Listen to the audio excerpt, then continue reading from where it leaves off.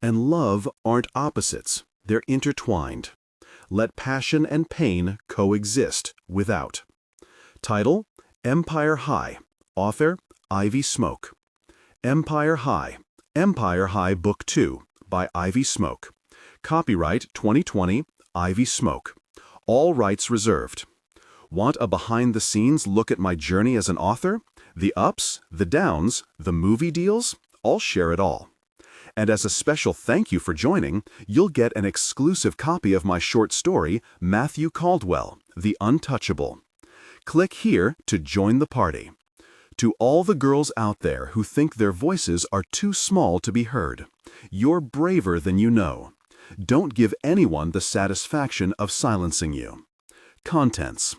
Title: Chapter 1, Chapter 2, Chapter 3, Chapter 4, Chapter 5, Chapter 6, Chapter 7, Chapter 8, Chapter 9, Chapter 10, Chapter 11, Chapter 12, Chapter 13, Chapter 14, Chapter 15, Chapter 16, Chapter 17, Chapter 18, Chapter 19, Chapter 20, Chapter 21, Chapter 22, Chapter 23, Chapter 24, Chapter 25, Chapter 26, Chapter 27, Chapter 28, Chapter 29, Chapter 30, Chapter 31, Chapter 32, Chapter 33, Chapter 34, Chapter 35, Chapter 36, Chapter 37, Temptation.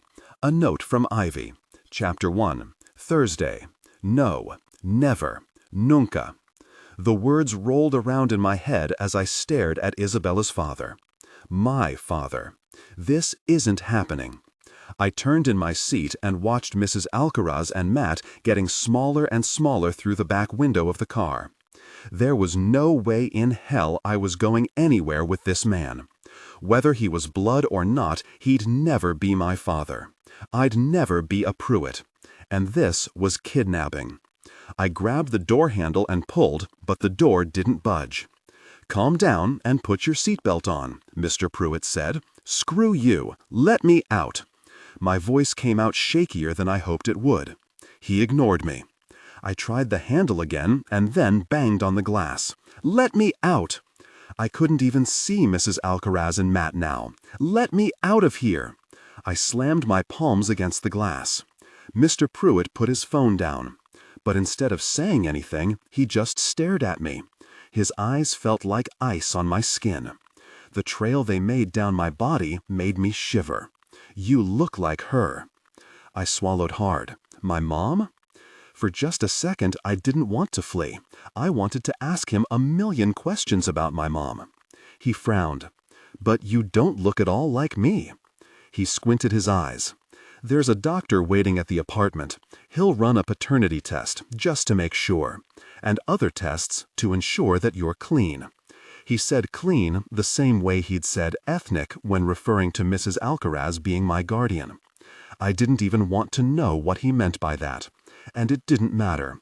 I'd refuse any tests he wanted to perform. Mrs. Alcaraz was my legal guardian, not him. "What apartment?" I asked. Would Matt know where he was taking me? Matt knew the Pruitts. He could help sort this out. He would come get me, I hope. Mr. Pruitt ignored my question, his eyes still scanning my face like I was a puzzle he couldn't solve. "Where you live?" I asked. It was a stupid question. Of course he was referring to his home. Some people in New York referred to their homes as apartments, which didn't sound at all homey to me. Despite the fact that it was a stupid question, I asked another equally stupid one. "With Isabella?" Something constricted in my throat. This couldn't be real. I couldn't be related to her. Did he have a wife that was just as hateful as his daughter? Were there any more demon siblings I didn't know about? He eyed me coolly. No, his home would most definitely not be homey. It couldn't possibly be if someone who lived there had such a cold, hard stare. And he already had a perfectly hateful daughter to go home to, so he didn't need me. "Look, I'm glad that you decided you wanted to get to know me," I lied. "He was 16 years too late. But this isn't the best time. It's actually the worst possible time." Mr. Pruitt knew that already. He'd taken me from my uncle's funeral and didn't seem to feel any remorse. I blinked away the tears threatening to escape my eyes. I'd appreciate it if you'd let me out. He looked back down at his phone like the conversation was over, but then added, "My family doesn't know about you. I need time to sort out this mess, so you'll stay put until I say otherwise." So that's what I was to him? A mess? That was fine. I didn't want to be his anything. But if that was the case, why the hell wasn't he letting me go? There was really only one logical reason. "I'll save you the trouble," I said. "I don't want anything from you. I don't need your money or your help. I swear I won't even tell anyone that you're my father, if that's what you're worried about. I just want to go home." I tried to think of something else I could add so he'd get the point. Home to that dingy apartment with a woman who barely speaks English? I'm saving you.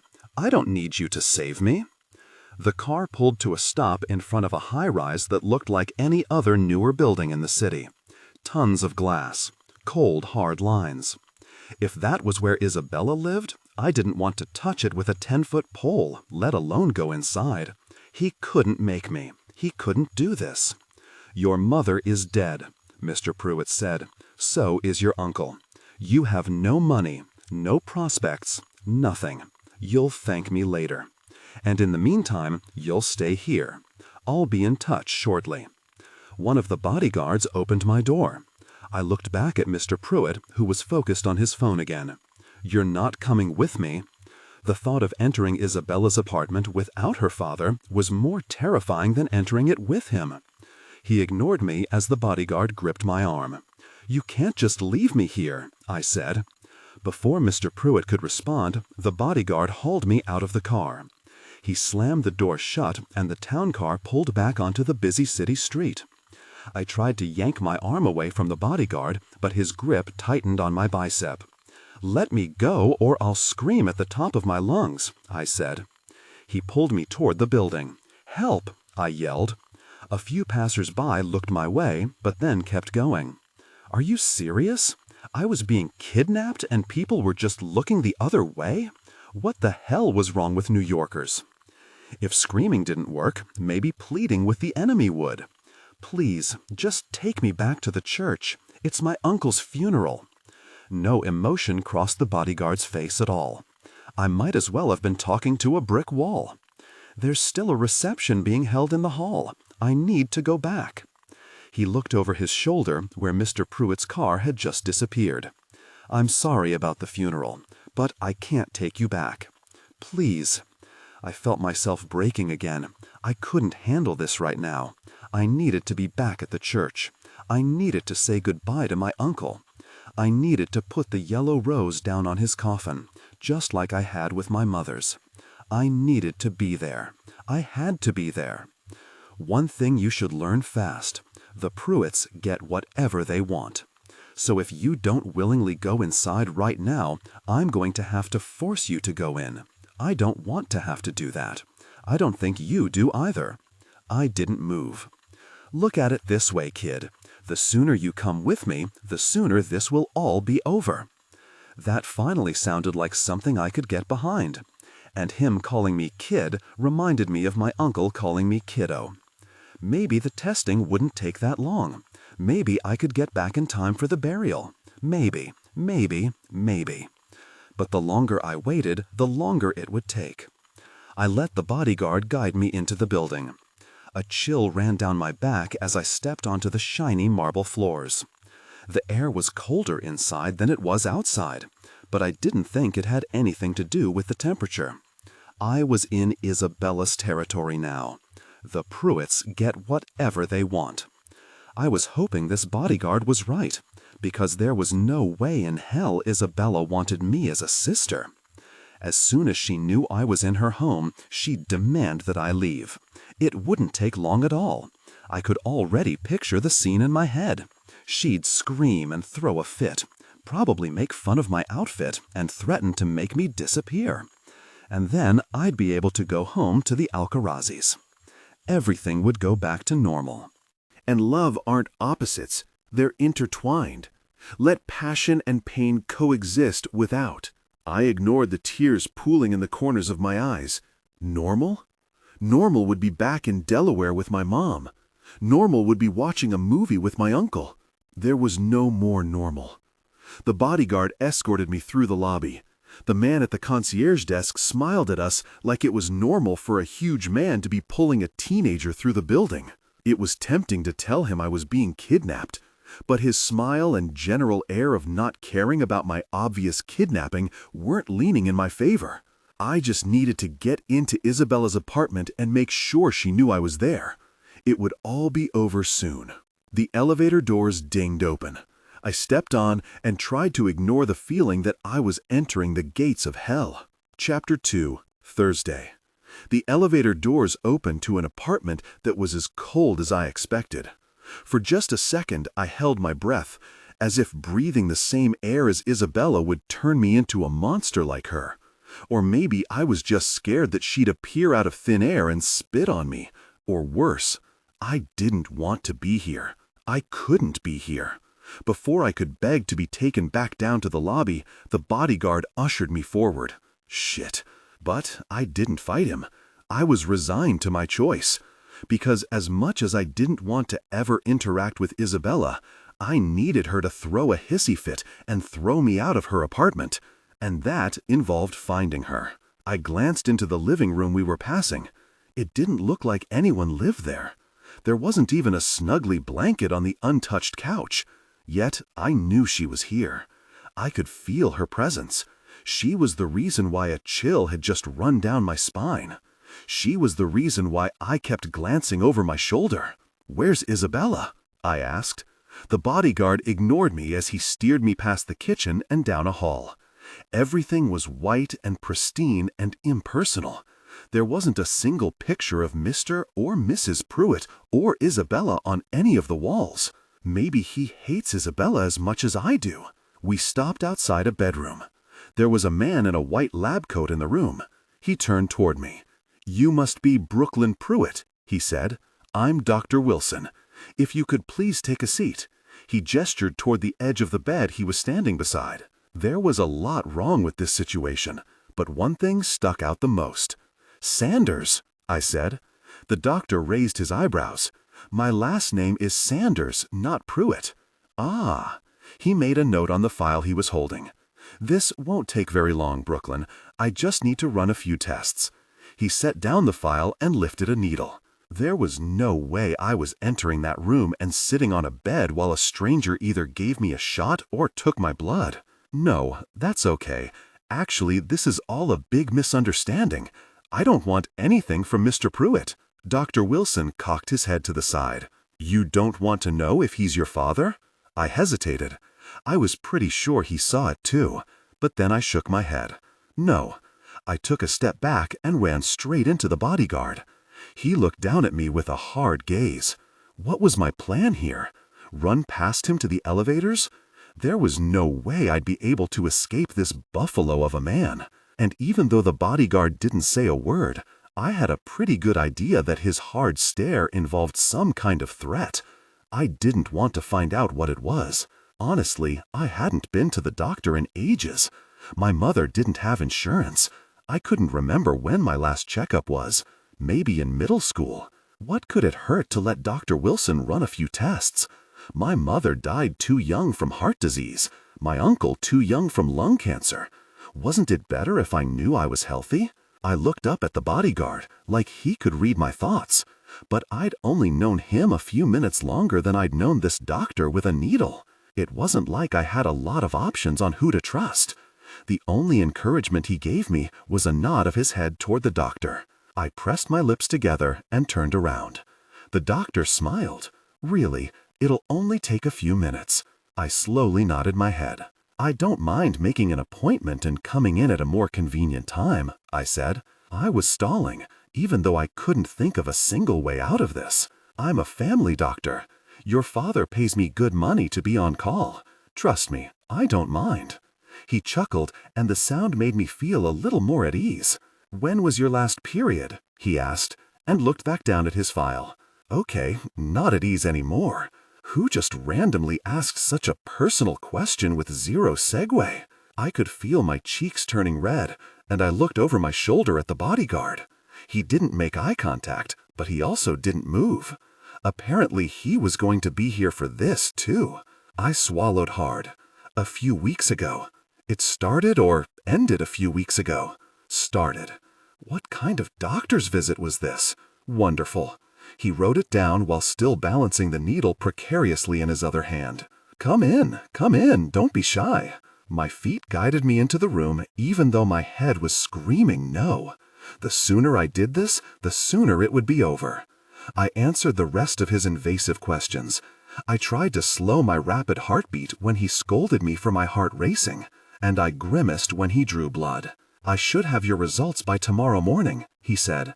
I know your father wants them as quickly as possible, and I'm not one to keep him waiting. Alleged father. I was still holding out hope that I wasn't related to this demonic family. I touched my arm where the doctor had left the cotton swab and strip of tape. All will be clear soon, Dr. Wilson said. Did you have any questions you wanted to ask me before I head out? How could I be related to someone so cruel? How could my mother have fallen for a monster? Would I become one too? I shook my head. Very well. He finished packing up his things, gave me one last smile, and disappeared out of the bedroom. I went to stand, but my head started to spin. I immediately sat back down on the bed. Whoa, take it easy, the bodyguard said. He took a step forward like he actually cared if I fainted. You need something to eat. What would you like? I just stared at him. I can go grab whatever you want. Just pick something. Anything? He nodded. My legal guardian makes great empanadas. Can we go there to eat? I can show you the way. There's a great Mexican place down the street. I'll be back in a few minutes. He turned and disappeared down the hall. For just a second, I sat there in silence. And then I heard the ding of the elevators opening and closing. He'd left me all alone in the Pruitt's apartment, which basically meant he'd given me my freedom. Oh, thank God. I needed to get the hell out of here. I stood up and my head spun again. How much blood did that weird doctor take? I pressed my hand against the door jamb as I made my way out into the hall. My fingers trailed the pictureless walls while I kept myself upright. I hit the elevator button and waited. And waited. I hit it again and realized that there was a keypad. The little hairs on the back of my neck rose, and I turned around. I could have sworn someone had been watching me, but the apartment was empty and lifeless. I slammed my fist against the button again. How could they leave me in here without the code to get out? What if there was a fire? I swallowed hard, knowing it probably wouldn't bother my alleged father if I died. Wouldn't that be convenient? He wouldn't have to tell his wife or real daughter about me. I'd just be gone. A chill ran down my spine, and I turned around again. Isabella? I hated how much my voice shook. No one responded. There were 3 ways out of here. My Isabella freak-out plan, cracking the elevator code, or finding a phone and calling for help. All of them involved exploring the apartment. If there was an office somewhere, I might be able to find Mrs. Pruitt's and Isabella's birthdays or something. One of them could be the code. There also might be a phone in there. I liked both of those options better than actually running into Isabella herself. And love aren't opposites, they're intertwined. Let passion and pain coexist without. I made my way back down the hall and past the bedroom I'd been in earlier. There was a hallway bathroom that was bigger than my bedroom at my uncle's apartment. Another empty bedroom, a master bedroom that was just as unlived in as the other 2 rooms. I walked up to the last door and turned the knob. It was locked. I'd checked every other possible room. There had to be something in this one, or someone. I knocked on the door. Nothing. Isabella? I called. No response came. I tried the door handle again and then pressed my ear against the door. It was completely silent on the other side. You're not allowed to go in there. I jumped. I hadn't even heard the bodyguard come in. He was holding a few brown paper bags, and I could smell the cheesy fried goodness from where I was standing. I couldn't remember the last time I'd eaten. It was hard to make yourself eat when all you wanted to do was cry. I ignored the audible growl of my stomach. "Where are Mrs. Pruitt and Isabella?" I asked. He just stared at me. "Is Mr. Pruitt even married? Does he have other children?" He squinted his eyes at me like I was some kind of puzzle he didn't understand. This wasn't working. I need to make a phone call. My friends will want to know that I'm safe. My stomach growled again. "We'll discuss it after we eat." After we eat? My curiosity made me follow him. He started to unpack takeout container after container. "They didn't have any empanadas," he said. "I wasn't sure what else you liked." I sat down and lifted the lid off the closest container.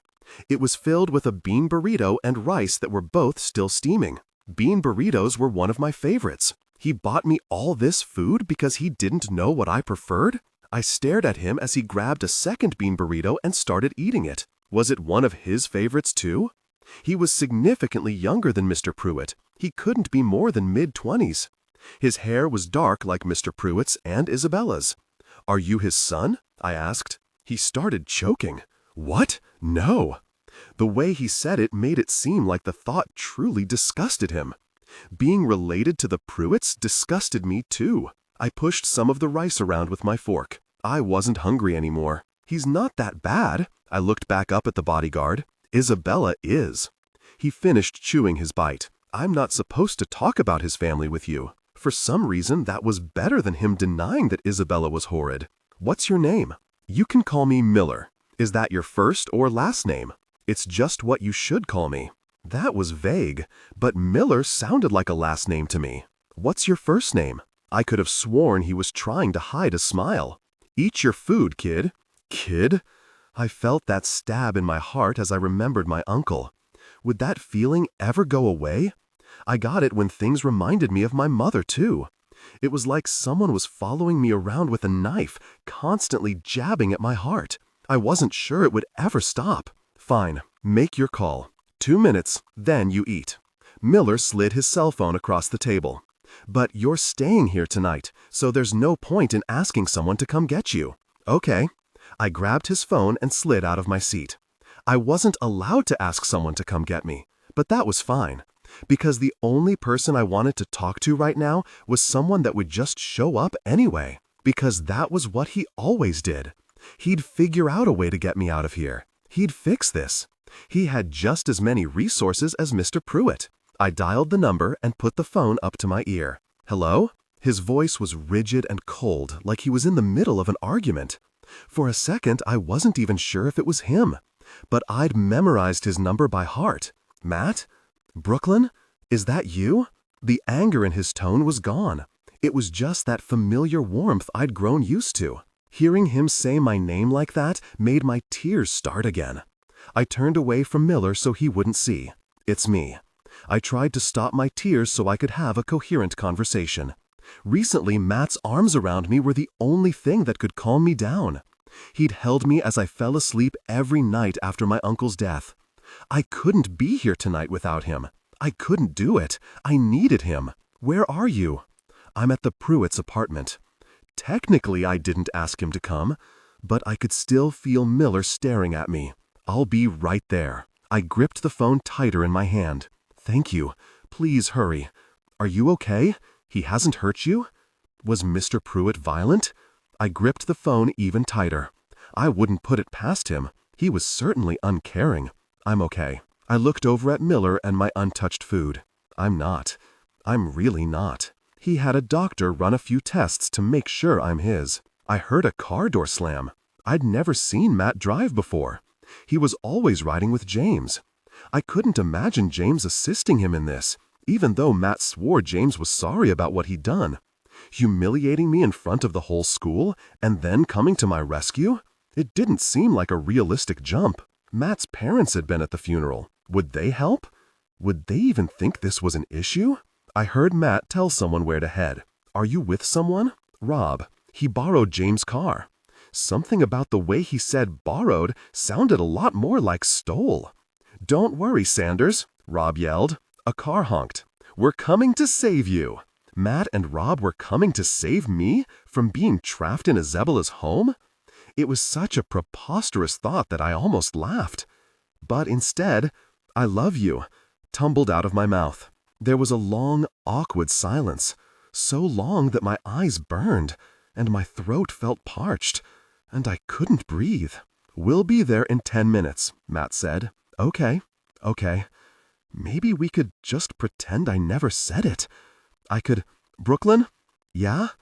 I closed my eyes tight, wishing I could rewind time. I love you too. I could already hear Rob making fun of him. The call ended, but I kept the phone pressed against my ear. Matthew Caldwell loved me. For just a second, my heart didn't feel so broken. Chapter 3, Thursday. I waited for Matt to come, and waited, and waited. 10 minutes turned to an hour to 2, 2 hours to 3. Miller showed me back to the room that the doctor had been in. I didn't bother getting ready for bed. I just laid down and stared at the ceiling, as 3 hours became 4, and 4 became 5. I stared at the ceiling waiting for Matt to come, but he never did, and my already broken heart broke a little more. There was a knock on my door, and I turned my head to see Miller walk in. "Did you sleep okay?" he asked. "No." But there was no point in telling him how pathetic I was, that I didn't know how to fall asleep without Matt's arms around me, that somehow sadness gave me insomnia.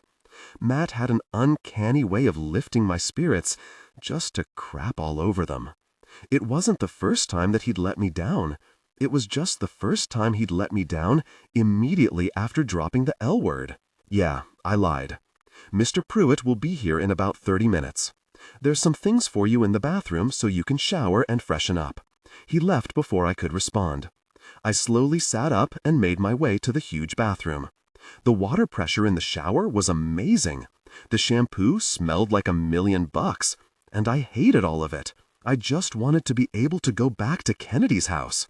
I quickly dried off, ran my fingers through my hair, and pulled on the same clothes I'd worn to my uncle's funeral.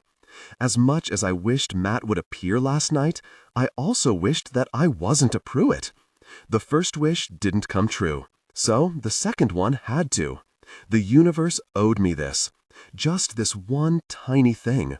After everything that had happened in the last few months? Yeah, it definitely owed me. I made my way out into the hall.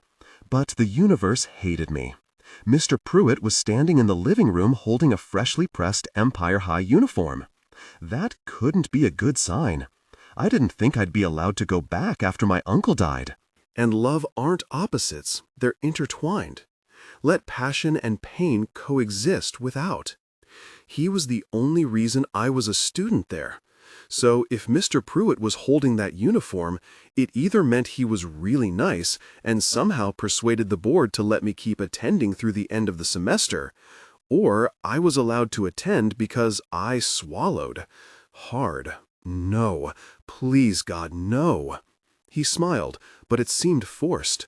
"Did you sleep well?" I liked him less than I liked Miller, so I didn't bother sugarcoating it. No, I didn't sleep at all. Me either. We both just stared at each other. I tried to ignore the fact that he may have said that to imply that we were more similar than I thought. I didn't want to inherit anything from him, including insomnia, including a ticket to Empire High, including half my frickin' jeans. But instead of saying any of that, I just kept staring. "Don't say it. Please don't say it." "Good news," he said with that same fake smile. "You are, in fact, my daughter." I was pretty sure I was grimacing. So he cleared his throat. "Classes start in half an hour. I'll have someone stop by this afternoon to take your measurements. But in the meantime, Isabella said you could borrow this one." He draped the uniform on the back of the couch. He wanted me to wear a uniform that belonged to Isabella? Was he kidding? There was no way that his daughter was okay with that. He smiled again. It almost seemed like it was a new action for him. It looked so forced. But he was trying. I could tell he was trying. He wasn't nearly as cold toward me as he was yesterday. And yet, I still didn't like him, not even a little bit. "Miller will escort you to and from school," he said. "I'll officially present you to my family tonight at dinner, so make sure the stylist gives you something to wear for that." Ew, I shook my head. I don't want measurements. I don't want dinner. I don't want any of this. Please just let me go back to Kennedy's place.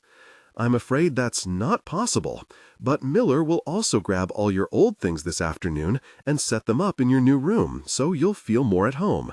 Speaking of which, what's your favorite color? My favorite? What? No, I'm not moving in here. I know, you're moving in with us. I just stared at him. Right, moving in here? I pointed to the bedroom down the hall that I had no intention of ever calling mine. This isn't my home? He laughed. Then what the heck was it? I'll see you tonight. You'll have a busy afternoon, so don't make Miller wait long for you after school. And Isabella said to make sure you sit with her at lunch. She's excited to get to know you better. She's always wanted a sister. I was pretty sure I vomited a little in my mouth. There was no way that anything Mr. Pruitt had just said about his daughter was true. He turned to leave. Wait. He stopped, but didn't turn around. Why are you doing this? Why can't I just go back to the Alcaraz place? Please. We can have dinner once a week or something to get to know each other. Just not this. Please, Mr. Pruitt. You're my daughter. That was his only reply before he stepped onto the elevator. He didn't even look back at me. That one fact alone wasn't enough, not when I knew the truth. He didn't want me. He told my mom to get rid of me. I wasn't the daughter that he wanted. We need to get you to school before you're late, Miller said, and lifted up the uniform. I'm not wearing that. We need to swing by Kennedy's place so I can grab... There's no time. He shoved it into my hands. I looked down, and the tag was still on it. Isabella had so many uniforms that she didn't even need to wear all of them? I only had one Empire High uniform, and it was second-hand. I'd never even touched a new one before. I shook my head. I can't do this. I can't be related to him. Can't we run another test? Maybe they mixed something up at the lab. I tried to hand the uniform back to Miller. He's not that bad, he said, just like he had last night. But I didn't believe him then, and I didn't believe him now. When I'd asked him if he was related to Mr. Pruitt, he'd almost choked on his bean burrito. I'd seen his face. I'd seen the truth. Mr. Pruitt was horrible. He was just like his daughter. I could refuse to go to school, throw a fit, but even thinking about it made me feel like I was already becoming Isabella. I didn't want to be anything like her. And if that meant not getting what I wanted right now, then so be it. Just give me 1 second, I said. Besides, there was a silver lining in all of this. I'd get to see Kennedy and Matt. At least I didn't have to worry about Matt suddenly hating me. I'd told him I was at the Pruitt's house, and I wasn't, apparently. So him not showing up was because of that, not because he flaked. I was in Isabella's uniform and in the car before I could change my mind. It's going to be fine. It's going to be fine. It's going to be fine. I said it over and over again until we pulled up outside of Empire High. Have a good day at school, kid, Miller said. You too. I cringed, but his laugh made me smile for the first time all morning. I climbed out of the black sedan. I wasn't sure if it was my imagination, but it felt like everyone was staring at me as I stepped out onto the sidewalk. My smile quickly evaporated. No, I wasn't imagining it. Heads were literally turning in my direction. I looked down at the ground and hurried up the stairs. Before I even reached my locker, Kennedy threw her arms around me. Are you okay? I can't believe Uncle Jim didn't tell you that you were related to Isabella. Does everyone already know? It seems like everyone already knows. She gave someone an evil glare before pulling me into her arms again. Instead of demanding answers to her onslaught of questions, she just let me rest her head against her shoulder. It'll be all right, she said and squeezed me harder. She didn't need an answer. She'd always been able to read me.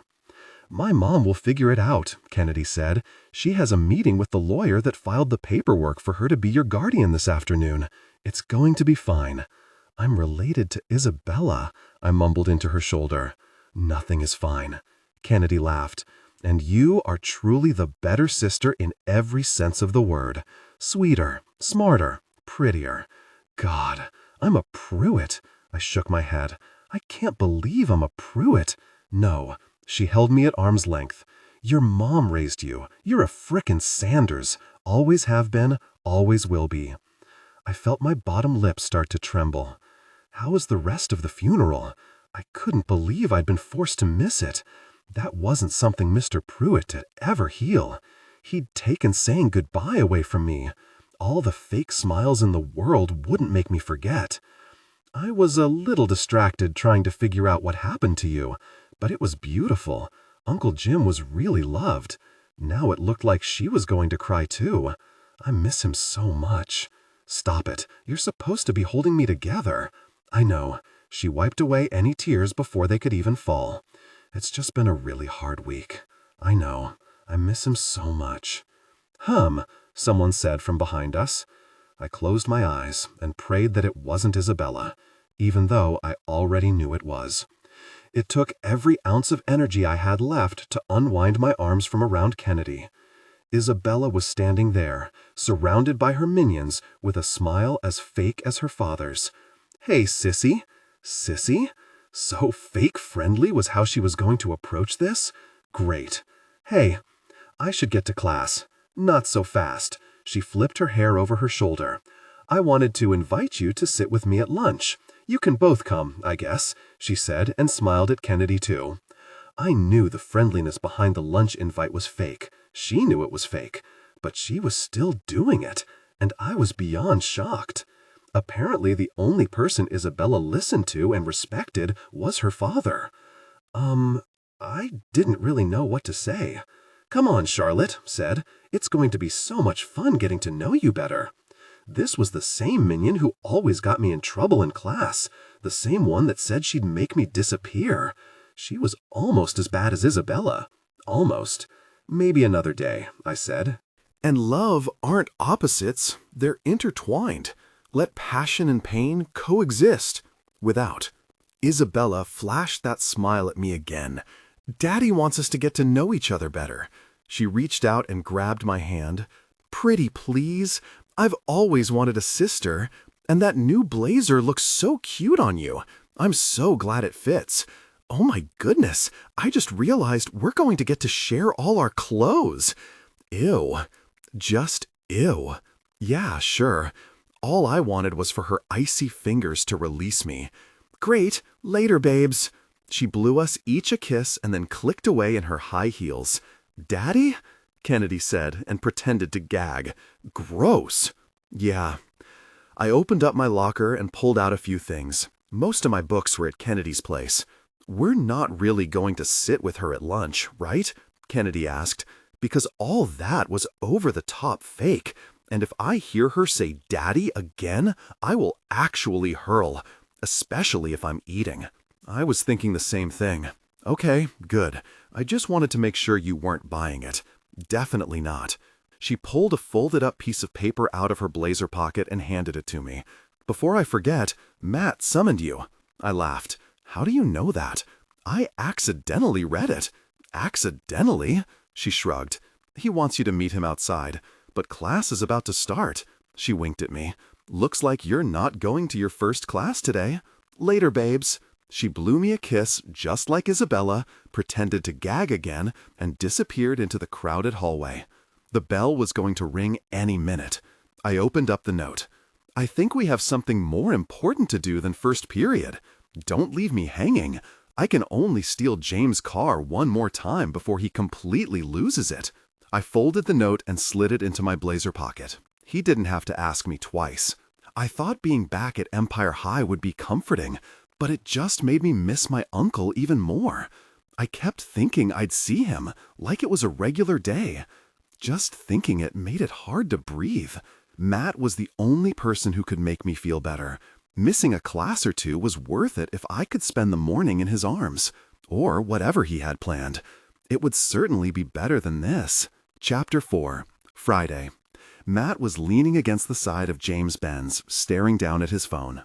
Him showing up each night after my uncle died was the only thing that had held me together, and if I was being truly honest with myself, just seeing him in the hallways when I first moved to the city had held me together too. Without him, I'd still be in pieces. I ran down the front steps.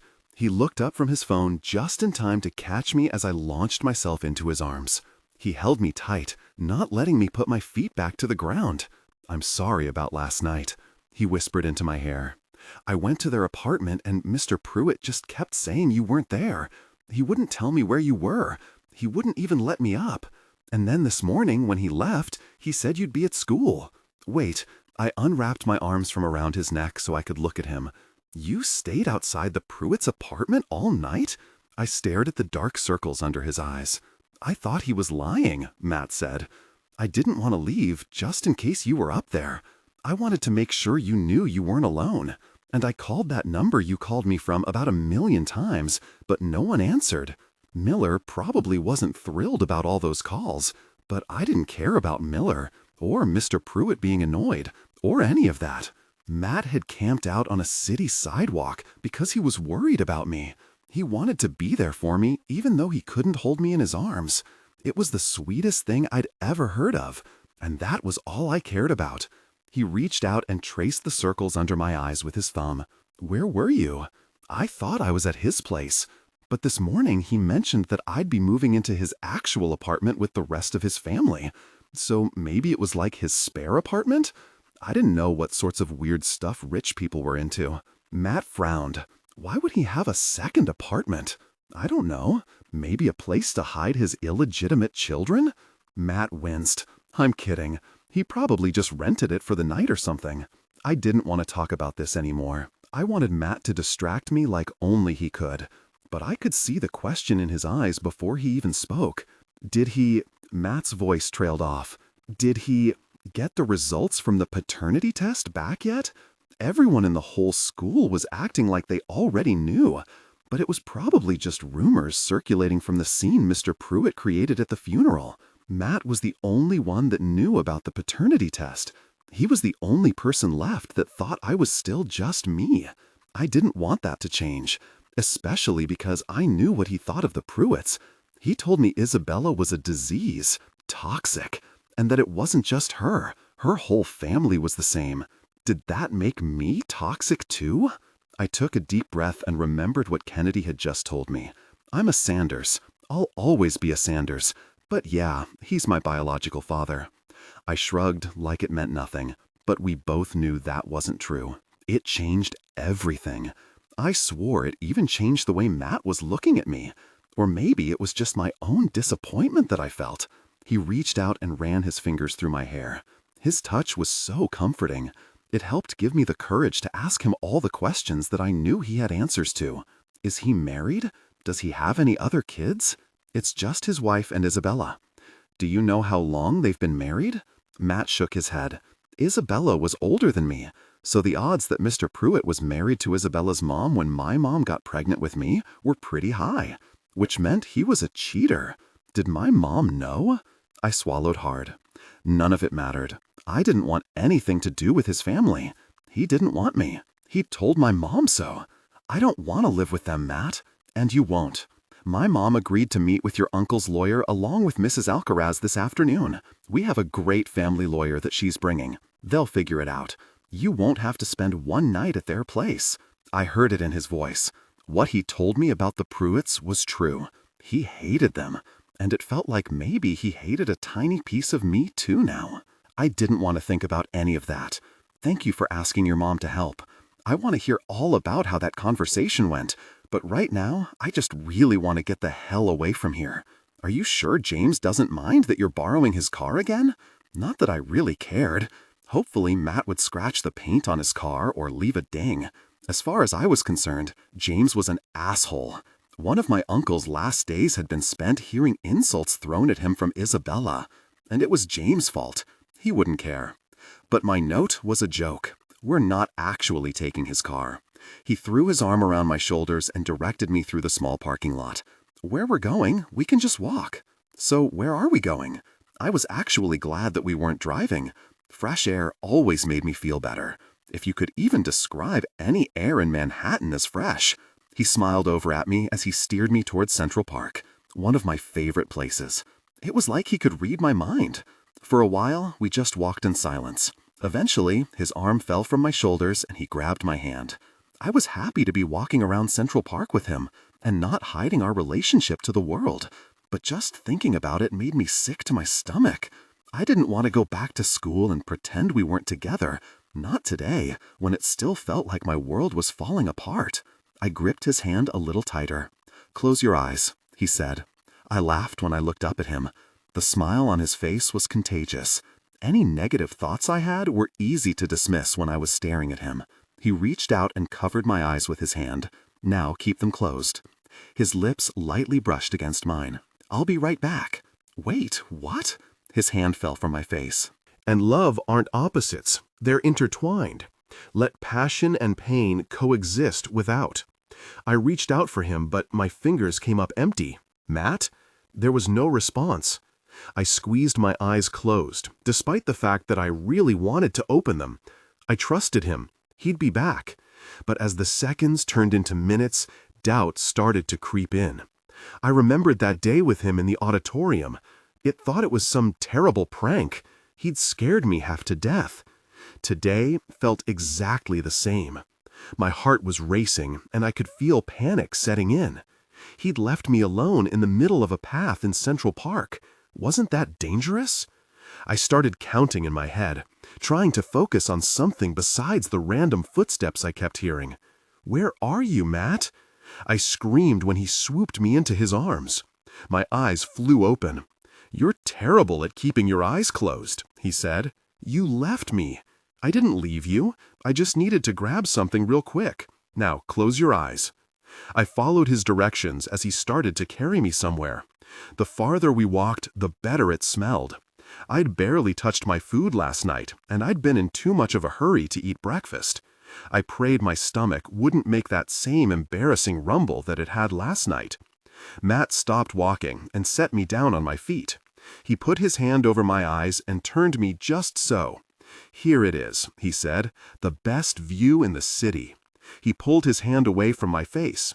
I opened my eyes and smiled. We were standing on a little bridge with water stretched out in front of us. I used to come here with my family and feed the ducks when I was little. Sometimes we'd stay in the park so late that we'd eat at that restaurant over there. He pointed across the water at a cute little place. My favorite part of those days was walking through Central Park after the sunset. Because at night, that restaurant turns on tons of fairy lights on their outdoor patio. It lights up the water and looks like the stars. Seeing it makes the city feel more like home. Matt's house was anything but homey. But he lived in the suburbs right outside the city, so I understood what he meant. No matter where you were, if you could see the stars, there was some sense of familiarity. I'd felt it on the fire escape at my uncle's apartment. Back then, I wished I could go home, back to Delaware when I stared at the stars. And now, I didn't even really know where home was anymore. Just thinking about the word made me want to cry. My uncle's home had become my home, and now he was gone too. "I know you lost your family," Matt said, "but it doesn't mean you don't have one." I could feel my eyes watering. "Brooklyn Sanders," he said, and dropped to one knee. My heart started racing. "Matt, what are you doing?" A smile stretched across his perfect face. "Will you?" He reached behind his back. Was he seriously about to propose to me? Had he lost his mind? We were 16. We couldn't be engaged. "Be my girlfriend?" he asked. "What is wrong with you?" I said with a laugh. "You scared me half to death." I put my hands on his shoulders when he didn't get up off one knee. "That isn't an answer." He stared up at me. "I know we've been together for a while now, but I realized we never actually made it official. Will you be my girlfriend?" He was the sweetest person I had ever met. Yes, I was smiling so hard it hurt. But as I stared down at him, I knew I needed more from him, because I was barely holding on as it was, and he'd hurt me before. I didn't want him to do it again. "As long as you promise not to break my heart, because it already feels broken, and I can't." I took a deep breath. I didn't want to cry. He was being wonderful, and I refused to ruin this moment. "I can't handle you breaking it too." "I'll never hurt your heart. You're my forever, Brooklyn." He smiled up at me. I was pretty sure he looked as happy as me. "Get up," I said with a laugh. I wanted his arms around me.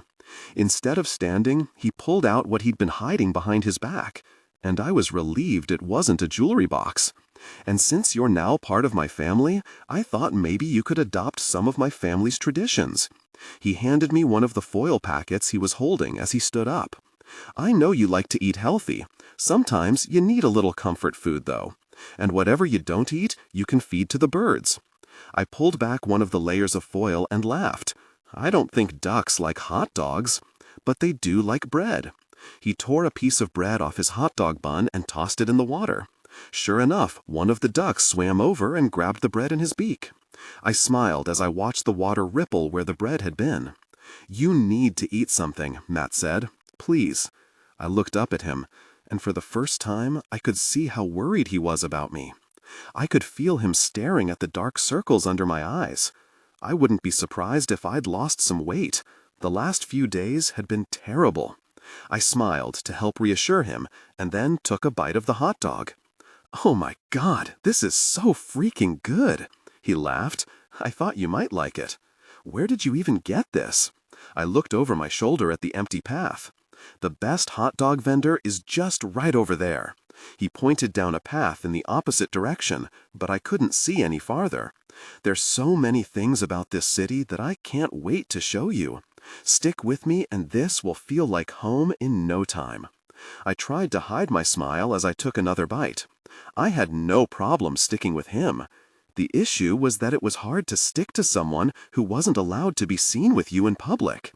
"So, you told your mom about me, huh?" He nodded. "How did that go?" He smiled. "Good. She saw you at the funeral. She said you were pretty." I wasn't sure why, but I was expecting a bigger reaction than that. I couldn't be someone that his parents approved of. But then something hit me. He'd told her after the news broke. He'd told her after everyone believed I was related to the Pruitts. I suddenly wasn't hungry anymore. "But we mostly talked about how we can get you out of staying with the Pruitts," he continued. "Wait, aren't your parents friends with them?" "No, not really. They used to be in business together, but then they had a falling out." "Interesting. Is your mom the only person that knows about us?" I was happy he finally told someone, but it made me a little sick to my stomach that he only fessed up after he realized I was related to a monster. A rich monster, but still. And I was happy that Matt wanted to ditch class with me this morning, but I wasn't an idiot. He'd given Kennedy the note to give to me so we wouldn't be seen together. And we were in the middle of Central Park because no one at school was allowed to know I was seeing him. All of it was twisted, and it resulted in my stomach twisting into knots. I was his girlfriend right here, right now, but I wouldn't be at school later today. He'd keep his love for me hidden. I told Rob, too. Technically, he borrowed James' car yesterday so we could find you. And that, combined with the fact that he overheard our conversation on the phone, I didn't have much of a choice.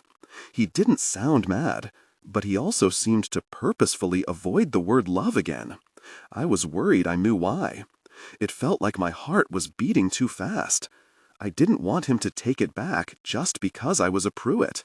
I didn't want anything to change, but everything already had. I'd given him a condition for being my boyfriend, to not break my heart. Maybe he had a condition too. We'd be in a relationship only if I could get away from the Pruitts. "Did you tell Rob why you're keeping our relationship a secret?" He lowered his eyebrows as he looked down at me. "You know I can't." Honestly, I didn't. That was the whole problem. I knew there was some secret that Isabella was holding over his head. I knew it would hurt James if it came out, but that was all I knew. Didn't Rob ask why? I think he just assumed it was because of, our economic differences. And love aren't opposites, they're intertwined. Let passion and pain coexist without. Economic differences? Something about the way he tried to make it sound fancy pissed me off. It was almost as if he was confirming why he finally told his mother about me. Because maybe we weren't so economically different now. You mean because I'm poor and you're rich? I took a step back from him. You let him think that you're embarrassed to be with me? That's not. That is what you did, and that is what he thinks. Of course that's what he thinks. Hey! He grabbed my hand and pulled me into his chest. I just need a bit more time, but I promise I'll figure it out, okay? He cupped the side of my face with his hand. I could never be embarrassed of you. I love you. I couldn't exactly stay mad at him when he said that. I had worried he wasn't going to say it ever again. But there it was. I love this hot dog, I said, and took another bite to stall. He'd told his mom so he could get me out of this mess with Mr. Pruitt. And he'd already told me our relationship had to be a secret for now. Nothing had changed, really, except my living arrangements and possibly my last name. He laughed. Anything else you love? This view, I gestured to the water. His stupid, perfect face and perfect smile were tipping the scales back in his favor. Is that all? I smiled up at him. No, I bit my lower lip, pretending to think. But there was nothing to think about. I'd still love him even if we had to hide from the world for a few more days. Or weeks. God, hopefully not months. I stared into his chocolatey brown eyes. Oh, right. I'm pretty sure I love you too. He leaned down and kissed me. And I knew I could never stay mad at him when I craved his lips this much. I was pretty sure the taste of cinnamon on his lips somehow soothed my soul. And I needed more. I gripped the back of his neck. He groaned into my mouth and pulled away far too soon. As much as I want to keep doing that right now, I have one more stop on our adventure before we need to go back to school. I have a test third period that I can't miss. He grabbed my hand before I could respond, and we started running through Central Park. We did need a car to get to our second destination, so he hailed a taxi. He didn't ask me to close my eyes this time, and as we made one turn after the next, I knew exactly where we were going. When the taxi pulled up in front of the cemetery, I was already having a hard time keeping a straight face. He knew how important it was for me to say goodbye. He knew how much missing the second half of the funeral weighed on me. He was already fixing everything.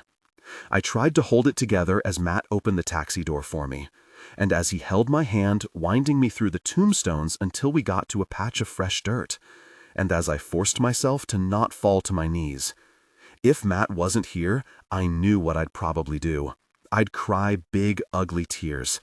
I'd sit on my uncle's grave and have a conversation with him, like I so often did at my mom's gravesite. I'd cry some more. I'd pray to go back in time. And most importantly, I'd tell him I was sorry that he gave up his last several weeks on Earth to take care of me. I owed him everything. But Matt was here, so I didn't do any of those things. Instead, I just stared. I stared at the gravestone and tried to tell myself to hold it together. But in the end, the grief won.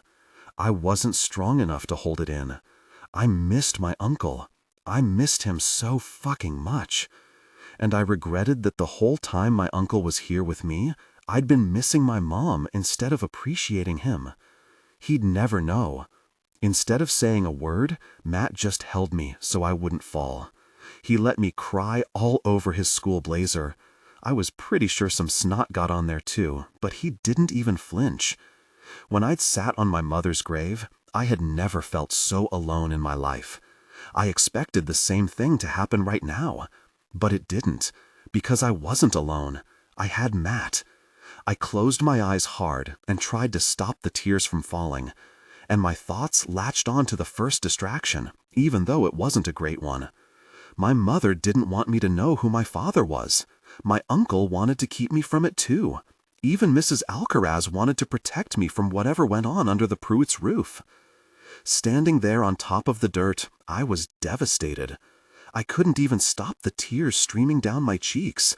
But mostly, I was terrified, because I didn't know why I needed protection from my own father. I knew his daughter was cold and cruel. It was likely Mr. Pruitt was those things too. But what if it was something worse? Right now, the only thing that felt worse, though, was knowing what moving in with the Pruitts would mean. It would force me to see Matt even less. There would be no late-night sneaking into my bedroom, or coming over for dinner. I'd be living with Isabel, the one person that wouldn't allow our relationship. She'd take Matt away from me for good. and he was the only thing holding me together. But there was nothing to say. Matt knew it too. He was doing everything he could to fix it, so I just had to wait. But I'd never been good at that. I'd never been good at wasting time, because time was the only thing that was limited. I started to cry harder. I cried for my uncle. I cried for my mother. And I cried for myself too, because it was then that I had been wasting time. I'd been taking life for granted.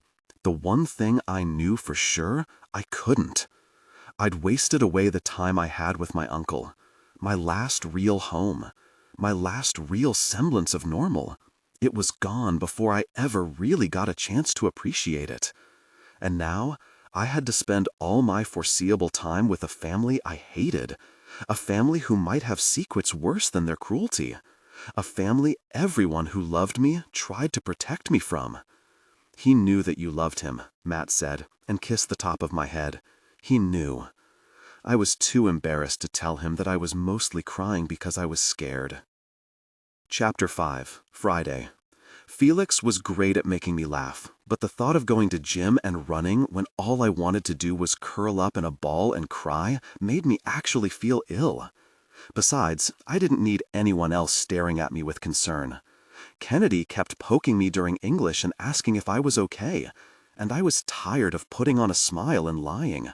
I wasn't okay. I wasn't even a little bit okay. I couldn't focus in class. I couldn't stop thinking about what would happen after school today. I felt paralyzed. The nurse smiled at me when I made my way into her office. "Oh my, your face is so pale. Tell me what hurts." "It's just cramps," I said, and sat down on one of the beds. It was the second time I'd come in here with the lie. Eventually she'd have to catch on, but I just hoped she wouldn't today. I made a show of lying down as I clutched my stomach. "Please let me stay here for the rest of the day." Scratch that. The rest of the year would be preferable. Maybe I could just sleep here too. It would be better than living with the Pruitts. She nodded at me, but this time she didn't hand me a Midol or a glass of water. "Cramps again?" she asked. Apparently the gig of fake periods was up. I didn't even know what to say. I didn't have enough energy to continue with the lie or make up a new one. So I just lay there and tried not to cry. Maybe she'd think I was depressed and just leave me alone. But I had no such luck. She sat down on the bed next to me. "Your uncle was a great man." Did she think this was going to help me? I closed my eyes tight, trying to keep the tears at bay. "I think that maybe a visit to the counselor might be better than camping out here. I can write you a note if you want." I kept my eyes closed. "I just need a few minutes," I said. "Then I'll go back to class, I promise." She patted my shin. "Okay, dear. A nap always makes me feel better, too." The mattress shifted when she stood up, and I waited until I heard her typing on her computer before I let myself cry as silently as I could. And love aren't opposites. They're intertwined. Let passion and pain coexist without. When she patted my shin again, I jolted awake. A few minutes had definitely turned into a lot more. My stomach growled and she smiled. "Lunch is about to start," she said. "How about you go get some food? If you want, you can even bring it back here." I wiped the sleepy out of my eyes as I sat up. "No, that's okay. A normal lunch actually sounded really great right now. Felix could make me laugh without the run, and Kennedy and I could talk without having to whisper. It was exactly what I needed. Before I could leave, she handed me a slip of paper. It was an appointment with the school counselor. If you can't make that time work, just stop by her office and she'll reschedule you. Yeah. I shoved it into my blazer pocket without even looking at the time on the sheet. I didn't need a school counselor. I wasn't worried about grades or getting into the right college. I was worried about sleeping in enemy territory and not having any family left. Thanks. I hurried out of her office before she had a chance to reply. The cafeteria was already buzzing when I walked in. I was glad Matt had left me a salad in my locker like always, because the lines were still long. I sat down in my usual spot across from Kennedy. She was laughing at something her boyfriend Cupcake had just whispered in her ear. It was tempting to grab her camera and snap a photo of the two of them. They looked so happy. And I was happy for her. I really was. But that didn't mean that I wasn't horribly sad right now. I sniffed and hoped they hadn't heard.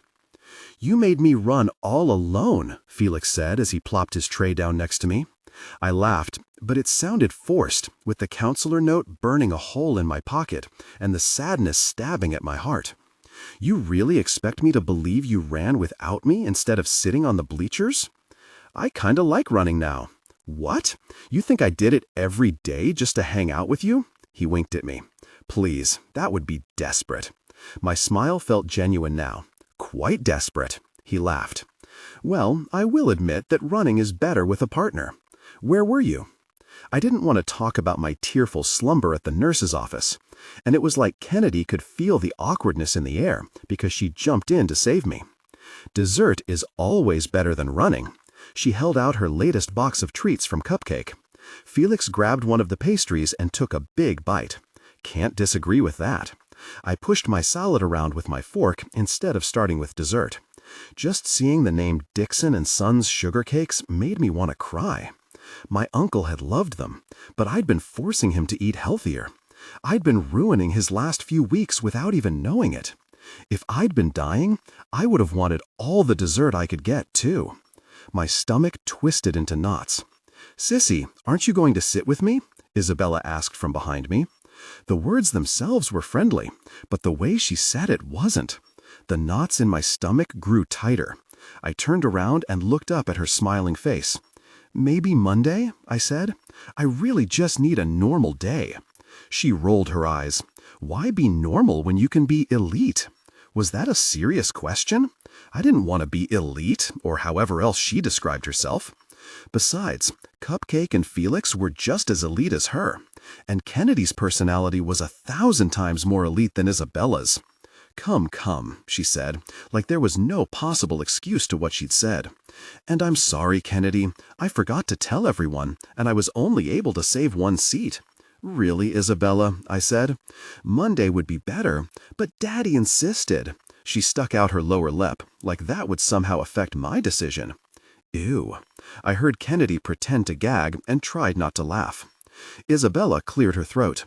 "Trust me, Sissy, you don't want to upset Daddy. If I tell him that I invited you to sit with me, and you refused, well, you don't want to see what happens when he gets mad." My heartbeat kicked up a notch. No, I really didn't want to know what her father was like when he was mad. My father? Yeah, I was definitely going to be sick. "You could sit with us," Kennedy said. "There's a seat right there." She pointed to the one on the other side of me. "No, I sit at that table." She pointed to the untouchables table. And for the first time, I looked over too. Matt was staring at me so intensely. The 2 seats across from him were empty, which meant I'd be sitting with Matt at lunch for the first time since we started secretly dating. And now that we were officially boyfriend and girlfriend, that didn't seem like such a bad thing. I wouldn't be alone over there. I'd have him. "It's just a table," Kennedy said. Isabella ignored her and looked back at me. "Last chance, Sissy, or Daddy will be hearing all of this." I lifted my salad off the table. "Okay, you don't have to sit with her," Felix said and grabbed my arm. It wasn't that I wanted to sit there. I didn't, not even if it got me closer to Matt. But I had to go, because I was already scared of Mr. Pruitt. "It's just for today," I said. I looked at Kennedy and hoped she could read my mind. I didn't want her to think I was ditching her. I'd figure a way out of this from here on out. But today, I might have to spend all weekend with the Pruitts. I didn't want to start that off on bad terms. I followed Isabella over to her table. She sat down across from Matt, and I sat down next to her. Matt was staring at Isabella now, but not the way he stared at me. He looked beyond pissed off. I hoped he never looked at me like that. No one said a word to me when I sat down, and I felt myself shrinking. I focused my gaze on my salad and hoped the next 20 minutes would hurry up already. The person next to me cleared his throat up. I looked up. I hadn't even realized that Isabella had made me sit right next to James. He gave me a sheepish smile. I looked back down at my salad. "Brooklyn." He nudged me with his shoulder. "I'm really sorry about your uncle." "Thanks." I'm sorry. I hated those words. And he wasn't sorry, because if he was, he'd apologize for what he did to my uncle, not apologize for his untimely death. I'm sorry? Screw you. And I'm sorry about what happened in the cafeteria before. I didn't know about your mom, I swear. That sounded a little more sincere, but I knew the only reason he was apologizing was because Matt probably made him. And I didn't want to play games with any of these people. I just wanted to go back to my normal seat. Why else would I live with my uncle? Did that thought really not cross your mind? He ran his fingers through his perfect hair. Honestly, he asked, lowering his voice, I wasn't thinking at all. That was the whole problem. He stared down at his food like I had been doing a moment ago. Something about the action pulled at my heart. He was actually sorry. I could feel it. And ultimately, he was Matt's friend, which meant, wasn't he going to be mine too? And maybe, just maybe, a little bit of the reason I was angry at him was because he was part of the reason keeping Matt away from me. But that was Isabella's fault, not his, and I couldn't put that blame on him. I needed to stop blaming him for something he knew nothing about. It's okay, I said, and nudged him with my shoulder like he'd done to me when I first sat down. Maybe we can just start over. I'm Brooklyn. I awkwardly held out my hand. He looked back up at me with a smile on his face. Deal, he shook my hand. Sissy, you're not making a good first impression, Isabella said. Introduce yourself to everyone, not just James. I let my hand fall out of James. Oh, hi. But I was pretty sure everyone already knew me. Isabella and her minions had been trying to make my life hell ever since I started going here. Matt obviously knew me, Rob knew me, James knew me. I'd even met Mason once at a party. Sup, Sanders? Rob asked as he shoveled some pasta into his mouth. Are you really related to Isabella? That's wild. Yeah, I wasn't sure why it came out as more of a question. And love aren't opposites, they're intertwined. Let passion and pain coexist without. Sucks to suck, Mason said with a laugh. Just kidding. So you're friends with Felix and Cupcake? He nodded at the table behind me. I didn't turn around. I knew they were probably staring over here, and I was worried if I turned around, I'd run back over to them. I took a bite of salad and prayed that no one else would speak to me. So, now that we're friends, does that mean I get a discount? Asked Mason. I stared at him. First of all, he'd only ever spoken a few sentences to me. The only things I knew about Mason were that he was the Empire High quarterback, and he liked to smoke pot on the weekends. That didn't make us friends. And second of all, what was he even talking about? A discount on drugs? Because Felix stopped selling. Mason must realize that. I don't know what you're talking about. I took another bite of lettuce. Mason put his elbows on the table and leaned forward. I couldn't help but think that somewhere out there, someone would have fainted at the sight of such a brash disregard for etiquette. Of course you do, he said. Everyone knows that you and Felix are close. The word close was laced in innuendo. It felt like my lettuce went down the wrong pipe, and I started coughing. I swallowed a huge gulp of water and tried to ignore Matt's angry gaze. We're not that close, I said as soon as I could speak again. Great, you met Mason, Isabella said. For a second, I thought she was saving me from the awkward conversation, but then she opened her mouth again. And speaking of close, this is Matt, she said. We're super close. She said the word the same way Mason had. And I think you two have a class together, right? I looked up at Matt. The intensity from his gaze was gone. He nodded. Yep. He didn't offer anything else. Everyone at the table was quiet. James was kind to me. Rob was his usual funny self. Mason was at least interested in talking to me. But that one simple yup hurt more than I wanted to admit. A few hours ago, he'd asked me to be his girlfriend. And now he couldn't even look at me? I wasn't sure if I was cut out for a secret relationship. The other night, when Matt and I were hanging out, he told me that you two and Rob have a group project together, said Isabella. It'll be so fun now that we can all just hang out and work on it at my place. Sorry, our place. She smiled at me with all her sweet insincerity. They were hanging out together the other night? As in, one of the nights he'd come over to my uncle's apartment to hold me while I cried myself to sleep? Had he held her too? Right before he held me? I tried to take a deep breath. Yep, I said, mimicking my brooding, silent boyfriend, who was a fantastic actor. So fantastic that it stung. So fantastic that I wanted to cry. So fantastic that I hated him in that moment. Sorry, I shouldn't have said hang out, because you're not friends with any of them. It's just a group project that you were forced to do together. That's what Matt told me the other night when we were hanging out, just the two of us, alone in my room. Right, Matt? He didn't respond.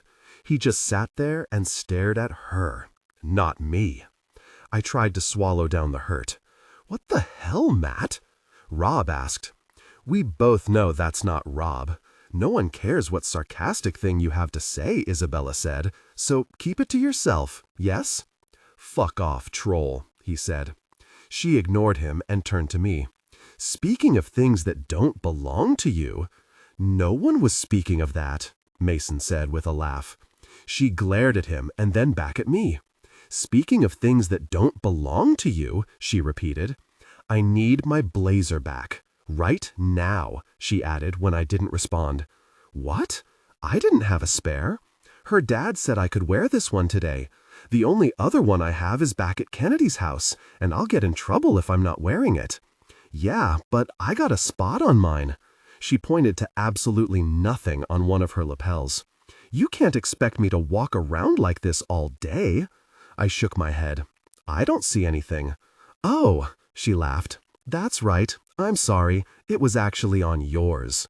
She lifted the milk off her tray and poured it down the front of my blazer before I even realized what she was about to do. What the hell? James yelled as he shifted me out of the way. But he was too late. The front of my blazer was soaked. I was too shocked to say a word, but I heard Matt's silence loud and clear. And I felt James' arms around me when it should have been Matt's. Matt's the one that was supposed to defend me. He was supposed to be on my side. I was supposed to be able to rely on him. I stood up, letting James' arms fall from my waist. I looked down at my borrowed blazer, the one her father said it was okay to wear. Tears stung the corners of my eyes, but I refused to cry in front of her. Oops, Isabella smiled at me. Accidents happen. And that's exactly what I'll tell Daddy if you're stupid enough to bring it up, and he'll believe me because he actually wanted me, unlike you. And just so I'm perfectly clear, you're unwanted here too. She tapped the seat I just jumped out of. So don't ever sit with me again. And stop being so utterly naive. It's embarrassing. Clearly I was just messing with you by asking you to eat with me. We'll never, ever be sisters, because you're a garbage person just like your uncle, and I'm a Pruitt. Later. She blew me a kiss and turned back to her friends, who were all laughing. I didn't look at any of the untouchables. I just turned and ran as fast as I could out of the cafeteria. Brooklyn! I heard Kennedy yell from behind me, but I kept running. Chapter 6, Friday. The tears streamed down my face as soon as I pushed out of the cafeteria doors. I ran down the hall and into the restroom. I threw my soaked blazer onto the bathroom floor before the milk could get on my collared shirt, and I broke. I leaned against the cold sink and let all the tears I'd been holding in all day come out. I cried and cried so hard that I was gasping for air. I wasn't at all surprised when I heard the bathroom door open. Kennedy had already been running after me. I'm so stupid, I said, moving my hands to cover my face. I didn't see that coming at all. I'm just as naive as she said. I can't stay at her house. I can't live with the Pruitts. I wasn't even sure she could hear me through my sobs. My uncle didn't want me to. He wanted me to stay with your mom. She said she signed all the forms. I don't understand why he's doing this to me. I jumped when someone's hand that was absolutely not Kennedy's touched my back. I looked up. I was surprised at how relieved I was, because if it had been Matt, I was pretty sure I'd punch him in his perfect face. He was the real reason I felt stupid. He just sat there. He sat there and did nothing. And I wasn't even sure I was surprised. It wasn't like it was the first time Matt had let me down. You're not stupid. You're perfect, noob. Perfect? I was a freaking mess. But I loved that he saw me that way, because I'd lost everyone in my life that thought I was perfect. I threw myself into his arms before I had a chance to second-guess anything. He held me tight, like he was the only thing holding me together. Being in his arms felt so safe, so warm, so loving. I closed my eyes tight and tried to hold on to this moment, because I knew I'd need it. If I had to go to the Pruitts tonight, I needed any happiness I could hold on to. He ran his hand up and down my back. And I know you probably thought I was Kennedy, but you know you can stay at my house any time you want. My mom wouldn't care. My parents are never around. I may have to take you up on that offer, I mumbled into his chest. He continued to rub his hand up and down my back. Stay with me tonight, then. I pulled back from him so I could see his face. Before my life turned upside down, I'd told him I wanted to be friends. He'd agreed, but he said he'd wait for me, for whenever I was ready to be more than friends again. He didn't know about Matt, and I couldn't correct him, because Matt said our relationship needed to be a secret. And love aren't opposites, they're intertwined. Let passion and pain coexist without. Hell, I'd even said yes to going to homecoming with Felix, but I'd also said I'd go with Matt. And I hadn't sorted any of it out because I could barely breathe, let alone think about any of that. I thought my heart couldn't hurt anymore, but I was wrong. My life was a mess. Everything was a mess, and I was too worn out to fix anything right now. I'll call you if I can, I said. I wasn't sure where the Pruitts' home was. I wasn't sure if I'd have access to a phone. But if I was able to leave, I'd go to Felix. I didn't care whether we were dating or not. I just cared that he cared. And I needed him right now. I needed him so badly. He wasn't my best friend or my boyfriend. He was somewhere stuck in between. And maybe that was why it was so easy to share my darkest fears with him. I lost my mom and my uncle. I don't have anyone anymore. I'm alone. I'm all alone. He pulled me back into his arms and rested his chin on the top of my head. You have me. I felt my body start to shake with my tears. Felix's words just made me miss my uncle more. You have me. It's exactly what my uncle had told me when I'd needed him. Is that really so bad? He asked. I laughed through my tears. And you have Kennedy. If there's one thing I know about Kennedy, it's how fiercely she loves. You have her. I wasn't crying because you're one of the only people I can rely on. I'm crying because you offering to be that person is really overwhelmingly sweet. And I don't deserve it. All I do is cry recently. Well, maybe if you didn't skip gym class, I could get you to smile again. Me making you laugh is kinda our thing. I'm sorry. I was hiding out in the nurse's office. I wasn't ready to come back here. Everything reminds me of him. He held me as my tears started to subside. I know. He ran his hand up and down my back again until I was finally breathing normally. Thank you, I mumbled into his chest, for coming after me. I had to race Kennedy, but because of you, I'm pretty fast now. I laughed and looked up at him. I guess you're welcome, he smiled down at me. It also helped that you ran into the boys' restroom. What? I pulled out of his arms and spotted the urinals for the first time. Oh my God, what is wrong with me? Not a single thing. The way he said it made my cheeks flush. The bell rang and Felix shrugged out of his blazer. Here, he held it out to me. I know you don't want to be any later for class. I can't take your blazer. And you're late too, I said with a laugh. I wiped away the rest of my tears. I'm always late for class, he shrugged. Take it, you'll get in trouble. And I'm always in trouble. He pushed his blazer into my hands. Call me tonight and I'll come get you from wherever you are, okay? Okay. Matt had promised me I wouldn't have to spend the night at the Pruitts, but I knew Matt's promises weren't guaranteed. He promised me all sorts of things in the darkness of night, but in the light of day, I wasn't sure he meant a word of it. I pulled on Felix's blazer. It was way too big, but at least it didn't smell like spoiled milk. "That looks better on you than it does on me." I smiled at him. "I'll see you tonight." He winked at me and disappeared out the restroom door. If only I was as confident that I'd see him. There was a pretty slim chance I'd be allowed to leave or call him, but I hoped I'd be able to. I grabbed Isabella's blazer off the bathroom floor. All I wanted to do was throw it in the trash, but I knew how expensive these things were. There was a reason I only had one.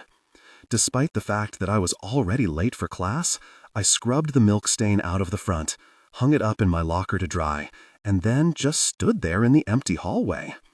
If I closed my eyes really tight, I could almost picture my uncle standing there too.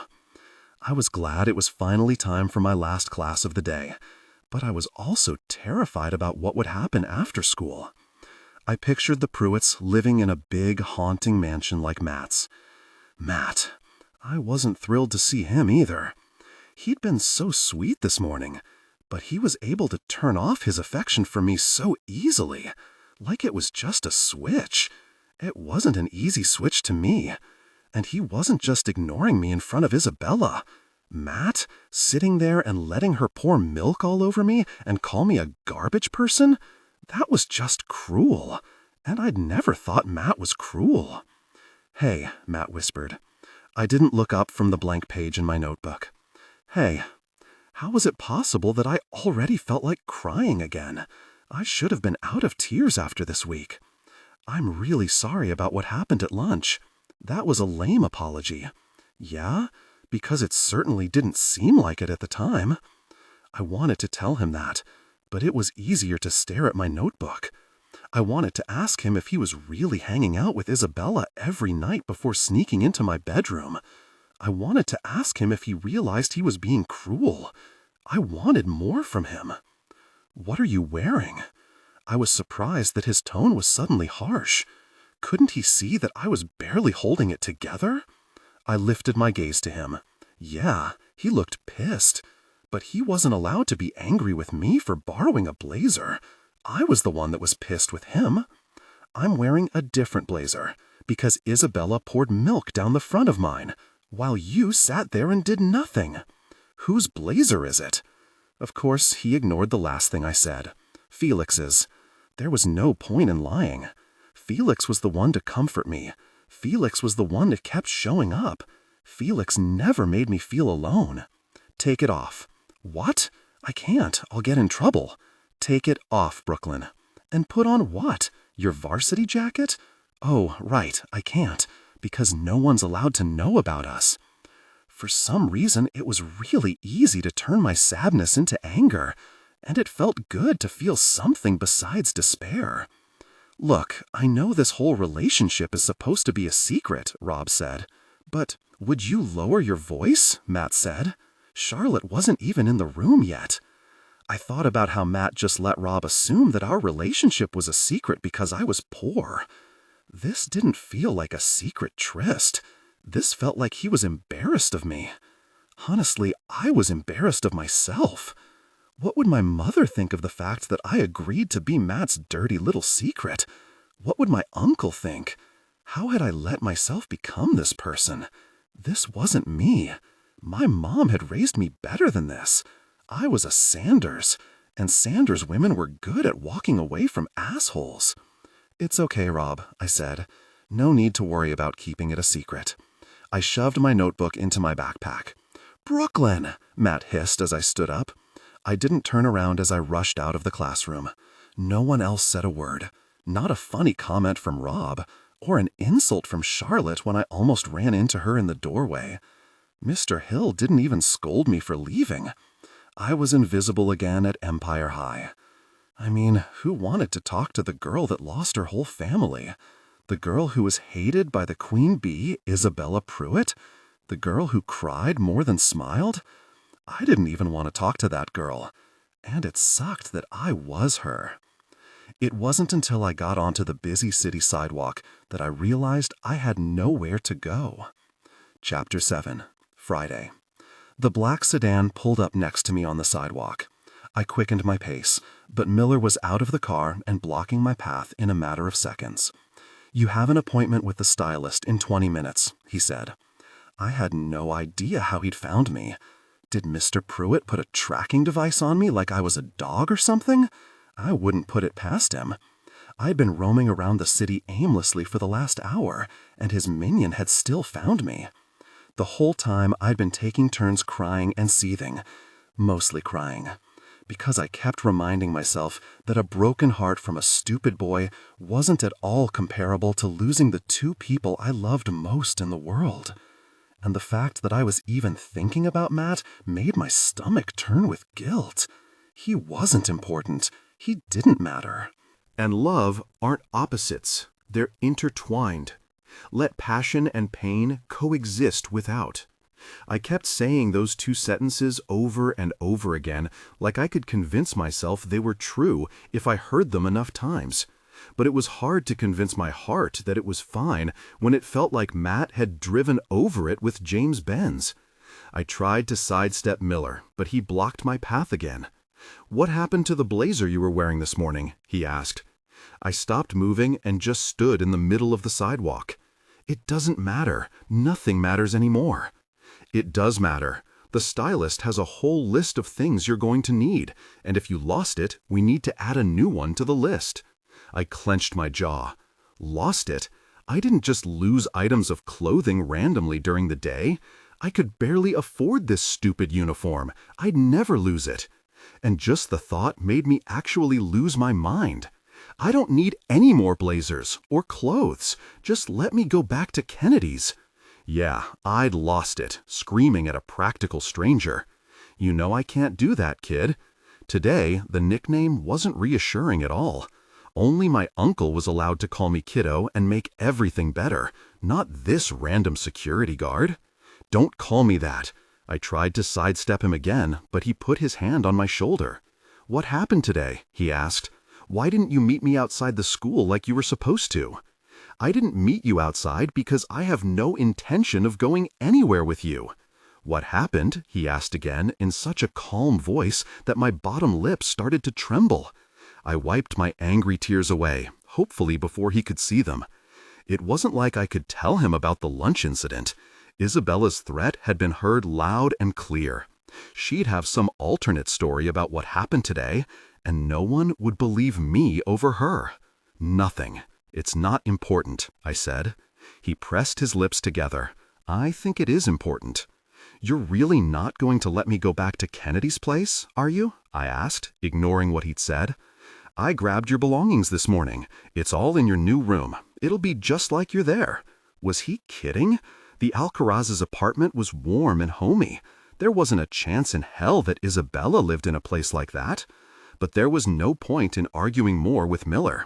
He was just following orders from the devil himself. I might as well get this over with. One weird stylist meeting, and one awkward dinner.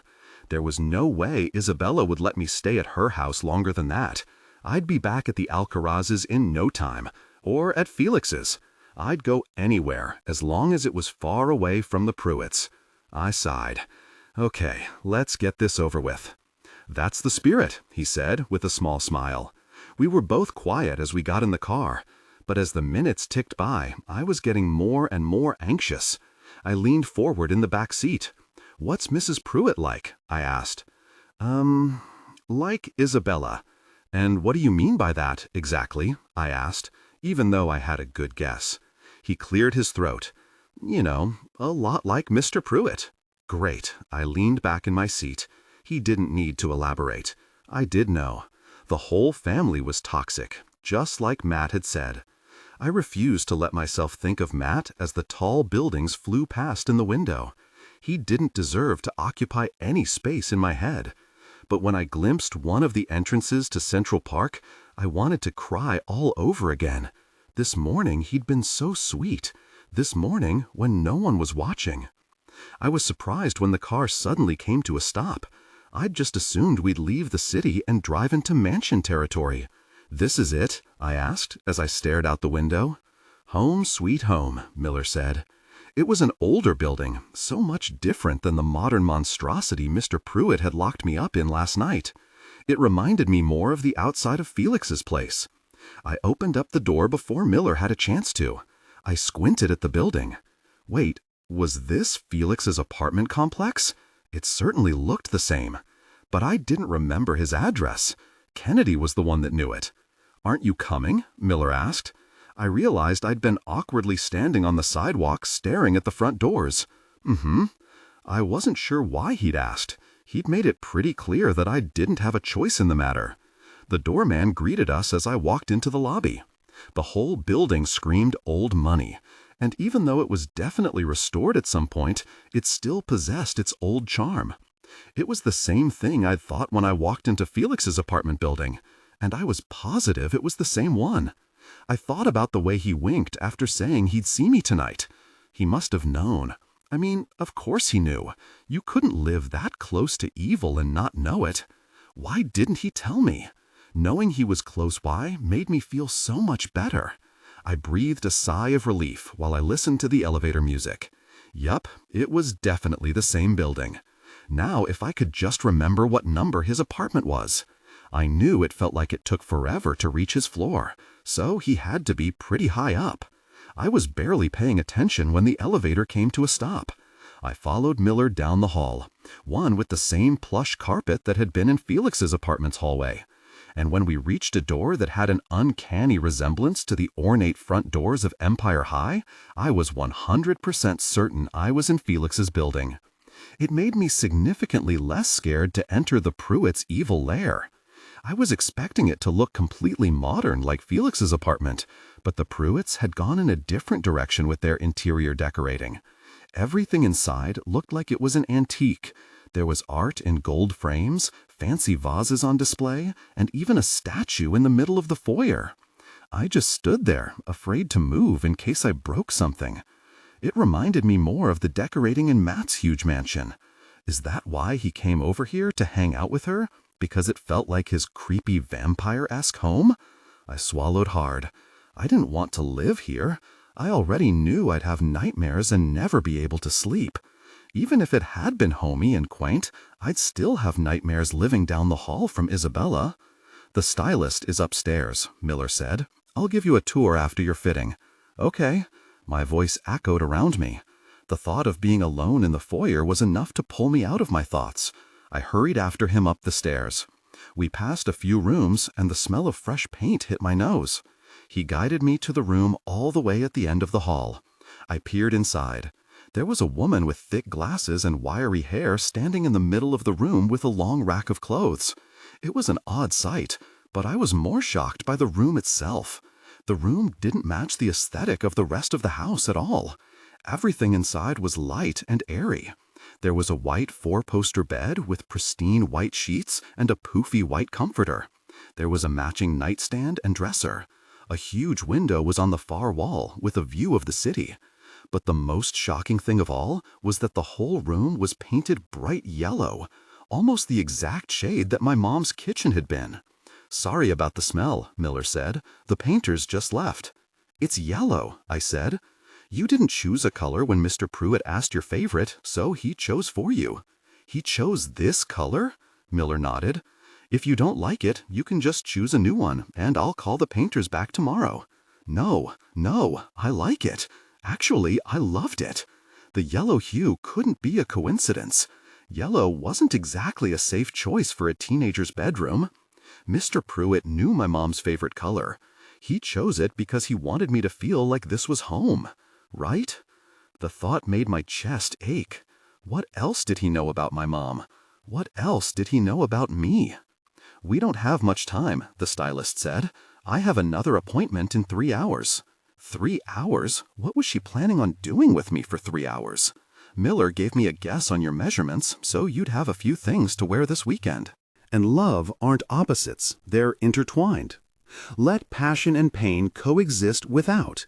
But come, so I can get you fitted perfectly. I swore it looked like she pulled a measuring tape out of thin air. I looked up at Miller.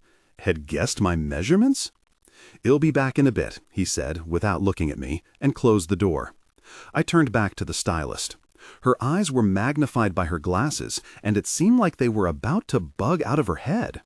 She hurried over to me and started measuring every inch of my body. She rapid-fired questions at me about styles I knew nothing about. I wasn't even sure how she was talking, because there was a handful of pins sticking out of her mouth. She forced me to try on every single item on the garment rack she'd brought in, even though I insisted I didn't need anything. And the whole time, all I could think about was, how did she get this rack of clothes up the stairs? It looked like the metal beam holding all the hangers was about to snap from the weight of all the clothes.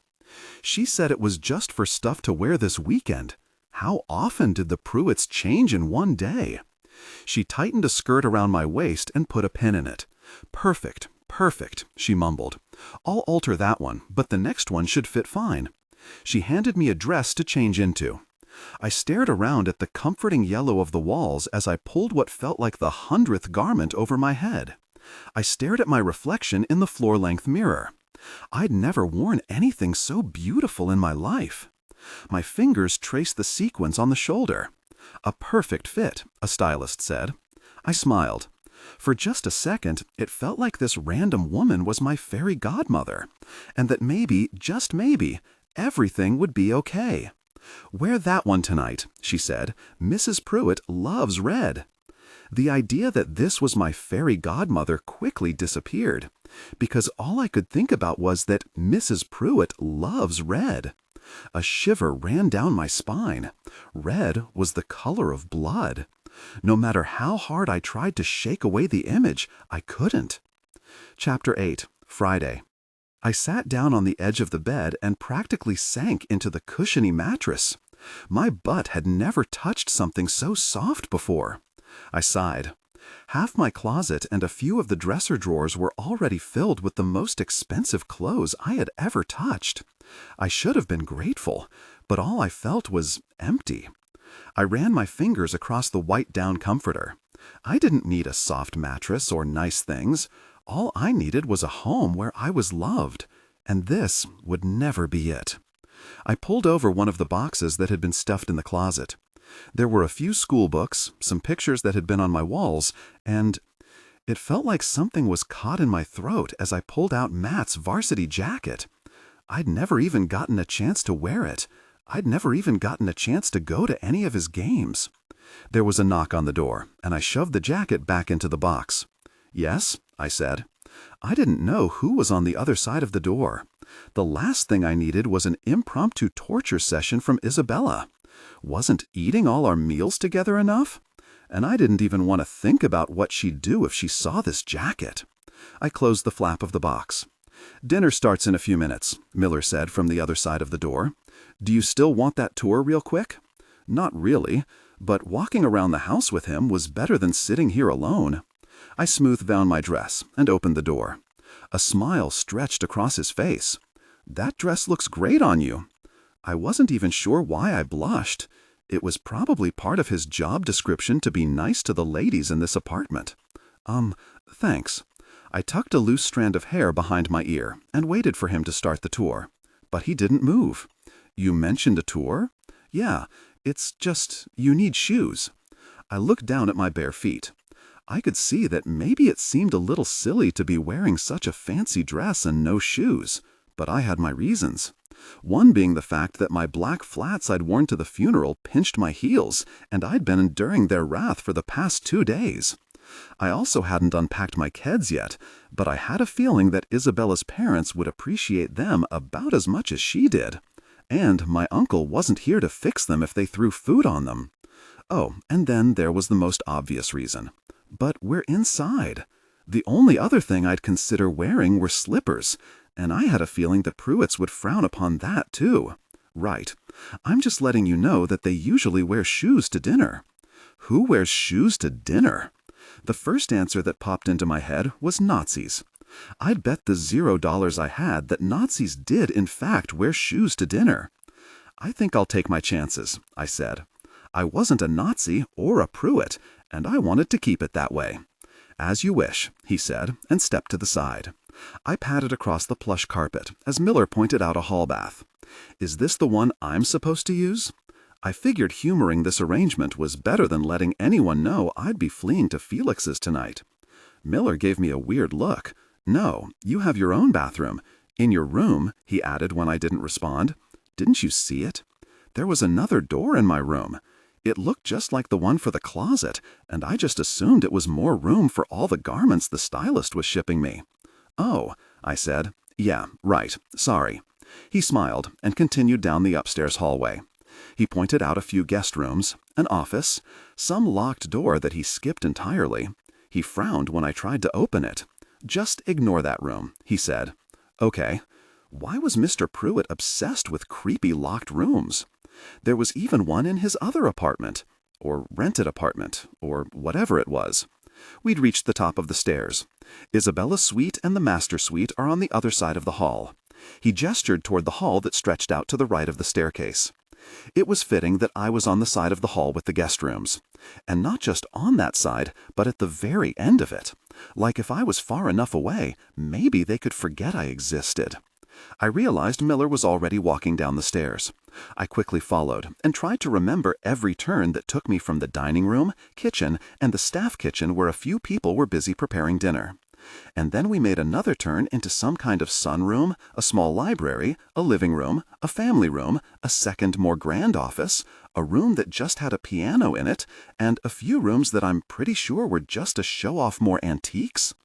Even though the interior design was the opposite of Mr. Pruitt's other apartment, it was the same in that it looked like no one ever touched anything. Did they all just stay in their bedrooms when they were home?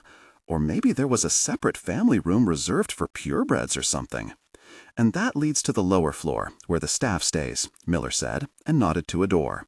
Wait, you live here? I'm on duty 24 hours a day, so if anyone ever needs something in the middle of the night, I'm around. Don't you have a family or something? He shoved his hands into his suit pockets. I'm not supposed to discuss that kind of stuff with you. Just like you're not supposed to tell me your first name? Yeah. He gave me a small smile. Like that. You know I'm not one of them, right? You can tell me your first name? He shook his head, even though that smile remained on his face. A bell sounded from somewhere behind me. I was so turned around that I had no idea where we were. Dinner is ready, Miller said. Do you need me to show you the way back? I laughed. Yeah, I have no idea where the dining room is. Follow me. Do you eat with us too? I asked as we made our way backward through the tour. This time I didn't try to pay attention. It wasn't like I was going to actually have to stay here. No. Where do you eat? In the staff kitchen with the rest of the staff. How many staff members are there? Well, you met the chef and his assistant in the kitchen. And love aren't opposites, they're intertwined. Let passion and pain coexist without. And you know one of the other security guards from yesterday? Mm-hmm. How could I forget? He was the one that had knocked Matt down on the steps of the church. Although I wouldn't say I knew him. There's one more guard, one for each family member, but sometimes we have different assignments. And then there's... Wait, so who are you usually assigned to? Mr. Pruitt. Oh, I'm sorry. He laughed as I hadn't even realized I'd said the words out loud. And he didn't get the chance to tell me about the rest of the staff, because we'd wound our way right back to the entrance of the dining room. I was pretty sure I was wearing the most expensive dress I'd ever worn in my entire life, but the whole family was staring at me like I was a barbarian. I looked down at my bare feet. I should have just worn the stupid shoes. The way they were staring, I might as well have been butt naked. Isabella smiled at me the same way she had right before she poured milk down the front of my blazer. I forced myself not to wince as I let my gaze wander to her mother. Mrs. Pruitt was a spitting image of her daughter, unnaturally so. The skin on her face looked oddly stretched out. Botox, maybe? Or some kind of facelift. Either way, she was still beautiful, but the way she was staring at me wasn't. She cleared her throat and set down her wine glass. If you'd like to eat with us, you'll need the proper attire. Miller, take her back upstairs for a pair of shoes. It's fine, Patricia, Mr. Pruitt said to his wife, and then looked back at me. Brooklyn, sit. I stood frozen on the hardwood floors. What had I been thinking? This wasn't a home. Only homes were for bare feet. I mean, Mr. Pruitt had instructed me to wear a dress. Of course that meant I was supposed to wear shoes. I swallowed hard as I looked back and forth between them. This was an awful way to start this already awkward dinner. No, Mrs. Pruitt said, just because we let in a stray doesn't mean we have to lower our standards. Ouch. I don't mind, I said, and took a step back from the dining room. It's no trouble at all. I'll be right back. Brooklyn, sit, Mr. Pruitt said before I could flee. Miller, get her seat. Now. He snapped his fingers like Miller was a dog. Miller stepped forward and pulled out my chair for me. Who treated people that way? I wanted to run. I wanted to be anywhere in the world but here. But wasn't this all kind of going according to plan? Mrs. Pruitt clearly hated me as much as Isabella did. I'd be kicked out in no time. Thank you, I said to Miller, and sat down in the chair. That'll be all, Miller, Mr. Pruitt said. I'll let you know if we need anything else. Miller nodded and retreated into the kitchen. I would have done anything to be allowed to run away with him. Mrs. Pruitt took a huge gulp of her wine and glared at her husband. So, this is how it's going to be now? Utter chaos? Darling, we have standards. It's a pair of shoes, he said, and gave me a smile that he probably thought was kind, but it looked like a grimace. She probably just didn't have any that looked good with the dress. Right, Brooklyn? Actually, I let my voice trail off as I eyed the salad in front of me. Were they going to serve a 3-course meal during a family dinner? This was not the place to tell him my opinions of what a home should be like, because I wasn't even staying. Yeah, I said. It's that. See? He took a sip of his wine. All will be remedied by tomorrow when her order arrives. Now, let's try to enjoy this delicious salad. Mrs. Pruitt rolled her eyes so hard I thought they'd pop out of her head. I think we should get a second opinion. On what? The salad? He popped some lettuce in his mouth. It's delicious. No, not the salad. On whether or not this child is actually yours. Dr. Wilson ran the test twice, he said. I mean, a second opinion from another doctor, obviously. Dr. Wilson has been our primary care physician for years. Are you saying you don't trust him now? I trusted you, too. It was years ago, Patricia, and we've already had this conversation. Several times. You've exhausted it to death. The last thing we need is to hash it out again at dinner in front of our daughter. I wasn't sure why I did it, but I braved a glance at Isabella. She was smiling like this was the most entertaining thing she'd ever seen. I looked back down at my salad. I wasn't hurt by the fact that he'd said daughter instead of daughters. I didn't want him as my family either. Mr. Pruitt cleared his throat. Where are my manners? Brooklyn, this is my wife, Patricia, and you already know Isabella. Mm-hmm. My voice sounded so small. It's nice to meet you, Mrs. Pruitt. She just glared at me. I was pretty sure if I was smaller, she'd flick me away like the nuisance she saw me as. I'd like to say the feeling is mutual, but it is most definitely not. She finished her wine in one big gulp. She snapped her fingers and someone came out and refilled her glass. How was your day, Isabella? Mr. Pruitt asked, ignoring his wife's comment. Fantastic, Daddy. I got an A on my physics test. James told me about his early acceptance to Harvard. He's so excited, and I'm so proud of him. We're all supposed to meet up after that game tonight to celebrate his news and what I'm sure will be another Empire High victory. Oh, and I almost forgot. I had a lovely lunch with Brooklyn. We had so much fun, we almost didn't hear the bell for class. She's just the sweetest, and we have so much in common. It's like we've been sisters this whole time. Isn't that right, Brooklyn? I was lucky there was no food in my mouth, because I probably would have spit it out. But this was my chance. Even though the dinner was already tumultuous, I wanted the mayhem. I wanted to be kicked out, disowned, whatever it took to get out of this mess. That's one way to put it. The other would be that you poured milk down the front of my blazer and told me to never sit with you again. Someone's fork clattered against their plate, and then, for just a second, Everyone at the table was completely silent. Isabella's laugh pierced through the silence. "Sissy, that's too funny. She's kidding. She's always been a little bit of a prankster. Everyone at school says it. Tell Daddy that you're kidding. Tell him." I wanted to run away or hide, but I'd already been strong once today when I told Matt off. I could do it again. And I'd already had to sit here listening to Mr. and Mrs. Pruitt talking about me like I wasn't here. I tried not to think about the repercussions at school would be if I went through with this. My life was already hell. What did it even matter?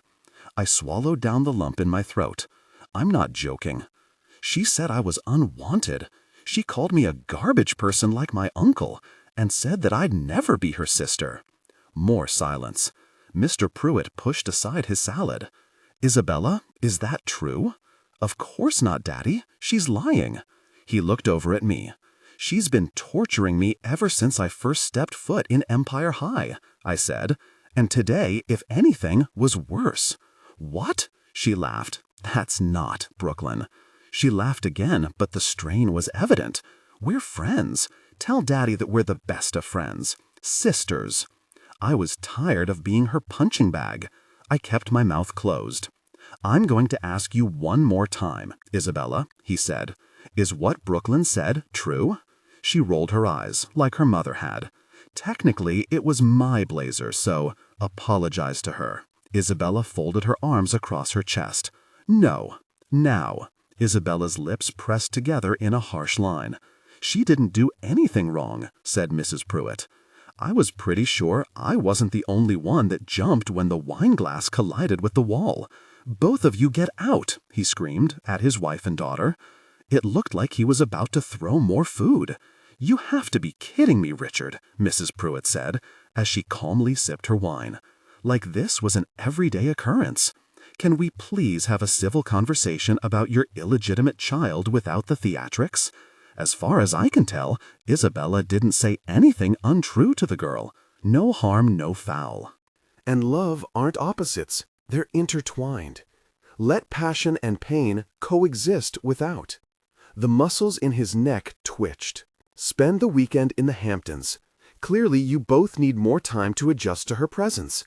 And don't come back until you're ready to act more appropriately. "But Daddy," Isabella protested, "I need to be at the game tonight, and I just told you about my plans afterward." I doubted that the cheerleading team actually needed her, or that James wanted to celebrate his acceptance to Harvard with her rather than with his actual girlfriend. "Then leave town after the game," he said. Isabella huffed and stood up. "Does that mean you aren't coming?" "I'm no longer in the mood," he said. "Richard," Mrs. Pruitt stood up, "you're taking the word of that little trollop over our own daughter?" "Trollop?" I felt myself sinking into my seat. "No," Isabella admitted it. "Now go, both of you." He waved his hand to gesture them out of the dining room. Isabella gave me a look of pure fury before stomping after her mother. The awkward silence stretched between us as doors slammed upstairs. Mr. Pruitt finished his salad right before the main course came out, and then he held up his hand before the plate could be placed down. He looked at me, but it felt a lot more like he was looking through me. "Is there anything else you need tonight? Anything at all?" I shook my head. Isabella was right. His wrath was terrifying. Even though it wasn't directed at me, I still felt my accelerated pulse. Mr. Pruitt was scarier than Isabella and her mom put together. I wanted to tell him that all I needed was to leave. I didn't want to be here, but no words escaped my throat. "I'm going to finish my meal in my bedroom. I'll see you in the morning. And don't worry about shoes," he said with a wave of his hand. "Please just come to breakfast however you wish." He walked out of the room without another word, and the chef's assistant dropped a plate in front of me before rushing after him. Instead of getting up, I just sat there, and I watched the red wine drip down the paint. I was too scared to move. My plan had failed. Isabella hadn't gotten me kicked out. She'd gotten herself kicked out. I cringed as I heard another door slam upstairs. All I'd done was make Isabella hate me 1,000 times more. Chapter 9, Friday. I wanted to crawl under the table and cry. I'd been brave all day, or at least I'd tried to be. I'd alienated myself from all the Pruitts by standing up for myself. Matt had treated me poorly, so I'd pushed him away. And now I was all alone in a place that could only be described as a haunted mansion in apartment form.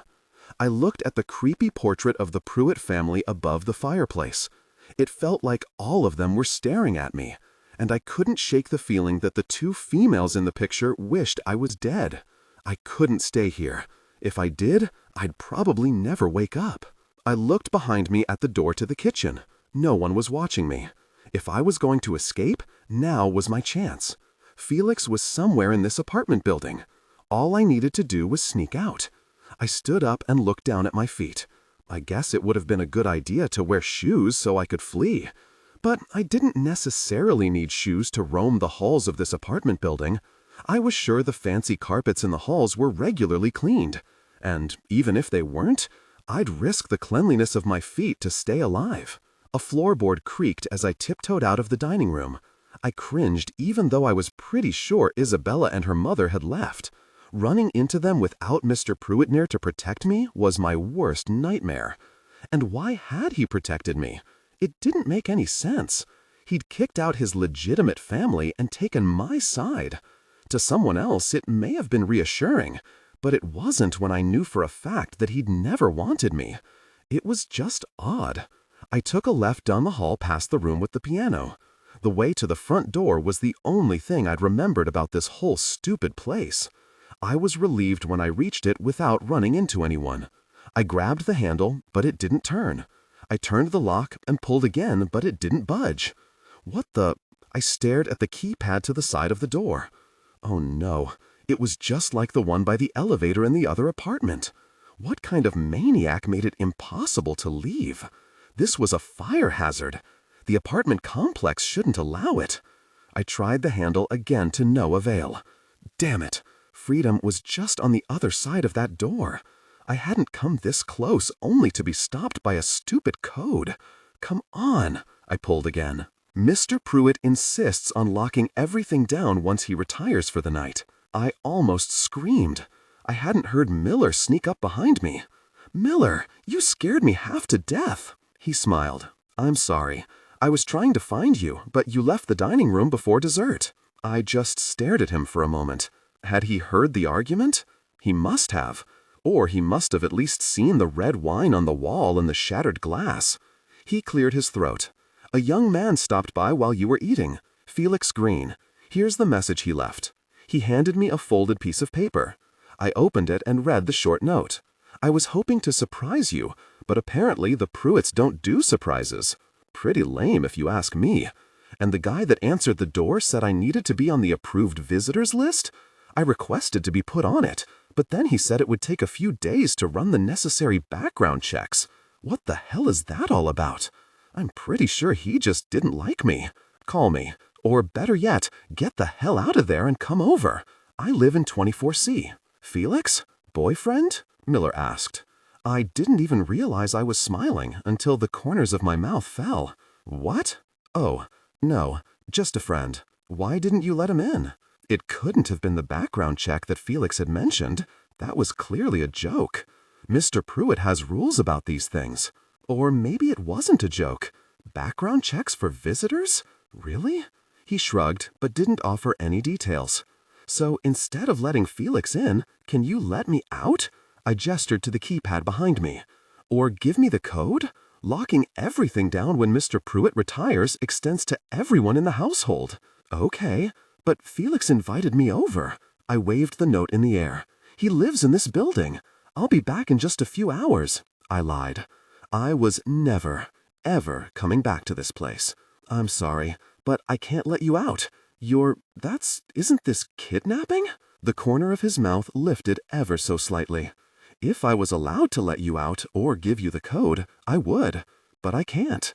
And I almost forgot. I have about 10 missed calls and a voicemail for you on Matt. Oh God, I'm sorry about that. Is he your boyfriend? Why was he so interested in whether or not I had a boyfriend? No, my voice came out harsher than I meant for it to, but I didn't want to have this conversation with him. I wanted to be on the other side of the door. Pretty sure he thinks otherwise. Mr. Pruitt will want a full disclosure on all your relationships. Ew, no. I stared at Miller. What did Matt say in his voicemail? Something about needing to talk, and that his lawyer is having trouble finding a loophole. He said he was sorry like 10 times. I knew I'd asked him what Matt had said in the message, but the fact that he'd listened to it was a little invasive. I was too defeated to care, though. A part of me had been holding out hope that Matt's lawyer would come through, even though Matt never seemed to. Matt had promised I wouldn't have to stay here, but another broken promise was no surprise. And honestly, he probably didn't even care anymore. If the rumors about him were true, he was probably getting over me by working his way through the cheerleading team a second time. "Are you okay?" asked Miller. I nodded, even though I was anything but okay. "I'll mention to Mr. Pruitt that you need a phone." "No, that's—" I let my voice trail off. Honestly, getting a phone would be really nice, especially if I was trapped here. And love aren't opposites. They're intertwined. Let passion and pain coexist without. That would be great, actually. Speaking of which, is there a phone I can use in the house? You can use mine again if you'd like. He pulled it out of his pocket. I wasn't sure why, but this felt like a trap. Was someone going to jump out from behind that antique vase and punish me for accepting the cell phone? Am I allowed to use your phone? No, not really. I don't want to get you in trouble. That was the last thing I wanted to do. Miller was the only one in this house that seemed capable of a genuine smile. I didn't want to lose that. The smile that I'd just been thinking about spread across his face. It's fine, really. He held it out to me. I wasn't going to fight with him over this. He was handing me a lifeline, and I was going to take it. I called Felix first and let him know I wasn't allowed to leave. I was very aware of the fact that Miller was staring at me, and because of it, I ended the call sooner than I wanted. "Can I make one more call?" I asked. Miller nodded. I dialed the number and held the phone back up to my ear. Kennedy picked up after only one ring. "Please tell me this is my best friend and she hasn't been murdered by Isabella yet?" I laughed. "It's me, and I'm alive, for now." "Oh, thank God. I've been so worried. I looked all over for you after school ended, and you were nowhere to be found. I've been answering the phone all day like this, by the way.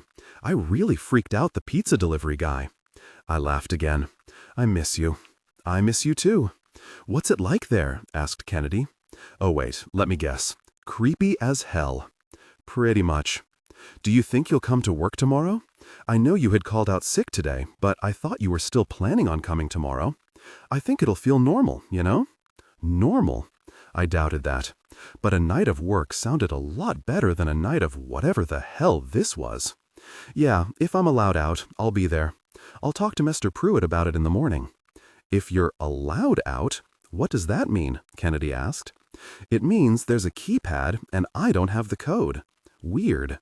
I stared at the keypad. "I know.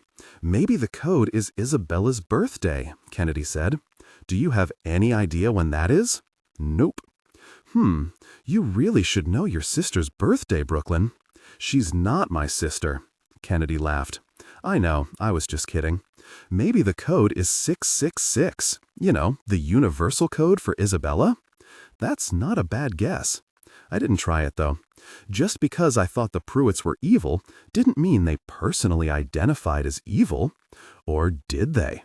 "So you're really stuck there?" "Yeah. Nobody is allowed in, and I'm not allowed out." "Are you going to be okay tonight?" "It's the same apartment building that Felix lives in. It's nice knowing he's nearby, even though I can't see him." "Well, that's not so bad then. His apartment isn't exactly homey, but it's nice.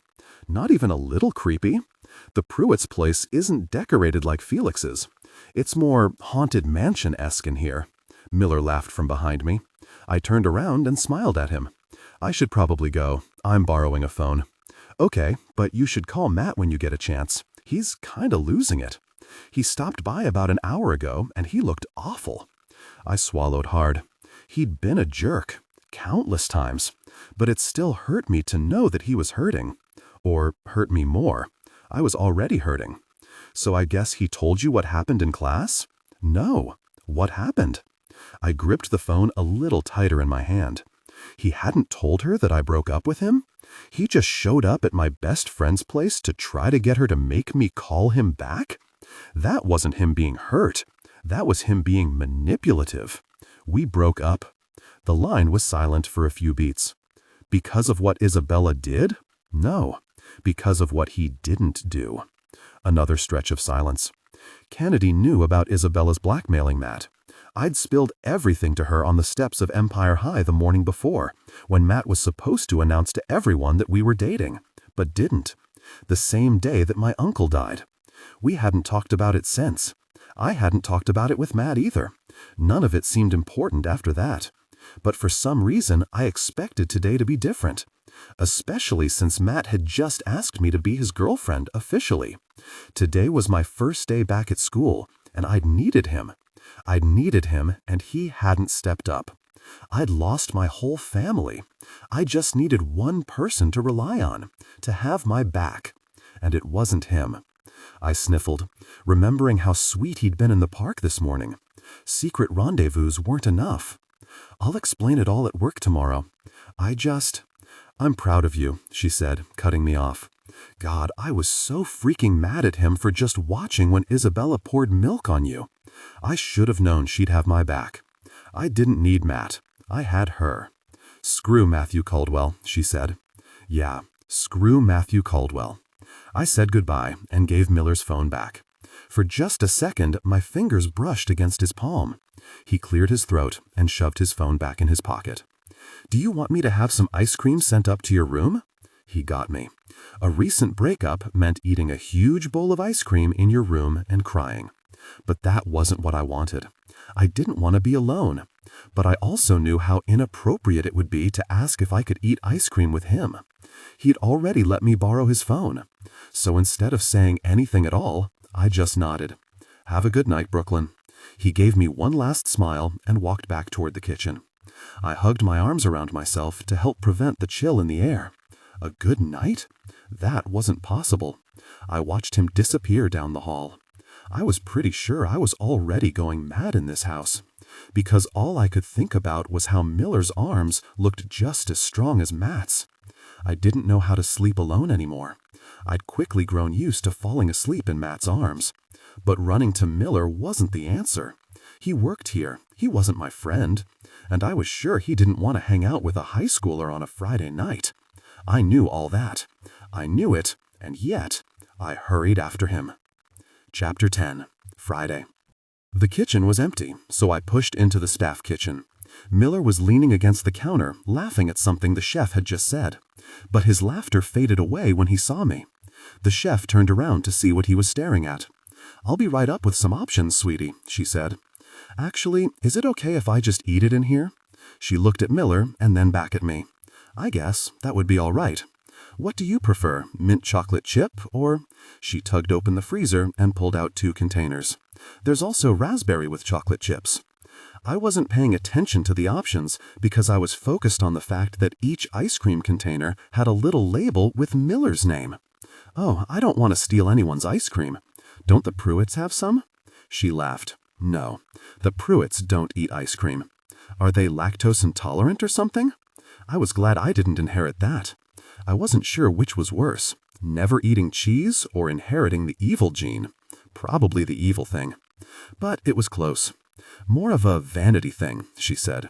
So, which flavor will it be? I looked over at Miller. That's okay. I looked over my shoulder at the door. I really didn't want to leave. It's fine, Miller said. I got this, Barbara. Very well. She untied her apron and hung it on a hook. There's a show I wanted to catch, so I'm going to scurry off. Have a great rest of your night, you two. Which flavor? He asked, once Barbara disappeared out of the kitchen. I tucked a loose strand of hair behind my ear. You didn't have to offer me your ice cream. I could tell you needed it. He pulled out 2 bowls, and I couldn't even try to hide my smile. So mint chocolate chip or raspberry chocolate chip? Mint. Thanks for sharing. He didn't reply. He just got to work scooping out 2 bowlfuls. I sat down at the table in the middle of the room. And love aren't opposites, they're intertwined. Let passion and pain coexist without.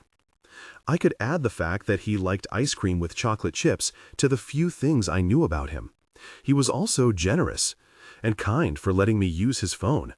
He could have been doing a million other things tonight, but he was giving that all up to hang out with a practical stranger just because he'd overheard a conversation about my breakup. It was really sweet. He placed a heaping bowl of ice cream down in front of me and sat down across from me. The look of pure indulgence on his face when he took a bite was kind of adorable. I remembered when a bowl of ice cream could make me that happy too. I took a bite and smiled. Maybe it still could. I just needed to remember how to embrace that feeling.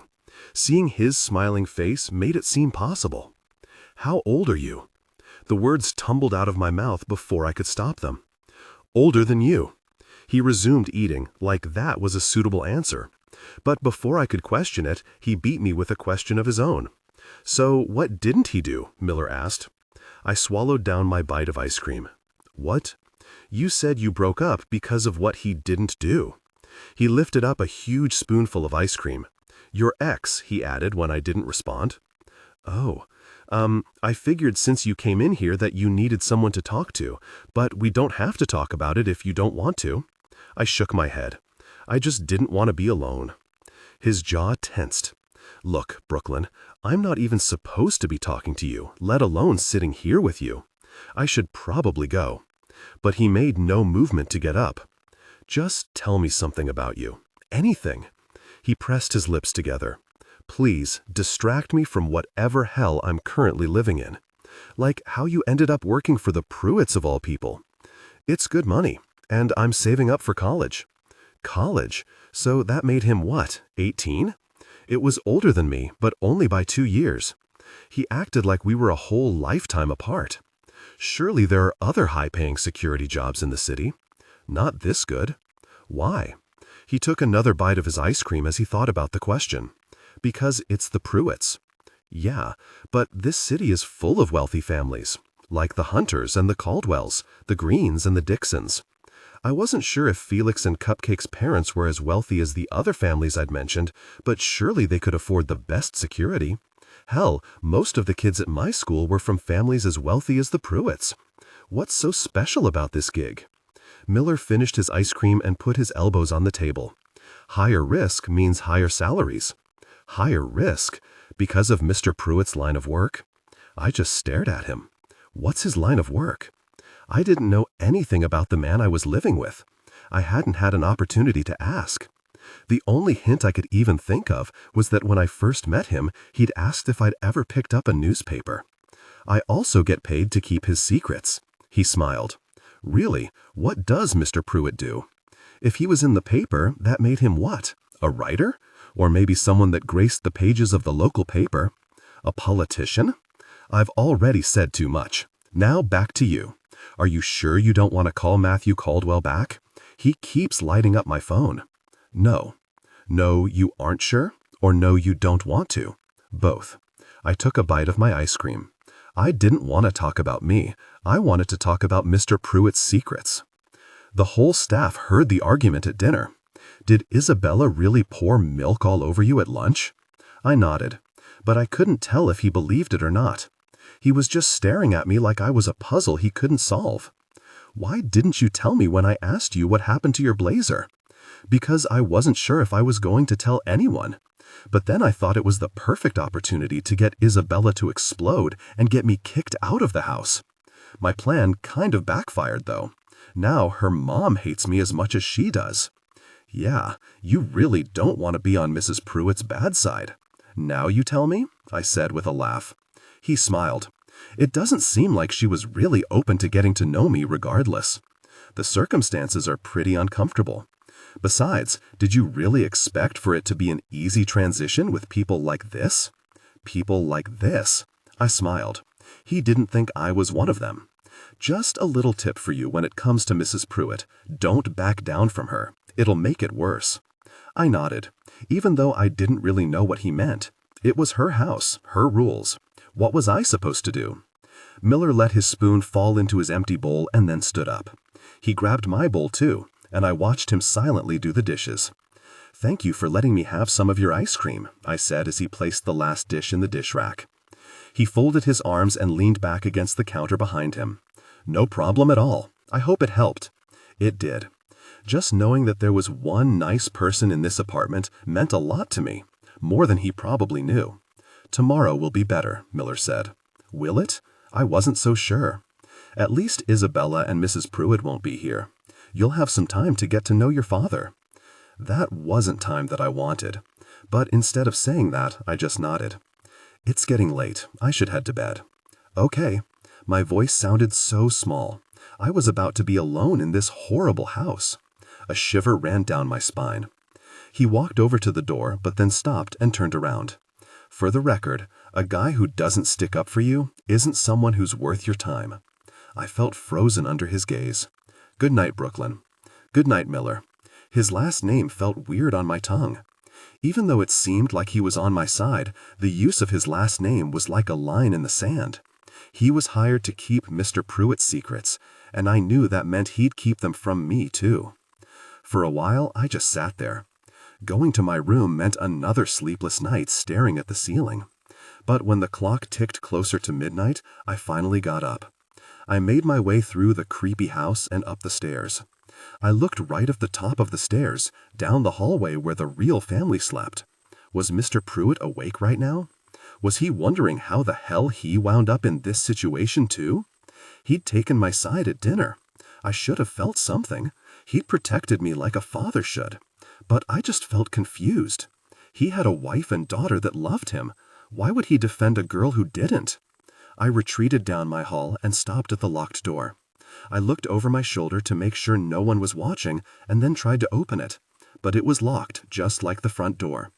I turned my head and pressed my ear up against the wood. I don't know what I was expecting to hear, but only silence greeted me, just like the locked room at Mr. Pruitt's other apartment. I took a step back and stared at the handle. There were secrets in there. Secrets that Miller was keeping from Mr. Pruitt. Secrets that Isabella and Mrs. Pruitt probably knew. What horrible things did he do that made him pay his staff exorbitant salaries? I heard the creak of a door and threw my hand over my mouth before I could scream. Instead of looking behind me to see where the noise was coming from, I ran toward my bedroom. I threw the door closed and turned the lock on the doorknob. My heart was racing so quickly that for a second I thought the noise outside my bedroom was my heart thudding against my chest. But then there was a very audible squeak of a floorboard right outside my door. I took a step back and stared at the crack between the bottom of the door and the hardwoods. There was definitely a shadow in the middle of it, blocking the light. For a few seconds, everything was still. I couldn't even hear any breathing besides my own. And then there was another squeak of the floorboards, and the shadow beneath the door disappeared. I knew it was a person. Every logical conclusion pointed to that. Someone had heard me upstairs and come to see what I was up to. And then they'd walked away when they realized everything was fine. And love aren't opposites, they're intertwined. Let passion and pain coexist without. But if that was true, why did it feel like someone was watching me right now? I turned around and looked at my room, empty except for me. But I felt it. I folded my arms across my chest to help stop the chill running through my bones. It was almost as if the shadow had come under the door and into my room, which made no sense. Neither did the fact that it seriously felt like it just dropped 10 degrees. I swallowed hard. Earlier tonight, I'd been scared to be all alone. Now I was worried that I wasn't. Chapter 11, Saturday. I didn't sleep at all. I tossed and turned and dreamed of ghosts for the first time since I was a child. I kept my eyes closed shut all night, wishing that sleep would come. But all I could see was the shadow under the door as it seeped into my room. A loud bang made my eyes fly open. I screamed at the top of my lungs when I saw a man hunched over in my closet. He turned around, holding a dress in his hand. "Calm yourself." "What? What are you doing in my room?" I'd locked the door. I was sure of it because I was so freaked out last night. I pulled the comforter up to my chest, even though I wasn't wearing anything even remotely revealing. "You're going to give yourself premature wrinkles," he said as he slipped the dress on a hanger. "Who the hell are you?" He smiled, not at all alarmed by my tone. "Justin, I'm Diane's assistant." "And who's Diane?" "Your stylist. You met her yesterday. You know, big glasses, crazy hair, about yay tall." He held his hand out to show her height. I just stared at him. "How did you even get in?" "The door was unlocked." "No, it wasn't." Yes it was." He slid another dress on a hanger. "Would you prefer if I organize by color, or are you more of a hang all the pants together kind of girl?" "I've never even hung up a pair of pants." "Interesting. It's best if we just do it my way then." He turned back to the closet. For a few seconds, I just stared at the back of his head. The morning had just started, and I already felt completely out of my element. I climbed out of bed and opened one of my moving boxes. Before I could pull on some of my old clothes, Justin stopped me. "Absolutely not. Try this."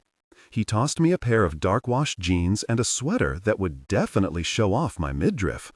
"I don't think this is very me." "Nonsense. Diane wouldn't have picked it out for you if it wouldn't look good on your figure. Trust me, some of the celebs she dresses would die for that outfit, but if they can't pull it off, Diane won't send it to them." "She dresses celebrities?" "She's Diane Cartwright, the head stylist for Odegaard. What kind of depressing hole have you been living in?" "The kind in Delaware, I guess." I didn't want to fight with this weird man, so I took the clothes to the bathroom and quickly changed. I stared at my reflection in the floor-length mirror. The cut of the waistline of the jeans and the length of the sweater only left about an inch of skin showing. I smiled at my reflection. It actually looked really good, and unlike the itchy sweaters I was used to, this one was crazy soft. When I walked back into the room, Justin whistled. "Get it, girl. Spin for me." I wasn't sure why, but I twirled in a circle for him. It should have made me feel ridiculous, but it actually had the opposite effect. "It's even better with your smile. Perfection." "Before you get me too distracted, some delicious man just stopped by and said breakfast was ready. Aren't you a lucky little thing to ogle that eye candy all day?" Every word out of his mouth was confusing, but I was pretty sure he meant Miller had stopped by and announced breakfast. "Is it okay if I leave you here?" I asked, "or did you need my help?" "It's my job to get everything organized, until I can realize my true potential, that is." "What's your true potential?" He looked up from his work. He seemed surprised by my question. "I was born to be an event planner." "All events, or something in particular?" He was staring at me like I was an alien. "Weddings, specifically." "That sounds like a fun job." He smiled. "Fun, flirty, and fabulous. The trifecta of Fs. It's the best job in the world, the only one for me." I smiled back. I really didn't know what he was talking about, but he seemed excited. "So is being Diane's assistant a stepping stone toward wedding planning?" "Absolutely. Diane has all the connections." He gestured around the room. "Remember me when you're planning the wedding of your dreams." I laughed. "Not anytime soon, I'm afraid, but I'll certainly remember you." He stared at me for a moment. "I guess I can fold your pants and put them in a drawer for you, but only because I like you." I laughed. "Thank you, that will actually be a lot easier for me, especially since I had no intention of ever hanging them up again." "You're so welcome. What a breath of fresh air you are." He started humming and turned back to his work. I left him to it and wandered out of my room. For just a second, I let myself think of Matt. He'd made a joke a few nights ago about how he'd be my first husband, like he'd take all my firsts. It didn't feel like a joke at the time, but now it did. How could he ever marry someone he refused to be seen with in public? Matt and I were done. We were. So why did I miss him so much? I tried to push the thought aside as I walked down the stairs and made my way to the dining room. The house seemed less creepy during the day, but before I reached the dining room, I glanced over my shoulder. It really felt like someone was watching me. I ignored the shiver down my spine and walked into the room. Mr. Pruitt was sipping a cup of coffee. He stopped mid-sip and looked up at me, a smile stretching across his face. Was the most genuine smile I'd seen on him. "Good morning, Brooklyn." Was it a good morning? He'd kidnapped me. He'd kicked his family out of the apartment last night. Nothing about this situation was good. Good morning. It came out as more of a question. He gestured to the buffet spread out on the table. "Help yourself." I wasn't sure what you liked, so I had the chef make quite a bit. "I hope you're hungry." I was starving. All I'd eaten last night was ice cream. And before that, I hadn't had an appetite. So there was no way I could turn down this feast. I sat down and piled my plate full of fresh fruit, bacon, scrambled eggs, fluffy waffles, and syrup. I pushed the eggs into the syrup. "Your mom liked syrup on her eggs, too." I looked up at him. Yeah, she did. I wasn't sure why it surprised me that he knew that. Clearly, he did know her. My mom never made it sound like a one-night stand or anything. I was pretty sure she'd been in love with him. Had he felt that too? "You painted my room yellow. You never told me what color you preferred. And it was your mother's favorite." I took a gamble. "If you want to change it." "No, I love it." I tried not to wince. Loving my new jail cell wasn't exactly the right thing to say. I still wanted to leave. But I did have a million questions for him. And right now seemed like the perfect opportunity. There was only one that really mattered, though. "You could have reached out to me my whole life. Why did you wait until now?" "Your existence only just came to my attention." "What? That was a lie. My mom told me that you didn't stick around after you found out that she was pregnant. I know that you knew about me." "Yes, but I gave her money to take care of it, and then I never heard from her again." "It? I wasn't an it. Of course he never heard from her again. She wanted me. I was never an it to her." "You never thought of following up? To make sure you didn't have another kid out there?" "I was married. It was complicated. And I had no reason to assume she didn't go through with the abortion when I gave her the proper funds." How could he talk about it so nonchalantly? He'd tried his best to get rid of me. Didn't he see how fucked up this situation was? Why would he think I'd want to be here with him? I tried to focus so I could get the rest of the answers I needed from him. "Did she know that you were married?" He shook his head. "No." And love aren't opposites. They're intertwined. Let passion and pain coexist without. Not until the last time I saw her, when you told her to get rid of me. I took a deep breath. I'd never think differently of my mother, but it was nice to know that she didn't know he was married. If she had known, that would have been a lot harder to swallow. She was the only role model I ever had, and I didn't want my memories of her to be tainted by him. God, how had she loved him? I couldn't see it. My mom had been so full of life, and Mr. Pruitt was cold and cruel. So, if you didn't want me, why am I here? Because you're mine. I'm not yours. That's the whole point. You didn't want me. And even if you've changed your mind, you can learn about me over dinner once a week or something. I don't need to live here. I'm trying to protect you. I don't need to be protected. Please, just let me go back to the Alcaraz place." He shook his head. "I can't let you live there." "Ah, here, your presents have arrived." One of the bodyguards I didn't know came out with a big wrapped package complete with a huge bow on top. He placed it down in front of me on the table. Did he seriously think he could buy my love? I really don't need anything else. Honestly, you can return all those clothes upstairs. I already have everything I need. Nonsense. You like your new clothes, or else you wouldn't be wearing them. Besides, you need these things. Just open it. I stared at the gift like it was toxic. I shouldn't have put on this stupid outfit. It didn't matter how soft the sweater was or how good it looked. Putting it on made him think I wanted something from him. I didn't. Really, You look lovely this morning, by the way. That color suits you. His compliment threw me off guard. And your mother would have wanted you to have nice things. Go on, open it. I was wrong before. He didn't know my mother at all. She cared about quality time, not quality items.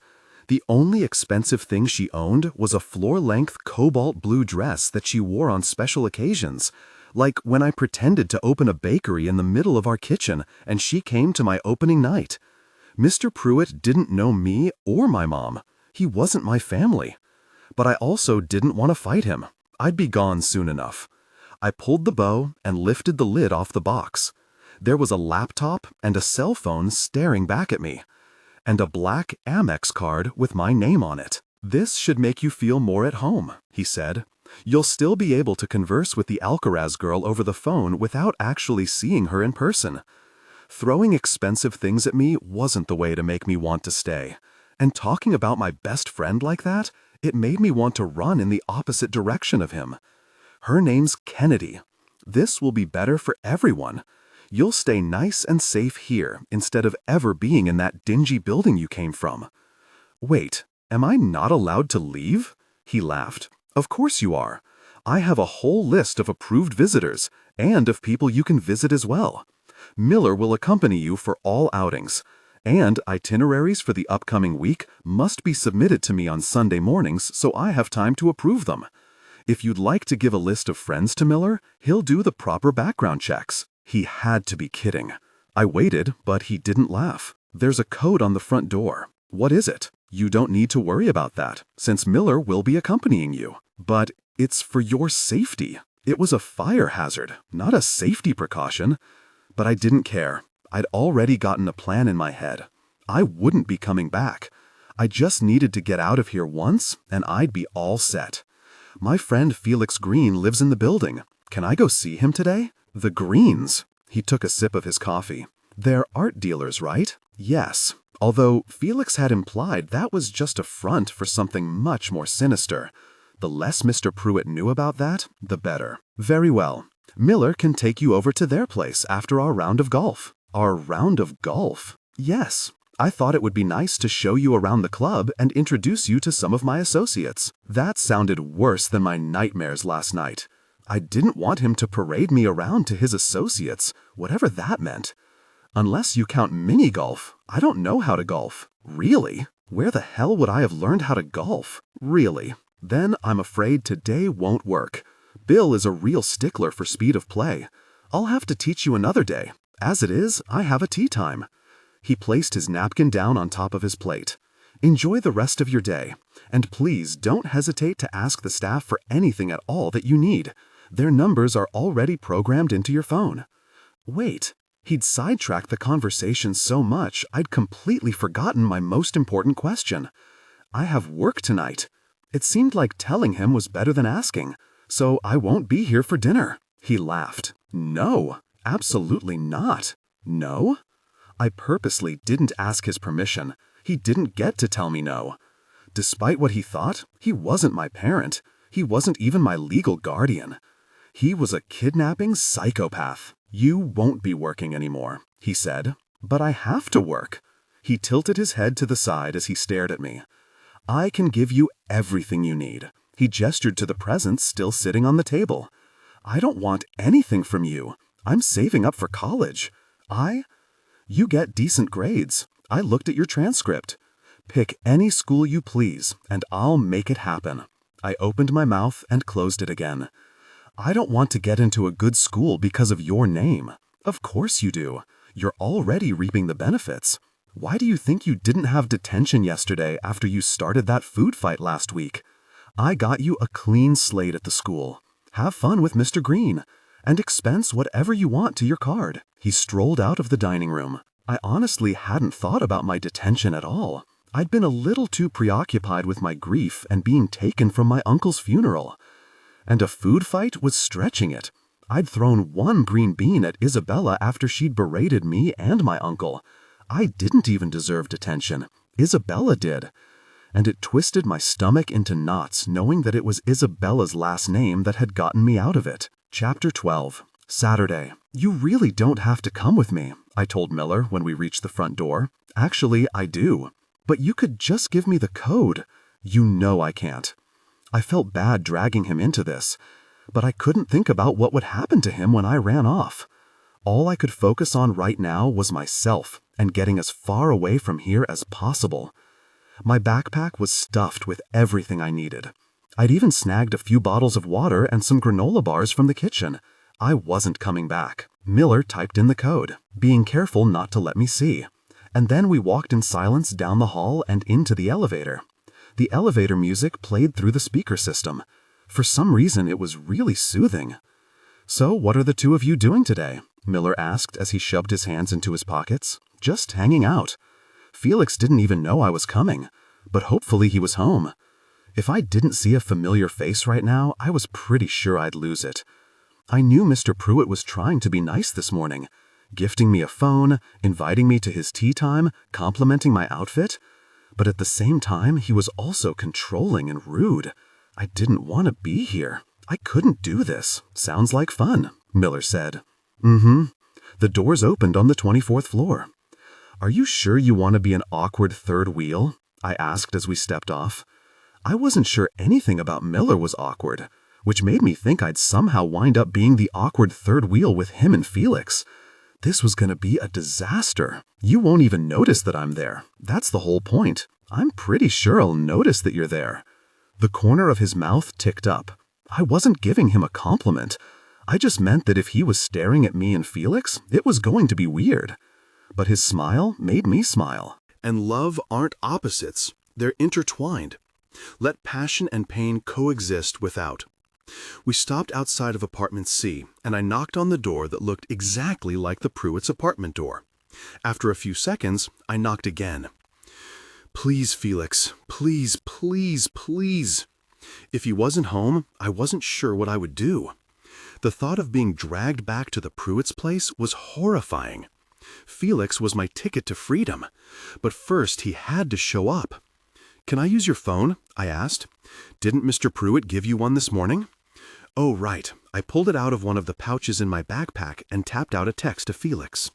The door opened a few seconds later. "Sorry about that, noob," he said with a laugh. "I don't usually get many visitors. How are you doing?" I launched myself into his arms before he could finish his thought. God, it was so nice to be hugged after walking around the Pruitt's haunted house for the last day. I'd started to believe in ghosts, for goodness sake. And the chill that wouldn't leave my skin dissipated in his arms. Hey man," Felix said, his arms wrapping more securely around me. "Can I help you?" I pulled myself out of Felix's embrace. "This is Miller. I believe you met him last night when you stopped by." "Yeah." When no one said anything for a beat, Felix added, "But that doesn't explain why he's here now." "Miller has to follow me around all day because Mr. Pruitt is insane." Felix looked back and forth between us when Miller didn't even offer a hello. "What do you mean, follow you around?" "He's my bodyguard or something like that." Miller nodded. "Well, thanks for dropping her off," Felix said. Miller shook his head. "If she's coming in, so am I." "Okay, well, come in then, I guess." Miller walked past him and looked around the foyer like he thought there were explosives and guns about to go off. He peered behind a few pieces of framed art and looked under a console table. "What the hell is this?" Felix whispered. "I'm sorry, I only just found out that he'd be accompanying me during all my outings." I watched Miller look behind another painting. He'd been so normal last night, and now he was acting like a guard dog. Was he sniffing that vase for a bomb? "All your outings?" Felix asked. "There's a whole list of rules about who I'm allowed to hang out with. Luckily, you made the cut, because it doesn't seem like Mr. Pruitt is ever going to let me hang out with Kennedy again. He has some grudge against people that aren't in his zip code or something."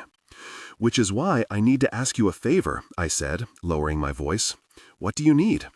"Can you distract Miller for me for a few minutes so I can make a run for it?" Actually, I wasn't sure if I'd need Felix for this. Miller seemed plenty distracted all by himself. Seriously, what was he looking for? Felix looked over at Miller and then back at me. "Where are you going to go? Why don't you just stay here? I'm supposed to be back for dinner with Mr. Pruitt tonight." Miller wouldn't let me stay here. He'd drag me out of here when the time came. He already dragged me away from the funeral. I have to get away from him in order to pull this off. I'm going to Kennedy's. I'm pretty sure Mr. Pruitt would never follow me there. He's repulsed by it. Doesn't mean he won't send Miller. Good point. Then I'll just go somewhere else. Please, Felix, you have to help me. I can't spend another night there." "Well, you don't have to make a run for it just yet. Come in and relax for a bit, and we can strategize." He was right. I didn't have to flee this second. Mr. Pruitt would be gone for hours. At least I thought golf took hours. Whenever I saw it on TV, it certainly felt like I'd been watching for hours. "I'll let Kennedy know you're here, too." Felix pulled out his phone and shot her a text. "Wait, you texted me." He looked up at me. "Does that mean you got a phone?" "Yeah, and a laptop, and a new wardrobe, and an Amex card for something. I don't know." He laughed. "I like your outfit." He put his hand on my shoulder and gently ran it down to my elbow. "Your sweater is really soft." Miller cleared his throat. "Everything looks good here. Can we maybe choose one room to hang out in so I don't have to do this all day?" His voice practically echoed. The last time I'd been to Felix's, there were students everywhere, dancing and drinking. It was weird seeing it so empty. But empty was a lot better than haunted. "Sure," Felix said, as he threw his arm around my shoulders. "Right this way." I was pretty sure Miller was glaring at us as Felix pulled me to the family room. Yeah, I could definitely feel Miller's eyes burning a hole in the back of my head. I knew this was going to be awkward. Miller had insisted it wouldn't be, but he was the one being weird. And I hadn't even run away yet. At least he was the third wheel instead of me. "Is this okay?" Felix asked. "Yeah, it'll take me a few minutes to make sure," Miller said, cutting me off. "Just stand there for a second." He lifted a couch cushion and inspected the zipper. "Welcome to your new life," Felix whispered. I laughed. "My life for the next few hours, maybe. Because this, the weird precautions, the security detail, the clothes, none of it was me." "Is this normal?" I asked. "Do you have a security guard that goes into people's houses and acts like this?" "No, I have a driver, and a chef, and a maid. No security, but even if I did, this would be a bit extreme." Miller picked up a lamp and looked under it. "Scratch that," Felix said. "This is very extreme." It really was. "Do they have this many precautions with Isabella, too?" I asked Miller. He looked up from the magazines he was overturning on the coffee table. "I don't know. I'm not on her security detail." "Does Mr. Pruitt have you do this with every room he walks in?" "No." "What? So why are you doing it now?" "Because he asked me to." "What does he think is going to happen to me?" I laughed. Miller didn't respond. He just kept examining pieces of furniture. This was ridiculous. "You can stop securing the premises or whatever you're doing," I said. "No one's trying to hurt me. Felix's apartment is safe. I've been here before. What are you even looking for?" "Mr. Pruitt gave me strict instructions about this," he said, ignoring my question. "Just give me a few more minutes." "Why? Am I in danger or something?" I said it as a joke, but as soon as the words left my mouth, they freaked me out. "Wait, am I in danger?" He paused for way too long. "No, of course not." That was not convincing at all. "So, if I'm not in danger, why are you doing all this?" "Because he asked me to." Well, this conversation had gone in a perfect circle. I sighed and sat down on the arm of the couch. Mr. Pruitt had said something about wanting to keep me safe. That was why he didn't want me staying with Kennedy. But what could possibly happen to me there, or here? It didn't make any sense. I was surrounded by good people. The only person I could even think of that wanted to hurt me was Isabella. "Okay, you're good to go," Miller said. He walked over to the entrance to the room, folded his arms, and stared at me. "You said this wouldn't be awkward." He ignored me. "It's fine," Felix said, and sat down on the couch. "Just ignore him." I didn't know how to ignore him, and I wasn't even sure that I wanted to. Miller was the only person at the Pruitts that was nice to me. I didn't want whatever this was. I wasn't cut out for a security guard following me around. It was too uncomfortable. "This is weird," I whispered to Felix. "I'm sorry. It's fine. I'm just glad you're here. How bad was last night?" I moved to sit next to him and let myself sink into the soft couch cushions. God, I was so tired. I was pretty sure I hadn't slept at all. Awful. I told Mr. Pruitt about the lunch incident, and he threw Isabella and her mom out of the house. Whoa. I didn't expect that to be the end of that story. Me either. I don't get it. Why did he take my side? He was supposed to throw me out of the house for slandering his daughter, not this. That was your plan? He smiled. Well, I could have told you that would backfire. He sought you out, noob. He clearly wants to get to know you. But why? He didn't want me. And love aren't opposites. They're intertwined. Let passion and pain coexist without. Why now? It doesn't make any sense. Why can't he just leave me alone? Is it really so bad that he cares? You lost your whole family. Why are you fighting off someone trying to take care of you? Why am I fighting off Mr. Pruitt's affection? I knew he was trying, in his own way. I looked down at my hands. My fingers were clasped so firmly together that my knuckles were turning white. I pulled my hands apart. He left my mom to take care of me all on her own. It didn't matter if he thought she got an abortion, he still left her. I know what it felt like to be left. My mom left me. My uncle left me. Maybe he's sorry. Whose side are you on here? He laughed. Yours. Always yours. And I'll help you get away if that's what you want. You know that. I smiled. He reached out and tucked a loose strand of hair behind my ear. But I really don't mind having you in my building. You being close by is the only positive. Trust me. But I can't stay there, Felix. I couldn't sleep at all. I'm pretty sure, I stopped talking before I could embarrass myself. I'd almost said there was a ghost in my room. He'd think I was nuts. Oh God, am I nuts? One night in that place and I'd officially lost my mind. Pretty sure what? Nothing. He moved closer. No, what were you going to say? I was saved by a knock on the door. Both of you stay there, Miller said. His voice was so firm I actually froze in place. I'll be right back. What's going on? I asked, but Miller had already disappeared. The banging on the door grew louder and I grabbed Felix's hand. For just a second, I thought the ghost had followed me here, that it was trying to get in and terrorize Felix too. It's okay, Felix said. You're safe here. If it's Mr. Pruitt, I won't let him take you. You can stay with me. Right. It was a lot more likely that it was Mr. Pruitt than a ghost. But I squeezed Felix's hand tighter still. Or maybe it wasn't either of those things. Maybe it was whatever Miller was supposed to be protecting me from. I have every right to be here. Kennedy's familiar voice flitted into the room. So get out of my way. Kennedy! I stood up and ran toward the foyer. Move it, buddy, she said. I can't let you in, Miller said. You aren't on the list. What list? Brooklyn, she screamed. Brooklyn, are you here? I ducked under Miller's arm that was blocking the door and threw my arms around Kennedy. And I immediately burst into tears. Felix's hugs were great, but Kennedy smelled like her mother's cooking and home. She smelled like everything I was missing.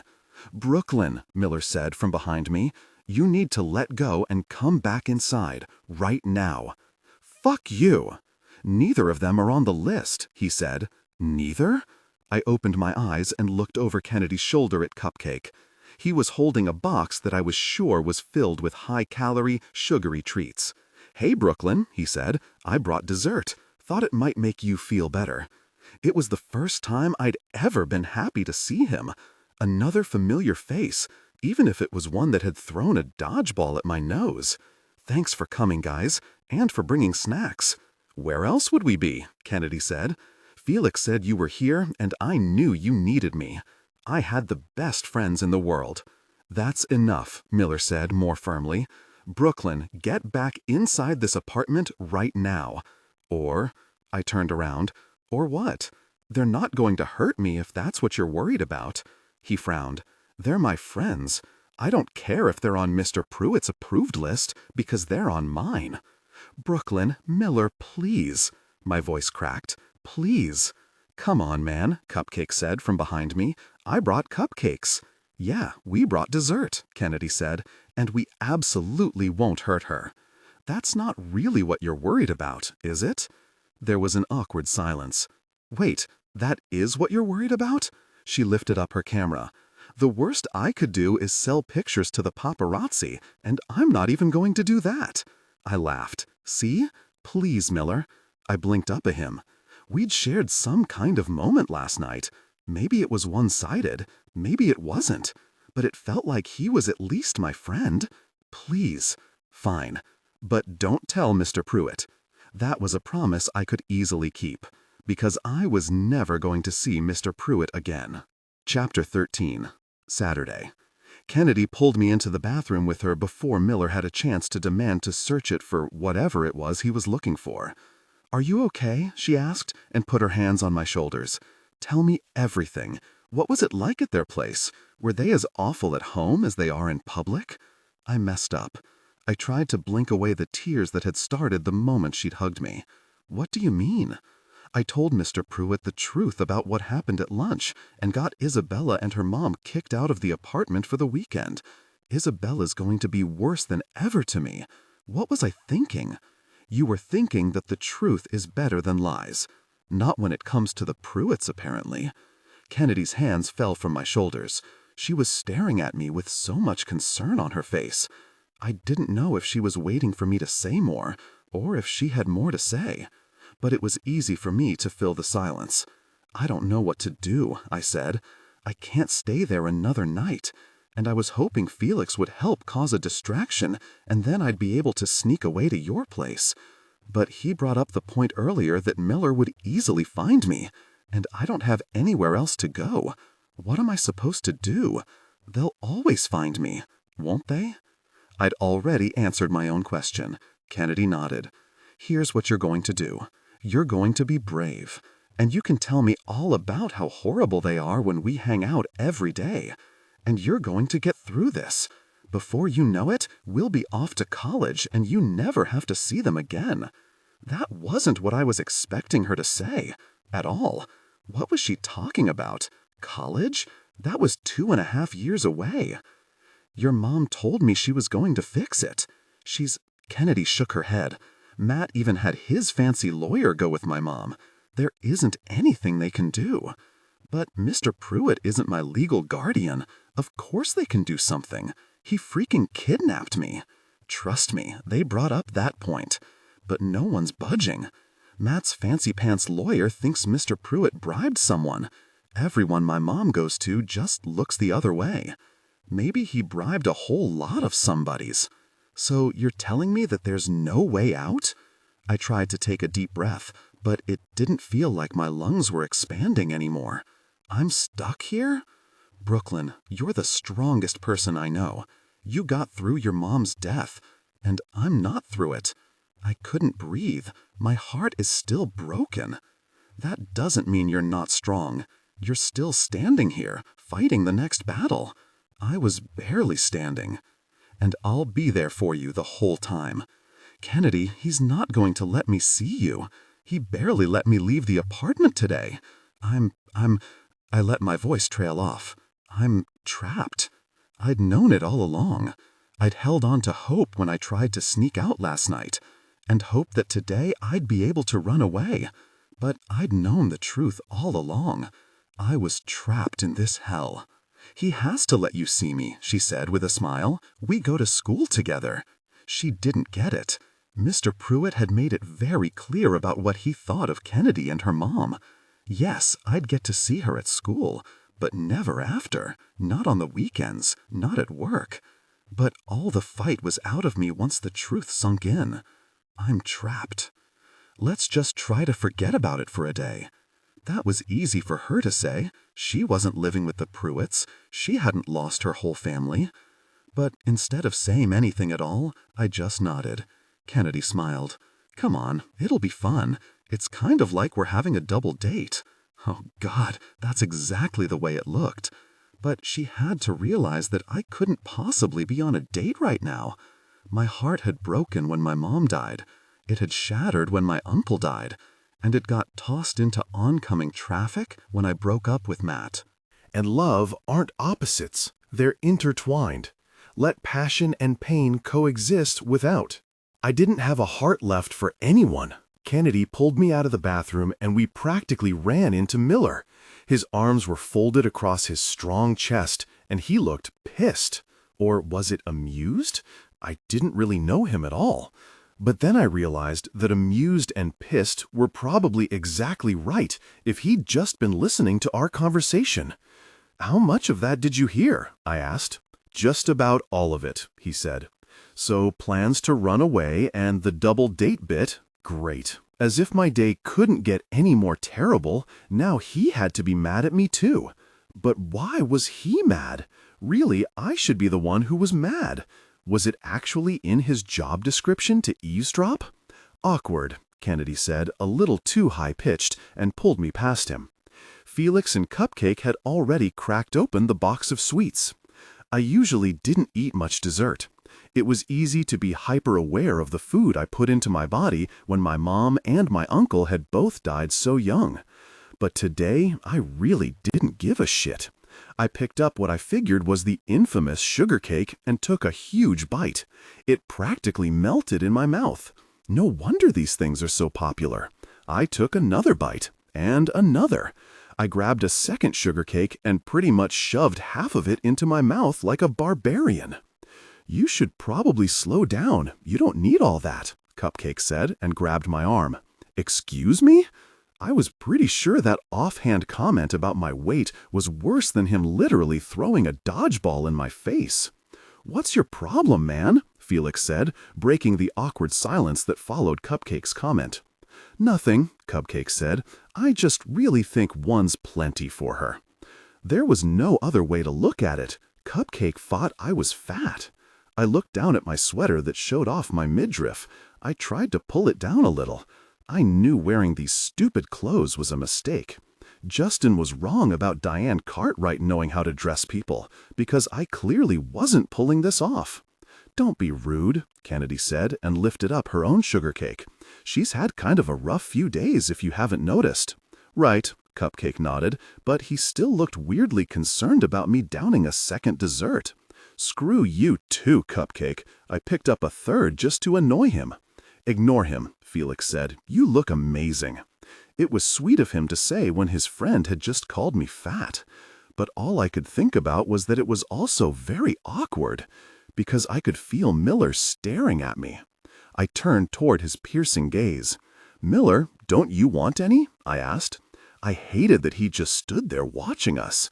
Couldn't he just sit down and join us instead? He didn't budge from his spot on the wall, so I brought one over to him. "They're really good," I said and handed it to him. "Thanks." He took it from me. "Who's that little jackass?" I didn't need him to clarify who he was talking about. "Cupcake, he's Kennedy's boyfriend. Want me to take care of him?" What does that even mean? Miller brushed a crumb off the lapel of his suit jacket. "You don't need to know the specifics." Was this the kind of stuff that the Pruitts paid their security detail extra for? I didn't need to hear anything else.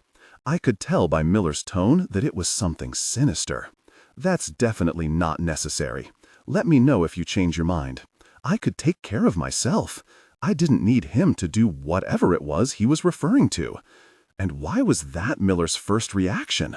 Seriously, what line of work was Mr. Pruitt in? I retreated back to the couch. Miller was the only person in the Pruitts' apartment that I thought was nice. But nice people didn't offer to take care of things in that tone. "Are you feeling okay?" Cupcake asked. "You look a little pale." So now I'm fat and sickly? The words just spilled out of me like I had no filter. "What? No, that's—" His voice trailed off. "I was just asking," he said a little quieter. And for some reason, I started laughing. Once I started, I couldn't stop. My stomach, which, as far as I was concerned, was very flat, hurt with laughter. Cupcake started laughing too, probably just relieved that Miller wasn't going to kick his ass. And then everyone started laughing. "I feel like I haven't eaten in a week," I said and grabbed another sugar cake. "Cupcake, these really are great." "Thanks," he said when he finally caught his breath. "I made them myself. It's a new recipe with a secret ingredient." "What's the secret?" Kennedy asked. "Love?" He smiled and nudged her with his shoulder. It was the first time that I actually thought they were cute together. I polished off my third sugar cake and sunk into the couch. I'd had that kind of love with Matt, and I threw it all away because he was being blackmailed by Isabella and refused to acknowledge my presence in public. That was oddly specific and conclusive. And despite that, all I wanted to do was text him. I looked down at my new phone. It was a bad idea. But I did know his number by heart.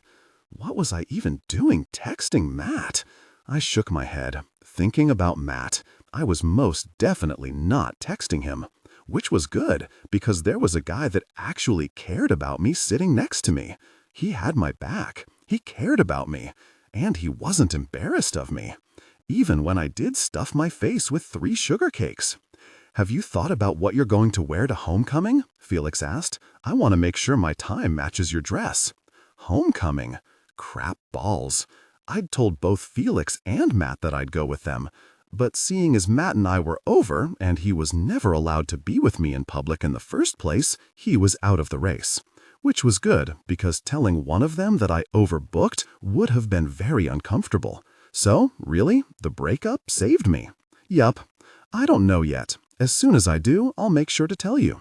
"I've found a few dresses online that I thought you might want to see," Kennedy said, "but I guess you can kind of buy whatever dress you want now, right?"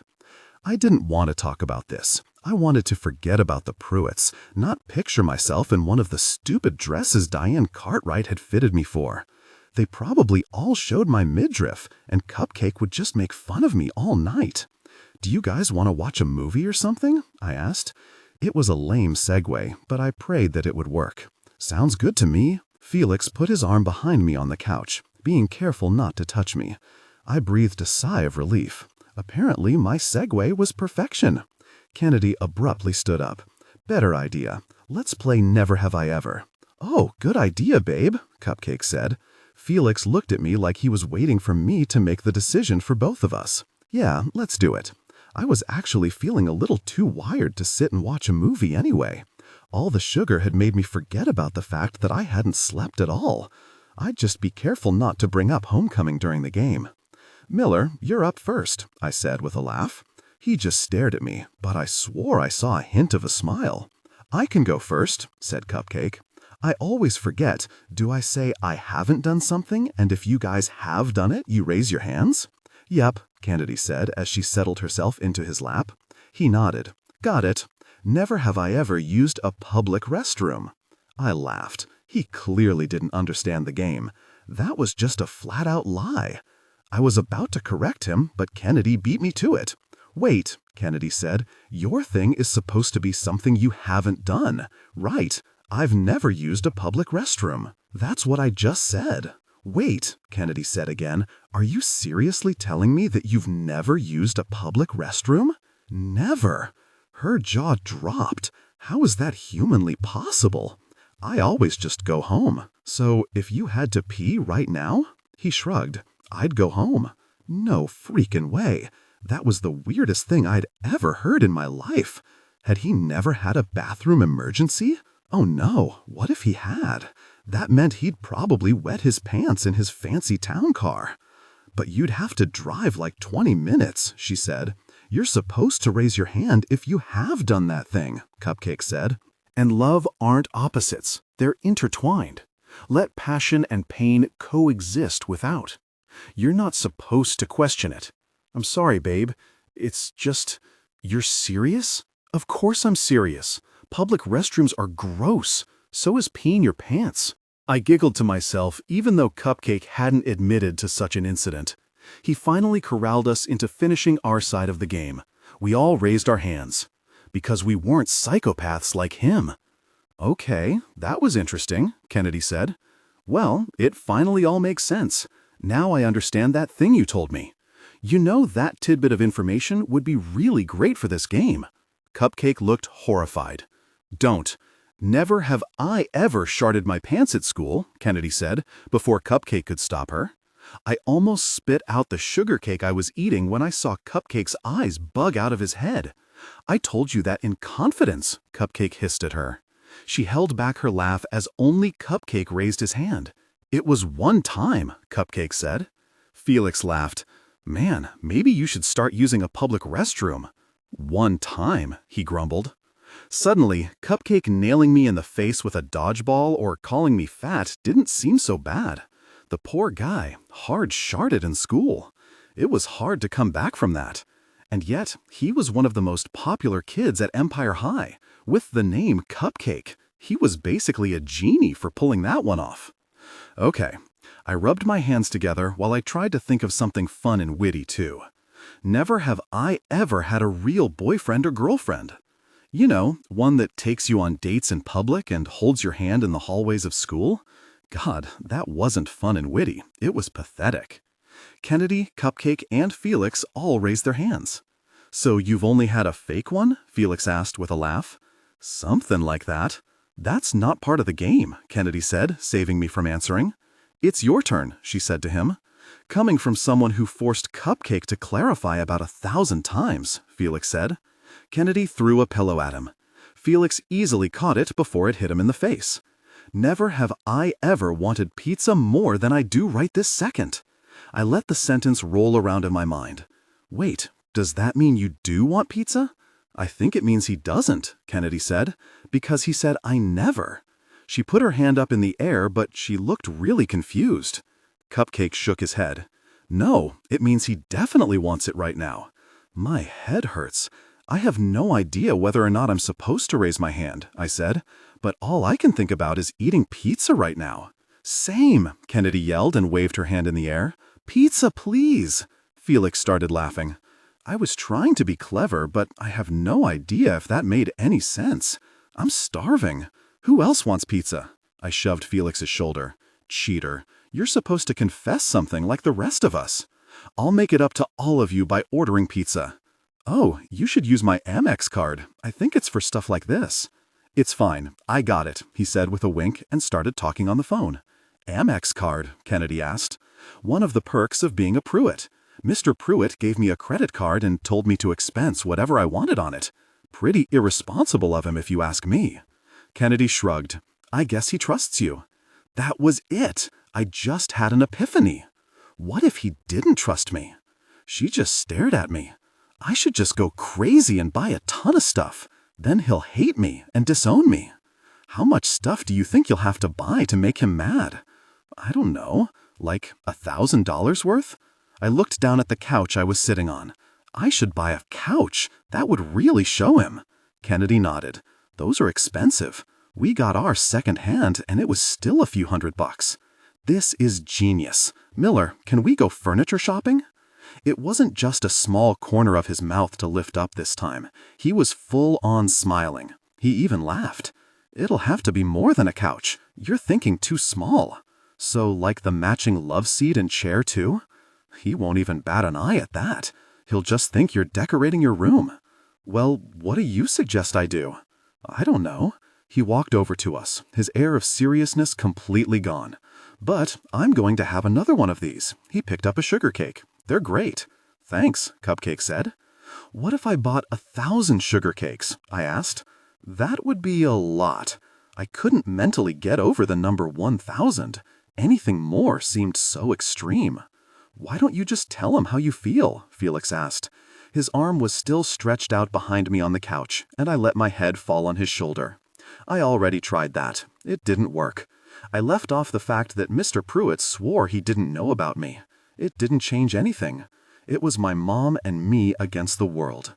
As soon as I thought it, I closed my eyes. My mom and me against the world. For a few minutes there, I had forgotten that my mom was dead. I had forgotten everything that hurt.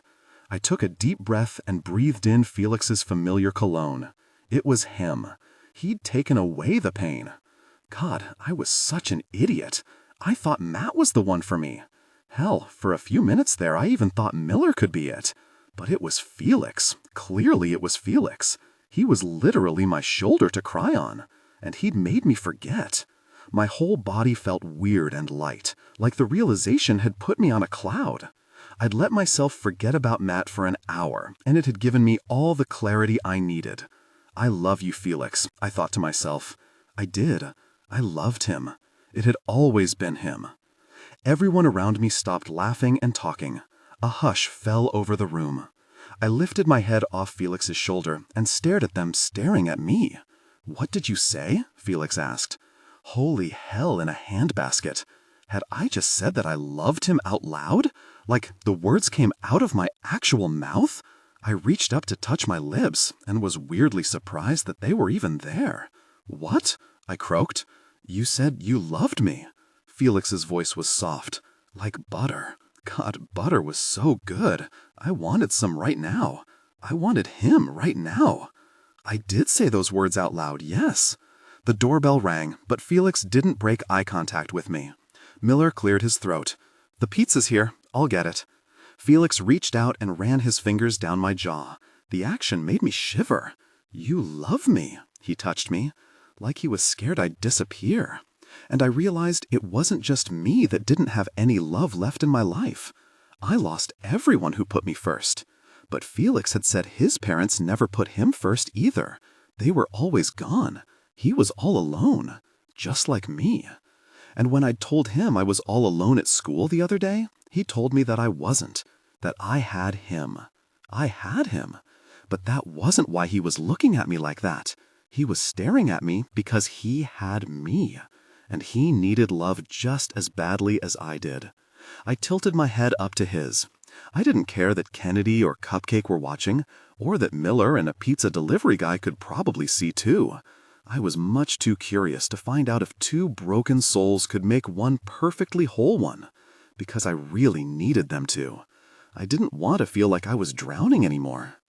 Just before our lips touched, I heard the one person that could break me out of my trance, the person who had thrown my broken, shattered heart into oncoming traffic. Matthew freaking Caldwell. Get your fucking hands off my girlfriend. Chapter 14, Saturday, Nunca. I was imagining Matt standing there, right? Like I'd imagined him kissing me 1,000,000 times before he'd ever even spoken to me.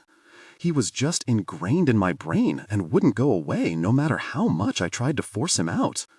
But then, Felix's face morphed from a smile to a frown. Girlfriend? What is he talking about, noob? Oh no, no, no, no. Felix wasn't supposed to find out about this until I figured out a great way to tell him. Definitely not like this. Shit, I'm not going to say it again, Matt said. And then he appeared before me, his chest rising and falling like he just sprinted here. I was definitely not imagining him, or imagining the way it felt like there was a knife twisting in my heart. And love aren't opposites, they're intertwined. Let passion and pain coexist without. I wanted to run into his arms. I wanted to scream at him. I wanted to cry because I didn't have any idea what I wanted. "Brooklyn?" Felix asked. His hands were still on my face, trying to get me to look at him, trying to get me to answer his very simple question. But it wasn't simple to me. Nothing was simple anymore. And then Matt's hands were on Felix, ripping him away from me. I wasn't sure who landed the first punch, but before I even realized what was happening, they'd toppled onto the coffee table, snapping its legs with a crunch that echoed around the room. Kennedy and I both screamed. The snapped wood cracked even more as they rolled on top of it, and the sound of broken wood was quickly replaced with bone slamming against bone as they broke out into a full-out brawl. "Stop it!" I screamed and tried to grab Matt's arm before he could land another punch, but his fists were too quick. "Stop it! Miller! Miller, do something!" For some reason, Miller was laughing as he got between the two boys. He was bigger and older, but not that much bigger and older. The weird laughing confidence was alarming. He could easily get hurt. "Miller!" I yelled as Felix's fist hit him before it hit its final destination of Matt's face. Miller immediately stopped laughing. "Oh my God," Kennedy said. "Cupcake, help him break it up." "There's no way I'm getting into that," Cupcake said as he helped himself to another sugar cake. "What are you doing?" she shrieked and slapped the sugar cake out of his hand. I tried not to pay attention to them as Matt slammed another punch across Felix's jaw. "Don't you ever fucking touch my girl again," Matt yelled. "She doesn't belong to you," Felix said and elbowed Matt in the throat. "Stop, please stop," I yelled, but they didn't listen. Someone needed to stop them. I stepped forward, but Miller blocked my path. "Just give me a second," he said. He was able to pretty easily separate the two of them when he finally tried. Miller pushed them apart with a grunt. "That's enough. Cut it out, you two." Matt wiped the blood from the side of his mouth. "Why was he touching you?" He sounded so pained. "Matt," my voice cracked when I said his name. "You and we broke up." He shook his head. "Like hell we did. We had a disagreement. That doesn't mean you go running into someone else's arms without talking to me." I felt so small. And that was the whole problem. Something about being with Matt always made me feel small, at least when we were around other people. I didn't want to have this conversation in front of everyone, not now, especially when he was kind of right. We broke up yesterday, and I was already telling someone else that I loved them. There was seriously something wrong with me. It was like all my thoughts were colliding. I didn't have an explanation for him. "Matt, come on, we're leaving." "What? No, I wasn't going anywhere with him. I wasn't even allowed to." "What are you even doing here?" "You invited me," he said. "No, I didn't, and I think you should leave." What was he talking about? I looked over at Felix and grimaced at the blood on the side of his jaw and his eye that was already swelling shut. "You texted me asking me to come here," Matt said. "I absolutely did not. Sure, I had thought about it, but I didn't actually do it." He was staring at me like I'd lost my mind. I grabbed my phone and looked down at the text message thread. I had indeed texted him. It was right there in front of me, but I had no recollection of doing it. No, I shook my head. I didn't write that. Matt looked over at Felix like he was about to attack him again. It wasn't Felix either. I don't remember. It felt like my head was spinning, and for some reason I really wanted to laugh, because Matt's face was so serious. Everyone's faces were so serious. "What do you mean you don't remember?" Matt said. "It was less than half an hour ago." I didn't know what else to say. Maybe someone had stolen my phone, but I didn't think Felix would do something like that. I looked over at Cupcake. If I had to guess one person who would steal my phone and text Matt randomly, I'd guess him. We were barely even friends. "Matt," she asked, "you should leave," Felix said, "so I'm not going to ask you again. Get out of my house." "Are you kidding me?" Matt sounded more pissed than ever. But he wasn't looking at Felix. His eyes were trained on me. I tried to take a step back as he took a step closer, but the back of my legs collided with the couch. What? Was he mad that I was staring at Cupcake? I was trying to figure out what the hell was happening, not checking him out. "Your pupils are huge," Matt said. "What have you been taking?" "Nothing." What was his problem? First, Cupcake implied that I looked huge, and now my pupils were big too? All men were jerks. Matt drew even closer. "Have you been drinking?" "No, you sound insane right now. I think you need to go home and chill out." Kennedy giggled. "Chill out, bruh." She laughed again as she lifted up a sugar cake. "Do you want one? They make me happy. They'll probably make you happy too."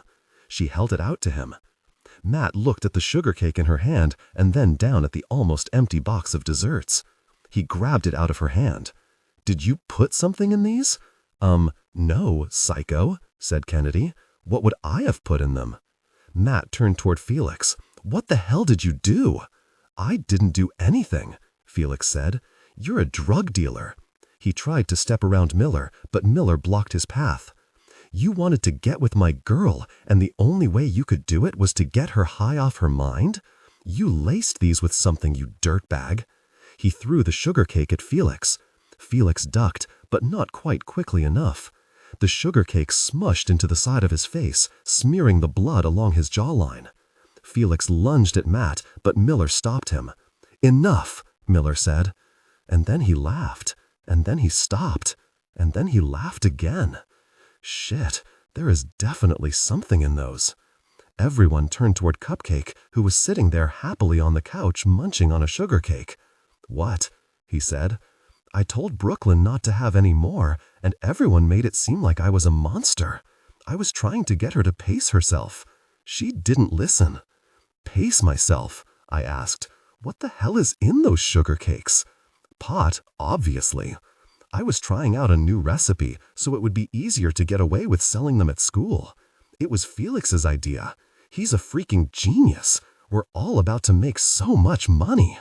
Fuck, Felix said and ran his hand down his face. We were supposed to work on the recipe together, you dick. I thought you'd be happy that I did it so fast. Surprise? Happy? You freaking drugged us, Cupcake. What the hell is your problem? Wait, Kennedy said. You're selling drugs? She looked upset, furious even, but her face looked so calm, like she was about to fall asleep. Yeah, Felix gave me a stake in his business when he had to stop selling himself. I thought everyone already knew this. Kennedy, you tried out my first batch last night. Her face went ghostly pale. I can't believe you, Kennedy said. Instead of falling asleep like I thought she was about to, she stood up. I trusted you, Cupcake. That sentence was ridiculous. She did realize that, right? Trusting a cupcake? I held back my laughter because I could tell it wasn't the right time. But I swore the smile on my face probably looked like the Cheshire Cat from Alice in Wonderland. Why do I always fall in love with drug dealers? She said and put her face in her hands. Always? I looked at Felix. He was the only other drug dealer I knew. Kennedy had told me she didn't like Felix when I'd confronted her about it. But then I thought about how weird Kennedy had been when I'd first started hanging out with Felix. How she'd tried to get me to stay away from him. How she'd kept saying she thought Felix was probably related to me. God, Rob had even tried to warn me about this, but I hadn't listened to him. Kennedy really was in love with Felix? But Felix didn't react to what she said at all. No one did. And love aren't opposites. They're intertwined. Let passion and pain coexist. The only person that knew what she meant was me. I put my hand on her back. I didn't even care about the fist fight that had just happened right in front of me.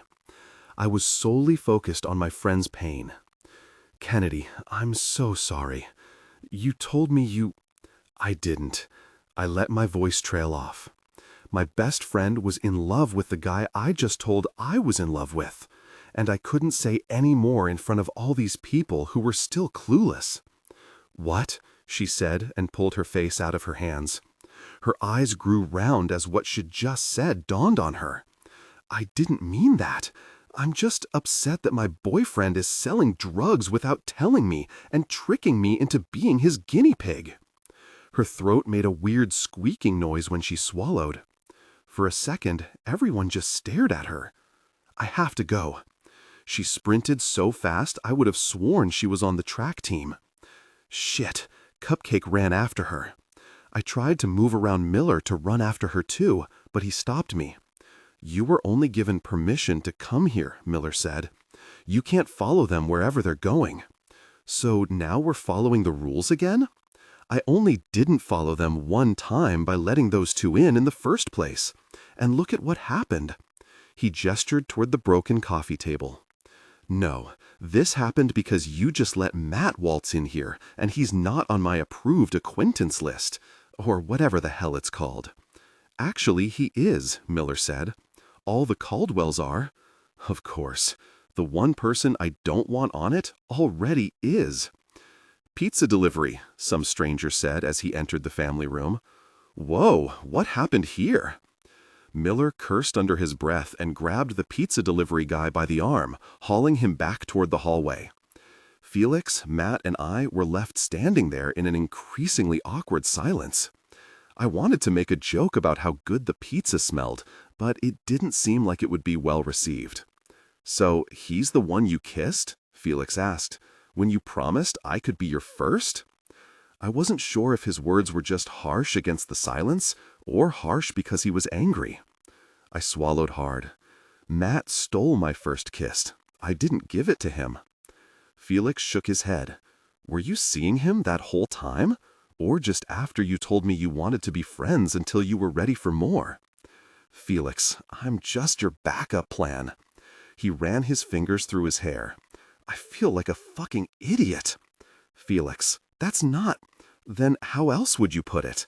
That I really like you, and I'm confused. A few minutes ago, you looked me right in the eyes and told me that you loved me. So that I'd keep crawling back to you like an idiot? You're not confused, noob. You played me. Felix, please. I reached out to him, but he sidestepped my hands and walked away without another word. I looked at the broken table and the drops of blood on the plush carpet. What the hell had I just done? I didn't realize there were tears streaming down my face until I tasted the salt on my lips. Brooklyn. Matt's voice was gentler than it should have been. Wasn't he going to tell me I was a terrible person and run off too? But he didn't run. He just stared at me with so much concern on his stupid, perfect features. Matt, my Matt, the one that held me while I cried every night after my uncle died. The one who took me to his favorite spot in NYC so I wouldn't feel like I didn't have a family. The one that got down on one knee to ask me to be his girlfriend, just to make me smile. I took a deep breath. The one who did nothing when Isabella poured milk on me. The one who let his best friend believe he was keeping me a secret because I was poor. The one that made me lie and sneak around and hurt the people that I loved. I don't have anything left to say to you. Well, tough luck, because I have a lot to say to you. God, he was exasperating. Matt, I told you that I couldn't date you because my heart couldn't take it. I told you that, and you kept pushing it anyway. So I gave it to you, and I couldn't keep going. I trusted you, and I feel nothing. I'm not even sad anymore. I can't feel anything. That's the drugs, he said. No, it's you. Brooklyn, you just sat there and watched at lunch. All those terrible things Isabella said to me, and you did nothing. Your friends actually stood up for me, but you were silent. I get that you didn't want Isabella to know we were dating, but even strangers can be kind, and I don't want to be with someone who isn't. I walked away from him without looking back, but I was very aware of his footsteps following me. Chapter 15, Saturday. I ran to the elevator and pressed the button to close the doors, but they stayed open for an agonizingly long time. Come on. I slammed my fist against the button again. I just needed a few minutes alone to clear my head. Come on. I pushed on the button again. Just as the doors started to close, Matt slid into the elevator. Damn it. I didn't say a word as Matt hit the button for the Pruitt's floor. I tried to focus on the elevator music, but it was hard to pretend Matt wasn't there. We were alone. When we were alone, we were always kissing or holding hands, or I'd be wrapped in his arms. But he didn't touch me now, and I could feel the distance between us. Did you kiss him? Matt asked. The elevator music wasn't loud enough to drown him out. No, I shook my head.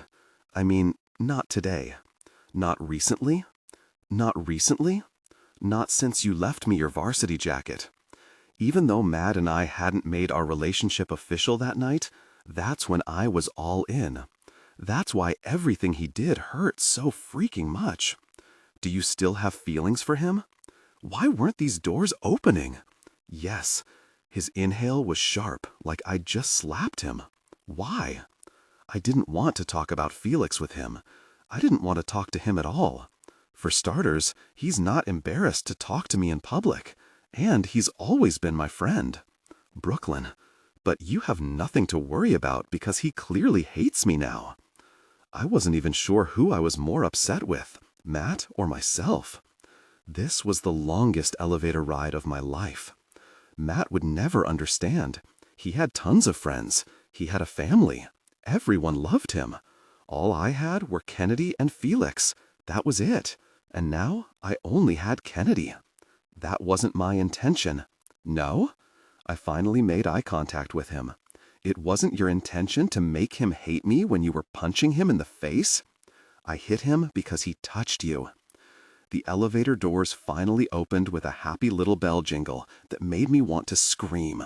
He's allowed to touch me. You and I broke up. How many times did I have to tell him this? He was acting like he wasn't there when I told him it was over. I shoved my way past him. I saw Miller standing in front of the Pruitt store. How did he beat us here? God, I didn't want to go back inside that haunted prison. I also didn't want to stand here and listen to Matt. My brain was screaming at me to make a run for it. That was my plan all along, to flee. But I'd messed it all up. No, Matt had. He'd ruined everything. I swallowed down the lump in my throat. He'd ruined me. Kennedy had told me I needed to be brave, but I wasn't brave. I took a step back and collided with Matt. His arms encircled me and I immediately felt more comforted. But thinking about how he had that effect on me just made me feel claustrophobic. I didn't need him. I didn't need anyone. I slipped out of his embrace, and for a second, I just stood there. I couldn't run from my freedom. No matter which way I turned, there was someone there to stop me. And right now, anything seemed better than standing next to Matt. Please, just go home, I said to him. Not until you talk to me. God, why couldn't he just respect my decision? Couldn't he tell that I could barely think right now? I took a deep breath. It didn't matter. He wouldn't have a choice once I told Miller to not let him in. I made my way over to Miller, and he opened the door to let me in.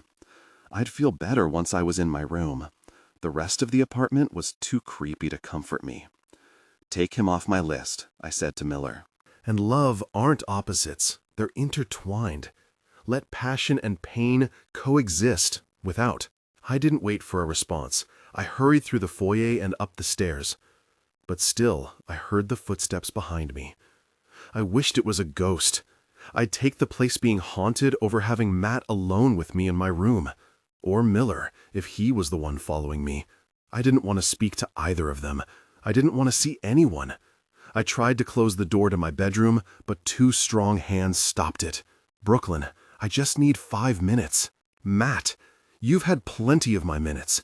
I don't have any more time to waste on you. I tried to close the door, but he was too strong. I've never wasted a second with you, he said. That was certainly poetic, but it was even more false.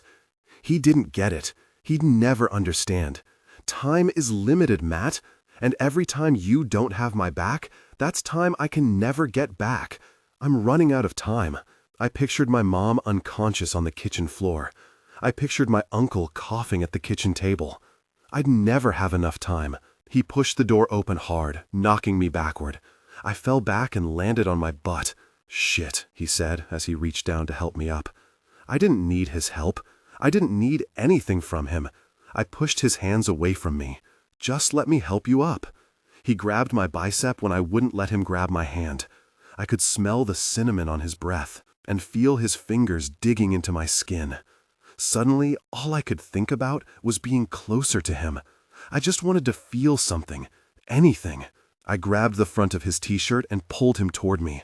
His lips collided with mine in a frenzy as I pulled him onto the floor with me. He was pissed. I was furious. And for some reason, for a few heartbeats, this made it better. I was sick of feeling sad and angry and alone. Or worse, nothing at all. I needed this. I needed him. His fingers slid ever so slightly underneath the bottom of my sweater, the pads of his fingertips warm against my skin. We'd been in this position dozens of times, and it always stopped here. But today, I couldn't bear the thought of stopping. And his hands were higher than usual because my sweater was cropped short. I wanted his hand to slide up higher. I shifted beneath him. No, I wanted his hand to slide lower, so much lower. I needed more. I just needed something to make me feel like I wasn't drowning. And I knew he had the power to do that. I knew he could make me forget. I ran my hand down the front of his shirt until I reached the waistline of his jeans. All I could think about was touching him, and him touching me. My fingers fumbled with the button on his jeans. He grabbed my hands and lifted them above my head, pinning them to the carpet. Not like this, he said. We can move to the bed. You're high, Brooklyn. He was staring at me like I was lost. It didn't matter if I was.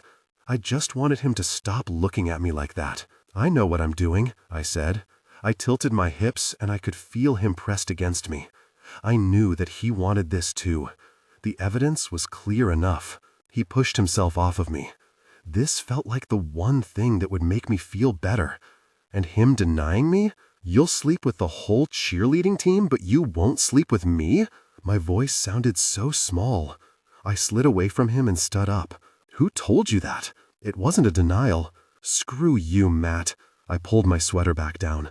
I didn't sleep with the whole cheerleading team. Just most of them, then? I thought about Isabella, and I felt like I was going to be sick. I can't undo my past. But I told you I'd wait for you now, and I have. I'm not the one letting someone else touch. We broke up. I never agreed to that. You don't have to agree with it. It still happened. It's done. He just stared at me. I'm not done with you. That's not how this works. Let me make this easier for you to comprehend, because clearly you're struggling. I hate you. I wasn't sure I really meant it, but I certainly meant it right then. I fricking hated him for barging in here uninvited, for making me feel unwanted when he'd already been with everyone else, for not listening to me. He had the audacity to smile. Tough luck, because I love you. I opened my mouth and then closed it again. What the hell was I supposed to say to that? He took a step toward me, and I didn't retreat. His words were swirling around in my head, and I didn't know how to process them. You really want your first time to be like this? He said. With you mad at me? He put his hand on the side of my face. Obviously, or I wouldn't have tried to unbutton your pants. I swallowed down the words. I didn't want him to remove his hand. Do you know how badly I want you all the time? How many times I've pictured you saying you were ready for more, but not like this. Not when all you need is for me to be here for you. Not today. He swiped his thumbs under my eyes to remove the tears I didn't even realize I shed. I knew that he thought he loved me, and I could forgive him for a lot of things. I could love him in spite of his flaws, but not this. If you loved me, you would have stood up for me. We've already talked about all of this. Isabella? I know. You did something, and Isabella is holding it against you. But you don't even trust me enough to tell me what it is, or what she's threatening. I removed his hands from my face. All you said is that it would hurt James. But don't you see that I'm hurting? All I've been doing for the past few months is hurting. And you hurt me, Matt. I'm sorry. But that's why I'm here. Because I know you're hurting. I know you need me. If you're that sorry, you can fix it. Just tell me the truth. He pressed his lips together. His silence was the problem. Didn't he see that? Get out. Maybe I was high, but I was damn sure about this. Brooklyn, get the hell out. You don't understand. James, he's one of your best friends. I know. I get that. What I don't get is why I don't matter. You make me feel like I'm nothing. Of course you matter. I'm standing here telling you I love you. You mean everything to me. It's not enough. Love isn't ignoring someone when they get milk thrown on them during lunch. Love isn't not acknowledging me in public. You know I can't. You know what will happen if Isabella tells James. That's the thing, Matt. I don't. What will happen to James if you come clean? What secret do you have that will hurt him? What could possibly be worse than this? I can't. Tell me. What is worse than not being there for your girlfriend when she just lost everything? What is worse than that? Losing him? It felt like his words echoed around me. You're scared he won't be your friend anymore? I'm pretty sure friendship has built-in forgiveness. At least I hoped so. Because I needed a lot of forgiveness from Kennedy if she really was in love with Felix. But my stomach was twisted into knots. Because shouldn't all relationships have built-in forgiveness? And I wasn't forgiving Matt. What is wrong with me? He sat down on the edge of my bed. No, I don't mean he'd stop being my friend. But yeah, I'm sure that would happen too. Then what did you mean? I think he might kill himself, Brooklyn. It looked like he was going to cry. Like the confession was breaking him in two. But instead, he just put his elbows on his knees and looked down at the ground. I didn't know what to say. All I could think about was that James looked sad. If there was one word I could have chosen to describe him, that probably would have been it. He drank too much. He was addicted to some kind of drug to the point where he'd blackmailed me. He was even more lost than me. Do you really think James would do that? Yes? No. I don't know. Maybe. He looked so sad. His parents gave him some bullshit ultimatum about having to break up with Rachel or they'll cut him off. I'd heard the rumors about how Isabella and James were supposed to end up together. I thought it was just rumors. But his parents cutting him off for dating someone else? All rumors were based on the truth. What is he going to do? I asked. I don't know. But he's already depressed. And love aren't opposites. They're intertwined. Let passion and pain coexist without. Did you know that he used to play football with Mason and me? And then suddenly his parents decided sports were a waste of time, so they pulled him from the team. He started drinking first. I don't even know what the hell he's taking anymore. He's drowning, and I feel like I'm the only one that can tell it's getting worse every day. And I don't know what to do. Matt. I knelt down in front of him so that I could see his face. If you're worried that he might try to kill himself, we need to tell someone. You don't think I've tried that? He finally made eye contact with me. Rob just thinks I'm being paranoid because of what happened last year. He says he has it all under control, but he doesn't. He can't watch James 24/7. What happened last year? He looked up at me with a frown, as if he was realizing he let too much slip. Nothing. But I wasn't going to let him out of this conversation so easily. Did James already try this? No. So what happened? He shook his head. We need to tell James' parents about this. No, they were the worst. They were part of the reason all this was happening. Or maybe the school counselor, or some other adult. What about your parents? They could help. They wouldn't listen either. Why? I believe you. I've seen James out of control. We can't get him the help he needs. I wouldn't even know where to start. But an adult would. And they'll believe you too. They won't, actually. Why not? Because they all know the truth. He looked down at his hands. I slipped my hand between his. I'm not supposed to tell anyone about what really happened, he said, as if that was the end of it. I think I've proven that I know how to keep a secret. Please, Matt, let me in. For a few moments, he didn't say anything at all. I wasn't even sure if he was breathing. My parents paid someone off to change the autopsy report, but the Hunters know. They were there that night. He cleared his throat. And I guess now you'll know too. He still didn't look up at me. I squeezed his hand. I found my aunt hanging from the chandelier in my house last Christmas Eve. And I don't want to find someone I love like that ever again. Oh, Matt.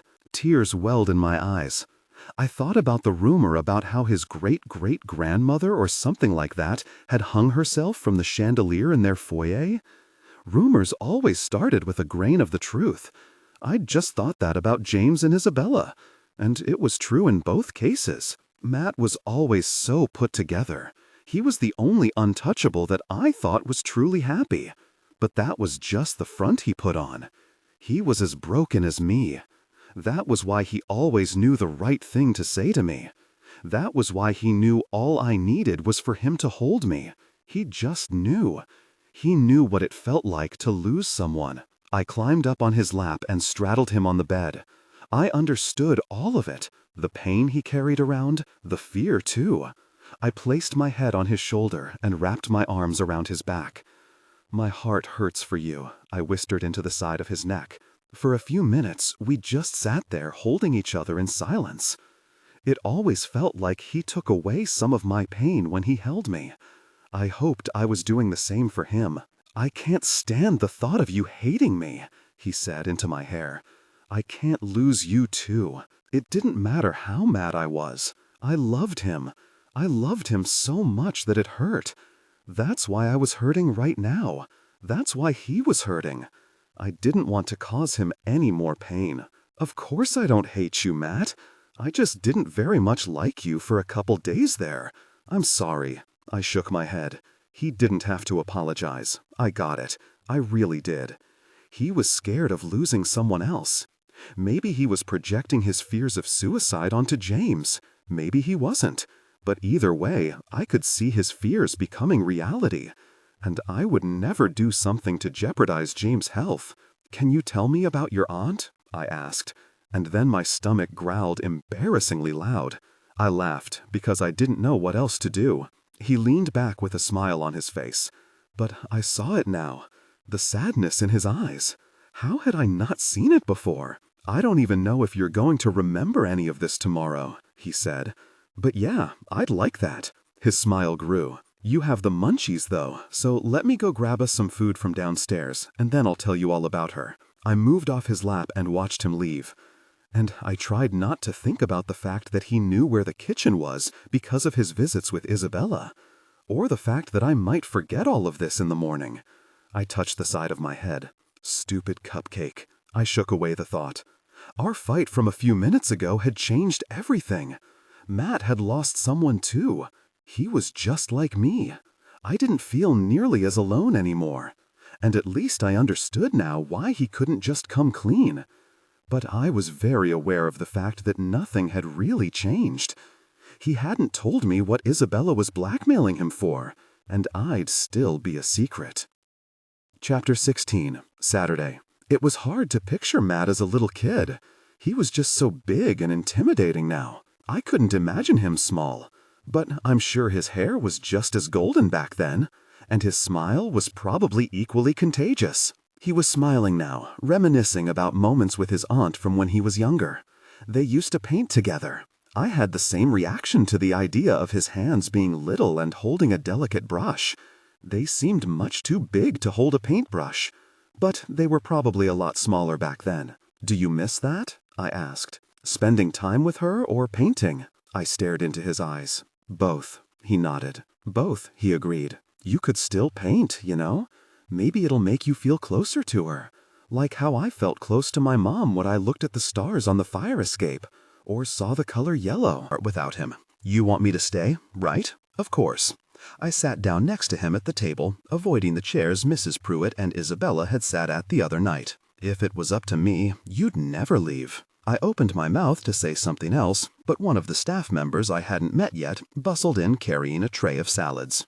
She didn't question the unannounced guest, the absence of Mr. Pruitt, or the fact that Mrs. Pruitt and Isabella were missing. "Thank you," I said, when she placed a bowl down in front of me. "This looks great." She seemed surprised that I was talking to her. "You're welcome, miss. I'm sorry I didn't meet you the other day on my tour. I'm Brooklyn. What's your name?" She glanced at Matt nervously. "Tiffany," she said. Her skin was so pale that I thought she might faint. But then I thought that maybe she was just never allowed to leave the apartment, like me. Besides, the rest of her looked healthy enough. She couldn't be much older than me, and her mousy brown hair was shining, and I wondered if she had one of those magical hairbrushes too. "It's nice to meet you," I said. Tiffany smiled, but it faltered when there was a noise from somewhere in the hall. It almost sounded like the heat had just kicked on, even though it wasn't quite chilly enough for it. She scurried away as quickly as she had come. Why does everyone always look so shocked when I talk to them? Justin had acted the same way earlier. I shoved a huge forkful of lettuce in my mouth. Matt laughed. I looked up at him and tried to swallow my food as fast as I could. "You don't see it, do you?" "See what?" It took every ounce of restraint I had not to shovel more food into my mouth. I was so freaking hungry. They react that way because people usually ignore them. And you're so nice and kind and sincere. It's refreshing. I felt my cheeks blush. "And beautiful," he added. I laughed. "I don't think that's why they're shocked when I talk to them. I was shocked when you talked to me." "No, you weren't." But I was smiling so hard that my objection didn't sound like much of one at all. He thought I was beautiful. He was acting like he was the lucky one in this relationship, not me. "Are we still—" I know I said I wanted to break up, but are you asking me out, Brooklyn? "Yes," he smiled. "As far as I'm concerned, we never broke up." And love aren't opposites, they're intertwined. Let passion and pain coexist. Without, he reached out and grabbed my hand. And I don't care about what happened with Felix. I deserved it for not sticking up for you. Nothing happened, minus the fact that I'd told him I loved him, but I was freaking high. I had no idea what I wanted. Except Matt. I knew I wanted him back. I squeezed his hand. But nothing has really changed. You still won't be able to stick up for me in public. What if we have a secret code? A code? So that you'll know I'm on your side even if I can't say anything. I'm not sure that will really help. Or a signal so I know to help get you out of a situation? It should have been pretty clear when I needed help. But maybe a signal would assist him, and it would allow us to communicate without anyone knowing. What about sticking out our tongues? He laughed. People will think we're sick. How about you bite your lip? Like this? I bit my bottom lip, and I swore he groaned. Yeah, like that. He did the same, and I realized why he groaned. Something about the way his teeth dug into his lip made me wish he was doing it to me. My lips, my skin, anything. He could bite me anywhere he wanted. You don't think it's too suggestive? He smiled. You might be right. How about we rub the tip of our nose with our index finger? That works for me. Matt ran his thumb along my palm, sending shivers down my spine. His touch was a lot better than a signal, but the signal would have to do in public. Stop the hand-holding for a moment, Mr. Pruitt said, as he walked into the room with a huge pile of papers. I pulled my hand out of Matt's and stared at the papers as Mr. Pruitt plopped 2 stacks down in front of me. So the noise that scared Tiffany away earlier wasn't the heat coming on, it was the printer whirring to life. What are these? Mr. Pruitt snapped his fingers and Tiffany rushed out with his salad. These, he said, as he placed his napkin on his lap, are a relationship agreement for the 2 of you, as well as the list of rules for the household for you, Brooklyn. Matt already signed the guest rules years ago, but I'll need his signature on the relationship agreement, and your signature on both of them. A relationship agreement? Why did Mr. Pruitt have any say in my relationships? The 2 of you are in a relationship, are you not? Mr. Pruitt asked and started to eat his salad. Matt looked at me and then back at the document. He looked so uncomfortable. What could we possibly say here? Mr. Pruitt had already seen us together. He might let something slip to Isabella. Signing a freaking document seemed like a bad idea. And I knew Matt loved me. I didn't need his signature on some kind of weird relationship document. Actually, Matt and I are taking it slow. We'd rather not let anyone know about our relationship just yet. Mr. Pruitt wiped at the corner of his mouth. Is that true? He asked and turned his head to Matt. You'd rather keep your relationship a secret? Matt looked up from the document. We're just not ready to share it yet. Something about the way he said it made me sad. I was ready to share it. Are you embarrassed about dating someone from the wrong side of the tracks? Mr. Pruitt asked. No, that's not. Brooklyn is a Pruitt now, and I expect you to treat her like a Pruitt. Sign the papers or you can leave. I didn't even know if Mr. Pruitt realized he was standing up for me. It was all I tried to say on Friday when Matt and I broke up. I just wanted Matt to acknowledge that I wasn't invisible at school. But none of this was his fault. I don't know if it was Kennedy's pep talk about being brave or the weed in my system, but I was suddenly tired of all the secrets. Matt and I have to be a secret because Isabella is blackmailing him. Brooklyn, Matt started, but I kept talking. She's trying to make both of our lives a living hell. Mr. Pruitt nodded like he wasn't at all surprised by my words, but his eyes were focused on Matt. And what is she blackmailing you over? I can't, he said. It doesn't just involve me. Mr. Pruitt clasped his hands together and sighed. But you can confirm that my other daughter is doing what Brooklyn said? Blackmailing you? Trying to ruin both your lives? She's certainly not making my life any easier, Matt said. Mr. Pruitt sighed. Interesting. Well, I will have to look into that for you discreetly as possible. I'm assuming she threatened you with my assets. Assets? What is he talking about? Yes, Matt said, but I wasn't worried about that. I've only ever been concerned about Brooklyn's safety. Mr. Pruitt sighed. I'm sorry. I've had this conversation with Isabella before, and I guess I need to have it again. Go ahead and sign the papers, and Isabella won't know. and I'll make sure to look into this inconvenience without putting either of you in danger. Isabella knows better. What are you talking about? I asked. My safety? Danger? What else did Isabella threaten you with, Matt? I asked. Matt didn't respond. Oh, she threatened to have him killed, Mr. Pruitt said like it was nothing. You too, I presume. But she knows the rules. She's not allowed to escalate anything to homicide. It's actually in that document there, he said, and nodded toward one of the stacks of papers. I expect you to have that signed and back to me by the morning, he said, and started to eat again. She was going to kill me? I asked. I remembered her friend Charlotte saying how easy it would be for them to make me disappear. She'd been freaking serious. No, she's not allowed to use my assets like that. Another thing in the rules, an amendment specifically added for her. So not murdering people is in the house rules? Why the hell does that have to be in the rules? And why did it have to be added because of Isabella? Mind your language at the table, Mr. Pruitt seemed so calm as he took a sip of his wine. Keeping family secrets is one of the rules, and I can't discuss anything further with you until you sign the papers. I'm not signing this. I shoved the stack of papers away. If you want my protection, you'll sign the rules, he said. I don't want your protection. I've told you, I don't want anything from you.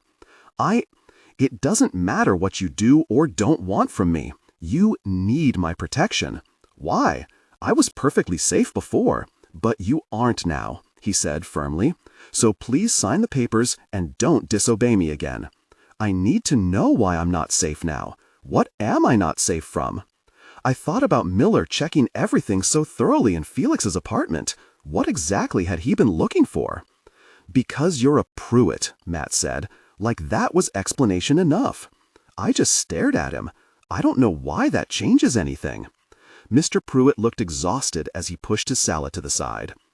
Because there are a lot more people that want you dead besides Isabella now. Let's have the main course, shall we? He snapped his fingers. I wasn't sure if it was to signal the server or to show that it was the end of the conversation, but I was too stunned to speak anyway.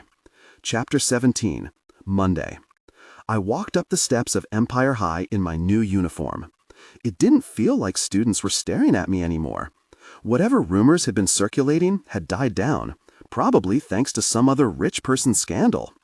I made my way through the big wooden doors and down the crowded hallway. The rest of my weekend passed in an awkward blur. Mr. Pruitt wasn't how I'd imagined him. He was protective of me, despite the fact that he swore he only just found out about me. He treated me like I belonged, and he was trying hard to get to know me. But when he presented me with a contract bigger than any of my textbooks, it made me wary.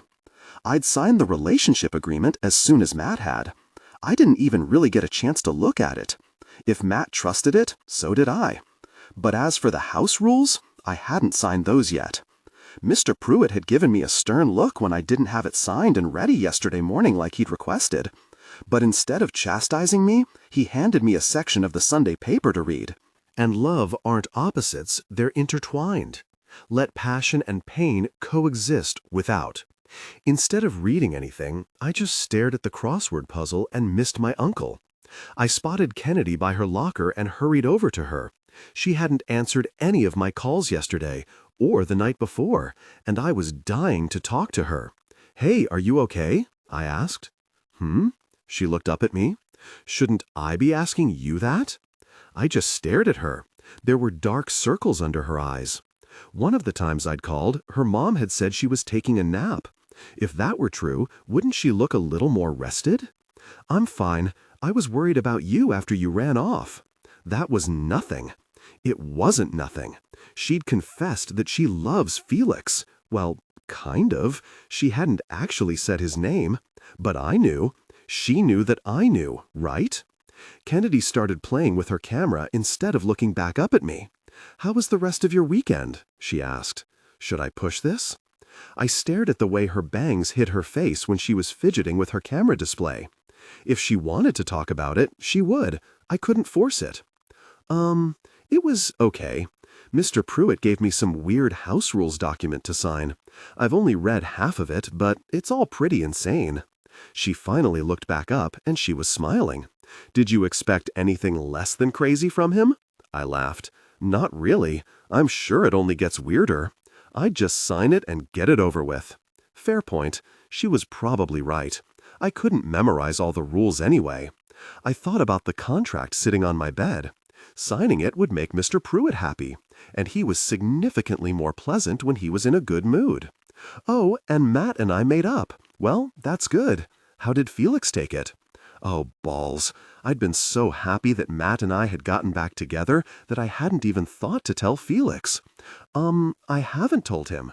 Felix and I got into a pretty bad argument after you left. It wasn't much of an argument. He'd pretty much just said I was the worst and walked away. And I was. I'd treated him awfully. I hadn't even meant to. "So you and Felix are done?" she asked. It was a weird question. I just told her I was back with Matt. But it was less weird if she was secretly in love with Felix. I'll try to talk to him today, though. I really want to be friends. Do you think he'll still sit with us at lunch? I don't know. Kennedy and Felix were my only friends at Empire High.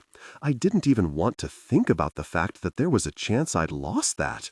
He'd forgive me, right? I hadn't intentionally led him on like he believed. I was trying to protect Matt. I was dealing with other things. But it didn't matter what I told myself. I still felt guilty. "At least I won't have to sit with Isabella at lunch today." "Are you sure about that?" Kennedy asked. "Yeah, she didn't come home. I guess she's still in the Hamptons." "Are you sure about that?" Kennedy asked again and looked over my shoulder. Isabella and her minions were walking down the hall, their high heels clicking on the linoleum. "What are the odds that she'll just ignore me?" I whispered. "Based on the fact that she's coming this way? Slim to none." Kennedy slammed her locker shut. "Come on." She grabbed my arm. "Let's just get out of her way." But before I even took 2 steps, Isabella called my name. Kennedy and I both froze. "Sissy, whatever are you doing?" Isabella said and stopped beside me. "It's like you're trying to avoid me." "That's exactly what I'm doing." "Of course not," I said. God, when had she gotten back? Just seeing her made my stomach roll. Her fake smile made me nervous. And the nickname Sissy? Come on, she wasn't fooling anyone. Isabella flipped her hair over her shoulder. "You'll sit with me at lunch again today? Yes?" I couldn't even fake being nice this time. "No, absolutely not." She looked surprised by my answer. "But I talked to Daddy." Ew, stop calling Mr. Pruitt that. "Great. And I know I messed up, and I'm sorry." It was like the apology pained her because her fake smile faltered for just a moment. "Apology not accepted." "Okay, but I'm still not eating lunch with you." "Please, Brooklyn," she said, her voice lowered. "I said I was sorry. Truly I am. And if Daddy thinks we're not getting along, he'll send me away again." She was acting like a trip to the Hamptons was a punishment. It sounded pretty glamorous to me, especially if that house wasn't haunted too. "I'll just tell him I sat with you. He doesn't have to know." "But, Brookie, we're sisters now. It's okay if I call you Brookie, right?" I just stared at her. "I prefer Brooklyn." "Okay, great. I'll just call you Sissy then." "So we're on for lunch then?" How were either of those things the conclusions that she came to? But just then, Matt walked past us. Our eyes locked for a second, and he ran his index finger against his nose and then winked.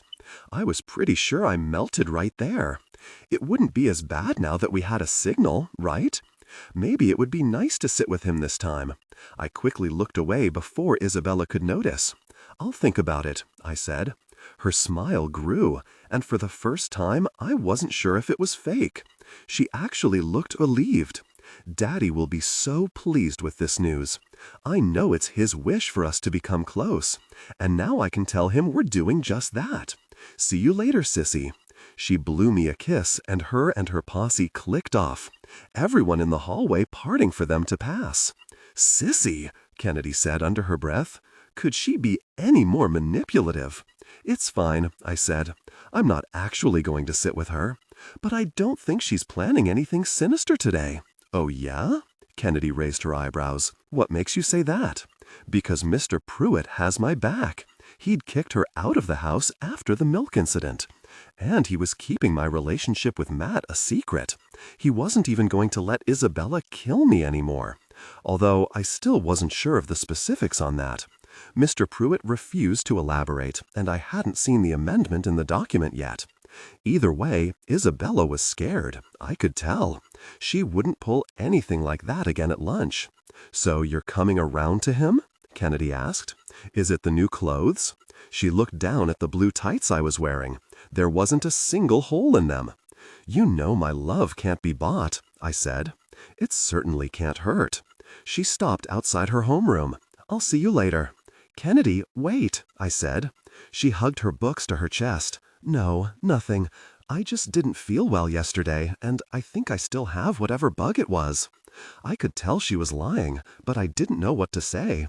I'd already told her I was worried about her, but she just brushed it off. "Are you sure that's all?" "Yeah, I gotta go. The bell's gotta ring." She turned around and hurried into the classroom. I just stood there for a moment. Felix hated me, and now I was pretty sure Kennedy was mad at me too. In the course of one weekend, I'd gone from 2 best friends to none. It didn't matter if I had Matt back. I wasn't going to survive going to Empire High without my friends. I needed to fix it. "Everything okay, sissy?" I almost screamed. I hadn't seen Isabella sneak up behind me. "What?" "Yeah, I rushed over because it looked like you were distressed." "I'm not distressed." "Oh, I think I know what's going on. Let me give you a piece of sisterly advice. It's better to cut off ties from your lesser associates sooner rather than later, don't you think? Your little friend will never belong in our world, and she's clearly bitter about your new status. You don't need that kind of resentment and negative energy in your life. It'll just give you worry lines. And Daddy won't allow us to get Botox until we're 18. See you at lunch." She turned on her heel and left as quickly as she'd come. Isabella was the negative energy in my life, not Kennedy. And I didn't care about worry lines. I was just worried that I was losing my best friend. The bell rang, and I hurried toward homeroom. But what if Isabella was right? It did seem like Kennedy was bitter about my new clothes. I tried to dismiss the thought. Anything Isabella said was toxic. And love aren't opposites. They're intertwined. Let passion and pain coexist without. But I couldn't shake it. Did Kennedy really resent me? Chapter 18. Monday. All I wanted to do was talk to Felix. But when he chose to play basketball with Cupcake instead of heading outside to run, I knew he wasn't going to give me a chance to explain. He was ghosting me. A part of me knew I deserved it, but it still stung. No, students weren't staring at me and whispering behind my back today, but I still felt isolated. I thought running would clear my mind, but I was no closer to figuring out why Kennedy was mad at me, and I had no plan on how to make Felix stop hating me. I sighed as I headed toward lunch. I just wanted things to go back to normal. Normal. I tried to push the thought aside. I didn't even know what normal was anymore, and I certainly didn't want today to be my new normal. The only person that had been nice to me all day was Isabella. What twisted reality was I living in? "Not sitting with Isabella?" Kennedy asked, but didn't look up from her chicken sandwich. "No, I'm sitting with you, like always. Where's Cupcake?" She shrugged. I tried to spot Felix and Cupcake in one of the lines for food, but I didn't see either of them. I knew Cupcake would sit with us whenever he got here, and that should draw Felix over too, right? I just needed 5 minutes to explain what happened. He'd listen about the blackmail. He'd understand that I just didn't want anyone to get hurt. Except I hurt him. I swallowed hard. I needed to focus on fixing one relationship at a time. And since Felix wasn't here, I needed to figure out why Kennedy was giving me the cold shoulder. "Do you want to come over after school?" I asked. I hadn't gotten Kennedy on Mr. Pruitt's list yet, but I had a feeling Miller would let me sneak her in. Maybe I could force her to take half the clothes that the stylist had given to me. Kennedy was taller than me, but we'd swapped clothes before. Besides, she liked her skirts and dresses shorter than I did. I'm still not really feeling that well. I think I'll just head straight home after school. Could I come over to your place then? I asked. She pushed around some applesauce with her spoon and didn't look up. What are you doing, sissy? Isabella said from behind me. Couldn't she see that my best friend was distressed? Of course she couldn't. Isabella only cared about herself. Eating lunch, I said. But you promised to eat with me and my friends, sillykins. I saved a seat for your BFFL too this time. Come, ladies. She turned on her heel and walked over to the Untouchables table. I saw the 2 seats beside Matt were empty.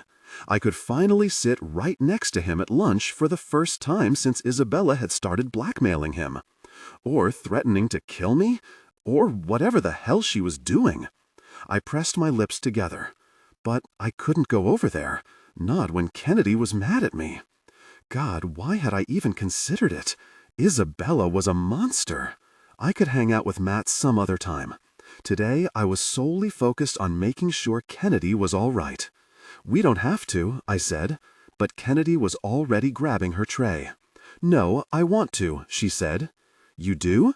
But there isn't a seat for Cupcake. She laughed. It's fine. I can't pass up the opportunity to watch Isabella in her natural habitat. At least she laughed. If you're sure it's all right, I said, and stood up too. Absolutely. Plus, you'll get to sit with Matt. I couldn't even hide my smile as we walked over to their table. Matt looked up at me as I approached. He rubbed his nose, and I'm pretty sure my smile grew. I sat down next to him, and I realized I was holding my breath. I quickly exhaled and tried to pretend this wasn't momentous. Hey, James said. He was the first person to acknowledge my presence, and I was grateful. How was your weekend? Awful. Wonderful. Weird, I said. He smiled. I heard you got into Harvard. Congrats. His smile faltered. Thanks. Congratulations are in order for me too, Mason said, as he lightly punched James's shoulder. He's not the only one that got his letter. Wow, that's awesome, I said. Mason gave me his signature smile that had the whole female student body kneeling at his feet at parties. It didn't have the same effect on me. It just made me feel uncomfortable, and reminded me that Mason didn't know that I was dating his little brother. You seem surprised, Mason said. What, you don't think I'm as smart as this guy? He pointed to James. What? No. He's just messing with you, Rob said. He leaned forward so he could see me from his seat on the other side of Matt. What's it like living with Isabella? He asked. It's so fun, Isabella said, before I had a chance to say I didn't really know because she'd been banished to the Hamptons. Brookie's the long-lost sister I've always wanted. Barf, Rob laughed. What's it really like, Sanders? Matt shifted in his seat, making his thigh brush against mine and distracting me from Rob's question. Interesting, I said. It came out as more of a question than anything, and Rob laughed. You're hilarious, sissy, Isabella said. I'm always telling her that. What the hell kind of game was she playing here? I realized that in all the awkwardness, I'd forgotten to introduce Kennedy. Oh, and guys, this is Kennedy, I said. You're dating Cupcake, right? Rob asked. Mm-hmm. Kennedy's voice had never sounded so small before. I wondered if she truly was sick. Speaking of dating, Isabella said, and batted her eyelashes at James. How's your girlfriend handling the Harvard news? Matt had told me the other night that James' parents were giving him an ultimatum. His girlfriend or Harvard. It was like Isabella had been waiting for the perfect time to make this jab at him. What was her problem? James ran his fingers through his hair, looking more distressed than he had after I brought up Harvard in the first place. Or did he just look sad? I tried to view him like Matt did. The drinking, the drugs. His behavior was sporadic, but his general mood wasn't. James Hunter was always sad. It was one of the first things I ever noticed about him. You have told her, haven't you? Isabella asked when James didn't respond. Isabella, stop it, Matt said. Oh no, she said. You have to tell her the truth about this. Secrets are so toxic in relationships. Isn't that right, Matthew? She said, and turned to him. I was pretty sure I stopped breathing. No, no, no. I know you guys were thinking that I'd never let Brooklyn sit with us again after that milk spilled on her the other day, let alone that I'd extend the invitation to her little friend. But that was before I realized that she actually is one of us. Isn't that right, Sissy? I don't know what you're talking about, I said, but I was scared I did. She had to be talking about me dating Matt. What else could it possibly be? Mr. Pruitt said he'd talk to her. Had he really told her everything? He'd said he'd fix it, not make it 1,000,000 times worse. Damn it, Mr. Pruitt. This was why Isabella invited me over here, to torture me again. She'd even let me sit right next to Matt so she could publicly shame both of us. Isabella frowned. Of course you do. You're dating Matthew. And by extension, you're one of us now. Everyone at the table was eerily quiet. James raised his left eyebrow and stared at Matt like he was trying to figure out why he'd been left out of the loop. I didn't know what to say, and clearly Matt didn't know what to say. Did this mean that we were in the clear? That she was done blackmailing him? Maybe Mr. Pruitt had actually fixed it. You ruined the surprise, Kennedy said, finally breaking the silence. They were planning on telling everyone later this week. She kicked me under the table. Right, Brooklyn? I bit the inside of my lip so I wouldn't yelp. Yeah. Matt seemed to relax next to me. It's about time you asked her out, Mason said. He's been crushing on you since the beginning of the semester. I could feel my cheeks turning red. You're awfully quiet, Mason said to Rob. Did you know? Rob shrugged. Yeah, I have a class with them. They're kind of ridiculous. And love aren't opposites. They're intertwined. Let passion and pain coexist without. Always making me feel like I'm third-wheeling on our group project? He winked at me. Why didn't you tell us, Matt? James asked. Dating someone our parents don't approve of isn't exactly working out so well for you, Rob said. I felt myself sinking in my chair. I knew that's what Rob thought, that I was from the wrong part of town, that Matt's parents wouldn't accept me. Matt had just let Rob assume he was embarrassed of me. It stung. That's not it, Matt said. I don't care what Mom or Dad think. They'll probably love her. He looked over at me, the first time really acknowledging me in front of all his friends. But none of that matters, because I love her. For a second, everyone drifted away. All I saw was him, and he slid his hand into mine, showing our solidarity. It was the first public display of affection we were ever allowed to have at Empire High, and I was smiling so hard it hurt. So why didn't you tell everyone right away then? Isabella asked. If it wasn't the very reasonable idea that you were embarrassed of her upbringing and where she lived and how she, carries herself?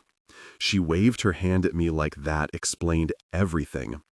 Secret relationships are fun, Kennedy said, trying her best to stand up for me. The forbidden aspect and all that? They were just having fun sneaking around. We both know that's not it, sweetie, Isabella said. Matt, I think it's about time you told James the truth, don't you? Come clean. The truth shall set you free.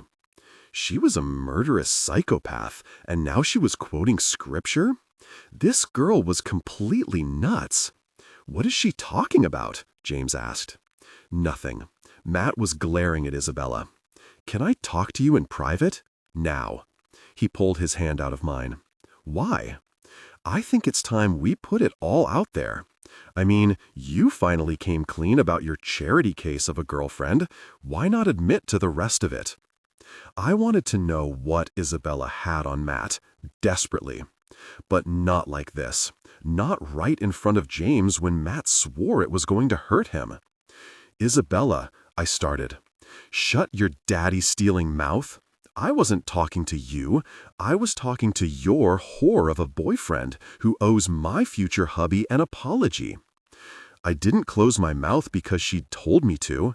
I closed it because I wanted to know why she described Matt as a whore and how it had anything to do with James. James, can I talk to you for a second? Matt said. No, Matthew. Here, now. You have 5 seconds to tell him the truth, or I'll tell him for you. This is going to sound bad, Matt started, but I swear, James, if you give me a chance to explain, it's exactly what he's going to think. When I was referring to secrets, I didn't actually mean your secret relationship. I was referring to the fact that you're a liar and manipulative and a pretty terrible friend. She reached out and grabbed James' arm. Remember that party over the summer where you and Rachel had that huge fight? Matt was there to console her. She paused, and a sinister smile crept over her face. Sexually, that is. I caught them in the act in the pool house. What the fuck, Isabella? Matt yelled. That's not even close to what happened. Did you have sex with Rachel? James asked. His voice was calm, cold, calculated. Everything about the way James spoke made me want to hide under the table, but I was glued to my seat. Matt had slept with James' girlfriend? That was what Isabella was blackmailing him for? He wasn't allowed to speak to me in public because he'd slept with someone else? It didn't even feel like he wanted to keep it from James. It felt a lot more like he was just keeping it from me. My whole body went cold. You know I wouldn't do that, Matt said. It was all Rachel. She was upset and James lunged across the table, his hands making perfect contact with Matt's throat. Kennedy screamed, and more students joined in. Mason grabbed James by the back of his blazer, pulling him off. Stop it, both of you. I'm gonna fucking kill you, James said. I didn't do anything. Rachel. Get her name out of your mouth. James shoved Mason off of him. Fucking asshole.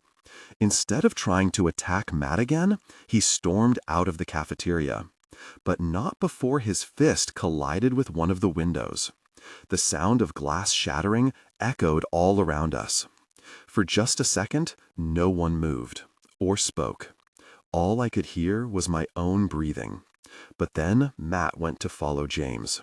Don't, Rob said, and stopped him in his tracks. What the fuck, man? How could you do that to him? You of all people? I didn't. Rachel? Nice. Take the high road and blame his girlfriend? Screw you. Matt shoved his way past him, beelining toward the doors James had just gone through. I felt myself shrinking all over again. He hadn't looked at me once. Not once since the truth had come out. But it was better that he hadn't. Because Rob was right. It took 2 people to kiss. Matt had gone on and on about not wanting James to get hurt, when really, he'd already hurt him. Matt didn't care about anyone but himself. Daddy said I shouldn't tell, Isabella said, but I decided not to listen, because I think everything is better out in the open. Don't you agree? You're a nasty bitch, Rob said. I'm pretty sure everyone was thinking it, but she still looked shocked that someone had actually said it loud well. She rolled her eyes. And you're a little twerp who uses humor to hide from the fact that he's living in his brother's shadow. I was hoping we could all discuss this like adults, but clearly I've overlooked the fact that you're all so juvenile. Ladies, she said, and turned to her friends who were sitting in silence watching their horrid ringleader. Let's go. All her minions stood as one and followed her from the table. Did you know? Rob asked me. He sounded hurt.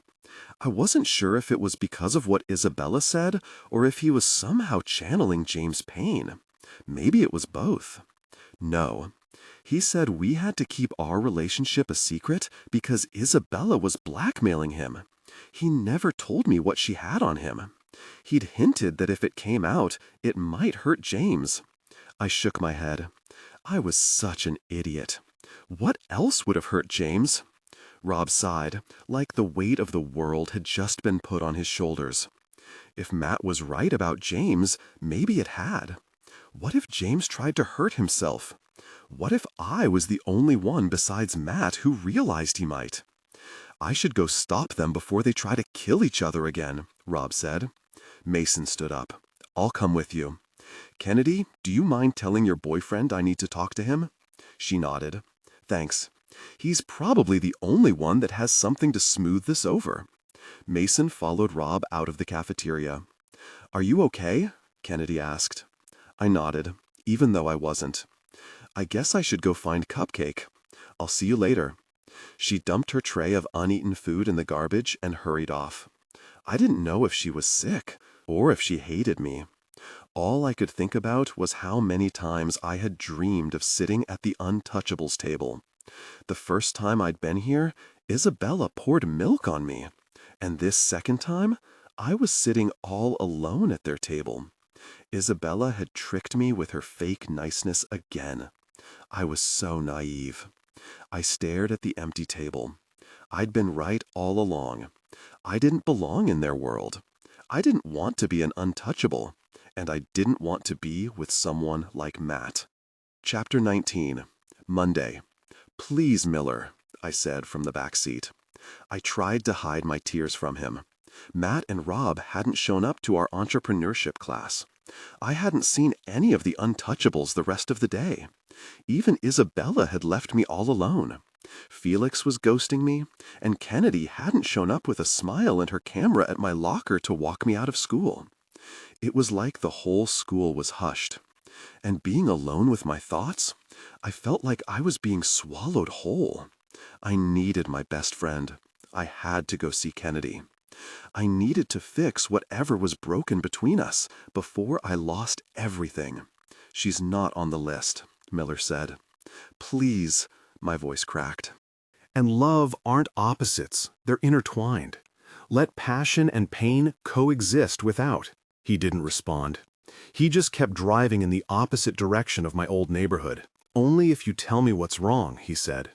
I lifted my face out of my hands. It doesn't matter. Blabbing on Isabella the first time just made everything worse. I wouldn't be making the same mistake twice like I had at lunch. As far as I was concerned, around Mr. Pruitt and his staff, Isabella's name would never fall from my lips again. It matters. Tell me and I'll turn the car around. For the first time since James had lunged across the table at Matt, I felt a teensy bit of hope. Miller was going to let me see Kennedy. There was a fight at school. Are you okay? Did you get hurt? No, nothing like that. How could I say this without incriminating my devil sister? Everything just blew up between some of my friends. Matthew lied. I know he technically just hadn't told me the truth, but the truth was momentous enough that his omission felt even worse than a lie. Miller kept driving in the wrong direction, so I figured he needed more than that. James is upset with him. They're all upset with each other. And I just need to talk to Kennedy. He still didn't turn around. I think she's upset about what happened at Felix this weekend. I haven't had a chance to clear the air with her. No response. And Felix is mad at me too. I'm pretty sure you already knew that. Can you please, please just take me to Kennedy's? She's the only person still speaking to me, and I'm worried that she's going to pull the plug on our friendship too, and I don't know what I'd do without her. Miller put on his blinker, and I breathed a sigh of relief. I didn't say anything else in fear that he'd change his mind. When we pulled up to the curb of my old apartment building, I practically flew out of the car. I pressed the call button. Mrs. Alcarez, it's me. The door buzzed before I even had a chance to explain why I was there. I didn't even realize that Miller was following me until I heard his heavy footsteps behind me on the rickety old stairs. Mrs. Alcarez was standing in her doorway, an apron around her waist and the smell of delicious food hanging in the air around her. Mi amor. She pulled me into her embrace, and I felt calmer than I had in days. The familiar smell of spices in the air and the soft fabric of her worn clothes almost made me want to start crying again, but this time from joy. It was so good to be home. She squeezed me so tight, like she was happy I was home too. I didn't ever want to let go. I'm so glad you're here. "She won't talk to me," Mrs. Alcaraz said. "I'm worried sick." I pulled myself out of her arms. I guess I wasn't the only one worried about Kennedy. But Kennedy and her mom talked about everything. I was surprised Mrs. Alcaraz wasn't shaking her head at me for being a terrible friend. "No," she said before I could respond. "You are not allowed in my home. Be gone." I turned around to see Miller standing there awkwardly. "It's okay, Mrs. Alcaraz. He's one of the good ones." She'd reserved all her head shaking for Miller. "Nunca. Not in mi casa." She untied her apron like she was going to whack him with it. "Please, Mrs. Alcaraz." I grabbed her hand to prevent her from whatever she was about to do. "I'm not allowed to come in unless he comes too." She sighed and lowered her slapping hand. "Mi amor, do not trust a rat." It was probably one of the rudest things I had ever heard her say. But I didn't have the energy to diffuse the tension. I needed to see Kennedy. "Please, just don't touch anything," I said to Miller as I stepped past Mrs. Alcaraz. The last thing I needed was for him to turn over every lamp and couch cushion in their small apartment. There wasn't anything dangerous here, especially since it seemed like the only person who wanted me dead was Isabella, and she'd never be caught dead in a place like this. I knocked on Kennedy's bedroom door, but there was no response. Less than a week ago, this had been my room too. As far as I was concerned, she couldn't kick me out of our room. I opened the door. Kennedy was curled up in a ball on her bed, staring at the wall, staring at nothing at all. "Kennedy?" She didn't turn her head, but I heard the distinct sound of her sniffling. "Kennedy?" She still didn't acknowledge me, and that was fine, because I knew what she needed, and right now, that wasn't words. I kicked off my shoes and climbed in bed beside her. I wrapped my arms around her, and her body shuddered as her tears started anew. I just held her tighter. And the longer she let me hold her like this, the more sure I was that I wasn't the one she was mad at. "Tell me what's wrong," I whispered. "I can't." "You can tell me anything. You know that." She wiped at her eyes and turned to face me. "I lied at lunch. I'm not dating Cupcake anymore." "What happened?" She sniffed. "He dumped me." So maybe I wasn't the only one that understood her confession of falling for drug dealers, plural. "Well, he's an idiot," I said. "Screw him." She didn't say anything. "I told him I loved him the day before we all hung out, and he said it back. How could he just change his mind?" She pulled her knees up to her chest. "Like I said, he's an idiot." "Hey," I said and grabbed her knee. "Don't waste any more time thinking about him." "How can I not? I gave him everything. He tricked me." My stomach dropped. "What do you mean by that?" "That wasn't the first time he drugged me without me knowing, Brooklyn. I didn't even have any idea he was selling. God, I'm such an idiot. Apparently, I was high when I told him I loved him the other night, and when I let him have sex with me." Her voice was so quiet I barely even heard her. "What?" "I barely even remember my first time, Brooklyn. He used me, and I let him." She started crying again. I pulled her into my chest. A million thoughts were running through my head. Wasn't that rape? She needed to tell someone. She needed to get tested. I looked down at the top of her head. Right now, she needed to cry, and she needed someone to hold her. I cried too. For everything she lost, for how much she was hurting. I cried because she'd been alone in this secret for days. I was so acutely aware of my own pain. How had I not seen hers? "I really liked him, Brooklyn," she sobbed, "and I thought he liked me back. Why does no one ever like me back?" Her body shuddered as she cried. I held her until she ran out of tears. "You need to tell your mom about this, Kennedy." "How? She'll be so ashamed of me." "No, she'll hurt for you. She'll be mad for you, but she won't be ashamed. He took advantage of you, Kennedy. He can't just do that and get away with it." "Of course he can." She finally looked up at me. "You really think our lawyer, the one who couldn't even get you away from the Pruitts, is going to get some kind of justice against the Dixons? Everyone at Empire High can get away with anything they want, except for us." She sat up and wiped the remaining tears from her eyes. "I just feel so dumb." "You're not dumb, Kennedy." I sat up too. "Everyone else knew he was selling except me. I didn't." "Hey," I grabbed her hand. You're one of the smartest kids at Empire High. Everyone else goes there because their parents pay the exorbitant tuition.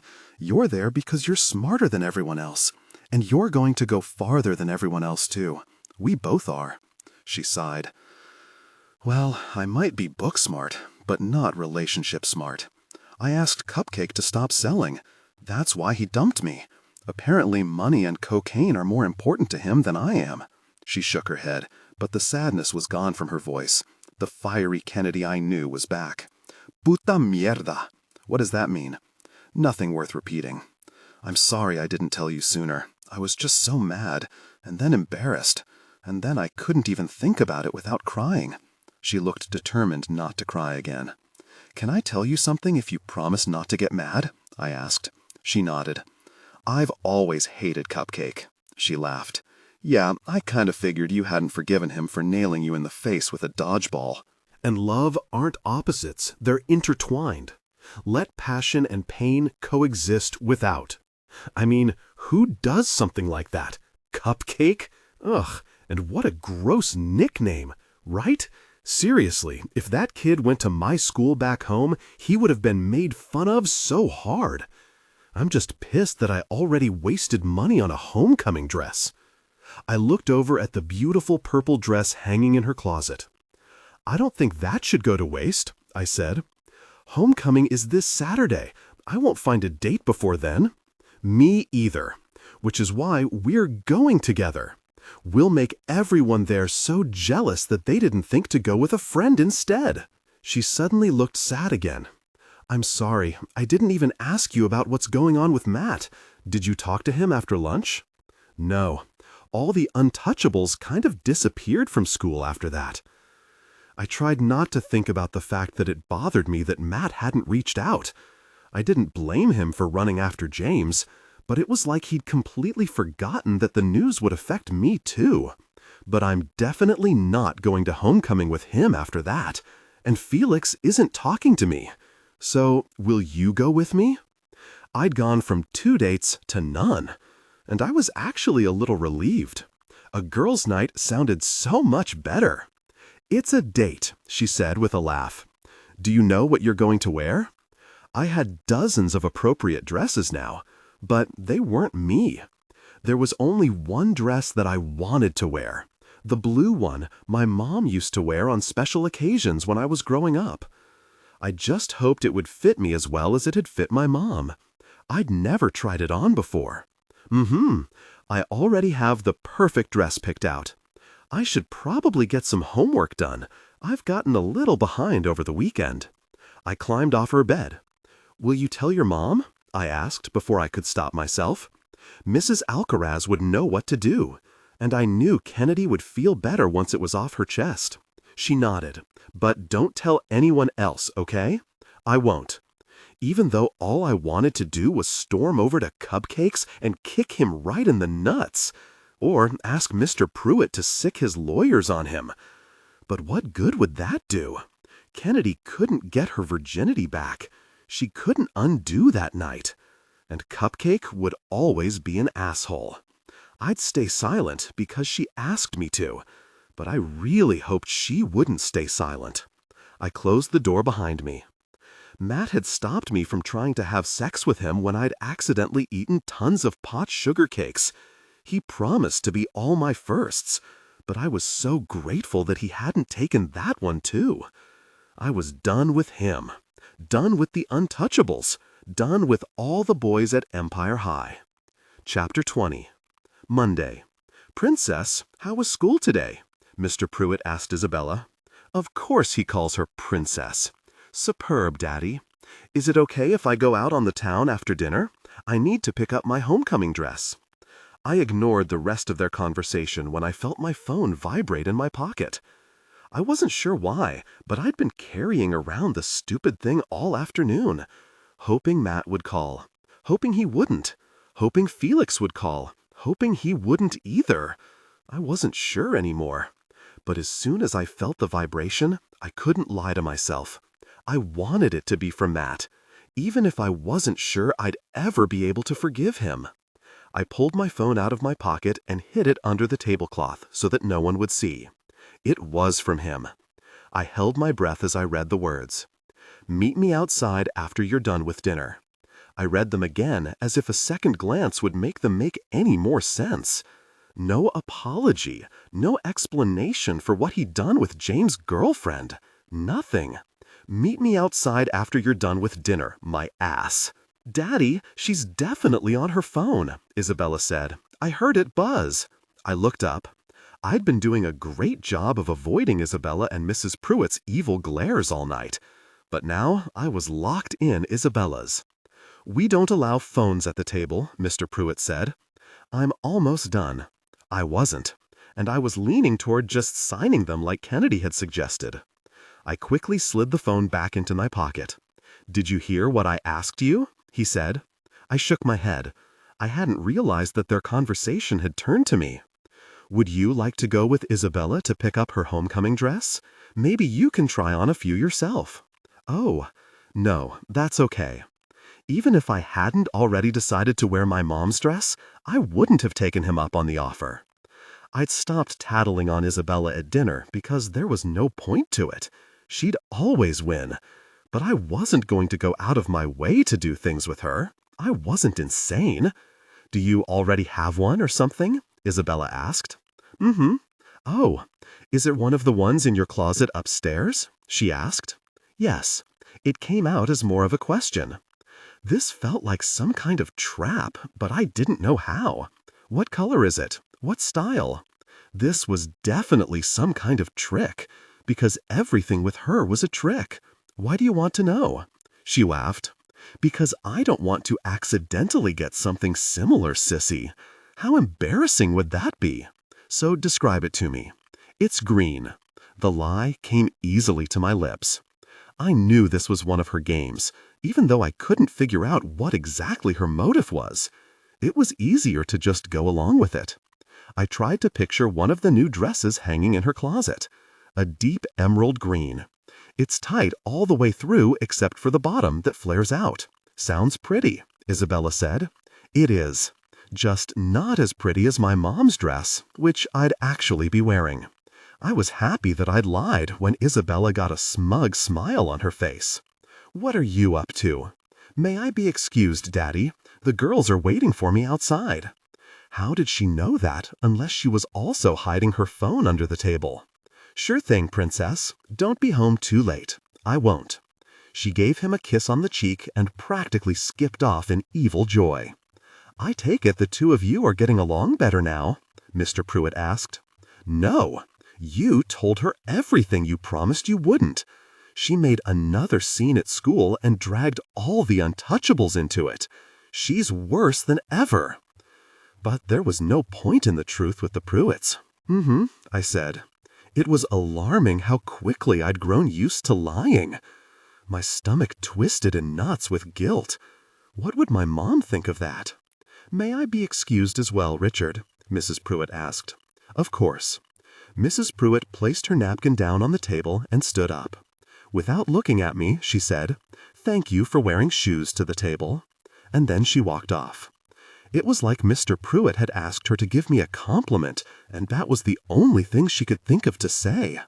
I'd never come to the table without shoes again if I knew she was going to be here.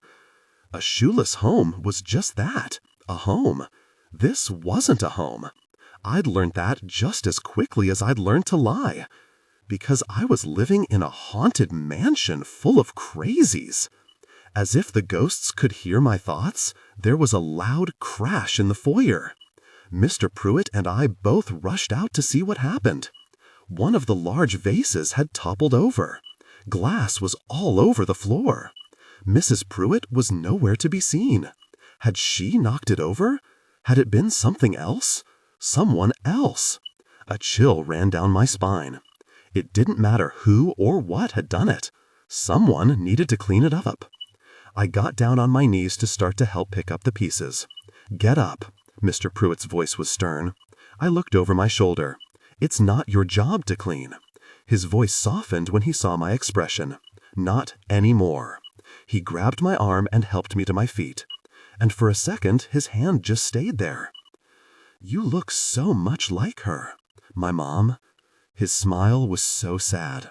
I loved her, but she never would have fit into this world. I know you don't want to be here. I know all this isn't you. But please try. Please be patient with my wife and Isabella. I don't want to lose you too. You're all I have left of her." He dropped his hand and walked into his study, slamming the door behind him. I was left all alone, surrounded by the glass. And love aren't opposites, they're intertwined. Let passion and pain coexist. What the hell was that? I took a step forward and my shoes crunched on the shards. He loved my mom? Had he loved her all this time? I wanted to knock on his door. I wanted more information. But if he wanted to share, he would have stayed out here. I retreated up the stairs, trying not to think about the mess I was leaving behind. I couldn't handle today. I didn't understand Mr. Pruitt, or his horrid daughter or wife. All I knew was that I could feel the hole in my heart. Just him mentioning my mom made me want to cry. I'd been filling up my thoughts with Felix and Matt and even Miller, like I'd been trying to latch on to someone to fill the void. I walked as quickly as I could to my room, but my feet froze when I reached the room I wasn't supposed to ever go in. There was a new lock on the door, a keypad like the one on the front door. It definitely hadn't been there before when I'd tried to open it, right? The same chill I felt in the foyer ran down my spine. I spun around. Someone was watching me again. I knew it. I could feel it in my bones. I spun around again, but no one was there. I ran the rest of the way to my room, closed the door, and locked it behind me. Not that it would help. I'd locked the door before, and Justin had just magically appeared inside my room the next morning with tons of clothes I didn't want. Before I could reach my bed, my phone buzzed again, this time repeatedly. I pulled it out and saw that Matt was calling instead of texting this time. I answered it before I could chicken out. "I can't do this with you, Matt." "Do what?" "I need to talk to you. Come outside." "I can't." And it wasn't just because I didn't have the code to get out. "I told you not to break my heart. I've told you 1,000,000 times. I'm not okay. I haven't been okay in a really long time, and you're making it worse. Everything you do just makes it worse. Just give me a chance to explain. No one person should ever need to give this many explanations. Brooklyn, I can't. I didn't sleep with Rachel. I would never do something like that to James. You have to believe me." "Believe you?" "I did believe you. That's the whole problem. I believed that you cared about your friends. I believed that I was special. I believed a lot of things. And I don't anymore. I don't believe in you. I do care about my friends. And you are special. You're so fucking special." I closed my eyes. I could hear the emotion in his voice. He needed me. He'd held me when I needed him. But the circumstances couldn't be more different. I thought about what Mr. Pruitt had just said to me, that my mom didn't belong in this world, that he wanted me to. But I didn't. I never would. It wasn't going to work out anyway, Matt. "What are you talking about? We're forever, Brooklyn." Forever was too long for someone with his privilege to understand. But me? I understood that forever could be cut short far too soon. That forever felt endless when you were alone. I needed someone from my own world. I'll never fit in with the Pruitts and Hunters and Caldwells of the world. I'm a Sanders. I'll always be a Sanders. I hung up the phone. It immediately started buzzing again. God, why did anyone think cell phones were a good idea? I turned it off so that the grating buzzing noise would finally stop. And then I shoved it in a drawer for good measure. I'd broken up with Matt once. You'd think it would hurt less the second time. But if anything, it hurt more. Because I didn't love him any less. I hated him. I hated him so much. But God, I still loved him too. And it was infuriating. Why couldn't I just stop? I went over to my closet, pushed past the green dress I'd described to Isabella, and grabbed my mother's dress. I'm a Sanders.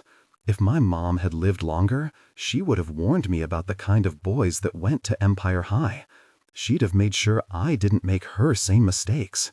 Matthew Caldwell was a mistake in all capital letters. I needed to be with someone like me, someone who wanted to pick up glass when it shattered, someone that knew what it was like to not be elite. I held my mother's dress in my hands as I retraced my steps past the locked room and down the stairs.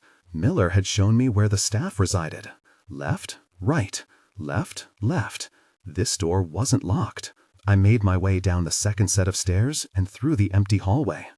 There were nameplates outside each door I passed, but I didn't recognize any of the names. The only two people I knew besides Miller were Tiffany and the chef Barbara, but I didn't know their last names. And the nameplates were all last names. I passed door after door, so many people I hadn't even met yet. And then, finally, at the end of the hall, much like my room, was a nameplate that read Miller. I knocked before I could chicken out. I didn't know what I was doing down here. This was probably a mistake, but my feet stood firmly rooted in place. I needed a friendly face right now. I needed him. Miller answered the door. He was wearing a pair of gray sweatpants and no shirt.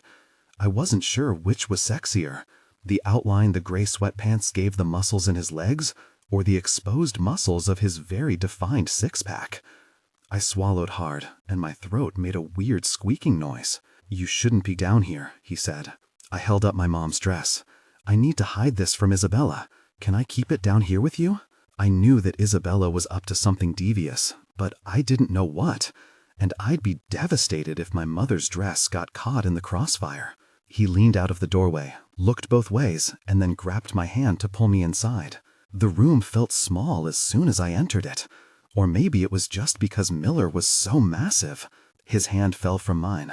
He grabbed my dress and hung it in his closet, amongst a sea of crisply pressed suits. He cleared his throat. "Was there anything else? I just want to be with someone like me. Even if only for a minute." I shook my head, but I didn't move to leave. "You're going to get me fired." He didn't sound mad. "You'd be fired if someone found me down here?" "I'd be fired for a lot of things when it came to you.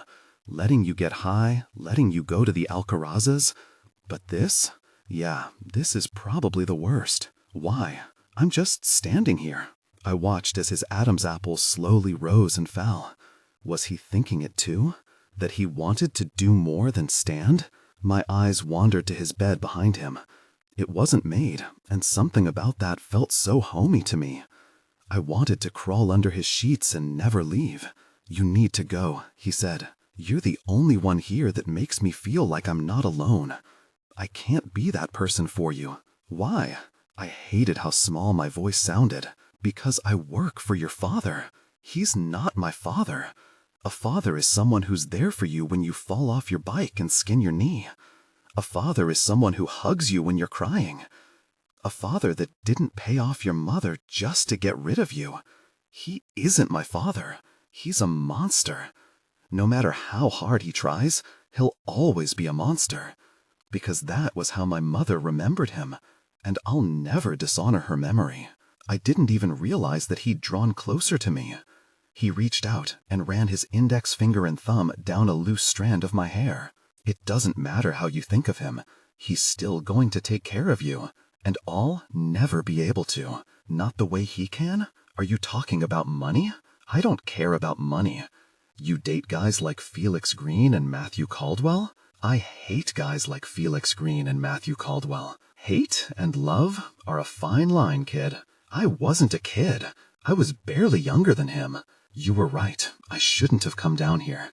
I stepped around him, but he moved to block my path. "What did you want when you came down here?" "For you to hide my dress." "That's it?" I shook my head. "I wanted you to make me feel less alone, like when we ate ice cream together. I'm not a cure for loneliness." I took a step toward him. "I know. But you also said a guy who doesn't stick up for me isn't someone who's worth my time." And love aren't opposites, they're intertwined. Let passion and pain coexist without. And I have a feeling you'd always stick up for me. His eyes dropped to my lips. "It'll never belong in your world," he said. "My world? What world? The Pruitts? I didn't belong there. I stared at him, but he was saying that I didn't belong in his either. But his world was the same as my old one. How could I not belong in my new world or my old one? Where the hell was I supposed to be?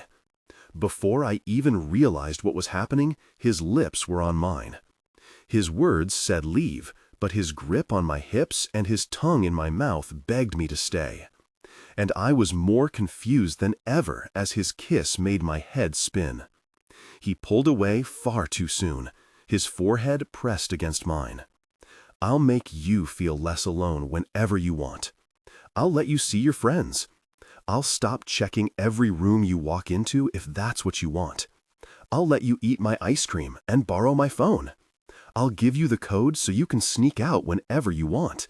But don't ask me to let you spend the night when I know you're in love with someone else. I wanted to tell him that I wasn't in love with someone else, that I wanted to stay, but I couldn't do that. You could get fired for all those things, I said. They're worth it if they make you smile. He pulled back from me. So you're offering me kisses, but my voice trailed off as I looked at his bed. He shook his head and laughed. You're definitely too young for me. He walked over to his door and opened it. But you want to kiss me again? I really was being juvenile right now. He smiled. I'm finding it hard to say no to you, Brooklyn, which is why I'm leaving right now. Because I'm finding it increasingly hard to control myself. I've clearly lost all reason. He walked away before I could respond. I wasn't sure where he was going, because I was in his room. Chapter 21, Saturday. I snuck down to Miller's room every night after that. Eventually, he stopped turning me away. One of the only house rules I knew was that boys weren't allowed in my room.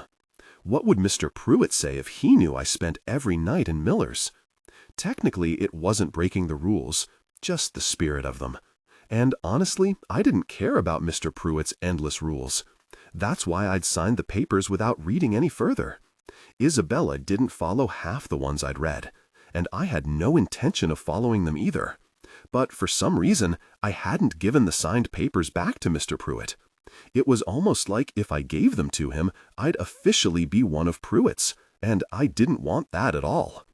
Miller and I both knew he could get in trouble, but I wasn't sure either of us cared. Sometimes we'd kiss. Mostly we just talked. He was always a complete gentleman. I was pretty sure he viewed my late-night knocking as temporary, even though I viewed it as necessary. I think we were both just lonely in a house that neither of us belonged in.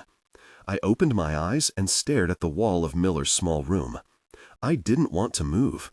There was nothing more comforting than being wrapped up in someone else's arms.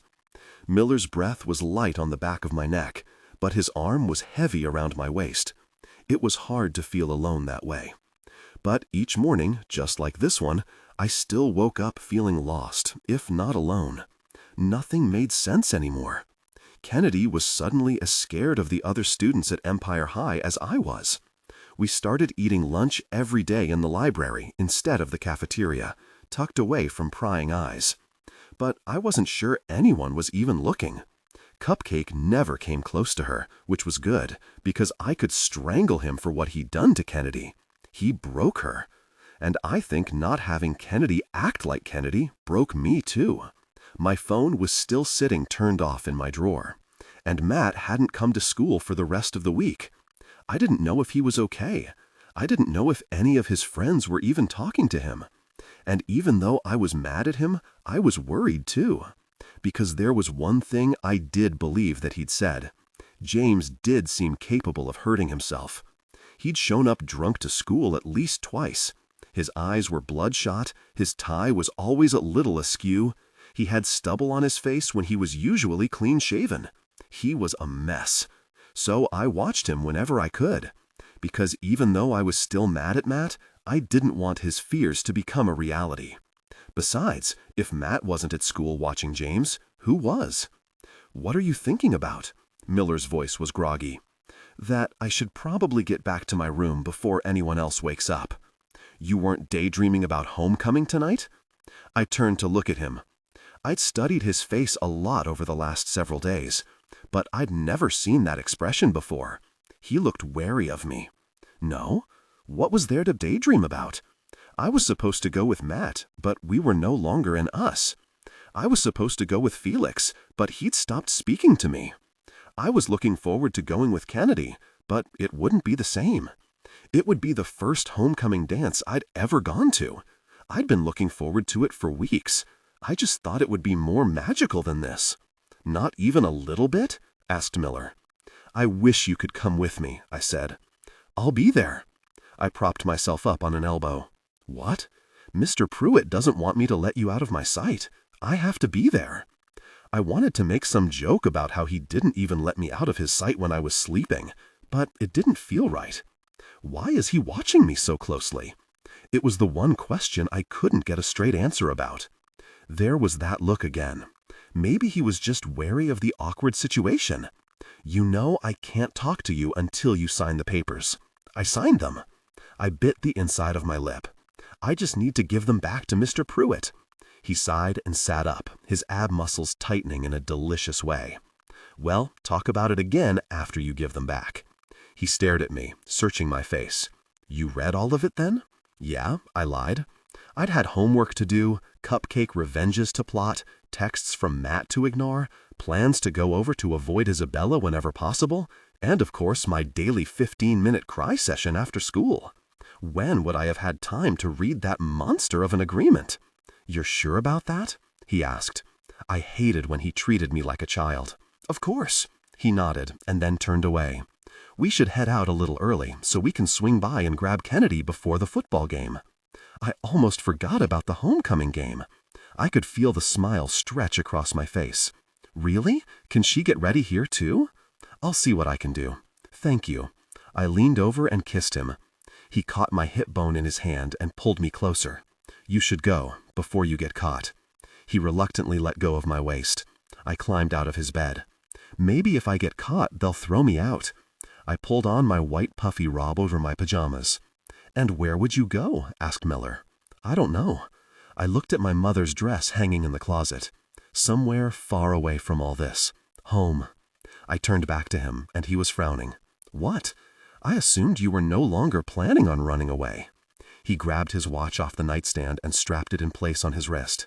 They'll be up soon. He was right. I didn't have time for this conversation right now. But I didn't want to leave it like this either. You're right. I'm not leaving. This place is finally starting to feel like home. And by this place, I meant specifically Miller's room. He smiled. I'll see you in a bit.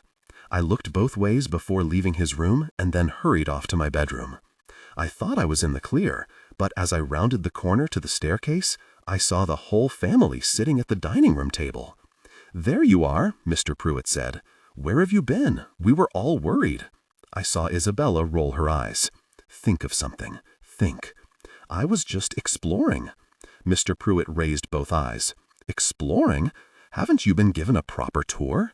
I'll have to talk to Miller about that. No, it's not his fault. And love aren't opposites, they're intertwined.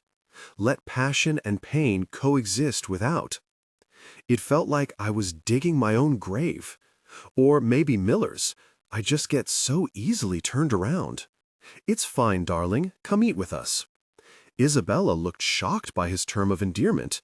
She used to call me that when we first met, but not in a nice way. The way Mr. Pruitt said it reminded me of how my mom used to say it to me. There wasn't a hint of evil behind it. He sounded almost loving, and I had a weird feeling that maybe he used to call my mom that too, and that maybe she called me that because it reminded her of him. "Are you deaf?" Isabella said. "Don't just stand there when Daddy tells you to join us." Mr. Pruitt shot her a harsh stare. I hurried over to my seat, trying to ignore the fact that I was in a robe and slippers, and they were all fully dressed. I was sure Mrs. Pruitt was displeased, but I made sure not to look at her. "This looks great," I said, as I stared at the normal breakfast buffet. It was too much food. What did they always do with the leftovers? "So, are we allowed to eat breakfast in our pajamas now, Daddy?" Isabella asked. "No," her mother said. "We're not troglodytes." At least as I sunk lower in my seat, I was comfortable because my robe was so lush. "Have you even given her the rules to sign yet?" Mrs. Pruitt asked. "Or will homeless casual be the new dress code for all of our meals? We have to raise both of them with the same rules, Richard." "She'll sign them once she's read over them," he said, seemingly oblivious to her hateful tone. "It's okay. I actually did sign them," I said. "I'll go get them now." I doubted anyone protested, but I wouldn't have known because I practically ran out of the room. Once I got upstairs, I quickly changed into clothes that would be suitable for the homecoming game. I opened up one of my boxes that I hadn't unpacked yet so I could find my Keds. But the first thing I saw on top was Matt's varsity jacket. I tried to swallow down the lump in my throat, but it wouldn't go away. I'd never even gotten a chance to wear it. In a different world, I'd be wearing it today. I'd be cheering him on from the crowd. But I wasn't even sure if he'd show up to play. And I wasn't exactly in a cheering mood. For him, or anyone else at Empire High. Honestly, I was surprised that Kennedy still wanted to go. I tried to shove the thoughts aside, along with the jacket, as I pulled out my Keds. Mrs. Pruitt would hate them as much as Isabella did, and for some reason I found that wonderfully pleasing. I laced them up, grabbed the signed stack of papers, and headed back downstairs. "Here you go," I said, and handed Mr. Pruitt the papers, trying my best to ignore the evil ladies of the house staring at my shoes. "Splendid. I'll update the will immediately."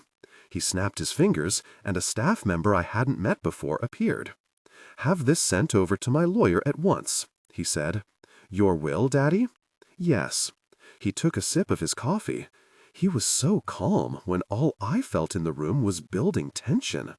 "You have to be joking," Mrs. Pruitt said. "I'm not. I have 2 daughters now, and I'm splitting my will accordingly." "Without discussing it with me first?" "If either of you say another word, I'll alter the will a 3rd time, and I promise you that you won't be pleased." Mrs. Pruitt's jaw actually dropped. I would have reached across the table and pushed it back into place, but that was probably against the rules. Besides, I was a little shocked myself. "It's okay," I said. "You don't have to update it at all. I don't want anything." "Which is exactly why I'm updating it. You haven't used your Amex card once since I've given it to you. Do you have any idea how much these 2 spend in a week?" "Richard, I've already made up my mind," he snapped. Instead of throwing his coffee mug against the wall like I expected him to do, he just drank another sip calmly. "I'm going to call the lawyer in my study. Please do not disturb me." He stood up and grabbed the newspaper. But before he walked off, he peeled away the page with the crossword puzzle and handed it to me. He must have seen me staring at it last weekend. He noticed. He cared. He was changing his freaking will. What if I was entirely wrong about him? Some beasts had a bell. Maybe my mom was his. And maybe he didn't resent my existence. Maybe I really was all that he had left of the woman he truly loved. Maybe he was telling the truth when he said he didn't know I existed. It was a whole lot of maybes. But even if a single one of them was true, he wasn't such a monster after all. Isabella's chair squeaked across the wooden floor as she stood up. "You'll never replace me, Brooklyn. Hell, your name says it all. Go back to the burrow you belong in. Because Daddy only has 1 daughter, me, and I'm not sharing him with you. And I'm certainly not sharing my inheritance with trash." She turned on her heel and walked out of the room. I knew her sweet act was in fact an act, but the way she could flip the switch so easily was terrifying. I never found the part in the rules about not murdering people, but I hoped there weren't any loopholes to that rule, because if there were, I was seriously worried for my well-being. "Your mother was a slut," said Mrs. Pruitt. She was so quietly sinister that I had practically forgotten she was still at the table. "Excuse me?" "As I'm sure you are too. You'll slip up soon, and when you do, I'll see it. And I'll be the one to tell Richard. I'll strip you of everything you thought you could gain. Because mark my words, you are temporary in this house. My husband had one weak moment in his life, and it resulted in you. And I'm going to protect his legacy, even if he has decided not to. Even if I have to make you disappear myself. She didn't storm off like her daughter. Instead, she left with a sigh, like my presence was exhausting her. Her words echoed in my head. There was a lot that should have made my knees shake, but there were 2 sentences that had me literally trembling. Even if I have to make you disappear myself. Maybe the murder rule was for Mrs. Pruitt, too. I knew it was a threat, but it was the other thing that stuck out even more. When you do, I'll see it.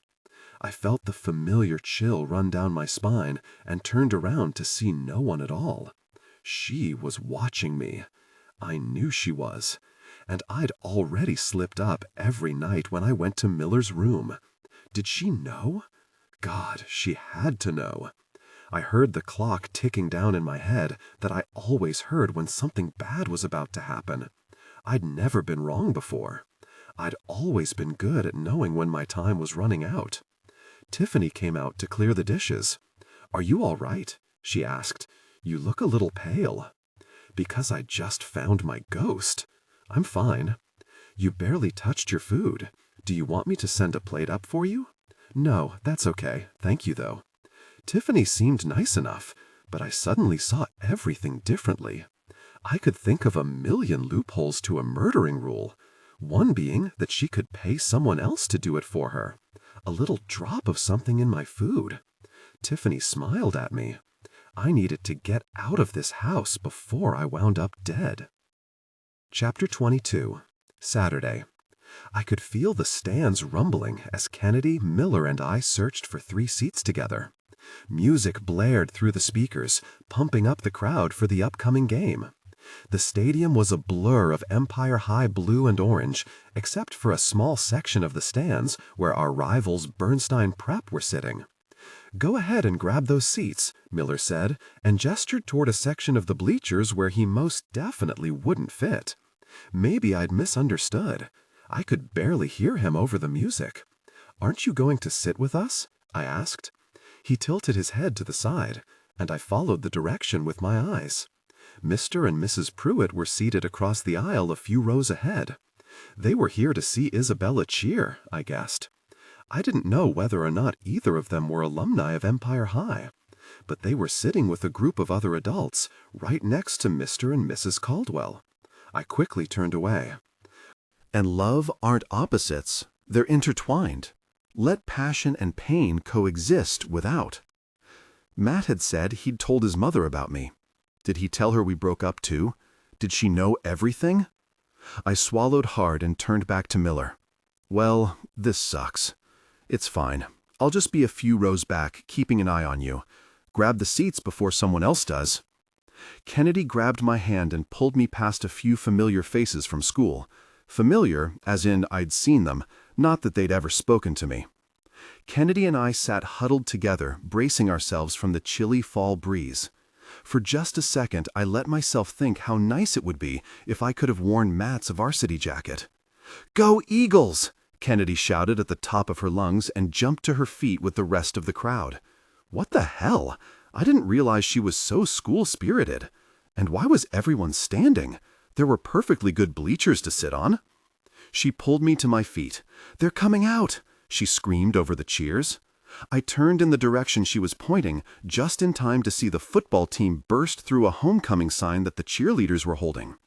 I wanted to think it was corny, the kind of scene you'd see in slow motion in a movie, but I'd be lying if I said I wasn't cheering along too. It was easy to get swept up in the excitement. The stands shook even more as people stomped their feet and cheered. I tried my best not to stare at Matt as he jogged onto the field in his football gear. God, how did he look even better in that than he did in a suit? Stop it. I'd been avoiding looking over at the cheerleaders, but my eyes wandered in their direction. Isabella was bopping around, waving her pom-poms in the air. I wasn't sure if it was just the angle I was sitting at, but I swore her skirt was significantly shorter than the other cheerleaders. "Let's go, Eagles!" Kennedy yelled again as part of some cheer I didn't know that the cheerleaders were chanting. How did she know it? She worked weekends, just like I did. She must have gone to a few games last year. But I didn't even question her because she was jumping up and down with a smile on her face. I hadn't seen her smile in a week. It was like I finally had my friend back. It had been so hard seeing her walk around like a shadow of her former self. "You're in a good mood again," I shouted to her over the crowd. "That's because I got revenge," she said. "Revenge? What do you mean?" I was yelling at the top of my lungs so she could hear me. "I started a rumor that Cupcake has a little dick." I didn't know when it happened, but the crowd had definitely hushed right before she said, "Cupcake has a little dick." A gasp fell out of my mouth. I couldn't even help it. A few students turned their heads to look at us. "Joe Dixon has a small dick," she yelled, just in case someone in the stadium hadn't heard. "It's the size of a peanut." "Kennedy!" I grabbed her arm to pull her back down to her seat as we had both exploded in a fit of giggles. A few other kids snickered. "Oh my God, that was amazing!" Her smile grew even wider. "If he's going to tell the whole school I was an easy lay, I can at least prevent him from doing it to someone else with that tidbit of information." I wanted to ask her if it was true, if Cupcake really did have a mini dick, but I didn't want her smile to disappear. If she'd wanted to tell me any more details, she would have. And it made me sick to my stomach to know that she might not remember any more details, because that asshole had drugged her. He deserved this. Hopefully no one at this school would ever fall for his games now.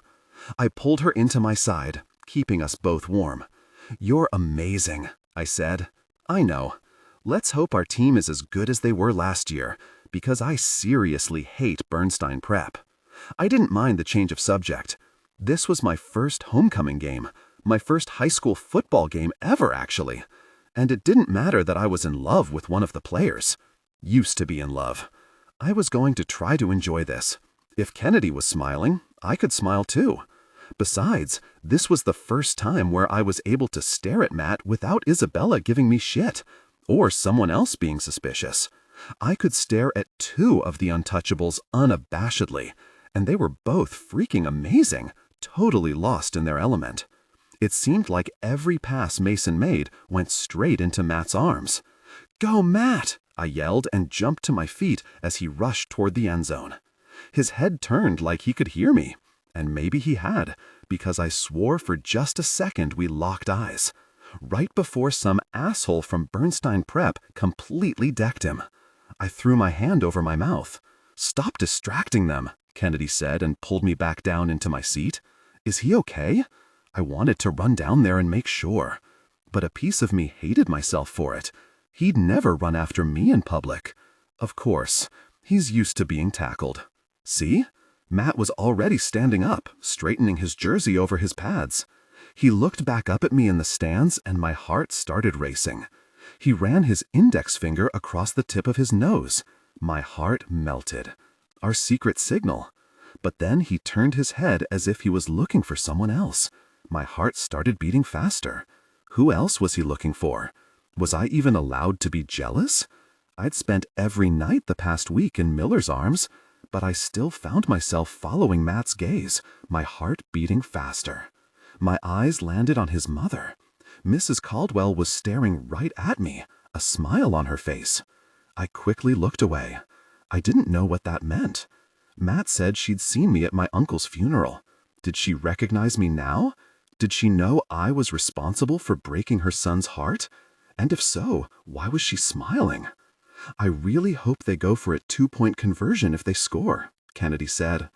"How do you know so much about football?" I asked. I needed her to distract me from Mrs. Caldwell's prying eyes. But when I looked at Matt's mom out of the corner of my eye, her attention was back on the field. "I used to watch it with my dad every Sunday." I pressed my lips together. Neither one of us talked much about what we'd lost. But whenever she did share something about her father, I felt that much closer to her. I'd gotten close to Matt, Miller, and Felix, but only Kennedy knew what it was like to lose a parent. Matt lost his aunt. Stop. I couldn't think about that. I didn't know if anything he said to me was true. Ever. He was a liar. He was just playing me. Like I played Felix? God, my head was going to explode. Kennedy jumped to her feet and started cheering like crazy when we scored. And I cheered right along with her, mostly because it just felt good to scream at the top of my lungs, and maybe a little bit because it was easy to get caught up in the excitement. By halftime, we were up 19-7. It should have been 21, but Kennedy was right. Prescott was shitty at kicking the PAT. He'd missed too. The stands started emptying out. "Where's everyone going?" I asked. "Probably to grab something from the concession stand, or to use the bathroom." I felt silly.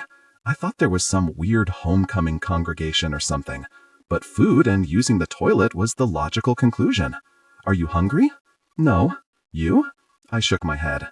"So what's going on with you and Miller?" Kennedy asked. I was glad it had quieted down enough for us to not have to yell. "Is it that obvious?" She smiled.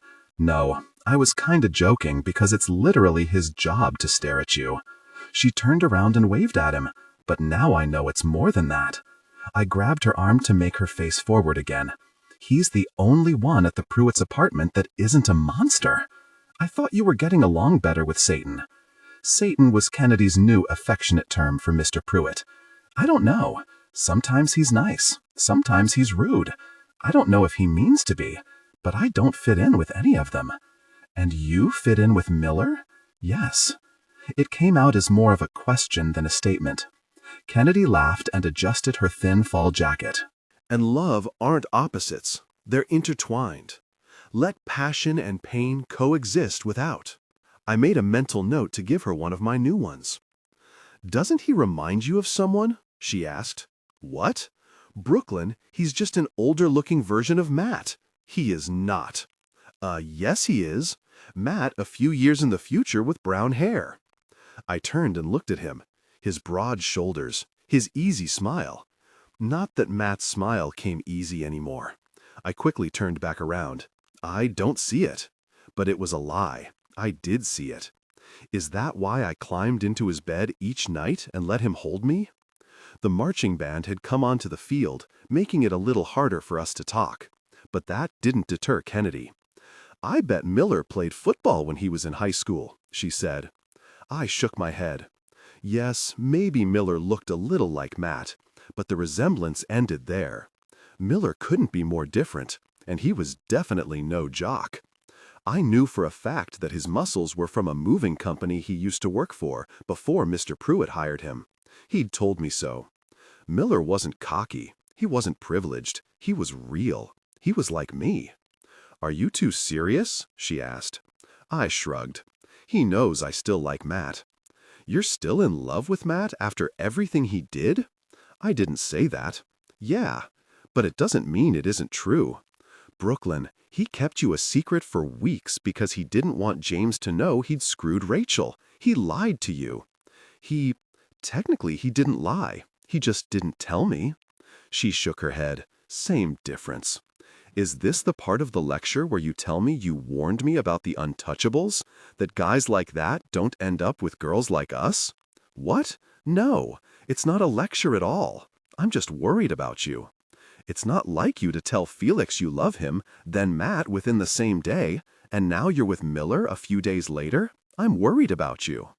I bit the inside of my lip. "What's going on with you?" she asked. I wanted to tell her she barely knew me better than any of those guys, but that wasn't true. She knew me, which was why it didn't feel like I could filter myself. "I think maybe I just missed the feeling of being loved by someone, unconditionally. And I know that there's conditions with all of them, but for a few seconds when Miller holds me, I feel like someone's on my side, like I'm not alone." She kicked my shin lightly. "Girl, you have me. I love you. My mom loves you. But I'm not allowed to live with you guys.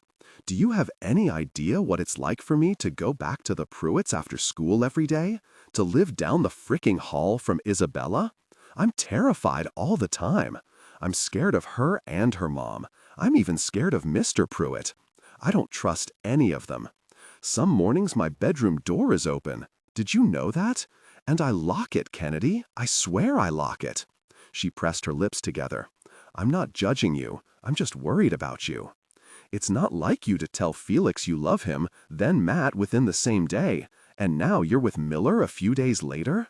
I'm worried about you." I bit the inside of my lip. "What's going on with you?" she asked.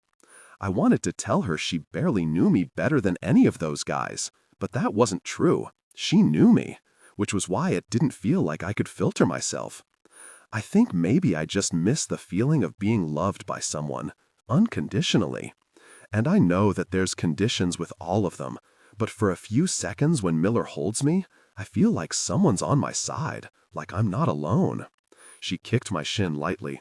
"Girl, you have me. I love you. My mom loves you. But I'm not allowed to live with you guys.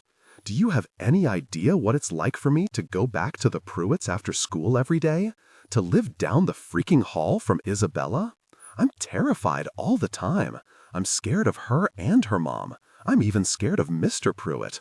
I don't trust any of them. Some mornings my bedroom door is open. Did you know that? And I lock it, Kennedy. I swear I lock it." She pressed her lips together. "I'm not judging you. I'm just worried about you.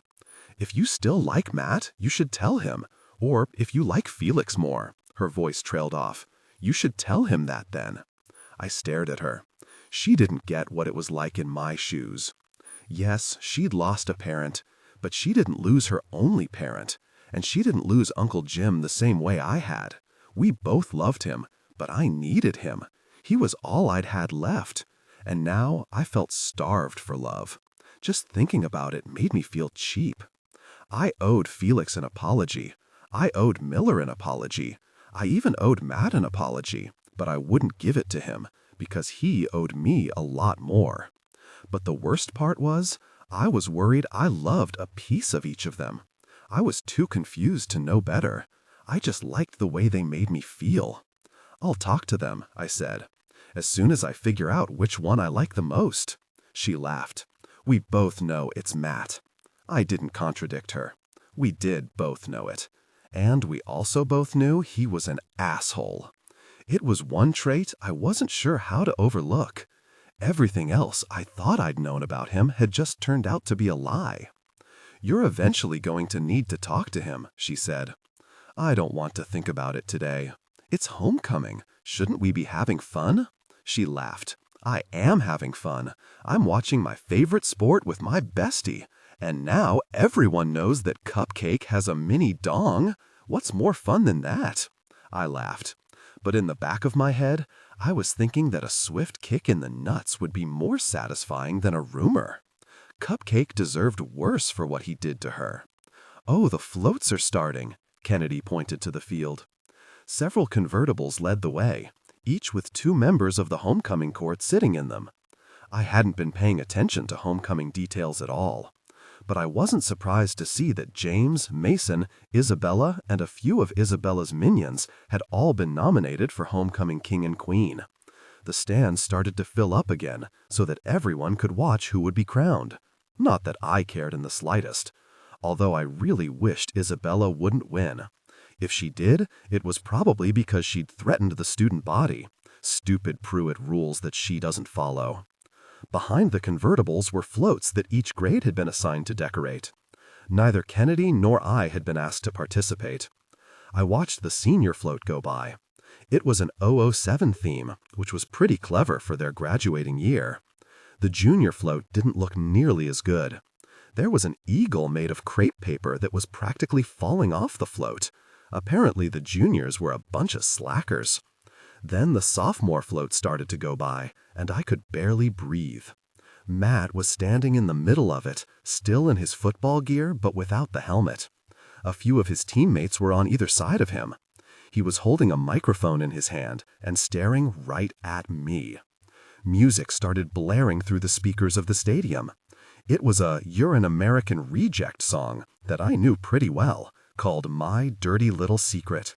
"What is happening?" Kennedy asked, right before Matt lifted the mic to his mouth. She gasped. "Oh my God, he's gonna sing to you." "No, he's not. This one's for all the beautiful ladies out there," Matt yelled into the microphone. "See," I said, but my voice was so weak I doubted Kennedy heard it. Had he really moved on that quickly? Hadn't I? I swallowed hard. I hadn't. That was the whole problem. "Just kidding," Matt said. "This one's for my girl, Brooklyn Sanders in the house." "Oh my God, he really is going to sing to me." Kennedy nudged me with her elbow. "This isn't happening," I said, as students had already started looking back and forth between me and the float. "Oh, it's happening," Kennedy said with a laugh as the music got louder. "I know what I've done wrong," Matt sung, if you could even call it singing, because it was way off key. "I've known it all along. I've tried to come clean a time or two." I stared at him in horror. He was changing the lyrics to be about us, I think. What the hell is he doing? Kennedy grabbed my hand. "It's a grand romantic gesture. He's winning you back." I could feel my face turning bright red. "What am I doing?" Kennedy said and pulled her hand out of mine. "I need pictures of this." She lifted up her camera and started snapping away. "Tell me you haven't thrown me away," Matt sung. "Because I'm done playing games with you, babe." His football friends leaned into the mic and added an out-of-tune, "Done playing games, babe." I wanted to run away from all the prying eyes, but my ass was firmly glued to the cold metal bench. Had he lost his freaking mind? "Everyone needs to know about us," Matt sung. "Brooklyn, you're not a dirty little secret." "No dirty little secret," his football friends sang. "I'll tell everyone because you are not a regret." Matt and his backup football dancers did a weird little spin maneuver. "Not a regret, hope you can believe that. You are not a dirty little secret. Everyone needs to know." He pointed up at me and did a weird hip thrust. "We all know," the football chorus sang and did matching hip thrusts. It felt like everyone left in the stadium was turning my direction, except for someone in a suit who looked beyond pissed, who was running up to the float. And love aren't opposites, they're intertwined. Let passion and pain coexist without, oh my God, it's the principal? Coach Carter, my gym teacher, and the football coach ran up to the float too. He was waving his hands in the air in clear agitation. Matt ignored both of them. Apart, we live fragile lives, but together is the best way to survive. "Best way to survive," the other boys sang. "Get off the float," Coach Carter yelled, "right now." "I've been around a time or two." Matt winked at me, not seeming to care at all about the fact that he was in serious trouble. I laughed because I didn't know what else to do. At least he wasn't lying anymore. He'd definitely been around a time or two. "Stop this right now," hissed the principal. "I've never wasted a second on you." Matt sang as Coach Carter lunged for one of his legs. "Shit," Matt said as he ran into one of his backup dancers. I was pretty sure he mumbled it, but it was into a microphone, so it was really freaking loud. I started laughing harder than I had in a really long time. This was freaking amazing. The principal climbed onto the float and demanded for Matt to hand over the mic. Instead of complying, Matt jumped off the float. Coach Carter and the principal started chasing him. "Tell me you haven't thrown me away," Matt sang as he ran across the field, picking up his pace. "You're not a game, and I'm sorry. You are the only one. I love you, Brooklyn." He chucked the mic on the field and sprinted toward the gym, Coach Carter hot on his trail. The principal had stopped at the 30-yard line, panting hard, his hands on his knees. The stadium erupted in cheers that were just as loud as when the Eagles had scored a touchdown. "If that's not an apology, I don't know what is," Kennedy said. It was a grand gesture, just like she'd said. Matt was not a good singer. or dancer, and he'd just done both in front of the biggest crowd I could imagine, despite the fact that the principal was pissed. What was more public than that? I wasn't his dirty little secret anymore. He wanted me back. I wasn't sure if he had up until this point, but it was pretty clear now. I felt Miller's eyes on the back of my neck, pricking my skin. The question was, did I want Matt back? The smile on my face screamed yes. My heart, that was still in pieces, that was a different story. That was seriously the most amazing thing ever, Kennedy said. She snapped a picture of me and pulled the camera away from her face. I haven't seen you this happy in forever. This is going to be the best homecoming ever. Do you think he has anything else planned for the dance? Can you even imagine how he'd top that? I nodded, but I wasn't really listening. I was doing my best not to look over to see if Mrs. Caldwell was staring at me, or the Pruitts for that matter. I watched as things calmed down on the field and the homecoming king and queen were crowned. James Hunter and Isabella Pruitt. Figures. I stared at the two of them. James looked so drunk I doubted he'd remember a minute of this. Did no one else notice? And then there was Isabella, who looked furious. We locked eyes for a second, and I felt myself sinking. She was definitely upset, and it was directed fully on me. Why was she mad at me? Her anger slowly shifted to a smile as pictures started to snap. She flipped her hair over her shoulder and jutted out her hip like she hadn't just given me a death stare. She even leaned over and kissed James on the cheek, much to his dismay. He looked like he was going to be sick.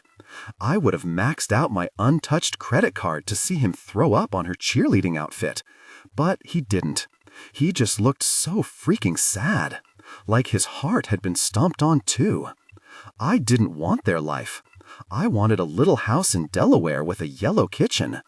I didn't want to be untouchable. I just wanted to be loved. And Matt had just sung about loving me. I pictured him and his friends thrusting again, and I laughed out loud. What the hell had he been thinking? Chapter 23, Saturday. We were stuck in traffic in the small parking lot at Empire High for what seemed like centuries. And sitting in the car with Miller after Matt's performance wasn't exactly fun. I breathed a sigh of relief when Miller was finally able to pull the car out of the parking lot. Kennedy was busy going through pictures on her camera. I turned to look out the window and could still see the team celebrating in the distance. They'd sat Matt for the third quarter, but let him play again in the fourth. Empire High had lost the lead while he was benched. I was pretty sure that was the only reason they let Matt back on the field. But we'd ended up winning by a landslide. The game was a great distraction. It was easy to get caught up in the cheers, which were surprisingly easy to learn. And Kennedy filled me in about some things I didn't know about the game, like being offsides. Starting too soon. Maybe that's what I'd done with Matt. I started something with him too soon after I lost my mom. I needed more time to heal. That's why my heart was so confused. Because it was still broken. Check this one out, Kennedy said, and showed me the display on her camera. It was an image of Matt thrusting. I couldn't help but laugh. It was ridiculous. The smile on Matt's face was contagious, and my cheeks hurt from all the pictures she kept showing me. But I could feel Miller's eyes on me in the rearview mirror, and the awkward tension in the air seemed to grow with each laugh. Miller had been so professional since walking us down the stands. Not one personal comment, even though the three of us had talked the whole car ride to the game. I knew Kennedy felt the awkwardness too, but she was trying to drown it out with funny pictures. It was homecoming. We were supposed to be laughing and having fun. The twisted feeling in my stomach seemed like all I ever felt anymore, and I was so tired of it. "I'm really sorry, Miller," I said. "That was so awkward. Can we just pretend that didn't happen?" He let his eyes travel to the rearview mirror for a second before looking back at the road. "You don't have anything to be sorry for. Consider it forgotten if that's what you want." "Are you planning on serenading Brooklyn now?" Kennedy asked, "to level the playing field?" "Brooklyn knows how I feel," he said, and hit the turn signal. I absolutely did not know how he felt. Most nights when he held me, he'd just let me talk about my awful day. He was really good at listening, not so much at sharing. He was literally my shoulder to cry on, and I hadn't been very good at returning the favor. If I really thought about it, I barely knew him at all. How would that happen? I was pretty sure he knew everything about me.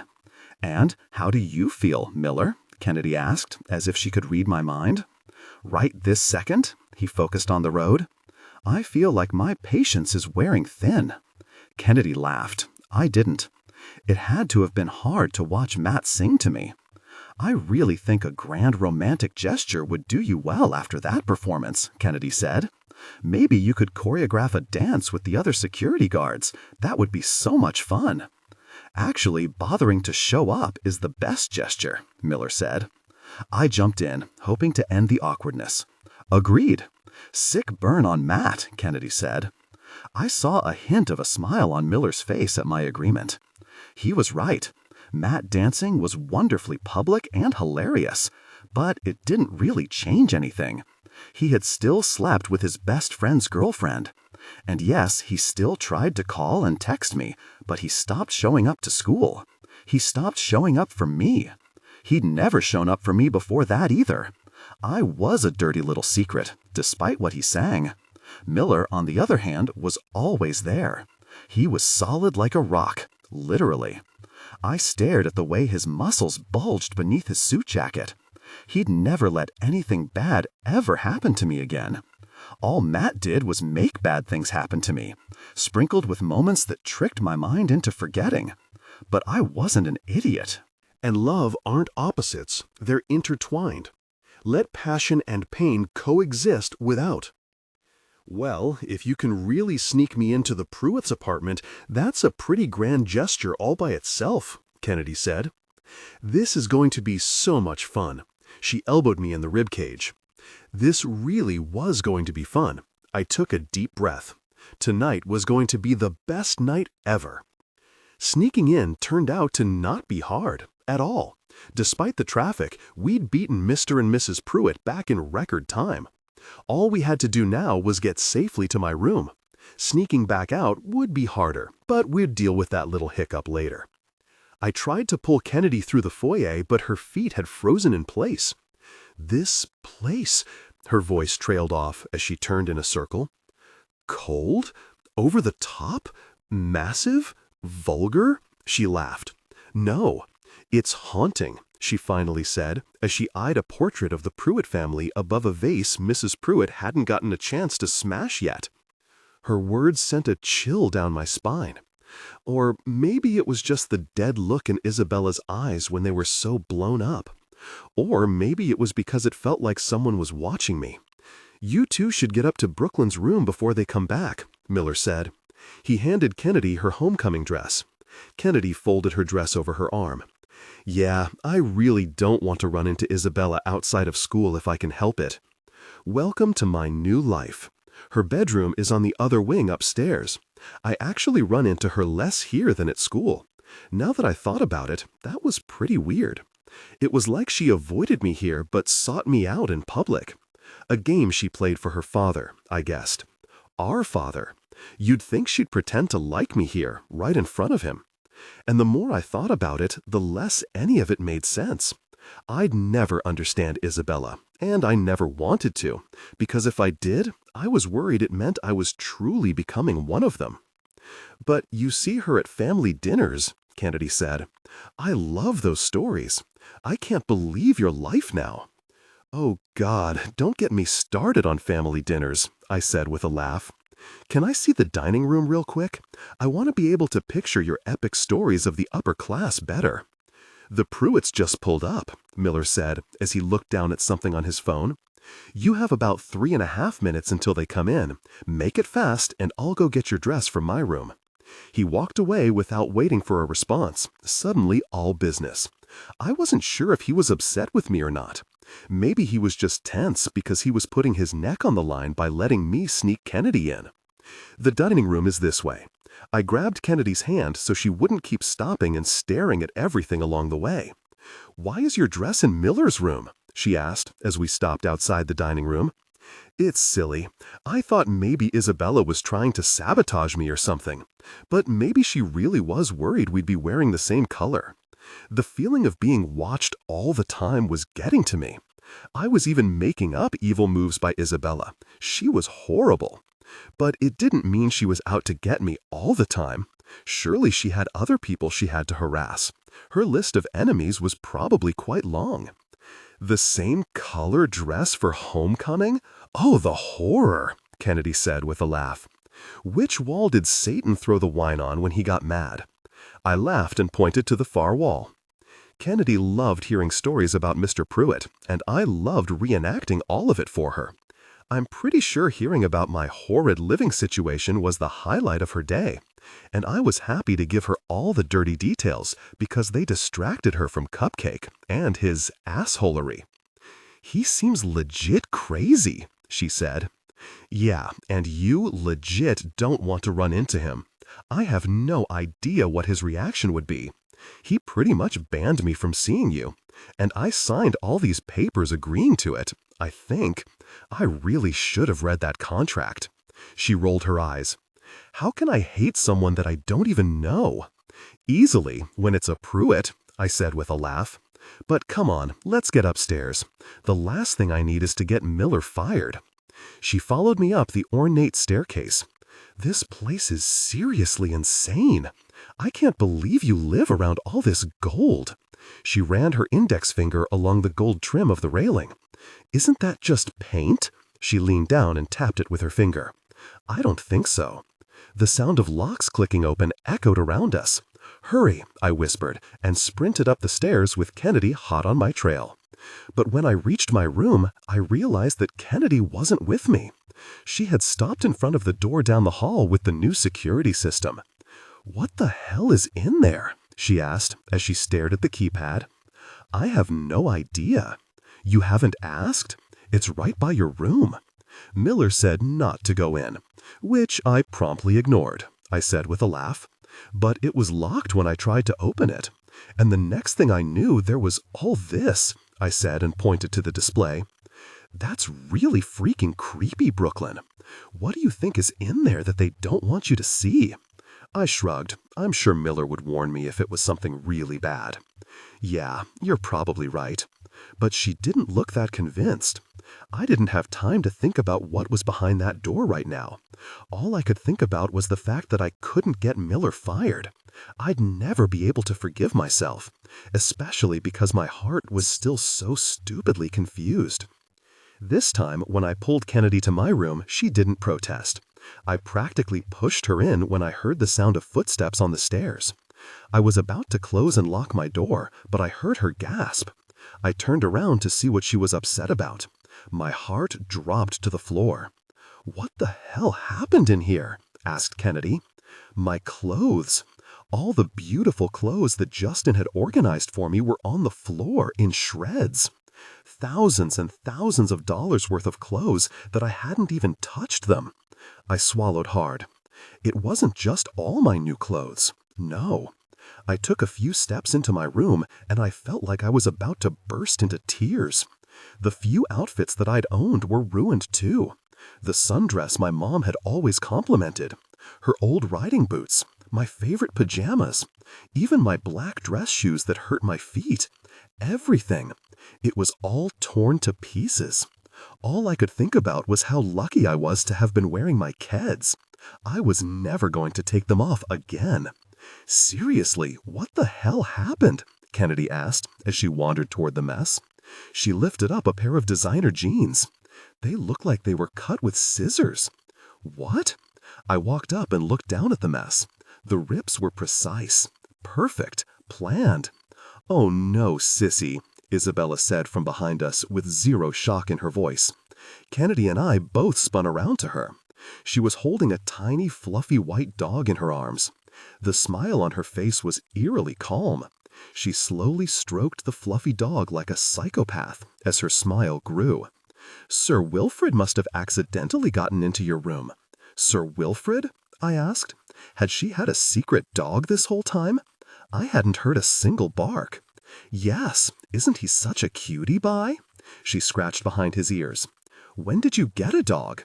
"I got him this morning, as a reward for my good behavior.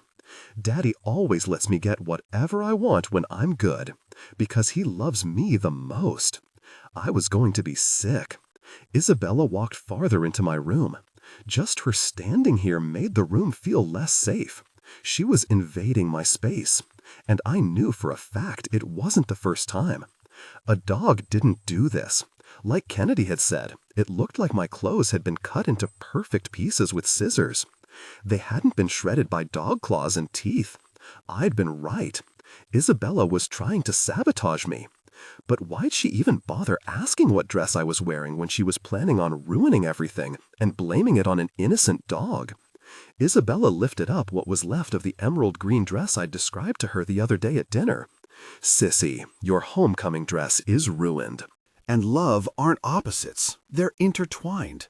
Let passion and pain coexist without. And all your other dresses too. She dropped the dress on top of my other shredded clothes. "I guess you can't go to homecoming after all." She shook her head like she was actually upset. The smile on her face was proof that she wasn't. What a shame. Oh well. She turned to walk away. "You're such a bitch," Kennedy said. "These clothes were cut with scissors. Obviously."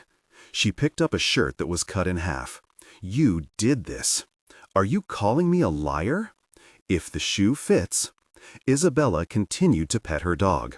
"At least I have shoes. It looks like Sir Wilfrid got to all of Brooklyn's." She stifled a laugh. "Such a shame. Wait, what are you even doing here, Kennedy?" A vicious smile spread across her face.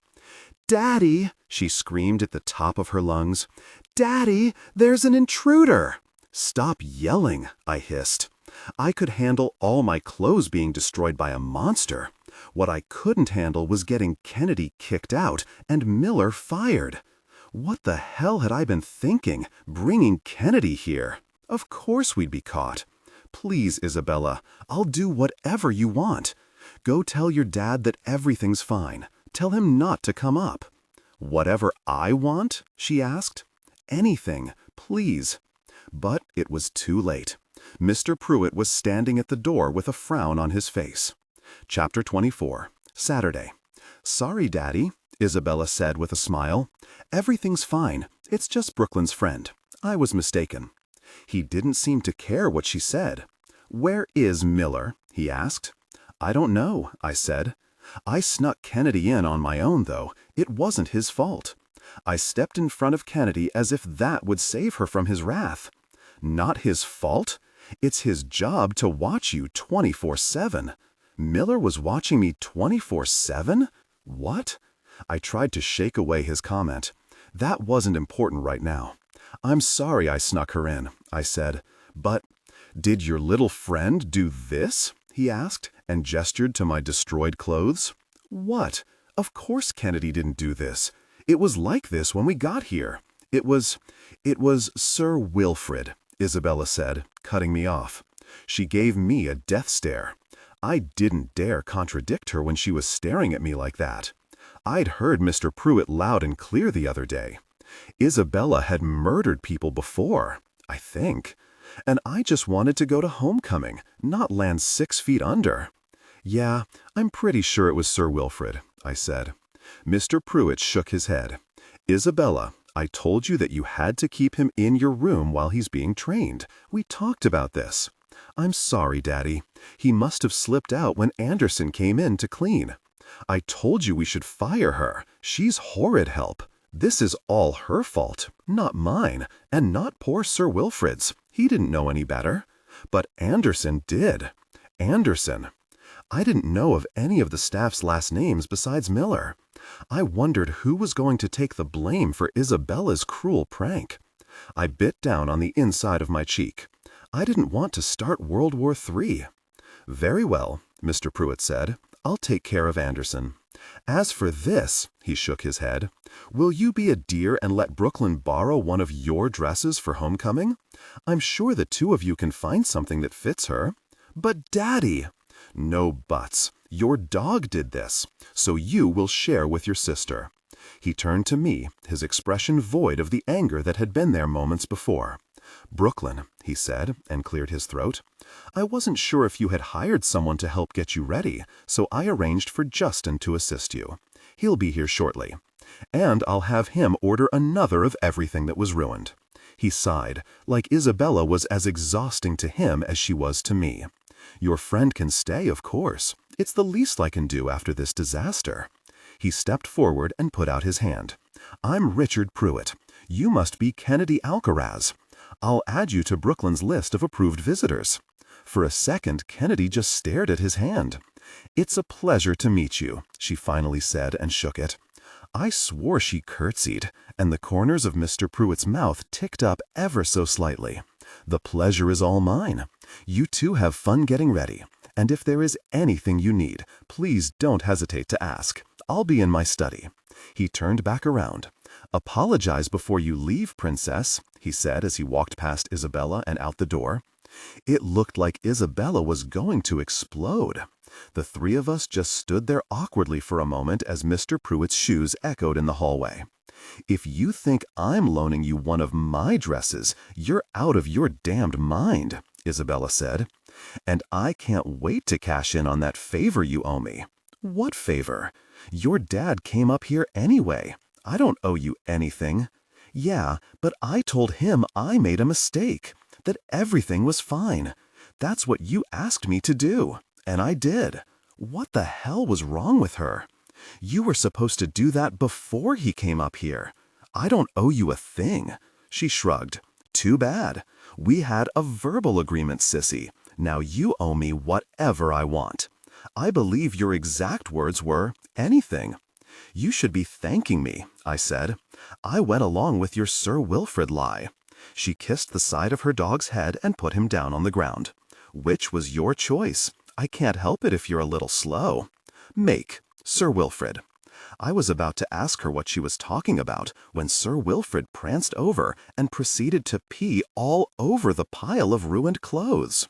"What is wrong with you?" Kennedy said, and held her nose closed. "Me?" asked Isabella. "Absolutely nothing. I'm perfect, if you haven't noticed. Come, Sir Wilfrid, I need to get ready for the dance." The fluffy dog lowered his leg and ran after his evil master. "Stupid dog," Kennedy said when Isabella left. "Stupid Isabella. Why'd you go along with her?" Kennedy asked. "The clothes clearly weren't destroyed by that dog."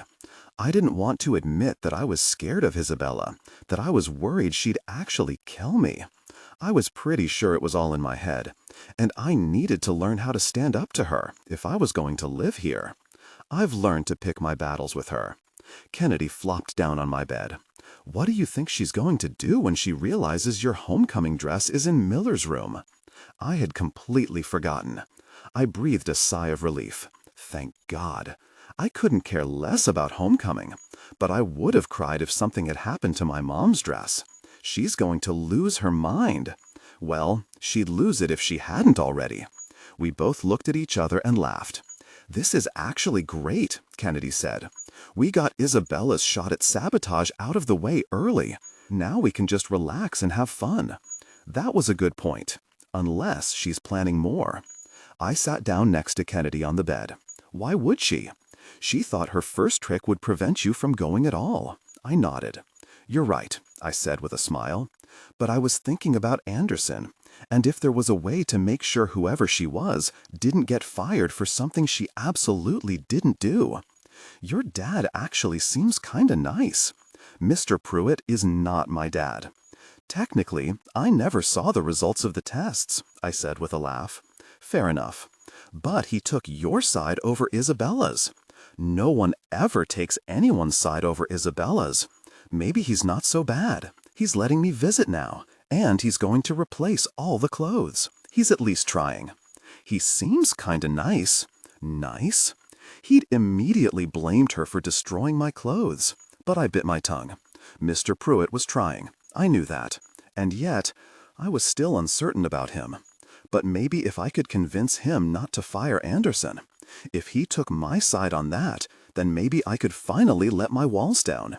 Because he was trying. He did care. He was acting like the father I never had.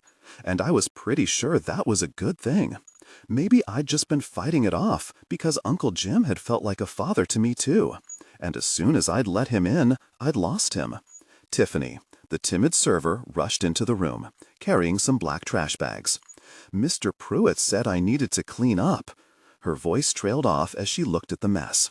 Oh my, I'll get right to it. She hurried over. And love aren't opposites, they're intertwined. Let passion and pain coexist without. I can help, I said, and started putting clothes in the plastic bags before Tiffany could stop me. This was probably cute, Kennedy said, as she started helping us too. She was holding a pink dress that would have looked amazing on her. I made a mental note that when Justin replaced it, I'd give it to her. It smells so gross. I shoved another jacket into the trash. Tiffany laughed. What the hell happened in here? Miller said. My mother's dress was clutched in his hands. Isabella, I said, as I grabbed a pair of pants by the leg where there was no pee. He shook his head as he stared at the now stinky, ruined clothes. He looked beyond pissed. Oh, you're so lucky that you had a dress at the dry cleaners, Tiffany said. I guess she didn't realize that the dry cleaner's bag was years old and not from New York, which was good, because there was no other excuse for Miller to have my dress.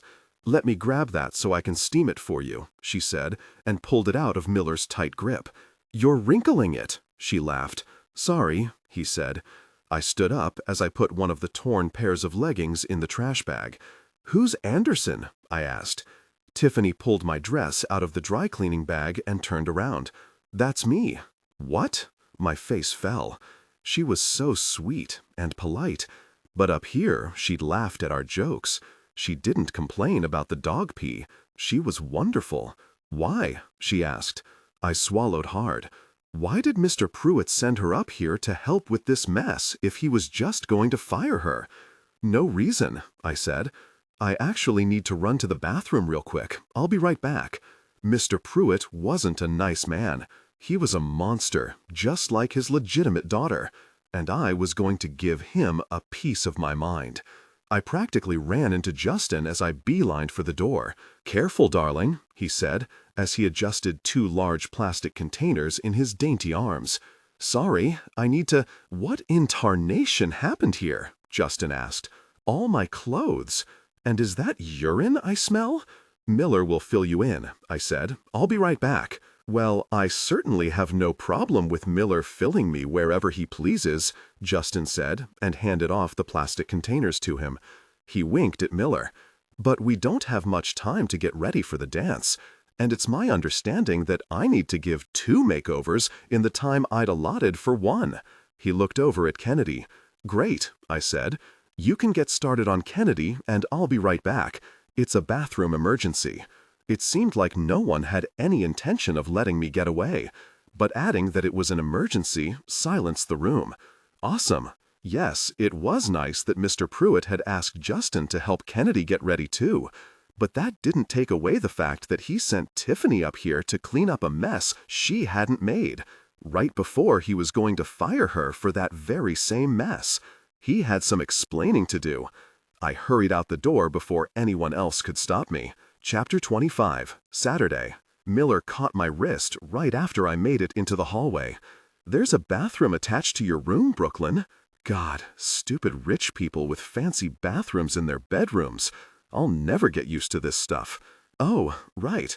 Well, I'll just use the downstairs one now since I'm already on my way. I actually didn't even know where the downstairs bathroom was, but there were probably several. I'd eventually find one. He looked down the hall to see if the coast was clear and then pulled me to his chest. You can tell me the truth. You know that. I breathed in his familiar scent.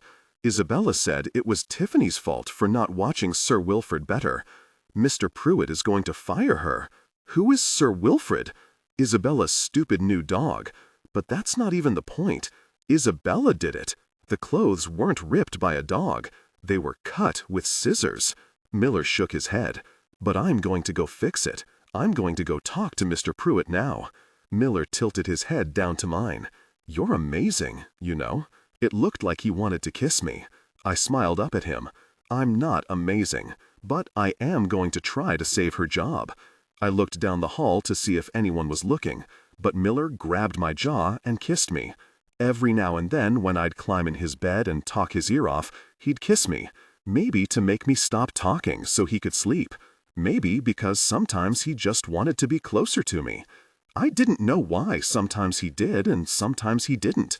Maybe it depended on what I was talking about. But this kiss didn't feel sleepy or convenient. It felt a lot more real than all the others. He pulled away far too soon. "I want to make sure you know how I feel," he said. "I'm not a grand gestures kind of guy, but I'm here for you. I know you're confused right now. You're not?" He smiled. "Not even a little." "You're going to get yourself fired," I said with a laugh. "Maybe so, but I don't care as long as you come with me wherever I go afterwards." He pushed a loose strand of hair behind my ear. "I thought you didn't want me to run away from here anymore. The unselfish part of me. But the selfish part? I want to get you as far away from these people as possible." Something about the way he said it made me remember what Mr. Pruitt had said. "Do you watch me 24/7? His eyebrows pulled together. "What?" "Mr. Pruitt said that it was your job to watch me 24/7. "Yeah, technically that is my job." I stared up at him. "What does that mean? Like, are you—" I looked up at the ceiling. "Are there cameras somewhere?" "There are cameras everywhere, Brooklyn. Their locations were listed in detail in the contract you signed, remember?" "Oh, right, yeah, I definitely didn't remember, since I hadn't actually read the contract. Wait, so you watch me when I change?" He shifted away from me. "It's not like that. I'm not staring at the screens nonstop. I don't watch you undress. I'm not a creep." It felt a little creepy to me. Suddenly the feeling of being watched made so much more sense. Who else is watching me? Each of the security detail is assigned one person. Then don't they see me coming downstairs to you at night? My heart was racing, and I wasn't sure if it was because I was mad that he was watching me, or I was worried that someone else was. There aren't any cameras around the staff floor, or anywhere near the door to our floor for that matter. There's no reason for them. I nodded, not feeling all that convinced. "Is someone watching us right now? You're the only one living in this wing." He pulled out his phone and brought up a screen filled with different shots and angles of the apartment. "So I'm the only one that needs access to the cameras in this wing." He showed an image of us on his screen. I could also see a few angles of my bedroom. Kennedy and Tiffany were laughing about something, and Justin's hands were on his hips. At least there wasn't a shot of my bathroom. But still, it all felt wrong. Why hadn't Miller told me he was watching me? "You're not mad at me, are you?" I looked up at him as he shoved the phone back in his pocket. I wasn't mad. I knew he was doing his job. And if I'd read that stupid contract, I would have known about the cameras. It was weird, though. I'd had no idea he was watching me. "You swear you don't watch me change?" I asked. He smiled. "I swear." "Well, that's good." I laughed awkwardly. "I wouldn't look at all if it wasn't necessary. But I have to make sure you're safe." Safe from what? And that was the whole problem. It was another thing I wanted to talk to Mr. Pruitt about. Why was any of this necessary? He said if I signed his contract, he could fill me in on what he did for a living. "I'll be back up in a minute, okay?" He smiled, even though he still looked tense. "I'm not mad, I promise." I stood on my tiptoes and kissed his cheek. I knocked on the big wooden door of Mr. Pruitt's study. "Come in," said a muffled voice from the other side. The door was heavy, and it slammed closed with a loud thud behind me. I'd never seen Mr. Pruitt with glasses on before. It made him look even more sophisticated. And love aren't opposites, they're intertwined. Let passion and pain coexist without. "How can I help you?" he asked as he pulled his glasses off. Reading glasses, that was even more peculiar. Wouldn't he need them when he read the morning paper? Did Mrs. Pruitt even know he needed glasses? Did anyone? He set his glasses down, shaking me out of my thoughts. "You can't fire Tiffany," I said. "It wasn't her fault." "Isabella, I know," he said. "Isabella and her friends cut up all your clothes after you left for the homecoming game." How do you know that?" Miller had just told me that. Only he had access to the cameras in my room. Mr. Pruitt closed the lid of his laptop. I have my ways. A chill ran down my spine. He had pretty much just admitted that he was watching me, too. Who the hell else was watching me? First, it seemed like Mrs. Pruitt was, then Miller, now Mr. Pruitt, too? Was my bedroom on full display for everyone? Mr. Pruitt stood up from his chair and walked around his desk. I'm not a fool, Brooklyn. He leaned against the side of his desk. It was the most casual I'd ever seen him. Isabella seemed to be in a rather great mood this afternoon, even for homecoming. She and her friends giggled during the whole car ride to the game. And the scissors from my desk were missing. She didn't even bother to cover her tracks. She's testing me. Testing you? To make sure I love her more, I assume. He sighed. But you're as much of me as she is. More, maybe. Because you haven't been hardened by my wife. I see so much of me in you from when I was your age. And so much of your mother. I felt a lump forming in my throat. Maybe his heart was hardened by his wife. Maybe he was kind to my mother. Maybe he wasn't always like this. I'd seen glimpses of his kind heart. He was nice to me, too. My wife will never approve of you. He tilted his head to the side, as if he was inspecting me. But I do. I don't want you to change. I want you to come to me when you think something is unjust. I want you to tell me if I'm doing something wrong. And I don't want you to be scared of standing up for what you believe in, even if it goes against Isabella or my wife. Is that why you liked my mom? Because she told you when things were unjust? I loved your mom because she was everything I could never have. She didn't care what people thought of her. She was beautiful inside and out. She was honest. She was happy. She was beautiful. And always honest. But I held on to his last description the most. Because knowing that my mom was always happy was what I needed to fall asleep at night. The memory that even in her last days, I was the reason she smiled. She was happy. Even during the hard times. She had always been quick to make me laugh. I wiped beneath my eyes, trying to hide my tears. She never spoke about Mr. Pruitt, but she also never dated anyone. I was pretty sure he had broken her heart, and that she'd always loved him. He nodded. She wouldn't have been happy with me. It was good that she left. He cleared his throat and stood up straight. You have my word. Anderson's job is secure. Good. He walked back around his desk, seemingly dismissing me. But I had one more thing to discuss. I signed the papers, I said, so you can tell me what you do now. He smiled. I'm a businessman. Right, I'd gathered that much. But what kind of business? You can think of me as a CEO of sorts. Of a lot of different businesses. He opened up his laptop again. Of what businesses? Family-run businesses. Well, a few families, really. Can't you be more specific than that? We're not in public right now. He looked up from his screen. We're always in public, even when you think we're not. What does that mean? That I never discuss business outside this room. I nodded, even though I didn't know what he was talking about. Are you a hitman? I blurted the words out before I could stop myself. He laughed. A hitman? He laughed again. Heavens, no. And they prefer to be called wet workers. What? I'd certainly never heard that term before. And I had a sinking feeling in my stomach about why he knew that random fact. If he wasn't a hitman, did he hire them? I thought about how he'd asked if Isabella had threatened me with his assets. Do you have wet workers on your payroll? He steepled his fingers above his desk. Brooklyn, my line of work is dangerous, and by association, my family's lives are also in danger, and our extended family of business owners. I take every precaution to keep what's mine safe. So that's all you can tell me?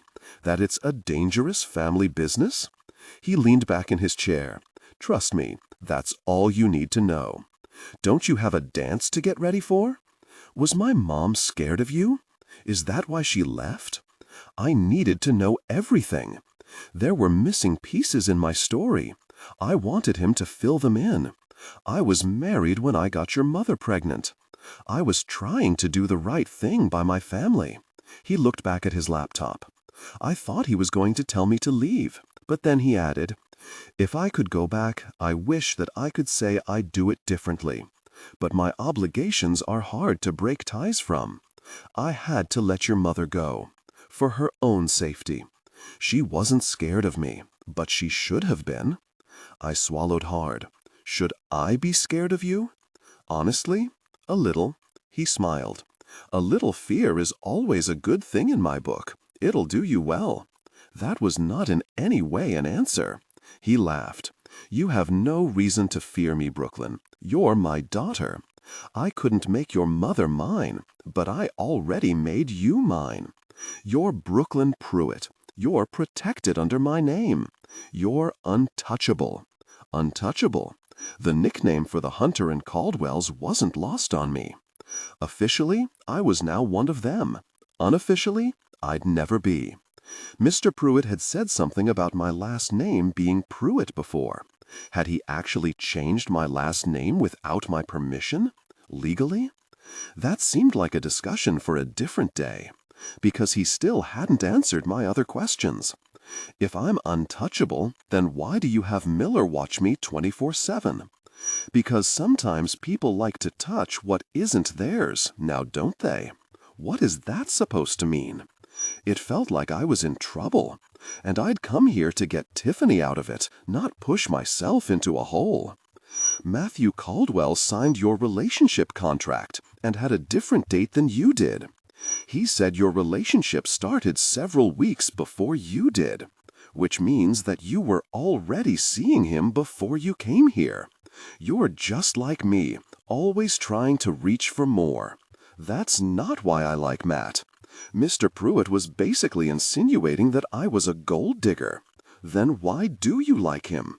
Because he liked me even when I was invisible. Invisible? Mr. Pruitt shook his head. No one like you could possibly be invisible. And if you ask me, you should be dating Mason. He's going to inherit Mac International, not Matt. Mason's the better choice. Maybe for someone else, not for me. So you're choosing Matthew then? Yes. My voice was a little more firm than my heart. I loved Matt. I did. But God, I didn't even know anymore. He didn't love me. Very well. I'll need you to change the date on that document then, so it matches Matt's. He pulled open a drawer and rifled through a few folders. Here we go. He handed me Matt's copy, and then mine. Matt had put in an earlier date. He'd put in the date of his father's birthday party, where Matt had followed me into the restroom after I cut my hand. The real start of us. It was as sweet as it was arrogant, because I wasn't his then. Hell, I was barely his now.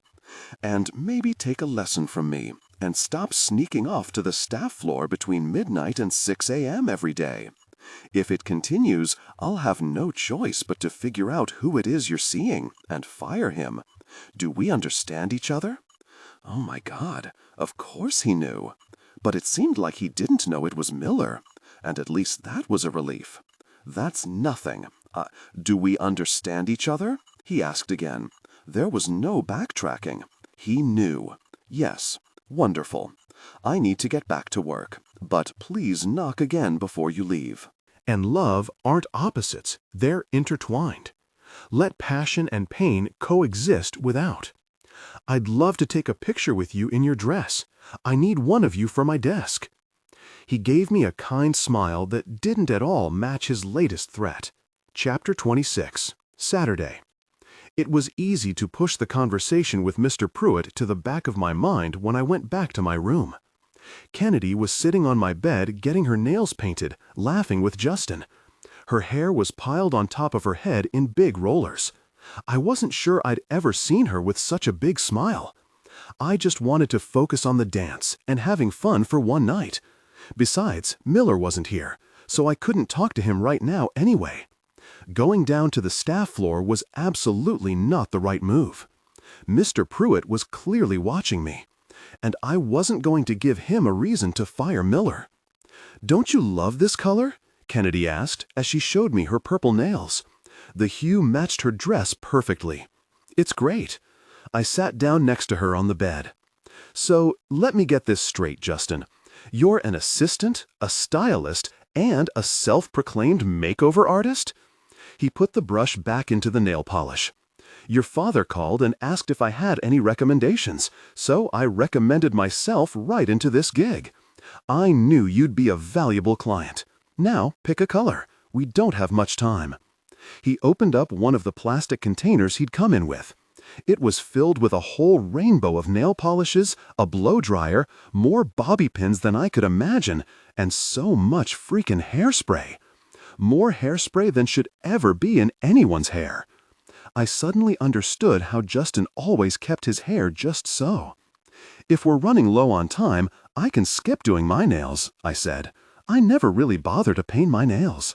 "Nonsense. There's always time to be fabulous." He rifled through the colors and lifted up a silver one with sparkles. "How about this?" Kennedy gave me an encouraging nod. The silver sparkles looked fun. I felt a smile spreading across my face. "Okay, I could get used to this," Kennedy said as she blew on her nails. "Oh, our drinks are here." I looked up to see Tiffany coming in with a tray of glasses filled to the brim with something clear and bubbly. I remembered when I'd gone over to the Hunter's house for help with my project. They'd had someone serve alcohol even though we were all underage. Why were adults agreeing to this? "You asked her to bring us drinks?" I asked. "No, she offered," Kennedy said, and lifted one off the tray.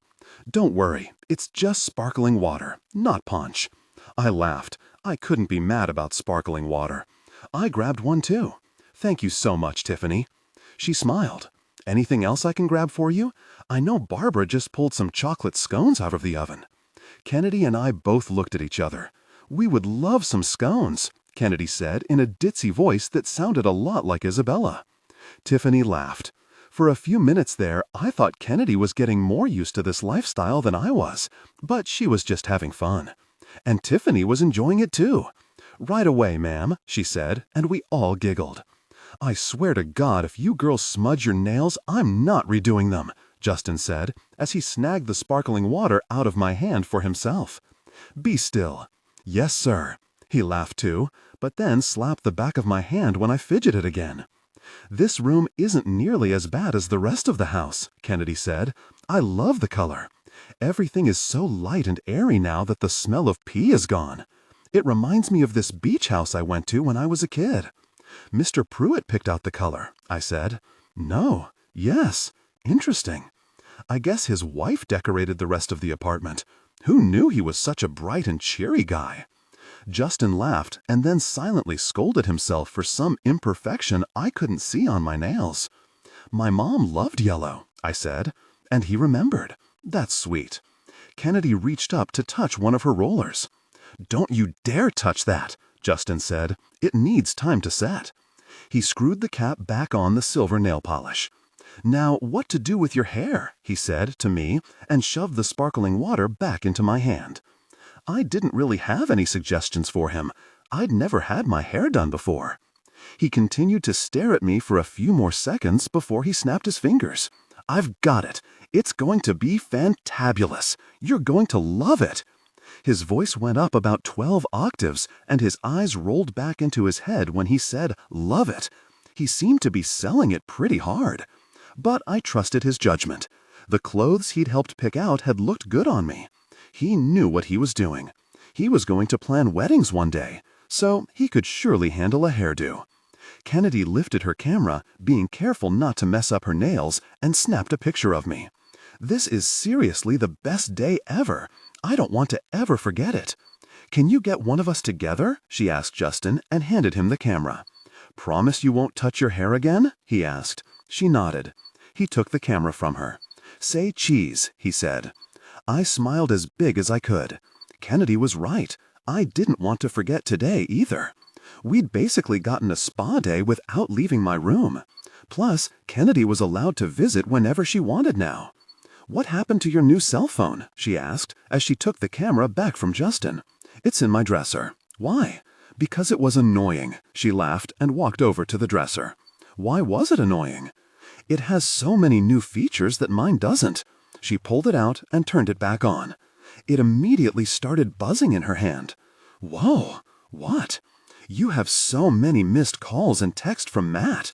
She squealed and started reading the texts to me. "Brooklyn, please just let me explain," she said. "I never slept with Rachel. I swear to God. You can't shut me out too." I swallowed down the lump in my throat. None of the untouchables had been seen together all week. I was pretty sure their friendship had burst into flames, just like Matt and my relationship, probably around the same time that James put his fist through a window. Matt had lost everything, and I knew what that felt like. Kennedy scrolled down. "There's like a bajillion messages here, Brooklyn. How could you ignore all of these? Oh my God, they get even better." She continued reading. "I'll do anything to get you back. Just say the word. Meet me downstairs, please. Mr. Pruitt won't let me up anymore because our relationship contract has a discrepancy. What the hell is he even talking about? I'm sorry I made you look like a fool at lunch by not telling you the truth. I should have told you. But nothing happened between me and Rachel. Isabella jumped to a wild conclusion, and she was holding it over my head. You know that I'm worried about James. You know that this would hurt him. I don't understand why you don't believe me. I'd never lie to you, Brooklyn. Never. Will it help if I make a fool of myself?" Kennedy looked up from the phone. "He made a fool of himself for you, Brooklyn, even though he didn't know if it would work because you were ghosting him. It's so romantic." She pressed the phone against her chest with a sigh. "What did he do?" Justin asked as he started messing with my hair. "To make me mad or to try to win me back?" I got the gist of the mad part. "He hooked up with someone else while you were together." "No, not while we were together. Before we were together." Justin lowered his round brush. "So why are you mad at him exactly? He can't undo his past."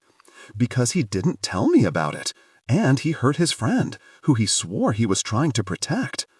The only thing Matt had been protecting was himself. "Did you tell him about all of your past relationships?" He propped the brush on his hip like he was going to hit me with it. "No, but I've never been in a relationship before. There was nothing to tell."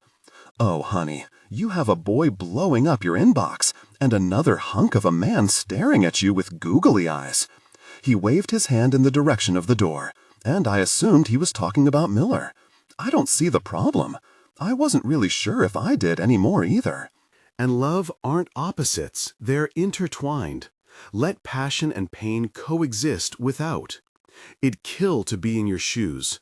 All the good men are straight. He started working on my hair again. Maybe he was right. Not the straight thing. I honestly had no idea if that was true. But my shoes seemed pretty great right about now. I looked down at my Keds. What the hell was I doing?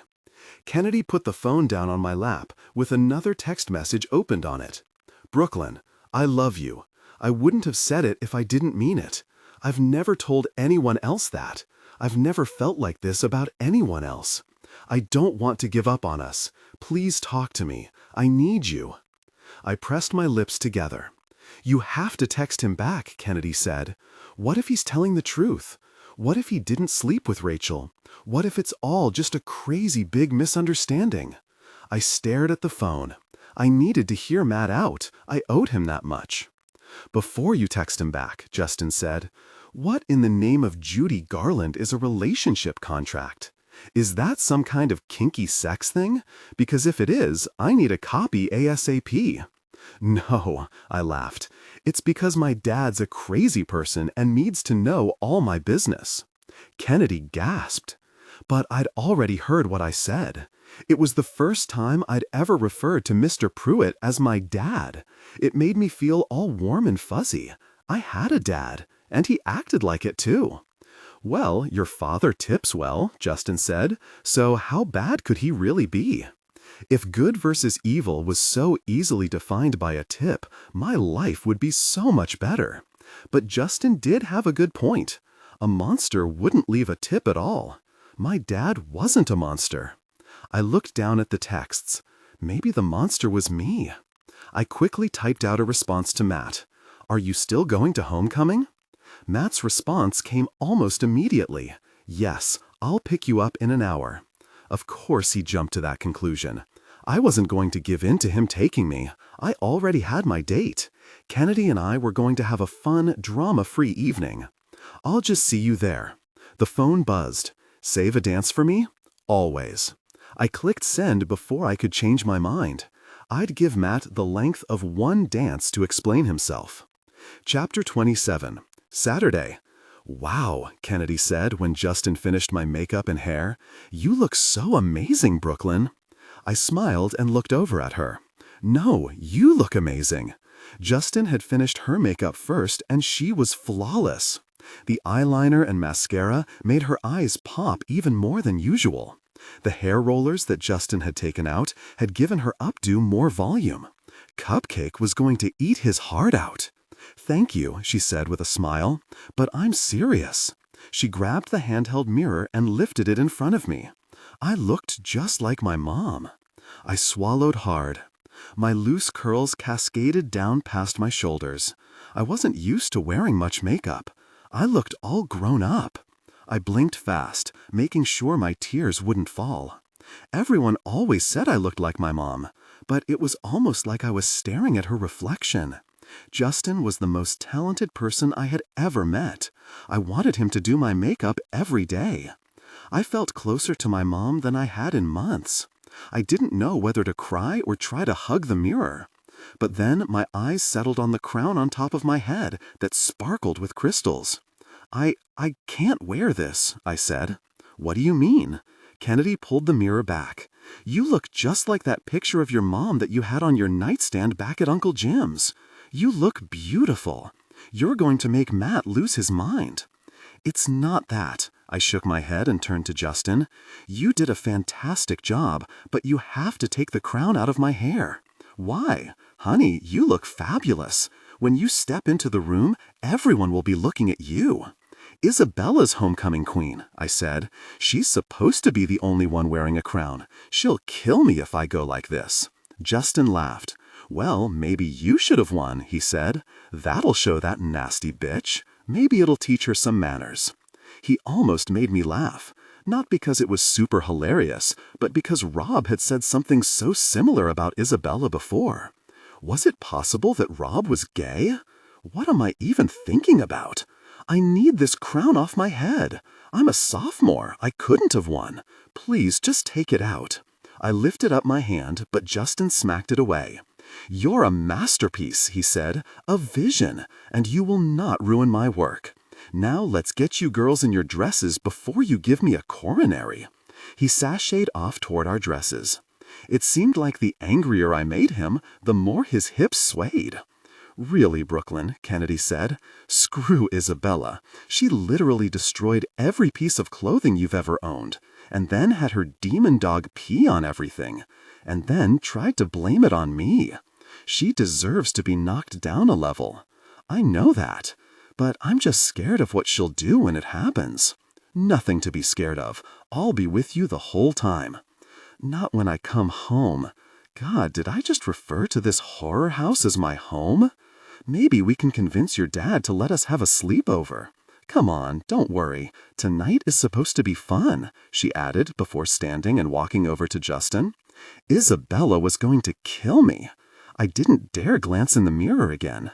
Maybe if I pretended the crown wasn't there, it would magically disappear, just like Justin had magically made me look exactly like my mom. Kennedy and I both changed. She didn't seem at all concerned that Justin didn't leave the room. I covered my chest awkwardly as I pulled on my dress. He walked over as I tried to reach around my back to pull the zipper up myself. "I've got it," he said, and pulled it into place. "It fits you perfectly. And vintage is all the rage. You're absolutely slaying this look." I looked down at my mother's dress. Maybe it wasn't magic that had made me look like her. Maybe I was just growing up. "Twirl for me," Justin said. I pictured my mom twirling me around as we danced in the kitchen together and smiled. I turned in a circle and the dress flared up around me. It really was perfect. What in the hell? Justin asked. Oh my God, no, just no. What? I asked. Your shoes. He lifted up the hem of my dress and stared at my keds in horror. You need to change them this instant. But I can't leave them here unattended. Isabella's trying to ruin everything I own.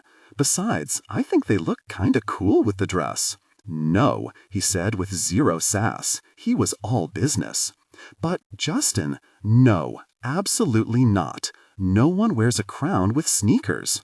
Isabella destroyed all her shoes, Kennedy said. She doesn't have any other ones to wear.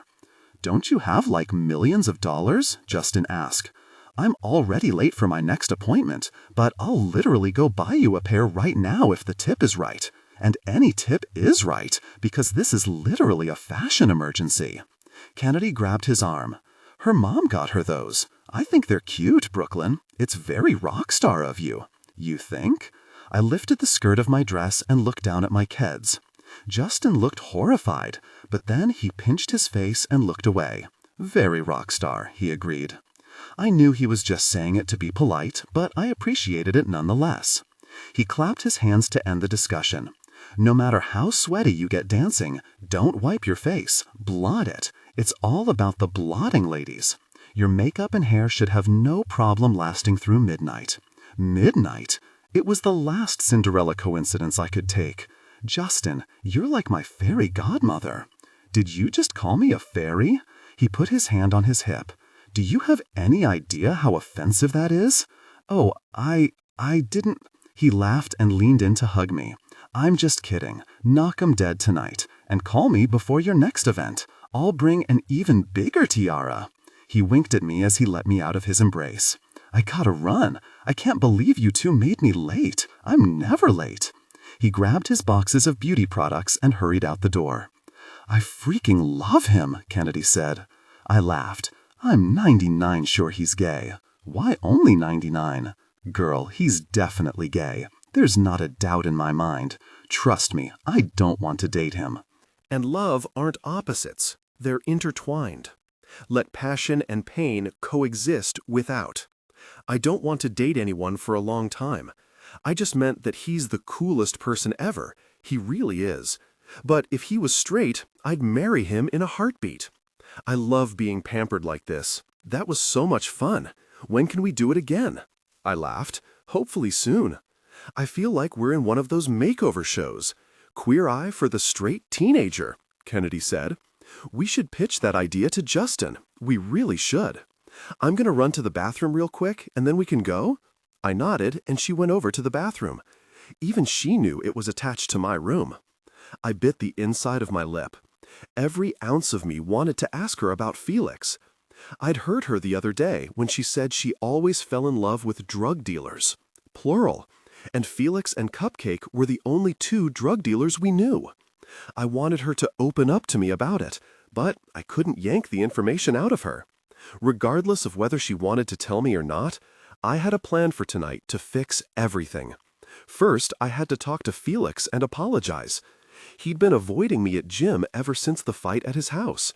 The longer I had to think of it, the more I realized how much I was in the wrong. I needed to tell him I was sorry for leading him on, and then I needed to somehow get Kennedy and him to dance together. If she wouldn't admit that she had feelings for him to me, maybe she'd admit it to him. Operation Felix. It had a name now, so I had to go through with it. You all ready?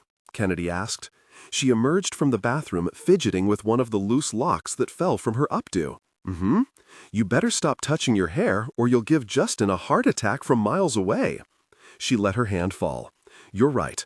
Now we just need to remember to blot and not wipe, and we'll have a fabulous evening. She looped her arm through mine as we made our way down the hall. We froze at the top of the steps. We hadn't planned this out at all. I just assumed that Isabella would have been long gone with weird homecoming queen duties or something. But she was standing at the bottom of the stairs with her minions. They were all giggling as they took photos in the foyer. Their generic dates all looked the same in their black tuxes, except for Mason Caldwell. He was dressed the same, but he filled out his tux differently than the rest. I had no idea how much he knew about me and his brother. But I wasn't about to find out, or let Isabella notice me. "We should go back," I whispered, just as Isabella turned. The look on her face could only be described as vicious. I took a step back, even though we were a whole staircase apart. "Sissy, what on earth are you wearing?" Isabella said with a laugh. "It looks like it's straight out of the '80s. I probably would have tried to cover my dress if Kennedy's arm wasn't still looped in mine. Kennedy tugged on that arm. I knew what she wanted me to do.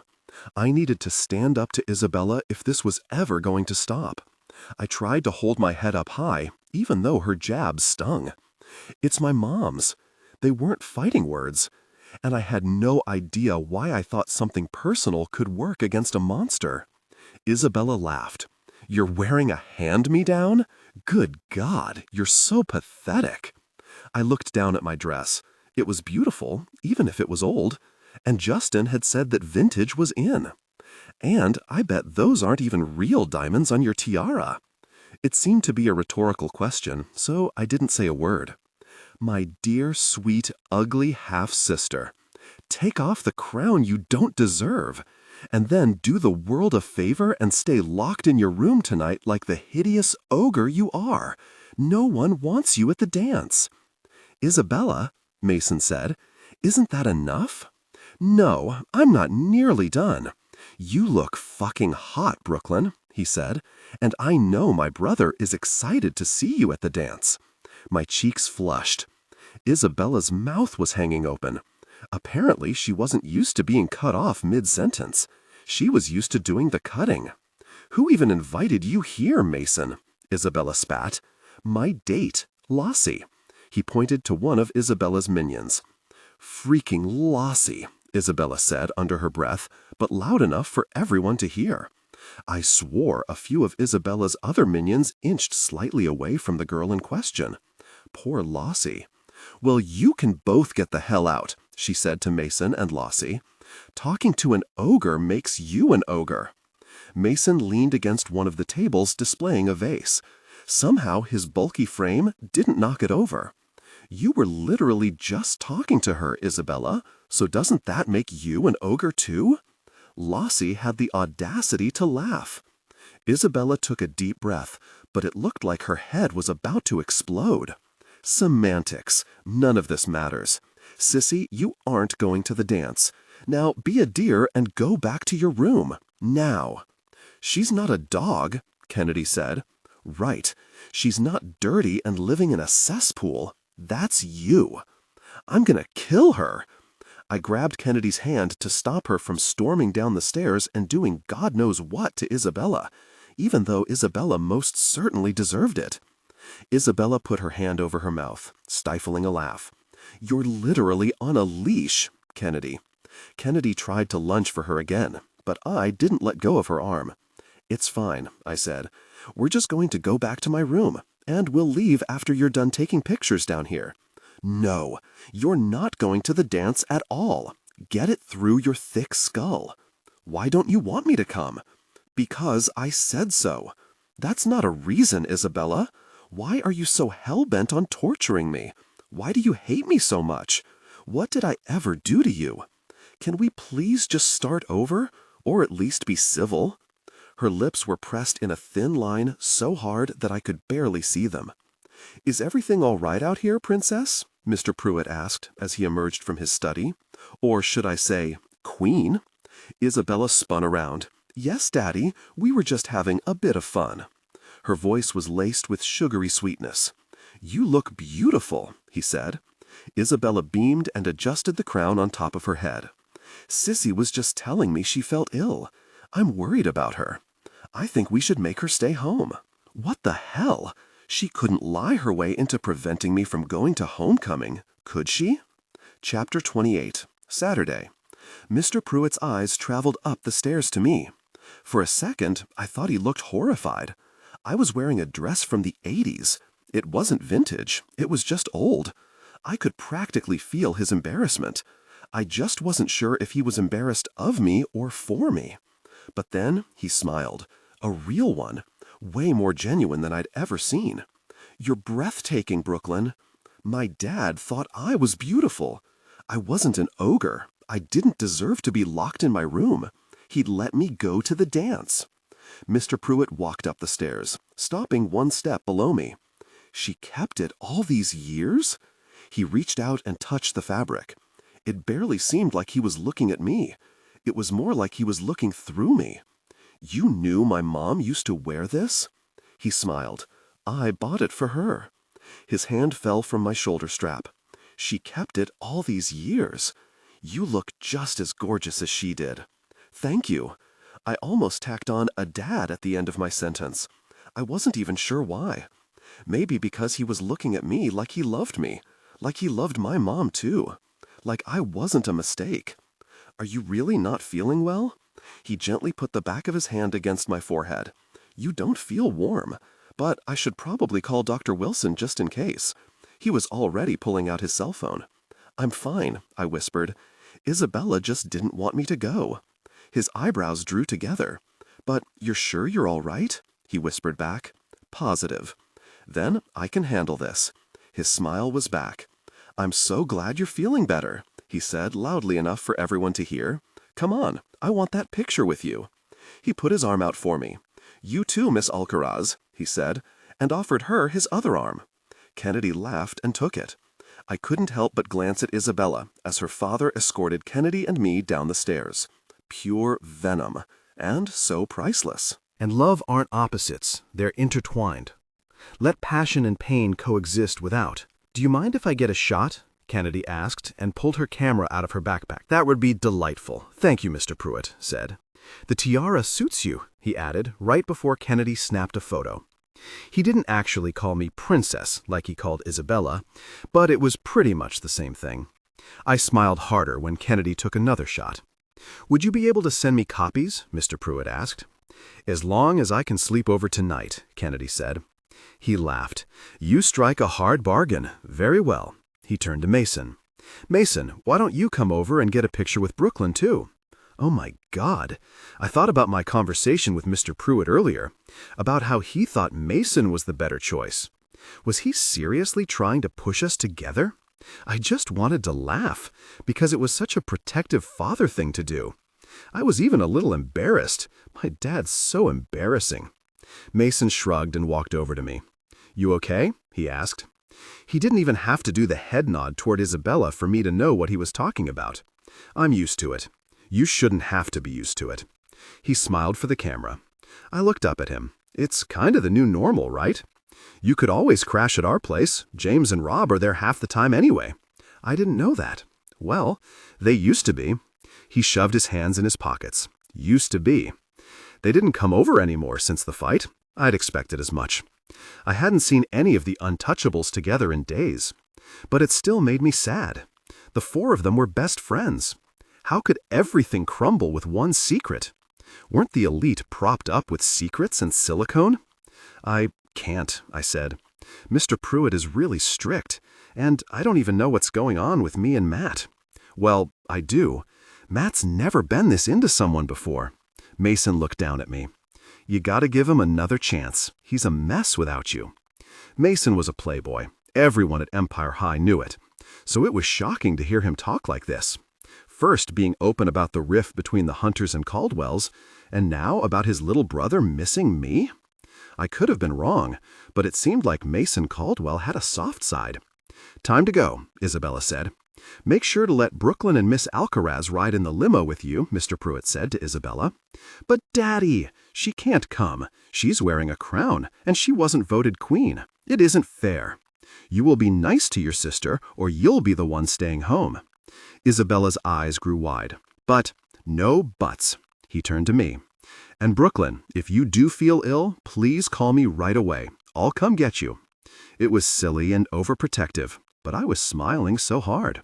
Mr. Pruitt walked back to his study and closed the doors. For a few seconds, the foyer was eerily silent. When hell burns over, we'll take the same limo, Isabella said. Come on, ladies, we're leaving. Do you want me to call a ride for you? Mason asked me. It's okay, Miller said. I hadn't even seen Miller approach. He stopped beside me, sizing up Mason. I'll be taking them. Cool. Mason lifted up his hands like he was innocent, which he was. "See you at the dance, Brooklyn," Mason said. "You too, Kennedy," he added before joining his date. "Well, that wasn't the best start," Kennedy said. "But at least we get to have a sleepover," I laughed. "I can't believe you want to spend the night here. Both of you can't fit in my bed," Miller said with a smile. I shoved his arm, and then immediately pulled back. Mr. Pruitt was probably watching us right now, but I didn't want to have this conversation with Miller right in front of Kennedy. "Obviously, I'm sleeping in Brooklyn's bed, perv," Kennedy said. Miller laughed.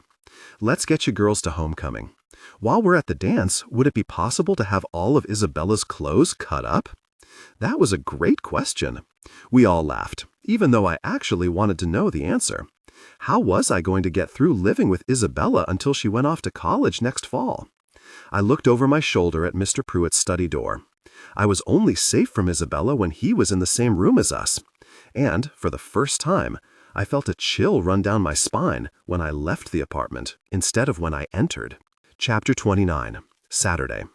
Back home, all the dances had been held in the high school cafeteria. But Empire High had rented out the same ballroom where I'd first talked to Matt. Miller's sedan stuck out like a sore thumb amongst all the limos when we pulled up to the front. It was like a show of wealth that I didn't understand. If they all showed up in limos, it didn't exactly make it special. I looked down at my keds sticking out from underneath my mother's dress. I smiled over to Kennedy when she snapped a picture of me. She was rocking a much more modern dress, but it was secondhand too. I was pretty sure we'd be the only two here not wearing new dresses, and for some reason that made me happy. Kennedy and I were showing up in style. Not the same designer's dresses and cookie-cutter limousines as everyone else. Kennedy took a deep breath. "You ready for this?" I wasn't really sure if I was. Operation Felix was in the back of my head. The fact that my dad knew I'd been running down to the staff floor every night was making my stomach twist in knots. But most of all, I knew Matt would be through those doors. And I didn't know what any of it meant. All I knew was that my broken heart felt like it was being tugged in 3 different directions. I glanced out the windows at the other students laughing and taking pictures. The last time I'd been here, I'd had to go around to the staff entrance on the side.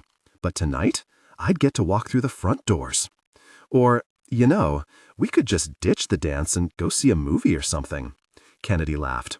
"Oh, come on. This is going to be amazing. I've only ever waited tables here." She unbuckled her seatbelt. "Yeah, it was kind of amazing. We weren't servers tonight. We were part of the elite." I unbuckled my seatbelt but didn't move to follow her out the door. "Do you mind giving me just a second to talk to Miller?" I asked. "No problem, but don't take too long. It's getting cold." Kennedy slipped out of the car and slammed the door behind her. She didn't go up toward the ornate hotel doors. She waited for me right on the sidewalk, just like I would have done for her. I wasn't sure either of us would have wanted to venture into the dance alone. Kennedy was braver than me, but neither of us were dumb. Walking into that hotel alone was just asking for trouble. Miller turned in his seat so he could look at me. "You look really beautiful, Brooklyn." There was something sad in his eyes that I didn't understand. Apparently I looked sad too, because he added, "Is everything all right?" "No, not really." I took a deep breath. I'd lost both my mom and my uncle in the span of several weeks. I was a mess. And I'd been pulling so many people into my mess with me. Just because I needed comfort, it didn't mean I was allowed to just take love where it came from. I needed to make up my mind. But it was so hard when Miller was staring at me like that. It was him. He was the right choice. He was always there for me. He'd always stand up for me. He'd be my rock. Why was life so cruel? What's wrong? He reached out and took my hand. I squeezed it tight because I didn't want to let go. I hated myself for being so indecisive. But this decision was out of my hands. Mr. Pruitt knows I'm seeing a member of the staff. He shook his head. "That's not possible. Trust me, he does. He just told me. He's been watching me, I think. He knows I sneak out of my room each night and come back around 6 in the morning." Miller shook his head. "I'm the only one who has access to those cameras. I don't know what to tell you. He must have access to them too. He said he didn't know who I was visiting downstairs, though. He doesn't know it was you. And I don't think he suspects you." Miller exhaled slowly. But he said I had to stop. And love aren't opposites, they're intertwined. Let passion and pain coexist without. Or he'd take the time to figure out who it was. So we'll need to be more careful. Do you have any idea how scared I was that you'd lose your job today for sneaking Kennedy into the apartment? I can't ask you to do me any more favors. I have nothing to give you in return. I'm not asking for anything in return. I just like spending time with you. I pulled my hand out of his grip. We have to stop. He lowered his eyebrows. Is this about Matt? Or what's his name, Mason? No, and absolutely not. I didn't even know if I was going to forgive Matt. But regardless, I needed to do this. I owed Miller so much. I clasped my hands together so I wouldn't reach out for him again. I appreciate you being there for me. I don't know how I would have survived the past week without you. But I won't keep putting your job in jeopardy. I could feel my tears threatening to spill. This hurt.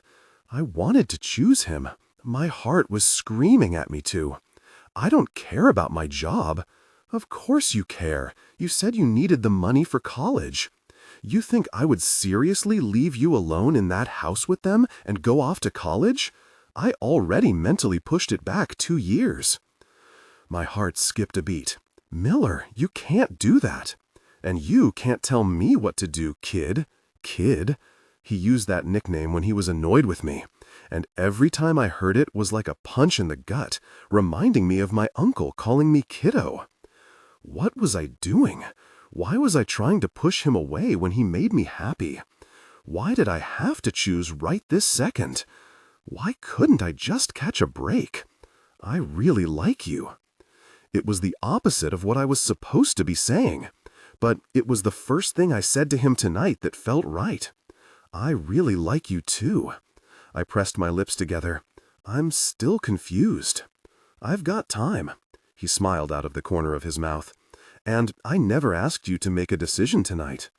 I know, I ran my hands down my dress. Felix's harsh words were in the back of my head. I don't want to lead you on. You haven't.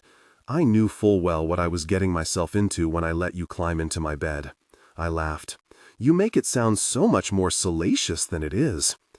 Just saying the words out loud reminded me that there was more to the reason why we couldn't be together. But it's not just Mr. Pruitt knowing, I said. I signed a contract that said I was with Matt, a relationship agreement or something like that, and I didn't read through it. Why would you sign something you didn't read? I shook my head. I don't know. Matt signed it without looking at it, and you read all the house rules and signed that contract. That was like a freaking book. It took you days, but you took the time to go over all those details. You could have taken a few minutes to read the relationship one, too. I didn't have the heart to tell him I never finished reading the first contract Mr. Pruitt gave me either. Not when he was looking at me like I was crazy. I'm sure whatever it is, isn't that bad. He sighed. I'll try to get a copy without raising suspicion. Next time, don't sign something without reading it. You know how detailed those contracts are. You're practically signing over your life. For all we know, you're freaking betrothed to the guy. I swallowed hard. What did he mean by that? Signing over my life? It didn't matter if he was disappointed in me for not reading the contracts. I needed to know what was in them. Miller, A car honked behind us. You should get in there, Miller said. You're already late. I glanced out the window at Kennedy. She was standing there shivering. Crap, I hadn't meant to make her wait in the cold. Okay, I'd confess that I hadn't read the first contract after the dance. There wasn't a rush. Besides, I was pretty much stuck in this world. So what if I'd signed a few papers agreeing to that fact? As soon as I graduated, I'd still be able to move out. I'll see you after, I asked as I grabbed the door handle. I'm not going anywhere. I have to watch you 24/7, remember? I'm going to go park and then I'll be right in. I nodded. Right, 24/7. Because Mr. Pruitt did dangerous work. I stared at Miller for another beat. That meant Miller was dangerous too. I knew that, and yet he didn't seem dangerous to me. Not even a little. But neither did Mr. Pruitt. And I knew for a fact that Mr. Pruitt was dangerous. He'd even told me as much. And I'd freaking signed his contract without reading it. I'm a complete fool. My heart wasn't just confused anymore. My head was too. What kind of man said he was dangerous and then put his hand to my forehead to check my temperature? It didn't make any sense. "Don't make me too jealous tonight," Miller said with a wink, trying his best to lighten the mood. He didn't have to worry about being jealous. I'd probably only dance with one boy tonight. Matt had one dance to tell me his side of the story. That was it. Everyone else would just treat me like the social pariah I was. It would be Kennedy by my side, no one else. I'd gotten a small taste of what it felt like to fit in, but it would only ever be a taste. I was back to being invisible, which was actually fortunate because I was an awful dancer. "Trust me," I said. "You have nothing to worry about. Kennedy is my dance partner tonight." I climbed out of the car to join her. She grabbed my arm before I had a chance to wave goodbye to Miller. "It's freaking freezing." She pulled me toward the entrance. "What were you guys talking about?" "I'm sorry. My head and my heart are really confused, and I just needed to talk to him." "Because of Matt or Mr. Pruitt?" "What? Your dad isn't exactly the evil monster you described. He's kind of sweet. Or are you talking about the fact that you still have feelings for Matt?" God, all of it. "You know what you need?" She looked so excited, and for some reason it made me wary. "Know what?" "Your favorite." Her voice was weirdly high-pitched. I just stared at her confused. "Punch!" I groaned. I will never, ever drink punch again in my life. Numbing the pain wasn't worth it. It was one of the few lessons I'd learned with my uncle by my side. I'd made a promise to him that I wouldn't get drunk again. My promise was one of the only things I had left of him. "Never," I added when she was still smiling. "I mean it, Kennedy. Being hungover was not something I ever want to experience again. Punch is the freaking worst." "I'm pretty sure you said the exact opposite the last time you had it. If I recall correctly, you said you loved it, like really loudly. You screamed it at the top of your lungs." "Yeah, because I was drunk." "Well, we're at a school dance this time. I'm sure this punch isn't even spiked." She winked at me, and I didn't believe her at all. Chapter 30. Saturday. "Wow," I said when we entered the ballroom. It looked completely different than the last time I'd served here. There weren't any tables, just a huge dance floor. There weren't even adults in sight. Well, maybe a few. I spotted Mr. Hill yelling at some kids about dancing too close, but I quickly looked away. The last thing I needed was for him to yell at me instead. I looked around the ballroom. There were gold balloons everywhere. I wouldn't have even been surprised if they were somehow made from actual gold. "Do you think we could pop one?" I asked. Kennedy didn't respond. She was just staring at the dance floor where tons of students had stopped dancing. It was like someone had lit up a big neon sign saying to quiet down. Heads turned toward me. Everything was hushed. I swore the music volume even lowered. And then the whispering started. "What is happening?" I said to Kennedy out of the corner of my mouth. "They're probably staring at you because of that song Matt sung on the float. Just ignore them. Who cares what they think?" I wish I didn't. "Come on, let's get some drinks." She grabbed my hand and pulled me through the crowd like the whispers didn't bother her at all. I wanted to be like Kennedy when I grew up. She was so good at brushing things off. I tried to stand up a little straighter. And love aren't opposites. They're intertwined. Let passion and pain coexist without... I swore I heard someone whisper the word slut, and I had a feeling that some of the whispers weren't about me. Kennedy gripped my hand a little tighter. She'd heard the word thrown at her too, but the smile remained on her face. For some reason, I found it easier to be strong for her, even though it was hard to be strong for myself. I squeezed her hand back. "You're right," I said. "Who cares what they think?" We stopped in front of the bar that was usually decked out with alcoholic beverages for adult events. Tonight, it was filled with juices and sodas galore. James was standing there, drumming his fingers along the wooden bar top. His crown was lopsided on his head, but otherwise he looked more sober than I'd seen him all week. Maybe being the king to Isabella's queen had finally sobered him up. But when the bartender wasn't looking, James unscrewed the cap off a flask. He looked over his shoulder to make sure no one was looking and proceeded to dump the whole flask into the punch bowl. He shoved the flask back in his pocket just before the bartender turned around.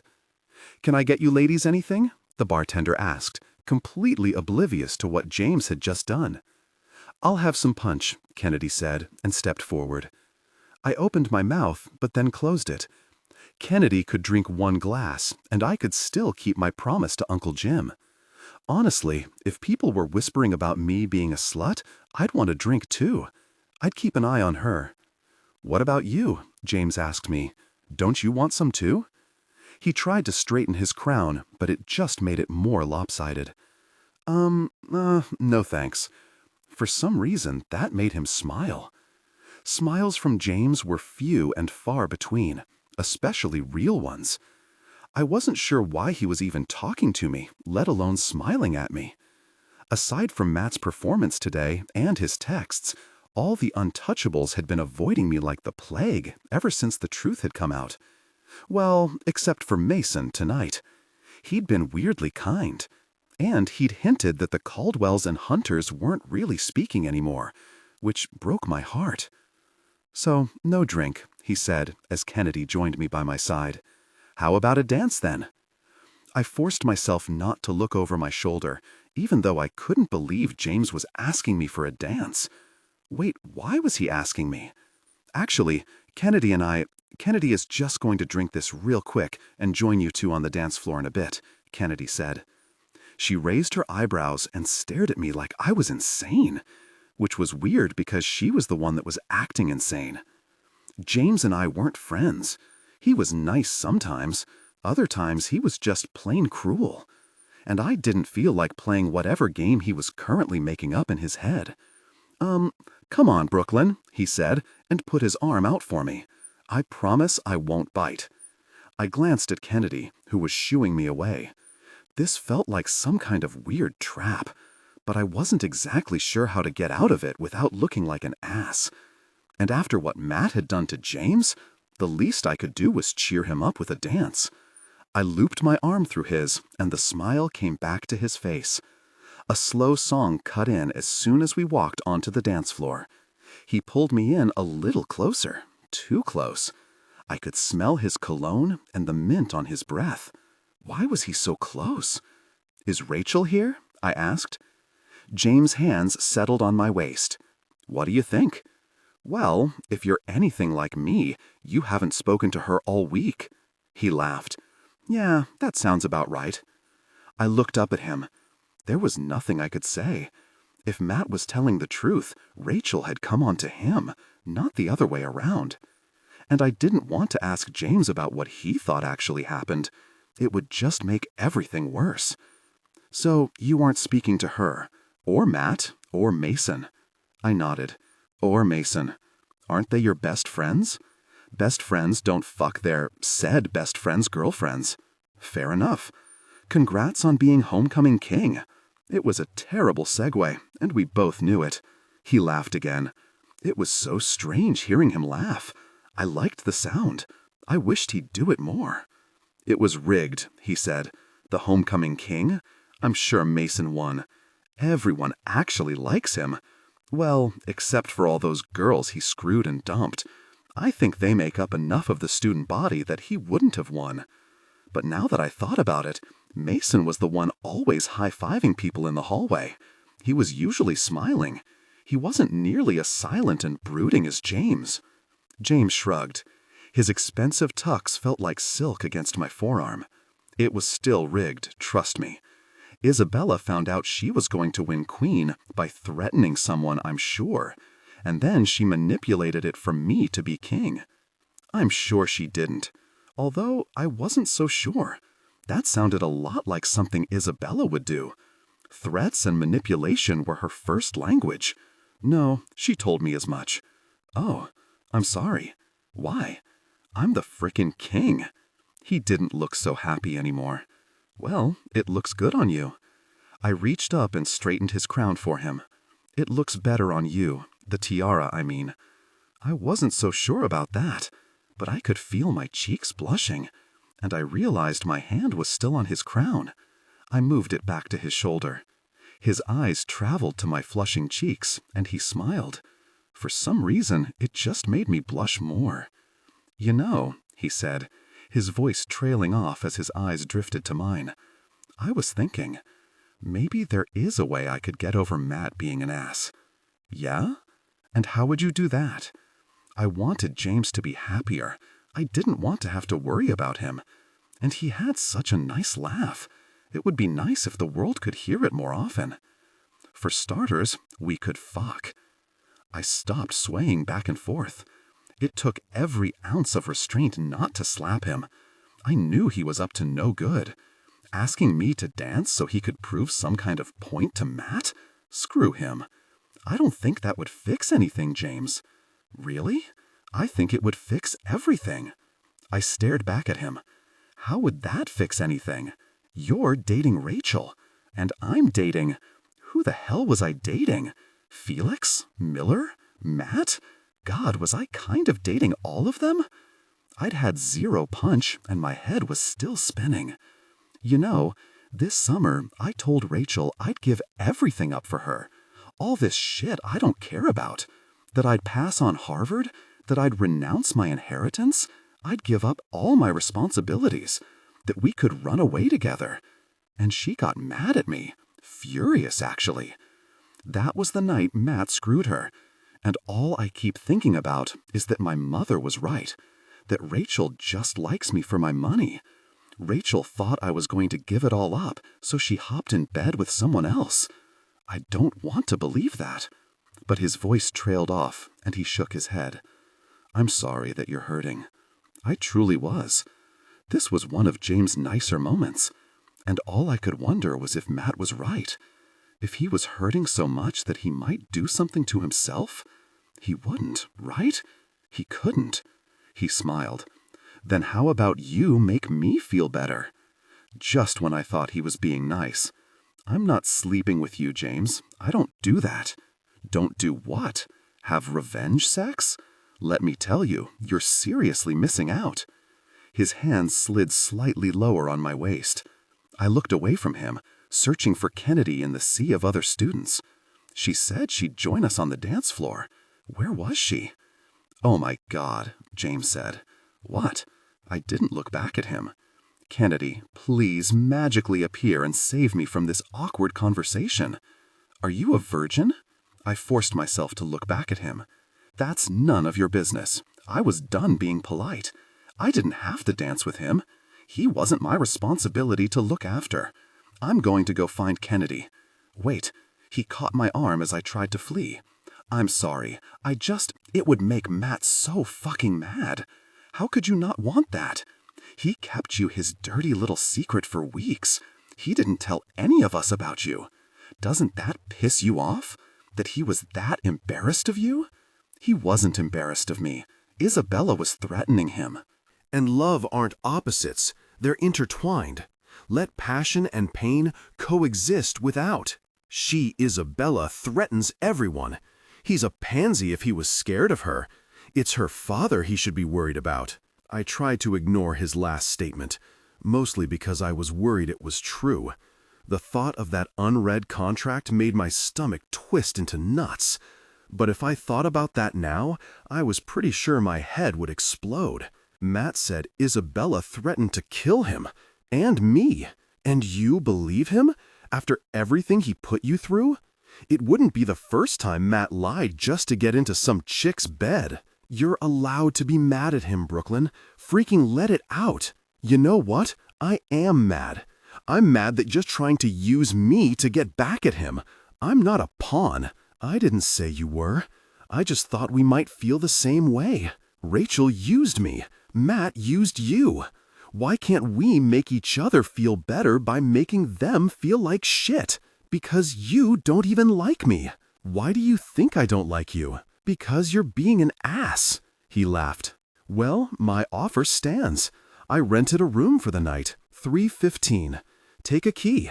He pulled out a key card from the same pocket he was hiding a flask in. No thanks. I do like you, Brooklyn.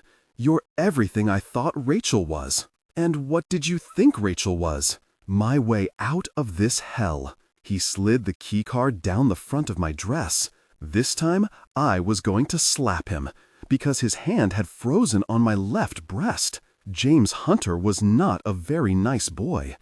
Just as I was about to lift up my hand, I realized he was staring at something behind me, and he looked even more pissed off than I was. I turned around to see Matt walking into the ballroom, with Rachel on his arm. If I thought the room had shushed when I walked in, this was a whole other level. It was freaking silent. Matt's tux fit him perfectly, and Rachel looked beautiful on his arm. They were both smiling, and it felt like a punch in the gut. Maybe James was right. Maybe I did hate Matt. Maybe I did want to get back at him. Matt's eyes locked with mine. His gaze traveled down to where James's hand had just dropped the key card in the front of my dress. Matt's smile faltered, despite the fact that he was literally walking into the dance with another girl. I'm going to fucking kill him, James said. Not if I do it first. Better idea, James said. Before I even realized what was happening, James had pulled me back into his arms, and his lips were on mine. Revenge tasted bitter, even though his lips were sweet. Chapter 31. Saturday. I would have blamed the kiss on the fact that James was drunk. A lot of things James did could be blamed on that. But he didn't taste like alcohol as his tongue traced my lips, and I didn't smell any smoke on him either. He was sober. He knew what he was doing. He knew exactly the reaction he would get. I heard the gasps around us. Part of me wanted to open my mouth to James. How could Matt walk in here with James's girlfriend on his arm? How could Matt pretend he was still interested in me, making me promise him a dance? How could he be so cruel? I didn't even recognize this version of him. James' hand tightened on my waist, but I recognized this feeling, the want. It's how Matt used to kiss me. And I knew I'd kind of dated Felix, and I was kind of seeing Miller too. But I never did any of it to intentionally hurt Matt. I did it because all he ever did was hurt me. Maybe James was right. Maybe revenge would make us both feel better. After all, he was an expert in this area, not me. But I couldn't do it. I couldn't kiss him back. It felt wrong. This wasn't me. James moved his free hand to the back of my head, locking me in place. "Kiss me back, Brooklyn," he whispered against my lips. "Hurt him back. Let him know how much it fucking hurts." It was wrong. All of it was wrong. It was like I was literally staring sin in the face, and hatred, and sadness. James was in pain. I knew it, because I felt it too. I was freaking drowning in it. "Please," he whispered, "do it for me." I put my hand on his chest like I was going to shove him away, but instead, my hand froze there. When I first saw James, all I could see was the sadness behind his eyes. I wasn't attracted to him because we were both drowning. But maybe he understood me better than anyone else here. James looked down at my hand and then back at my face. It was like the permission he needed. This time when he lowered his mouth back to mine, I parted my lips for him. I let him use me just this once. Because Matt fucking deserved it. He was a terrible friend. It was as if Matt's favorite pastime was ripping out people's hearts and stomping on them for fun. And I was so tired of all the games. I was just so freaking tired. So, for just a second, I wasn't drowning alone. I was drowning with the saddest boy at Empire High. And maybe doing this favor for him would make him feel better. Even it was for just a few seconds. "What the fuck?" James said. Matt was pulling James off of me. He shoved James hard in the chest, and James' crown toppled off his head. "What?" James said with a smile. "I thought you liked to share." Matt took a swing, but James ducked. I realized that maybe James was sober for the first time in weeks because he had been hoping for this fight, planning it, using me. I'd already known it, but I still felt cheap. "Enjoying my sloppy seconds?" James asked. "You can keep Rachel. I'm pretty sure I like Brooklyn better anyway. Finders keepers, if you know what I mean." "James, stop," Rachel said. "Please, just talk to me for 5 seconds so I can explain. You owe me at least that." "I don't owe you anything," James said. "Besides, I'm busy. I was just about to take Brooklyn to my suite. Right, babe?" he said to me with a wink. She promised I could be her first. God, it was the absolute worst thing he could possibly say. Not just because it was horribly embarrassing and untrue, but because Matt was convinced that he'd be all my firsts. My whole body felt hot as everyone's eyes turned to me. Couldn't James see that he was making everything 1,000 times worse? I shouldn't have listened to him. Revenge didn't make anything better. And I didn't realize that James had a death wish. This time, Matt's fist collided hard with the side of James' jaw. It was like James wanted to be hit, like he was craving the taste of blood, because all he did was laugh and wipe the blood off his mouth with the back of his hand. "That's all you got, Caldwell?" he asked. "You hit like a little bitch." Matt took another swing, hitting James' jaw in the same spot. James spat blood out on the dance floor and laughed again. "I gave you 2 shots because you're 2 years younger." He tilted his head to the side and cracked his neck. "But now you fucking die." He lowered his shoulder and rammed into Matt. The two of them fell to the floor. "Stop it!" Rachel screamed. "We didn't do anything. I didn't sleep with him. James, I swear I didn't." I heard the sickening crunch of bone on bone. Rachel started sobbing, but all I could focus on was the fact that James' hands were wrapped around Matt's throat. Matt was bigger than James, but apparently James had a lot of pent-up rage and a perfect target to unleash it on. "James!" I grabbed his arm, but he didn't let go. "James!" I yelled louder. Matt pulled up his knee, slamming it hard into James' groin. "Fuck," James said, and toppled over, grabbing his junk. I moved out of the way just in time so that I didn't end up falling to the floor too. Everyone around us stepped back, creating a circle around us. It was like they'd created a little fighting ring. "Someone do something," I said. There were plenty of guys just watching. Why weren't they breaking this up? But no one listened to me. Apparently, I was back to being invisible at the worst possible time. I looked around to see if I could find Miller in the crowd. Oh God, if he was here, then he'd seen the kiss. What the hell had I been thinking? But I shoved the thought aside. Miller could stop this. He'd broken up a fight that Matt was in before. But everyone was towering over us. I couldn't see a single chaperone. And love aren't opposites, they're intertwined. Let passion and pain coexist without. "Of course you'd take a cheap shot," James said, pulling my attention back down to them. "I didn't sleep with your girlfriend, you idiot." Matt stood up. "And if you'd get your head out of your ass and listen to me, you'd know the truth. I was trying to fix your relationship, not ruin it. Why don't you believe me?" James' face was still twisted with pain, but he grabbed Matt's ankle, knocking him to the floor again. "Because you're a liar," James said with a wince as he continued to hold his injured bits. "What the hell?" Rob said, and kicked Matt's ankle out of James' hand. "Can't you go 2 minutes without trying to ruin my brother's life?" Rob helped James to his feet. "Me?" Matt said. "I'm trying to fix it."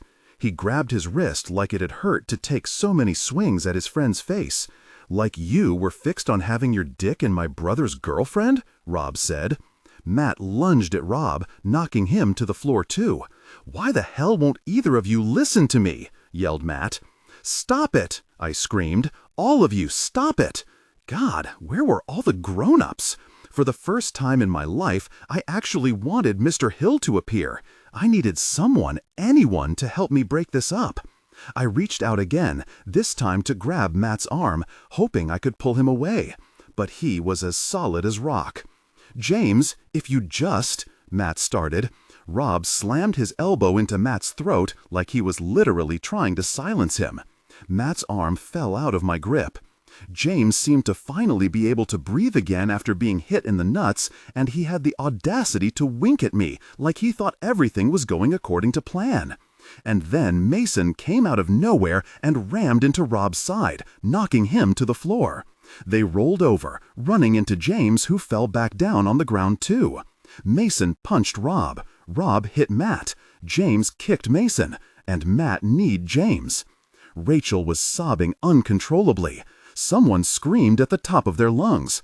I would have sworn it was Justin from how high-pitched it was, but I was pretty sure he wasn't here.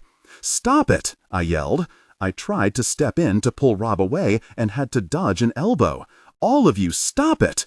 The music came to an abrupt stop, as if the DJ thought I was begging him to stop. Someone started chanting, "Fight!" Soon everyone was chanting it, and all I could see were fists flying and blood. There was so much freaking blood. What the hell had I done? "I didn't sleep with Rachel," Matt yelled. "She kissed me and I pushed her."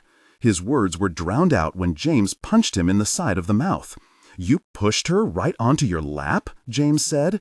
He somehow got free of Mason's grip on his legs, stood up, and did what I could only describe as a body slam on top of Matt. Matt grunted like all the wind had left his lungs. "Brooklyn's a great kisser," James said with a smile, blood dribbling down the side of his mouth. "I bet the rest of her tastes just as sweet." Mason grabbed the back of James' tux, tearing the fancy fabric as he shoved him off of Matt. "That's enough," Mr. Hill said as he walked in between the flying fists. "I was wrong before. It wasn't James with a death wish. It was Mr. Hill." But all four of them froze. "Rob, James, why don't you cool off outside for a minute? Matt and Mason, go get a drink and clear your heads. This is a dance, not a street fight." "James, I'm sorry, Matt started. "Don't even try to explain it again," Mason said, and helped his younger brother up. "Clearly the hunter's ears are too clogged to hear." "Fuck off, Mason," James said. "Don't you have some stupid blonde you need to give an STD to?" "I don't have any STDs." It looked like that was the most insulting thing Mason had ever heard in his life. Mason took a step forward, but Matt grabbed his arm. Rob laughed and elbowed James in the side like that was the funniest thing he'd ever heard. "We're done," Mason said. "With both of you." "Great," Rob said, "because we're done with both of you." "Why'd the music stop?" he yelled and turned to the DJ. "Turn it the fuck up. This is a party." He threw his hands into the air. "Rob," Mr. Hill said, "language," as if that was the worst thing that had happened here tonight. The DJ was standing there completely stunned. But it was like Rob's words had pulled him out of a trance. He turned the volume up even louder than before, so I couldn't hear what else Mr. Hill yelled at the Hunters and Caldwells. Rachel was sobbing harder, making it even more impossible to hear Mr. Hill. I would have tried to console her, but I didn't know who was telling the truth and who was lying. So I just stood there, completely stunned. The Untouchables slowly separated. James and Rob went for the doors, and Mason and Matt made their way to the bar. I didn't understand why they weren't being kicked out of the dance, but then I remembered how Isabella hadn't gotten detention, even though I had. They were all allowed to do whatever they wanted, including beating each other up in the middle of homecoming. They could get away with anything. Kennedy appeared at my side. "I think you just broke the Untouchables," she said. But I barely heard her because Isabella had just stepped into the circle where the Untouchables had been fighting. She leaned down and lifted James' crown off the floor. She wiped off some of the blood that had splattered on the crown. Her eyes locked with mine, and I felt more hatred than the Hunters had for the Caldwells, or vice versa. I wasn't sure who hated who more right now, but none of it compared to how much Isabella hated me. James had kissed me. If all those rumors were true about her being betrothed to James, I'd just touched what was hers. I'd crossed the line. She's going to kill me. Chapter 32, Saturday. Isabella and I both just stared at each other for a second. She was holding James' crown so tightly in her hand that I thought it might snap. I could barely breathe. Maybe she was planning on snapping the crown in half and then slicing my throat with it. I gulped. But then Isabella just turned away and disappeared into the crowd. And for some reason, that felt even worse than her just getting it over with right here. She was going to plot out something awful, which made it that much more terrifying. "Did you just see Isabella's face?" Kennedy asked. "Yes." My voice came out weird and squeaky. "She's going to do something awful." She turned to me. "I know you're mad at Matt, but why the hell did you kiss James of all people? Couldn't you have just made Matt jealous by making out with Miller?" I don't know. Because he asked." I shook my head. I felt like an idiot. She laughed. "It'll be fine. Isabella can't try to pull anything on you tonight because I'm sleeping over. So you're at least safe for one more day. And we can tell your dad about it when we get back to your place. He'll make sure she doesn't do anything." "Come on," she said and hiccuped. "Let's dance."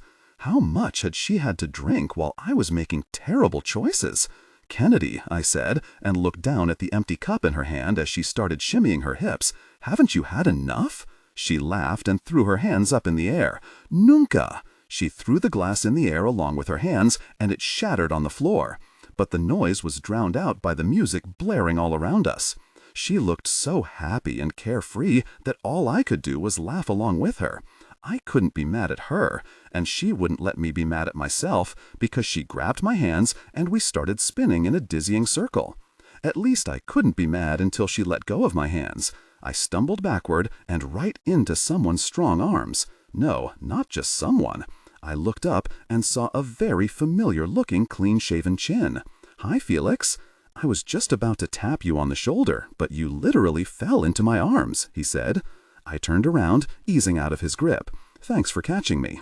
He gave me a small smile. I knew he was right in front of me, but this didn't feel like the perfect time to go forth with Operation Felix. And love aren't opposites, they're intertwined. Let passion and pain coexist without. This felt like the perfect time to dance with my best friend and not think about the fact that I'd kissed James, or that the Hunters and Caldwells had gotten into a fist fight, or that Miller was somewhere here watching all of this, and I'd told him I'd just be dancing with Kennedy all night. Screw me. "May I have this dance?" Felix asked, and gave me an adorable bow like we were in some old-time movie. "Felix, it's fine," Kennedy said with a huge smile on her face. "You two dance. I'm going to go get another drink. I saw Rob spike it too, so it's extra strong now." "No, Kennedy!" I reached out for her, but she literally bolted in the other direction and disappeared into the other dancers. "Shit. I heard there was a fight," Felix said. "I wish I could have seen Matt get the shit beat out of him, but I got here kinda late." He hadn't been here for the fight? He hadn't seen any of it? There was a fight, but do you mind if we catch up in just a second? I really need to go check on Kennedy. Sorry, that was not the way I planned to start this conversation. He roughly put his fingers through his hair. The last thing I wanted to do was bring up Matt. Let me just rewind for a sec. He put his hand out for me. "May I have this dance?" Actually, Kennedy," my voice trailed off, "I need to go make sure Kennedy's okay. I'm trying to apologize here, noob. Just give me a minute." How many more cups of punch could Kennedy consume in a minute?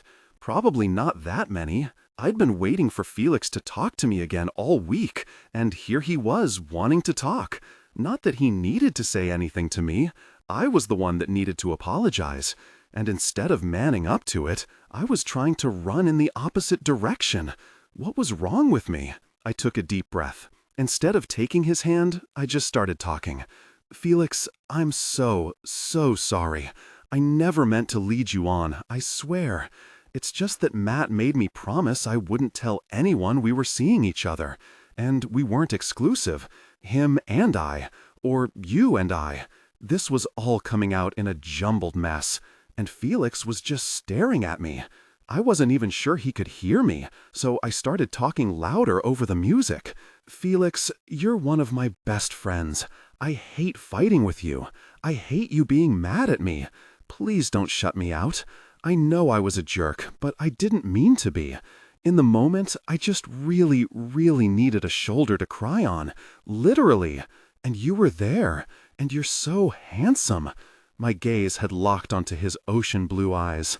What am I even saying right now? I was supposed to be setting him up with Kennedy, not telling him he was dreamy. Finally, a smile spread over his face. Noob, I came over to apologize to you, not the other way around. He stopped asking for a dance and just grabbed my hand and pulled me into his chest. The way he was staring at me made my heart race.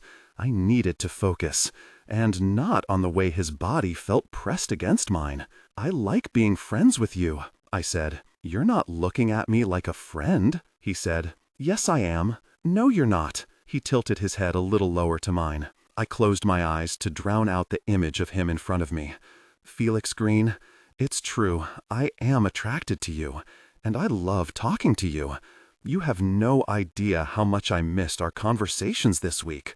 But none of that matters, because I'm so confused that my head literally hurts. I'm a freaking mess. You're not a mess. You're beautiful. My stupid stomach betrayed me by feeling butterflies. You weren't here a few minutes ago, but I freaking kissed James Hunter because he made me feel like I owed him, and that Matt deserved it. Or something. I don't even know why I did it. That's how big of a mess I am. That's what caused the huge fight. Me. All of it's my fault. Don't you see what's happening? Those boys are messing with your head, noob.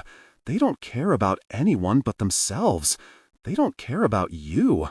But I do. I'm not one of them. You and I aren't like them. I opened my eyes again. I'm a Pruitt. The name felt gross on my tongue. No. He tucked a loose strand of hair behind my ear. You're a Sanders. Always and forever. Always and forever. I also sleep in my bodyguard's bed most nights because I'm terrified of the Pruitt's apartment, and he's kind and lets me cry in his arms. That Miller guy? Felix laughed. Isn't he a little old for you? That Miller guy? Oh God, I didn't even know Miller's first name, and I didn't know how old he was either. I pressed my lips together. So you ran into another man's bed because I wasn't talking to you all week? Felix said. That's kind of on me. Or did I do it because I'd iced out Matt all week? My head was spinning. What was Operation Felix again? Do you know who's not a mess? Kennedy. She's not a mess at all. You're sure about that? I mean, aren't all three of us a mess? We're all going to a school we don't really belong at. Kennedy belongs at Empire High. She's so smart. And you belong here too. It doesn't matter that you're not old money. You belong here, Felix. With Kennedy. With Kennedy? Are you dropping out or something? Why wasn't he getting this? No, I mean, you should be with Kennedy. He looked at me like I was crazy. Kennedy hates me? No, she doesn't. Are we talking about the same Kennedy? Kennedy Alcaraz? She's literally told me she hates me on several occasions.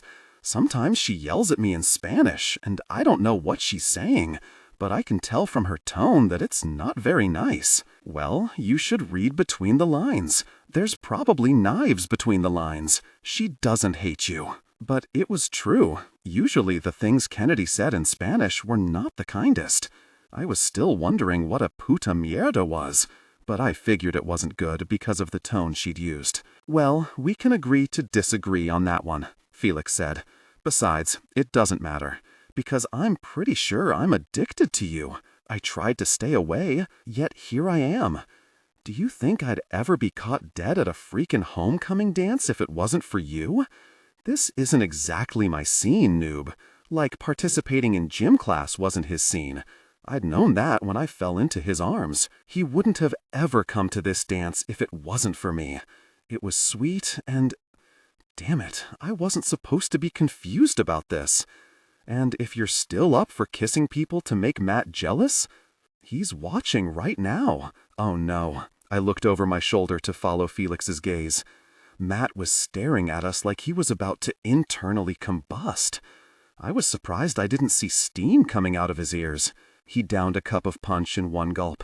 Did he not know that it was double-spiked? I don't think that's a good idea, I said, and turned back to Felix. Yeah, you're probably right. I only just got rid of my last black eye.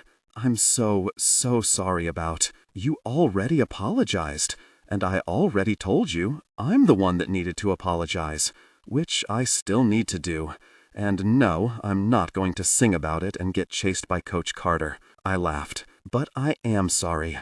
You told me you were confused. You told me you needed time, and I took it personally that you were spending some of that time with Matt, when I never made it clear that I still want us to be official. He cleared his throat. So, noob, that's what I want. When you're ready, I want you to be my girlfriend. But I just told you about Miller and James, and you know about freaking Matt. Well, I'd want you to stop sleeping in Miller's bed every night, and definitely stop kissing James Hunter. Nothing good could ever come from that. And as for Matt, do you really want to be with someone who kept you a secret so that he wouldn't have to confess to sleeping with his best friend's girl? No, I didn't. I'm asking you to choose me, like I chose you over my company.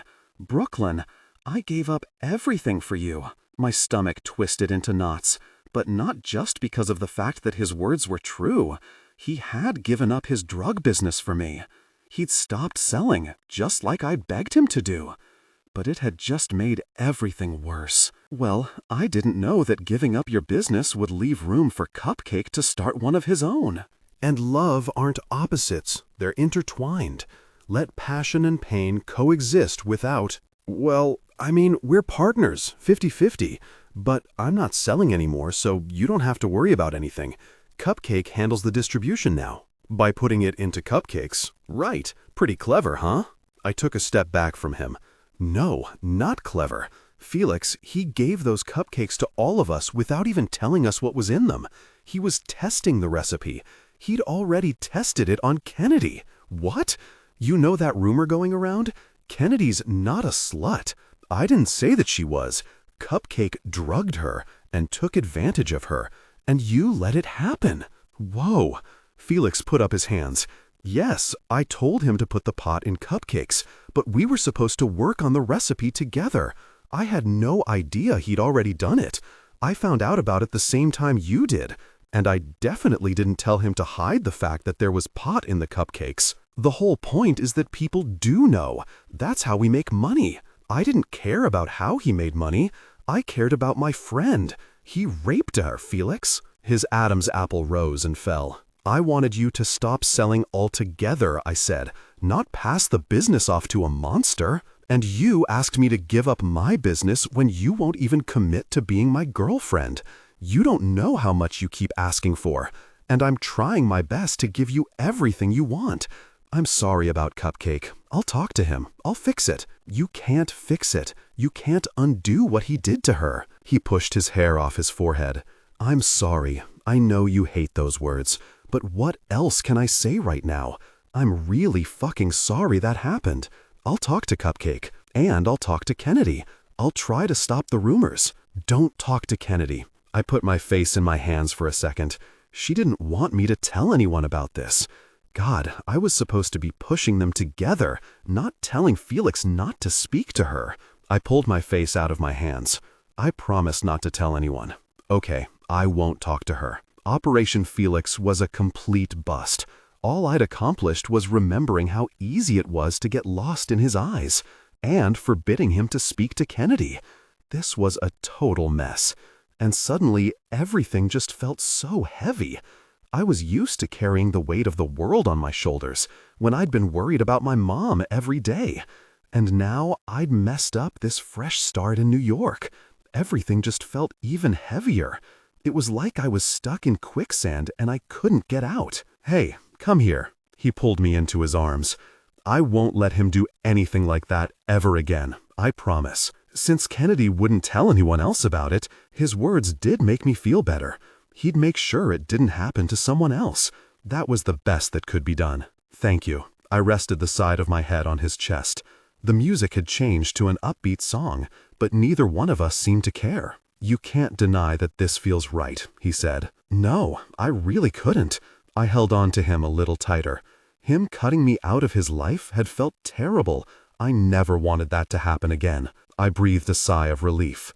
I forgot how much the weight on my shoulders seemed to transfer off when I was in his arms. I know Cupcake is here somewhere, Felix said. I better go find him. I leaned back so I could look up at him. Thank you for believing me. I knew that was part of the reason Kennedy wasn't saying anything. She was worried no one would believe her, especially with the rumors going around. Save me another dance. I nodded as his hands fell from my waist. Thanks, Felix, for being understanding and patient. And you're just... Thank you. He smiled. I'd wait a lifetime for you, noob. Chapter 33. Saturday. My heart was more confused than ever as I turned in a circle looking for Kennedy. Tonight was officially a disaster. I knew that I just promised another dance to Felix, and I still owed one to Matt. But I needed to get the hell out of here before I did anything else crazy. I didn't see Kennedy anywhere. It seemed darker in here than before. The music was louder, the students rowdier. If the dancing was an indicator, it wasn't just Matt and Kennedy drinking the spiked punch. I looked over at the bar. Matt was downing another glass of punch. He slammed it down on the bar as we made eye contact. I was surprised the glass didn't shatter. And then he started to make his way over here. Shit, I couldn't talk to him right now. Not after what I'd done with James. Not after that conversation with Felix. I needed a second to breathe. The kiss with James meant nothing. But Felix didn't mean nothing to me. I'd always really liked him. Matt was taller than a lot of the other students, and I could see him beelining right for me. He was only a few seconds away, and I had no idea what to say to him. I had no idea if I could trust him. James had seemed pretty adamant that Matt was a liar, and I'd had my fair share of Matt's lies to add to the list. Rob stepped in front of me. Want to dance? His lip was cut from the fight, and he'd lost his bow tie somewhere. It was probably trampled on the floor. It was tempting just to give me a few minutes before I had to talk to Matt, but the last thing I wanted to do was give anyone else the wrong idea. I'd kissed James, fallen for Matt. Mr. Pruitt apparently wanted me to be with Mason. The last thing I needed was another untouchable on my radar. It was like Rob could see my hesitancy, so he made the decision for me. He grabbed my hand and pulled me into his chest without waiting for a response. Trust me, Sanders, he said. You don't want to talk to Matt right now. He's kind of an angry drunk. So he'd seen Matt coming over here too. Rob's words slowly registered in my brain. Matt was an angry drunk? I tried to see him over Rob's shoulder, but Matt had disappeared somewhere. I'd seen Matt angry, but I'd never seen it directed at me. So you're rescuing me from an awkward conversation? No, I'm trying to get on his nerves because he's an asshole. Rob, he is. I know it, and you know it too. What are you doing wasting your time with him? I shook my head. How could you say that? Even with everything that's happened, he's one of your best friends. I don't get why you basically just turned homecoming into a fighting ring. We were best friends. Past tense? So punching him in the face was your solution? No. Rob looked at me like I just wasn't getting it. He punched James in the face, twice. I was defending my brother. James asked for it. He was itching for a fight. But I kept my mouth shut. You don't know the whole story. I know enough. Are you really not going to hear Matt out? I asked. Not that I could really judge. I'd pushed that conversation with Matt off all week. Rob lifted his chin a little. Brothers before bros. Is that really a thing? He pulled me a little closer. I didn't realize it had to be a thing. But yeah, it is. Matt crossed a line. Friends are supposed to forgive friends. Rob smiled. That's why I've forgiven you for dating a Caldwell. I laughed. Rob, you and I aren't really friends. He put one of his hands on his chest. Sanders, I don't just go around giving nicknames to anyone. That's hardly a nickname. It's my last name. Rumor has it that it's actually not your last name anymore. I pressed my lips together. But I promise I won't start calling you Pruitt instead. He put his hand back on my waist. I appreciate that. I tried to peer over his shoulder again, this time looking for Kennedy. Have you seen Kennedy? I really need to go see if she's okay. Yeah, I saw her at the punch bowl a few minutes ago. Damn it. I should probably... You still owe me a favor, you know? Rob said. Huh? I asked, even though I knew exactly what he was referring to.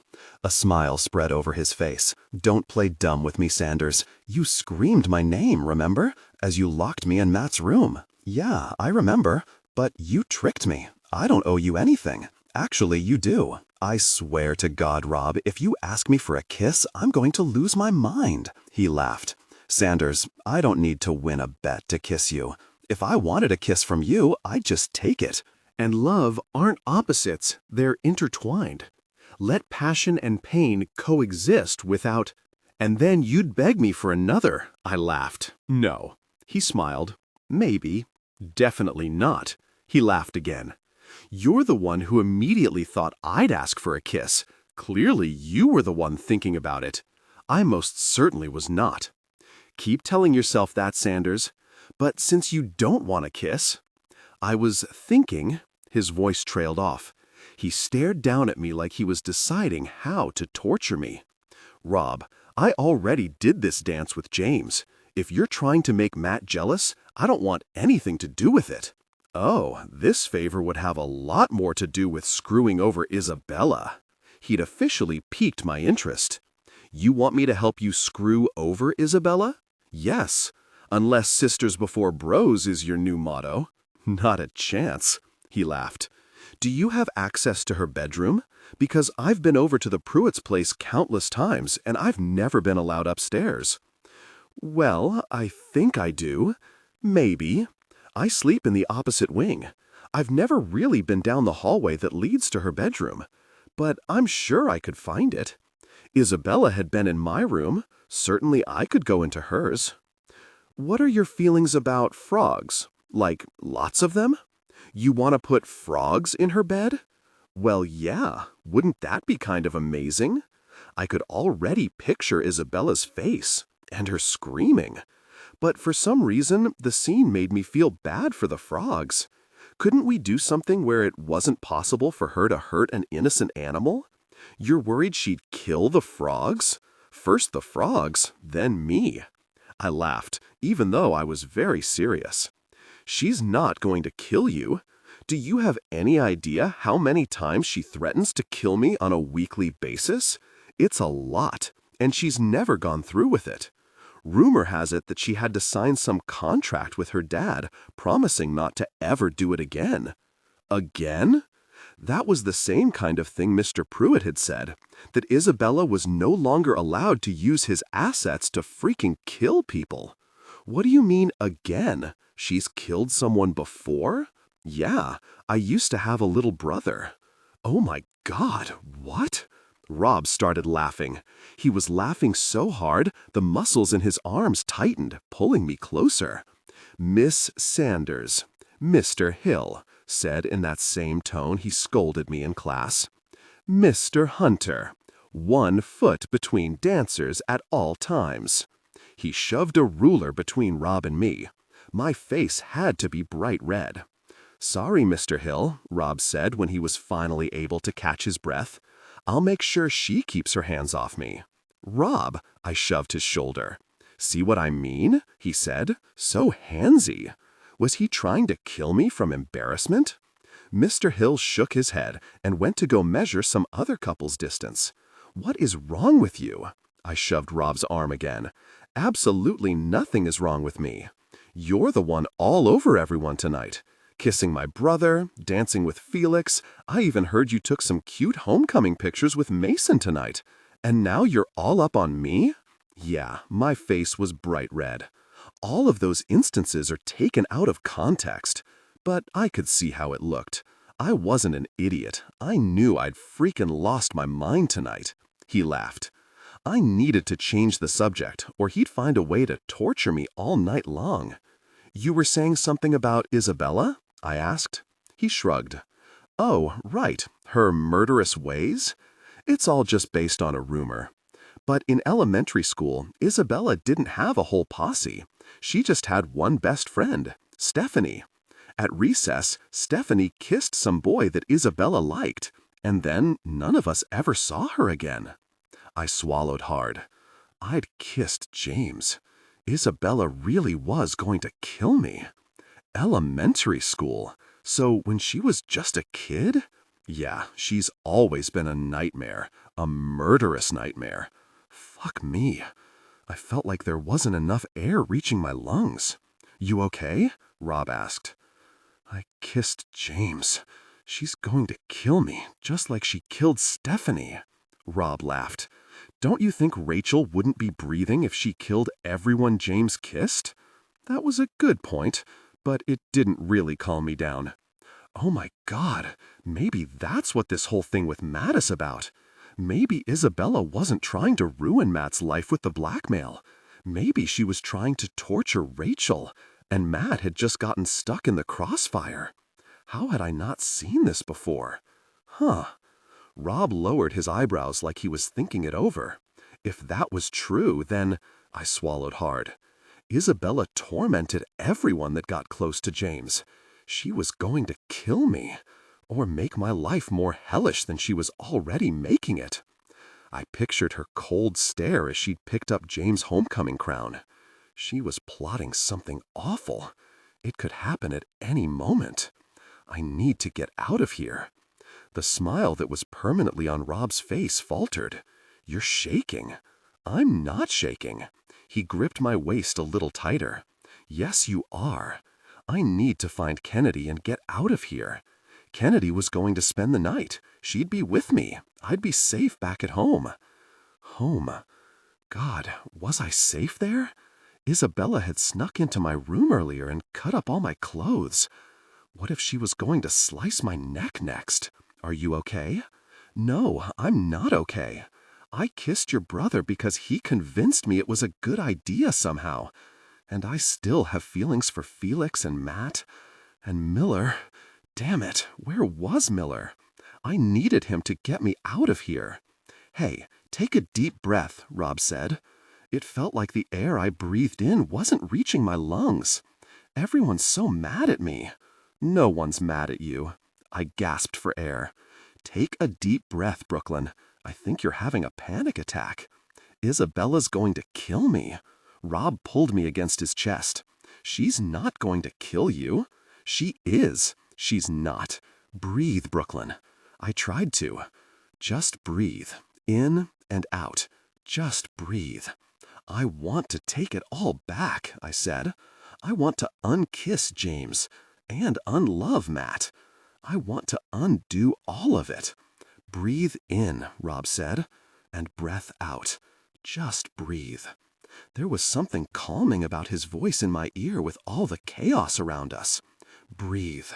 I tried to focus on taking deep breaths, and I wasn't sure how long we stood like that in the middle of the dance floor, just breathing. I knew there were a few changes of songs. I knew they weren't slow ones, and I knew we looked ridiculous.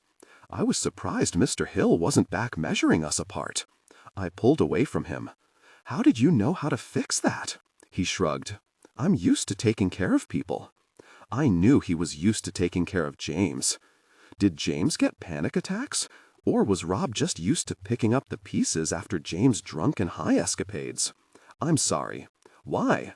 You didn't pull me into your hot mess, he said with a laugh. I'm practically the only person here that you haven't kissed. I laughed, even though it still felt like my lungs weren't quite working right. Will you help me find Kennedy? I still needed to leave. The sooner the better. He raised both eyebrows. Thinking about kissing her next? If so, I'll definitely help you find her. No, I said with a laugh. I just think maybe I've had enough homecoming for the rest of my life. He smiled. Luckily for you, she's right behind you. And if you do decide that you want tonight to get even crazier, kissing her really would do the trick. You might even get people to forget about that fight you caused. I'm not kissing Kennedy. I don't know. You still owe me that favor, Rob. You need to reserve that favor for the prank we're going to pull on Isabella. Nah, pretty sure you're down for that prank anyway. I'll hold on to my favor for now. I'm sad you're bouncing, though. Things were just getting fun. He gave me a wink and dropped his hands from my waist just as Kennedy threw her arms around me. Best homecoming ever, she screamed at the top of her lungs. I heard Rob laugh, and a few other students cheered around us. "Are you going to hook up with Robert Hunter too?" she asked. Her words were slightly slurred. "I can't believe you just came into town and you're already going to hook up with every single one of the untouchables. What is your life? A fairy tale?" "Hardly." And love aren't opposites, they're intertwined. Let passion and pain coexist without. Unless it was one of those real fairy tales where everyone died terrible, gruesome deaths, maybe I was living one of those. "I promise I'm not going to hook up with all of them," I said. "Do you mind if we leave early? I have a really bad feeling. Isabella's planning something. I know she is." "What can she do here? We're in the middle of a dance." Back to the topic of Rob real quick. "Kennedy, I really think we should get going." "Can I have Rob then if you don't want him?" She removed herself from my embrace. "I'm going to go ask him for a kiss. Wish me luck." "Oh my God, Kennedy, no!" I'd made plenty of bad decisions tonight, but it didn't mean she had too. I tried to grab her wrist, but she was already twirling over to him. "Kennedy!" I hissed as I ran after her, but she didn't listen, and her long legs were faster than mine, even when she was twirling instead of running. She twirled between a couple, preventing Mr. Hill from having to put a ruler between them. She zigzagged away from me and started twirling in the opposite direction. "Kennedy, get back here!" But she was like a freaking dancing ninja. I couldn't catch up with her. Twirling, ducking, and jumping? Did she just jump over that girl that was bent over in front of that guy? Why wasn't Kennedy on the track and field team? Kennedy! But she'd already reached Rob on the dance floor. I pushed past a couple dancing very inappropriately, just in time to witness the horror that was this moment. Kennedy tapped her hip into Rob's in some weird dance move I'd never seen in my life. "Hey, Tiger," she said, and then she made a roaring noise. Oh God, no! Chapter 34. Saturday. "Kennedy, do you want to go get a glass of water?" I asked. She ignored me and clasped her hands behind Rob's neck. "Hey," she said, and smiled up at him. I waited for her to roar again, but luckily she didn't. "Hey yourself," Rob said with a smile. He didn't seem as fazed by the whole tiger thing as I was. "Do you want to go make out in Mr. Hill's classroom?" she asked. Oh no, this was bad, really bad. I wasn't going to let her put herself in a position to be taken advantage of again. And how was she even planning on breaking into Empire High to make this happen? Before I could protest, Rob started laughing. "That depends on 3 things," he said. "Exactly how many cups of punch have you had? Are you actually broken up with Cupcake? And are you still in love with Felix?" Kennedy gasped. "Well, I do not know how many cups I've had, less than 12 in, but I know for a fact that I will never, ever let Cupcake near me again. Nunca," she said, and poked Rob in the middle of the chest. That means never, in case you don't know. It's me and Brooklyn's favorite word. Nunca. "Got it," Rob smiled. "And what about the 3rd thing? I don't remember you mentioning a 3rd thing." "Are you still in love with Felix?" Rob asked. "I do not know what you're referring to regarding Mr. Green." He laughed. "I'm referring to the fact that you look at him with stars in your eyes, and that I'm pretty sure you should be asking him to go to Mr. Hill's classroom instead of me." "Nunca." "Is that all you can say?" he said with a laugh. "Nunca." Kennedy started laughing too. "I should probably steal her back," I said. Rob whispered something in her ear before I stole her from his embrace. Just because I'd done a lot of crazy stuff tonight didn't mean Kennedy had too. "If you two need a ride home, let me know," Rob said. "You can take my limo."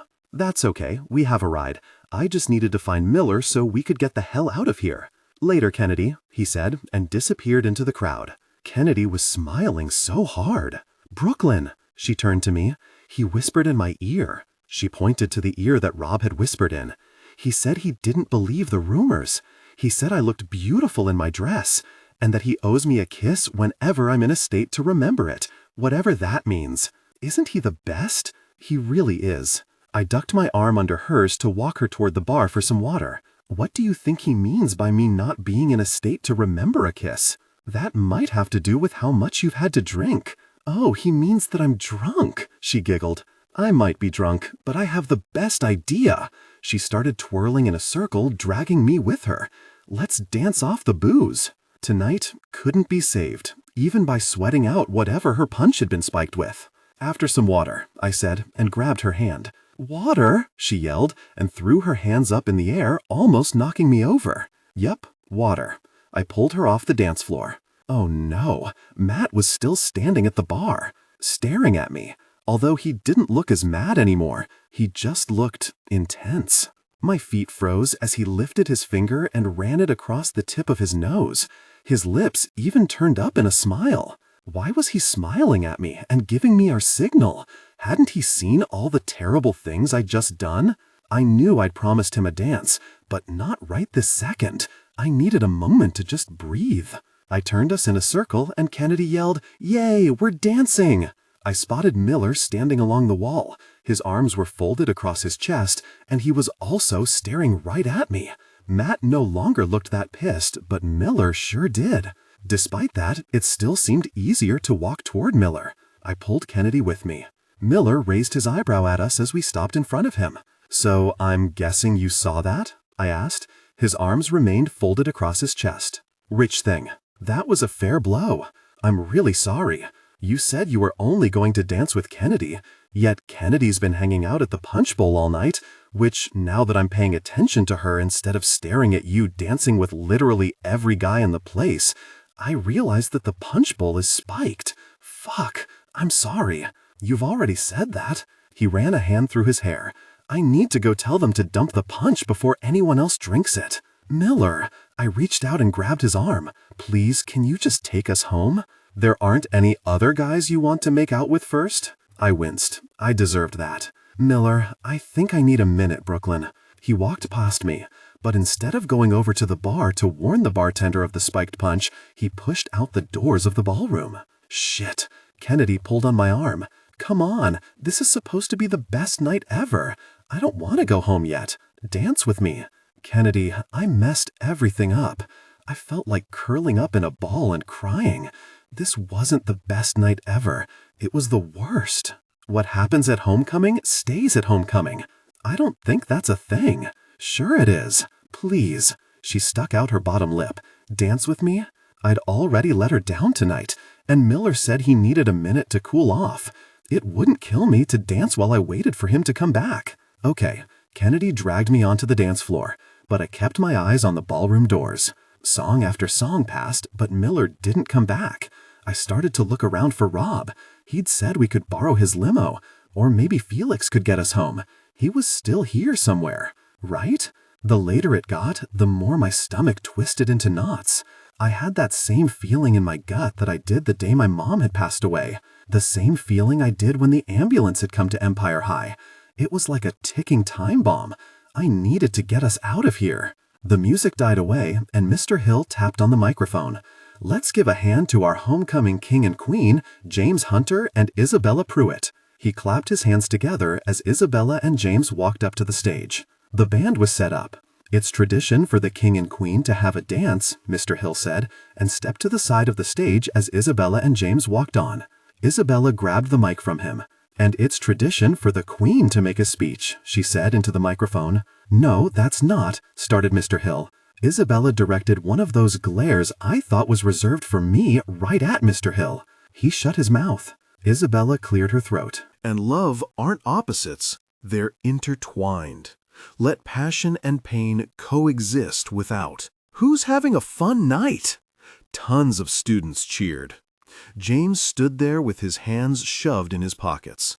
He must have tossed his torn tux jacket. There was what looked like a footprint on his white dress shirt, and he was sporting a black eye. He looked like he'd rather be anywhere in the world than on that stage with Isabella, and I didn't blame him. "James, come here," Isabella said. "You lost your crown earlier in that silly bit of argy-bargy." James didn't move. So Isabella walked over to him and put his crown back on. "Perfect," she said as she placed her hand on the side of his face. He grimaced. "Speaking of perfection," Isabella said into the mic, "I recently discovered that I have a baby sister. It was the most unexpected but brilliant news. I've always wanted a sibling. Sissy, Sissy, where are you? I want to officially introduce you to everyone." My traitorous fellow classmates parted like the Red Sea. Kennedy and I were just standing there with everyone staring at us. The ticking in my head stopped. This was the explosion I was expecting. God, what was she going to do? "Oh, splendid," Isabella said. "Don't you all love her tiara? I thought it would be perfect for her to wear one tonight. The princess to my queen. Do we have a spotlight? Can we put a spotlight on my sister?"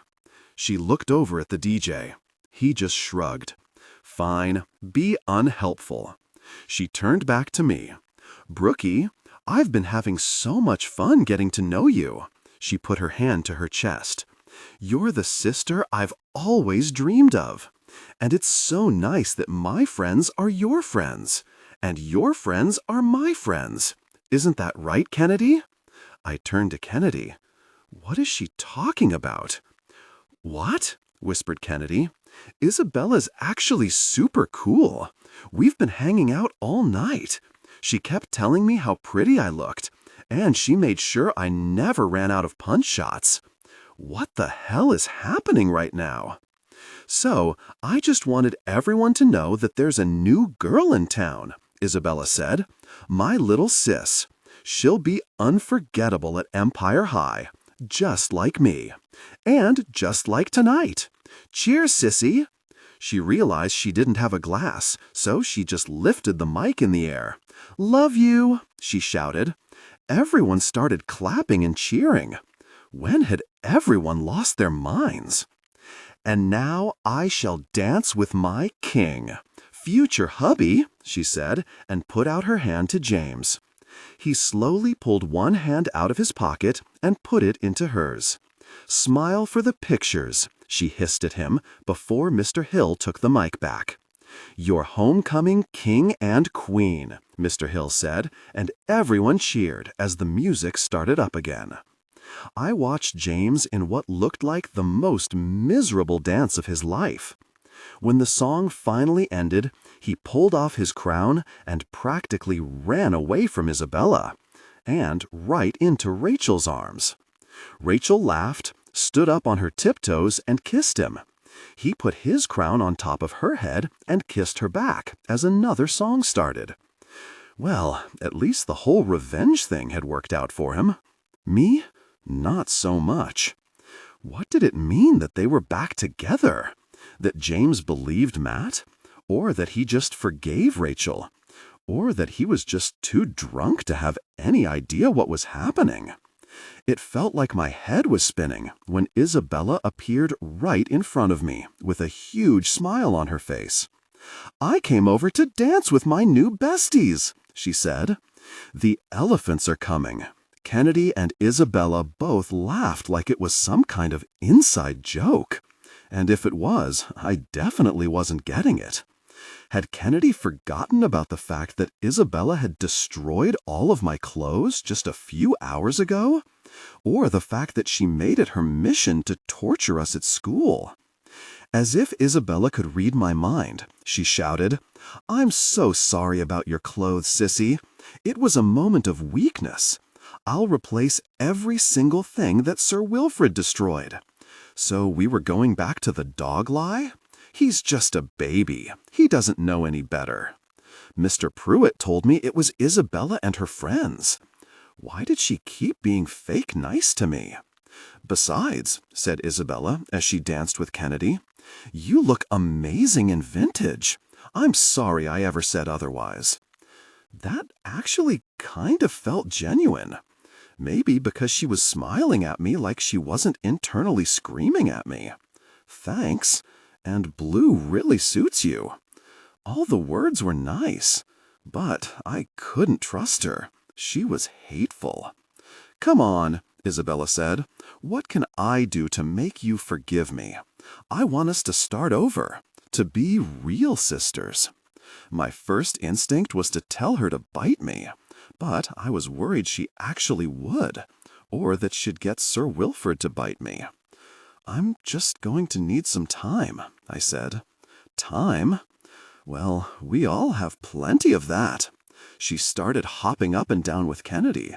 "No, we don't. We never had enough time." I blinked fast, trying not to think about my mom and my uncle. Someone like Isabella didn't understand how precious time was. It was too hot in here, too loud, too fake. God, where was Miller? I turned toward the doors and practically ran straight into Matt. Chapter 35, Saturday. For just a second, when I saw Matt, I was relieved. He'd been there for me after my uncle died. He'd literally been my shoulder to cry on. He was the only reason I didn't fall apart. But it was just as easy to remember all the bad, and I'd had to cry on someone else's shoulder because of him. I took a step back before I did something else stupid. Miller was already mad at me. I'd already made enough mistakes for one night.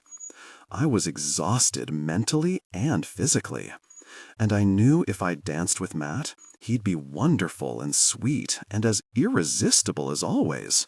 I knew my heart couldn't take it. "You promised me a dance," he said, and put out his hand. I looked at his face. I didn't think Rob was telling the truth. Yes, it did look like Matt was a little drunk, but he didn't look angry at all. He looked goofy. There was a big grin on his face, and his eyes looked so eager. Don't look at his puppy dog eyes.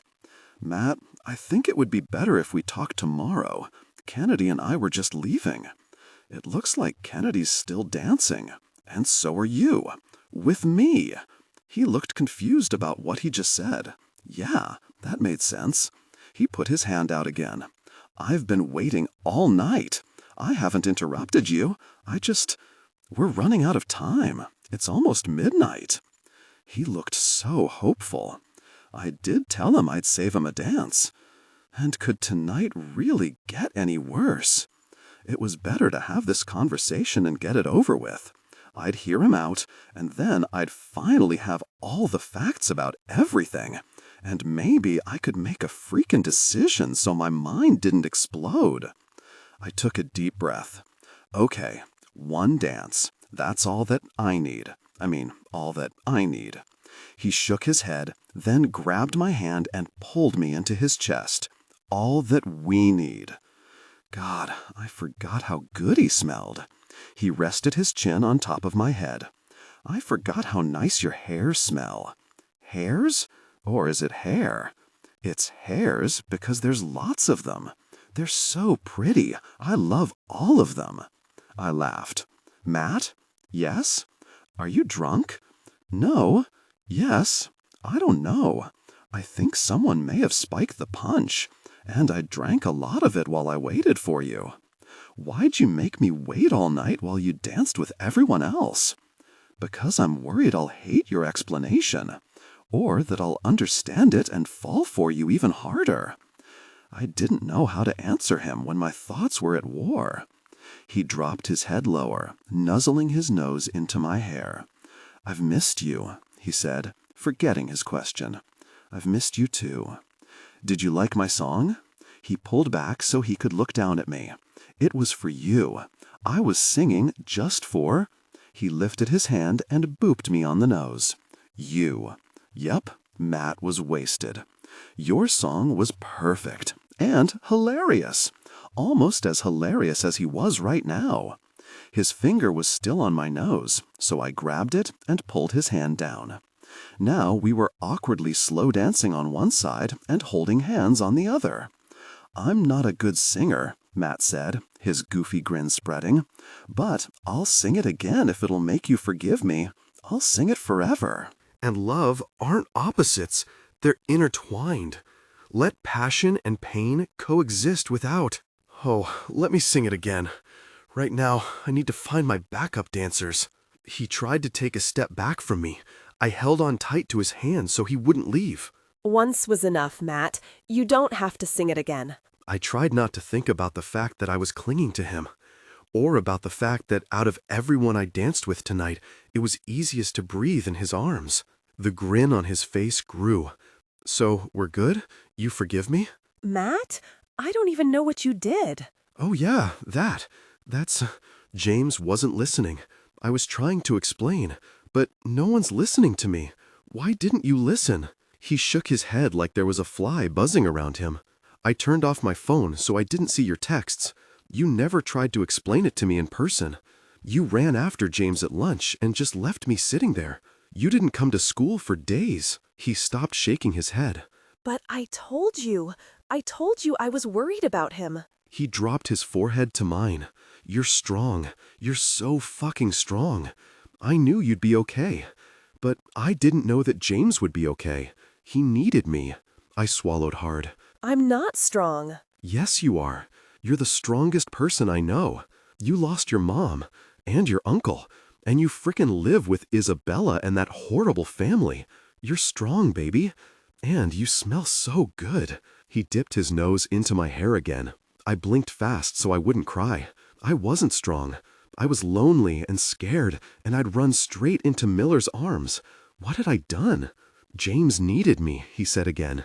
I didn't want him to hurt himself. I couldn't leave him alone, even though he wouldn't even let me in his stupid house. I'm sorry. I'm so sorry. He pulled me closer like he was scared I'd disappear. Part of me just wanted to forget everything. Drunk Matt was somehow even more endearing than sober Matt was. And clearly I wasn't strong, because I was seriously considering dropping the whole subject without questioning him more. I tried to stop smelling his cologne so I could think straight. What did you do with Rachel? That's what I've been trying to tell everyone. She and James got in a fight at some dumb party this summer, and she came to me crying. I went to give her a hug because I hate when people cry. Baby, I hate when you cry. He pulled back and stared into my eyes. I hate that I make you cry. I just want to make you happy. He reached out and ran his thumb beneath my eyes, even though I wasn't crying. Matt, focus. I grabbed his hand. What happened with Rachel after you hugged her? She freaking kissed me. She kissed me and I pushed her away. But Wizzy must have seen, and she thought something else had happened. But I swear, Brooklyn, I didn't kiss Rachel back. I didn't sleep with her. I don't want anything to do with her. I love you. I've only ever loved you. Matt, my voice cracked. James hates me. He won't listen. And Rob believes him over me. I lost my best friends. I don't want to lose you, too, he hiccuped. I should have tried to explain it to you before I ran after James, but he's like a brother to me, and I didn't want to lose him. But I lost him anyway. He hiccuped again. I'm sure if you explained. Explained what? That I didn't kiss his girl? Fuck that. He kissed mine. You're mine. He's not allowed to kiss you. Matt ran his thumb along my lower lip. Mine. My heart didn't stand a chance with him. You swear you didn't sleep with Rachel? Mine, he said again. It was like he was entranced by my lips. Matt, focus. You didn't sleep with James' girlfriend? He lowered his eyebrows. No. Why does everyone keep saying that? Why does everyone think I'm a monster? I don't think you're a monster. Yes, you do. You don't answer my texts. I'm a monstrifiter? Monstrifitini? No, that's not it. He snapped his fingers. Monstrosity. I didn't know whether to laugh or cry. He wasn't a monster. He'd gotten caught in Isabella's path just like I had. I didn't know how to explain the last week. I should have looked at my phone, but I was angry and hurt. I was terrified living at the Pruitts, and you disappeared on me. You didn't explain to me what happened. You just let me sit there thinking the worst. I thought you'd been keeping the secret to protect James. I thought you'd been keeping the secret to protect yourself. And you didn't care that you had to keep me a dirty little secret in the process. No, no, he grabbed both sides of my face. Didn't you hear my song? You're not a dirty little secret. That was what the song was about. I should have really sing it again. Matt, you made me feel like one. No, that's not how you were supposed to feel. You're supposed to feel loved. I didn't feel loved. You acted like you loved me in private. But then, whenever we were in public, you treated me like nothing. Like I was invisible. No one should be treated the way you treated me. That wasn't love. He breathed in and out slowly, tickling my skin with his breath. I'll love you out loud then. I'll tell you all the things I love about you, right now. I love how soft your hair is. And I love that you put me in my place when I'm an idiot. I laughed at my jokes, even if they're not funny. He laughed like his own comment was funny and then looked serious again. I love playing football, and barbecues are great because of all the burgers. Wait, I'm supposed to be talking about you. He took a deep breath. I love the way you look at me. I love the way you look when you look at me. Like your whole face lights up. He put his hand on my face, covering my eyes. Oops, he removed his hand. I think I probably look like that when I look at you too. And I love your skin. He ran the tip of his nose across my cheek. It's even softer than your hair. And you always smell like fresh air, even when it's hard to breathe in the city. I love that you don't care about money like everyone else in my life does. I love that you haven't asked me once what I want to be when I grow up. For the record, I want to take over my dad's company, but he's going to give it to Mason, which isn't really fair because I think I'd be really good at it, but I won't even get a chance. A few months ago, I even did a SWOT analysis for why he should be doing more digital advertising than traditional print advertising. I made a stupid slideshow and everything, and he told me he didn't have time to even see it. God, Matt. He was rambling, but I didn't want him to stop. I wanted to know every confession he had. Drunk Matt was honest and talkative, not angry. I love that you don't care about what other people think of you. Not even me. Especially not me when you're mad. I kinda even love when you're mad, because you stare at me with all this heat in your eyes, and it makes me hard. It's so hard to control myself around you, because you're so beautiful. I love talking to you. And I love that you're wearing sneakers with your dress. It's cute, but somehow fucking hot, too. You look amazing. I looked down at my kids. He was the only one that noticed them all night. He was drunk, I knew that. But he still noticed things about me that no one else did. He saw me. He knew me. And he wasn't embarrassed of me. He was just worried about his friend. Ex-friend. He'd made a few mistakes, but I certainly had too. Does that answer your question? He asked. I don't remember what you asked. Did you even ask a question? He laughed and put his chin on top of my head again. Your hair smells so good. You've mentioned that. He leaned forward, putting more of his weight on me. I didn't like it when you kissed James. Can you please not do that again? I promise I won't do it again. And you won't sleep with him, right? Because I've been waiting really impatiently to be your first. Do you know how often I have to take cold showers because of you? I laughed. No, I don't. A lot. But I jerk off thinking about you more than that. A lot, huh? Mm-hmm. He moved his lips to my ear. I need to tell you a secret. And love aren't opposites. They're intertwined. Let passion and pain coexist without. I don't think I mentioned this yet, but I'm a little drunk tonight. Oh, you've mentioned it. Well, that's not the secret. The secret is that it's okay if you want to take advantage of me. I won't press charges. I laughed. Maybe a different night, when you'll remember. Okay, I'll just dream of you again then. I dream of you a lot too. It's better than sheep. He laughed. Did he mean counting sheep? He wasn't making any sense. He leaned forward, putting more of his weight on me. Oh my God, he's so heavy. Matt, I can't hold you. Just for a second. You're too heavy. He giggled. Oh no. He moved back and looked down at his perfect torso. Is that why you don't want me? You think I'm fat? What? I couldn't help but laugh. No, you're perfect. Then why are you torturing me? I'm not trying to. Then why'd you dance with Felix right in front of me? That was a good point for a drunk person to make. I'm sorry. I made one mistake, Brooklyn. I should have told James right away, but I was being stupid. Isabella got under my skin. But that doesn't mean I'm not allowed to be happy. That doesn't mean you aren't my forever. You are my forever. I know you are. Of course he was allowed to be happy, and of course he was allowed to make mistakes. I'd certainly made a ton of them. I want to make a deal. He stuck out his hand for me. No more secrets between us. Ask me anything, he said, and I'll answer it. He grabbed my hand and shook it before I could decide. Okay, Matt, you didn't ask a question. I'd already asked him all the questions I needed to, and I believed him. Rachel was clearly a mess, not that I was one to talk. Her relationship with James had to be toxic because James was toxic. And who knows, maybe James was right. Maybe Rachel had thrown herself at Matt because all she cared about was money, and she was scared James was going to renounce his inheritance. "Ask me anything," Matt said again. "Why do you call Isabella Wizzy? What does it mean?" He started laughing. "Wizzy?" He laughed even harder. "Oh, you're gonna like this. And she'd probably kill me for telling anyone. Actually, I think Mr. Pruitt's telling the truth. I don't think she can actually kill us. I hope so." "Yeah, me too." He went to go put all his weight on me again, but I pressed my hand against his chest to stop him. He was going to knock me over. "So what does Wizzy mean?" He giggled. "Isabella peed in our pool during Mason's 12th birthday party." He put his hand over his mouth to help stifle the laughter. It didn't help, and now I was laughing too. "But how would you even know that she did? It's not like she pooped in the pool."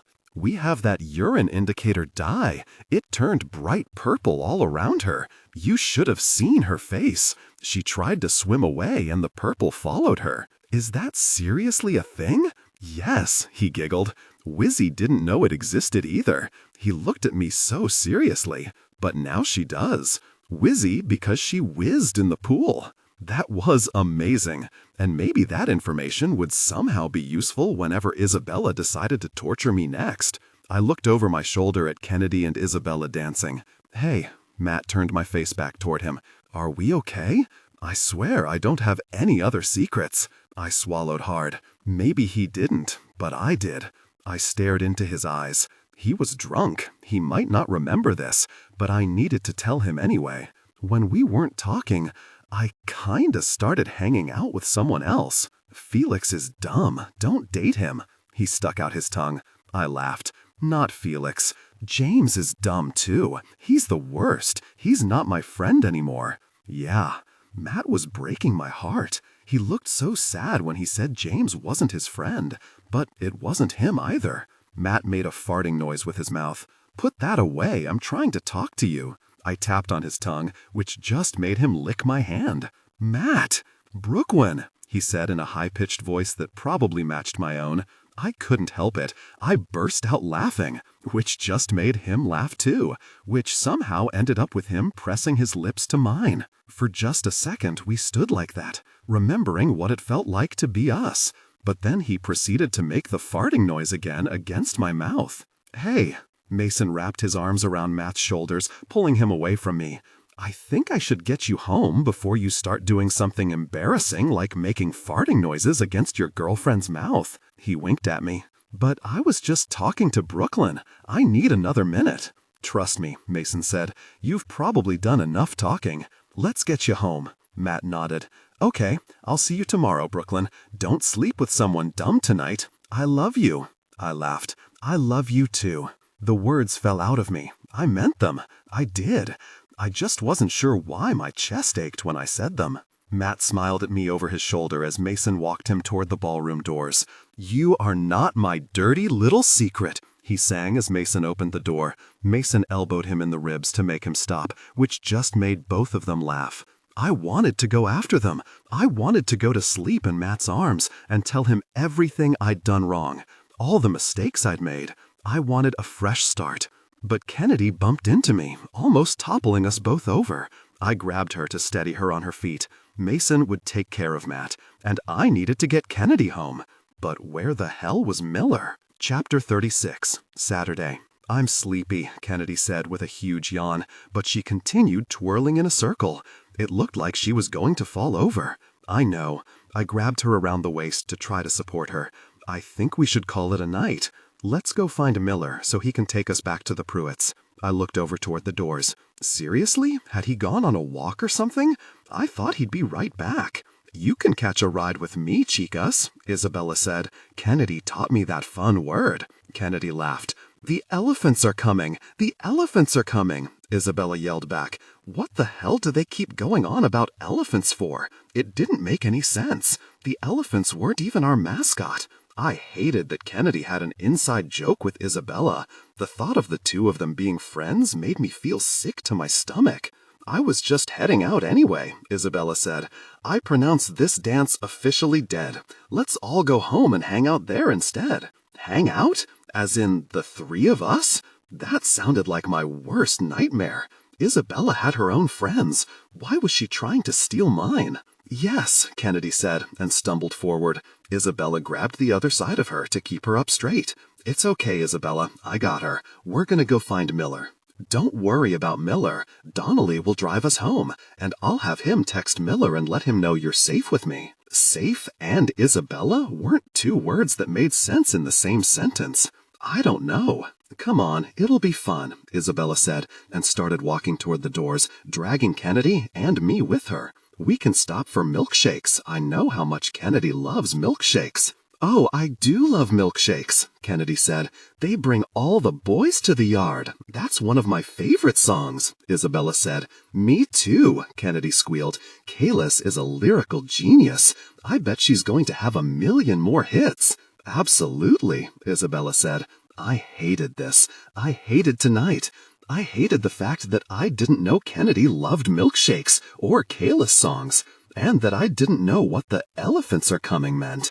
Really, I said as we pushed through the ballroom doors. We're just gonna look for Miller. I'm sure he's here somewhere. I looked both ways down the hall, hoping Miller would just be leaning against one of the walls, but he was nowhere in sight. But milkshakes, Isabella said. Kennedy turned toward me. Please, Brooklyn, I really want a milkshake. She stuck out her bottom lip.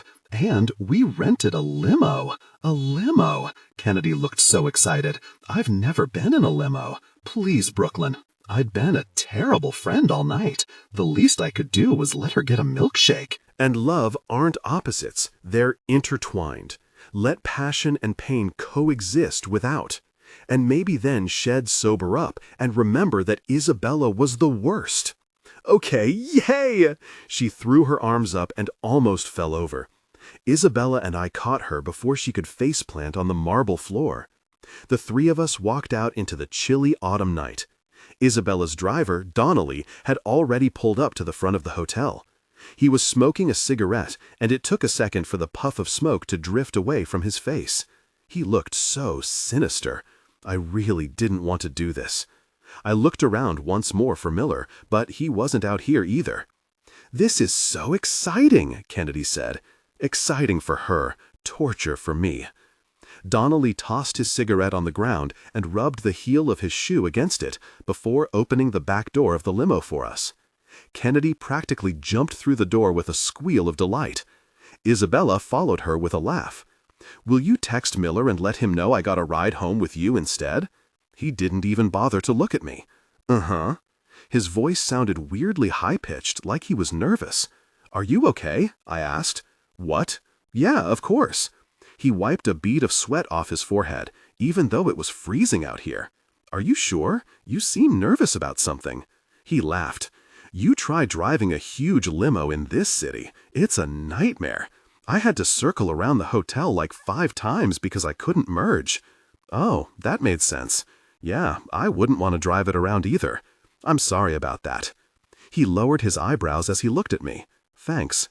I knew that look. It was the same one Justin gave me when I asked him what his goals were, and the same one Tiffany gave me when I thanked her for the food. Donnelly was underappreciated. The Pruitts didn't treat him like a human. I'd never be like them. I'll try my best to keep them quiet back there, so we don't distract you. Thanks, I really appreciate that. No problem. Thanks for driving us home. I followed Kennedy into the back of the limo, and Donnelly closed the door behind us. Wow, I'd never been in a limo before either, and it was pretty awesome. There were lights along the roof of the limo, and everything was glowing. There were even glasses of what looked like champagne sitting there ready for us. And strawberries, yum.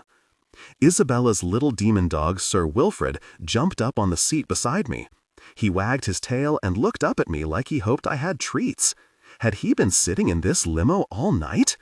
I reached out to pet him and was relieved when he didn't bite my hand off. "We're going for milkshakes," Isabella said, as Donnelly climbed into the front seat. The little separator between the front and back of the limo was down. "I think I should just take you girls home," Donnelly said. "No, we want milkshakes, but milkshakes," Donnelly screamed. "Isabella," I said, "maybe we should just go home." She stared at me like she was going to rip my face off when I said the word home. But it was just for a second. Her face morphed into a fake smile right away. "We can go home after we get milkshakes," she said, loud enough for Donnelly to hear.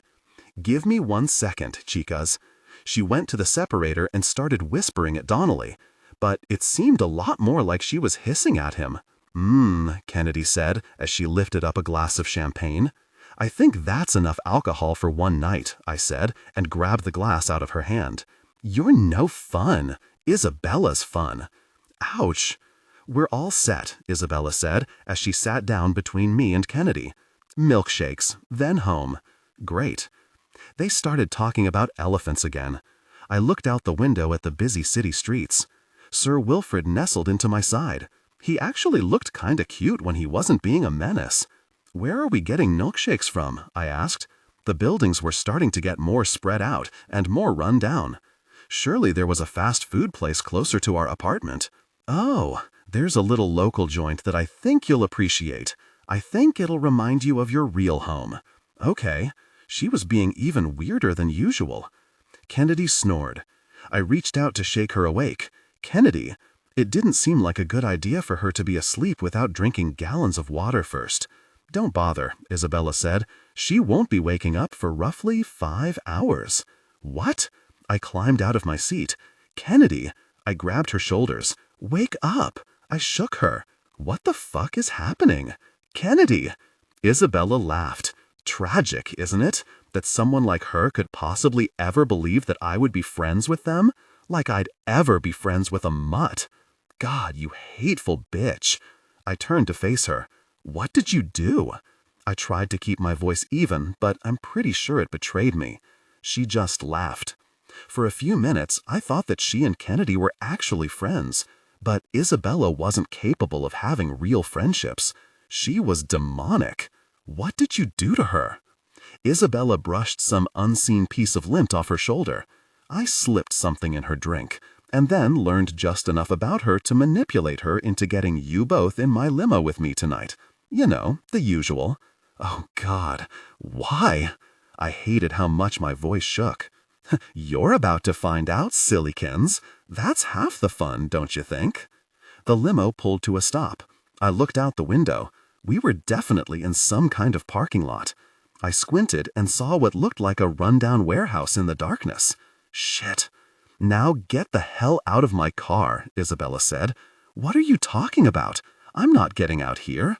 I turned back to Kennedy. "Kennedy, wake up." I shook her harder, but her head just lolled forward. "Please, Kennedy, you're not a mutt. You're perfect. I'm sorry I was a bad friend tonight, but I love you. Wake up." "Get out of my limo, peasant." Then I heard a noise that I'd only ever heard in movies. The sound of a gun being cocked. It felt like my heart was beating in my throat. I turned to see a pink pistol pointed right at my forehead. Oh my God, she really is going to kill me. And it wasn't like she just picked up a random gun. It was pink. She owned the thing. Mr. Pruitt had to know she owned a gun. He knew what she was capable of, and he still let her have a weapon? I dropped Kennedy's shoulders. "Isabella, get out, now." I didn't want to leave Kennedy like this, but my brains getting blown out wouldn't exactly help anything. And it would be better if I got Isabella and her gun away from Kennedy. I backed up, my butt hitting the door. I felt behind me for the handle and pushed the door open. Sir Wilfrid whimpered as I climbed out of the limo, followed by Isabella. She slammed the door so her dog couldn't follow us. "Just like home sweet home, yes?" Isabella said. I didn't take my eyes off her. I got the point. We were standing in an abandoned lot surrounded by decaying buildings. But this was nothing like my home back in Delaware. Our house had been small, but it was beautiful, and full of beautiful memories that a person like Isabella would never get to experience. I looked at the limo. Why wasn't Donnelly doing something? He was supposed to be protecting both of us. Why was he letting this happen? "Answer me," Isabella said. She lifted the gun a little higher. "Yes, this is just like home." That was the answer she wanted, right? Because I'm garbage. I didn't believe the words I was speaking, but saying them out loud made me feel so small, rotten, disgusting, pathetic. Oh my God, are you crying? She laughed. I reached up to touch my cheek. I didn't realize I was crying, but the moisture on my cheeks proved otherwise. This is even better than I imagined. Now take it off. I stared at her. Take off what? This isn't the time for sass, sissy. Take it off. I was pretty sure she was staring at the top of my head. The tiara, of course. That's what she wanted me to take off. My hands shook as I reached up to unpin it from my hair. Now, she screamed, her voice echoing around the empty parking lot. My fingers were still shaking, making it impossible to unpin fast enough. And love aren't opposites. They're intertwined. Let passion and pain coexist without.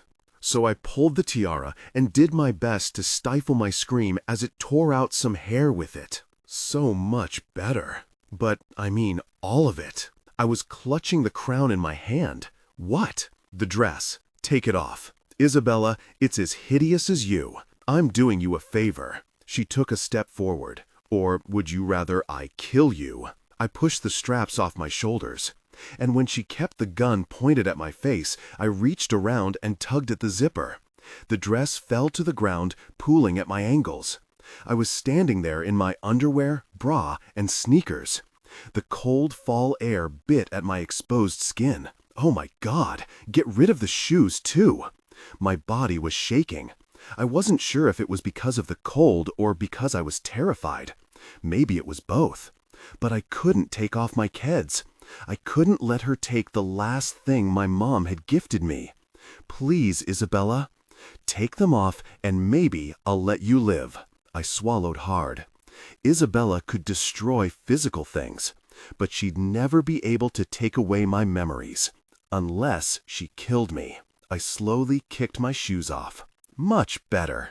Now, do you want the good news or the bad news? I didn't want anything from her. I just stared at her. You're no fun. She backed up and tapped on the limo window. Donnelly slowly climbed out of the car. He was holding a large cardboard box in his hands. Donnelly, I said and took a step toward him. Don't even think about it, Isabella said. Donnelly is on my side, not yours. Isn't that right, Donnelly? He didn't say a word, but he looked miserable and so freaking guilty. I could tell he wasn't coming to my rescue tonight, especially since he was looking at the ground instead of at me. So which is it, sissy? The good news or the bad news? Chapter 37, Saturday. The good news or the bad news? This felt like a trick question. There was no way anything she was about to say was good. Maybe I could make her evil head explode. The good news, I said. Splendid, Isabella said. The good news is, I'm probably not going to kill you tonight. Even though I don't understand why, killing you would make Daddy very mad. And I don't want to make Daddy mad. So if you follow my instructions precisely, I suppose I'll allow you to live. She lowered the gun to her side, and I felt like my lungs inflated with air for the first time in ages. It was good news. Maybe. It kind of depended on what she was going to make me do. But the bad news is that you're leaving town. She grabbed something out of the box and walked over to me. Here's a map. She tossed it onto the ground in front of me. It's about 10 blocks to the nearest bus station. You can use the walk to clear your head. Sound good? I was literally in my underwear. She didn't even let me keep my shoes.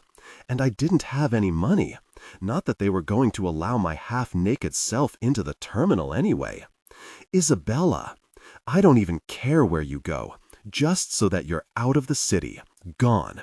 Poof! She snapped her fingers. You can't just make me disappear.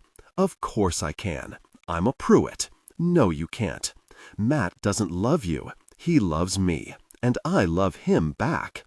Apparently, a conversation with a psychopath was all I needed to see everything clearly. Or maybe it was getting a gun pointed at my head. Or the freezing air against my exposed skin. But I saw it. I saw my future with Matt, and she couldn't have him for the next 4 years, because he was mine forever. He's infatuated with you because you're new in town. It'll fade. Now, grab your map and get lost. No. Are you sure you don't want to leave? Maybe this will help you decide. She walked over to the cardboard box and lifted out some kind of black device with wires and a timer on it. Another thing I'd only seen in movies. I was pretty sure it was a bomb. I waited for her to throw it at me or something, but she just walked over to the limo and placed it on top. She pressed something on the side, and the timer started ticking down from 3 minutes. No, Kennedy! Isabella turned back around. If you don't leave in 2 minutes and 58 seconds, Kennedy will go boom. You can't. You're not allowed to kill people, Isabella. Your father told me the rules. I wanted to believe it. For some reason, I did believe that she wouldn't kill me. But Kennedy? I had no freaking idea what Isabella was capable of. There are ways around rules, sissy. Accidental limo explosions are one of those ways. Besides, no one's going to miss her. For some reason, it's so much fun now that I got to know her first. You know what I mean? No, you crazy bitch. Sir Wilfred is in there. You can't blow up your dog. Good point. But moot. I saw you pet him. Sir Wilfred is officially tainted. Besides, he's hardly trained. I'll just buy another. Donnelly, do something, please. Isabella laughed. Oh, darling, you're crying again. Such a hot mess. And don't speak to Donnelly. He can't help you. Of course he can. Donnelly, please. No, he can't, Isabella said, a little sterner. Donnelly here is from a very religious family. And do you know what I caught him doing a week ago? Making out with your new friend Justin in a closet. She laughed. How fitting, right? Since Donnelly is in the closet. And love aren't opposites. They're intertwined. Let passion and pain coexist without. And what on earth would his dear mother think if she found out he was batting for the wrong team? You horrible witch. All she knew was blackmail and hatred. I looked over at Donnelly. He was crying too. I could see it in his eyes. How sorry he was. But this wasn't his fault. None of this was his fault. Tick-tock, Isabella said. Only 1 minute left. What are you going to do? It wasn't a choice. I couldn't let Isabella kill my best friend. I couldn't let her out Donnelly. I couldn't even let her blow up her evil dog. I picked up the map. Good girl. And don't worry, I'll take great care of Matt. Now disappear, trash goblin. I pulled the map to my chest. I wanted something to come to me that would help me out of this mess, something clever. But all I could think about was that I had to run. I had to save them. A gust of wind made goosebumps rise all over my skin. The map blew out of my hands. I tried to grab it, but my feet slipped in a puddle. I fell to my knees, the water splashing all over me. Isabella laughed. I looked down at myself, sitting in the puddle, and I hated that I saw what Isabella saw. Trash. I couldn't think of a clever way out of this, because I wasn't a scholarship student at Empire High. I was the janitor's niece. I never belonged here. All I'd done was broken the Caldwells and Hunter's lifelong friendship, put my best friend's life in jeopardy, and ruined the last few months of my uncle's life. I'd been trying not to think about the last few months, but as soon as I did, it hit me like a ton of bricks. It didn't matter that Uncle Jim had reassured me otherwise. He still could have been doing anything in the world, but he gave up everything for me. And why? I stared at my hands in the muddy puddle. I was trash.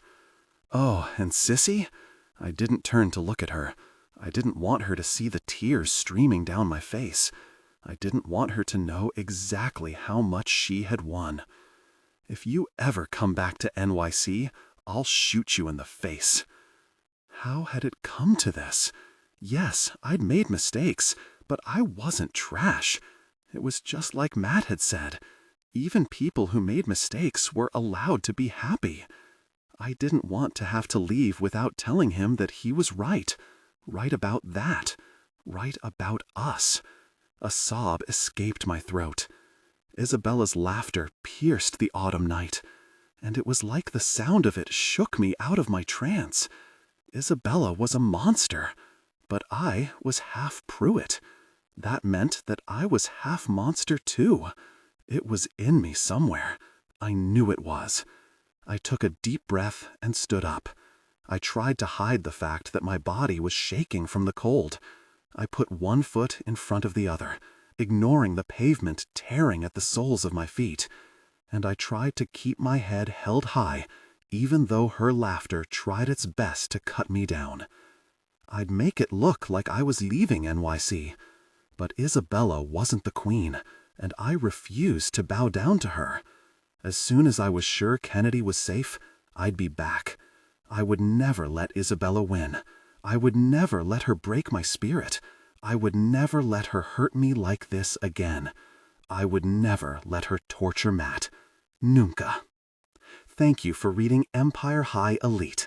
I have good news and bad news. The bad news is that Book 3 doesn't come out until January. But the good news is that you can find out what Matt was thinking when he first met Brooklyn. Click here to get your free copy of Matt's point of view in Matthew Caldwell, The Untouchables.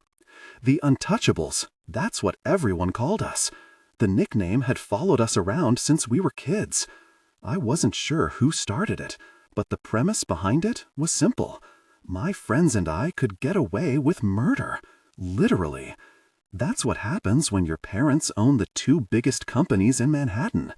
We were untouchable. And I was sick of it. I was sick of the lies and the secrets.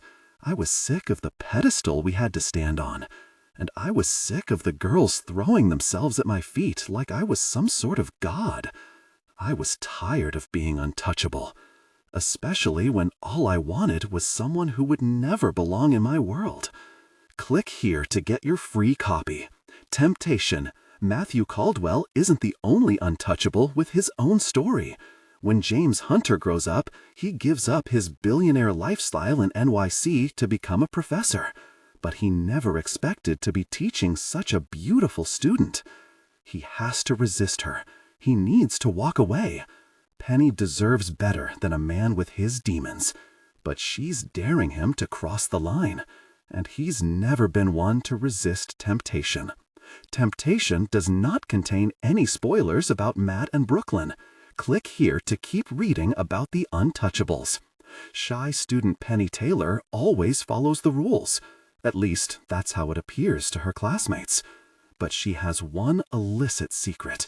She's fallen hard for her professor. And she's pretty sure he's fallen for her too. Everyone loves Professor Hunter. He's tall, dark, and handsome, and completely unobtainable. But it's the secrets hiding behind his deep brown eyes that allures Penny, secrets darker than she could ever imagine. James Hunter gave up his billionaire lifestyle in NYC last year to become a professor. The easiest new rule to follow: don't fraternize with the students. It's easy to follow because he's become quite the recluse in his new town. The only way he knows how to keep his secrets buried. But he never expected to be teaching such a beautiful student. He has to resist her. He needs to walk away. Penny deserves better than a man with his demons. But she's daring him to cross the line. And he's never been one to resist temptation. Temptation does not contain any spoilers about Matt and Brooklyn. Click here to keep reading about the Untouchables.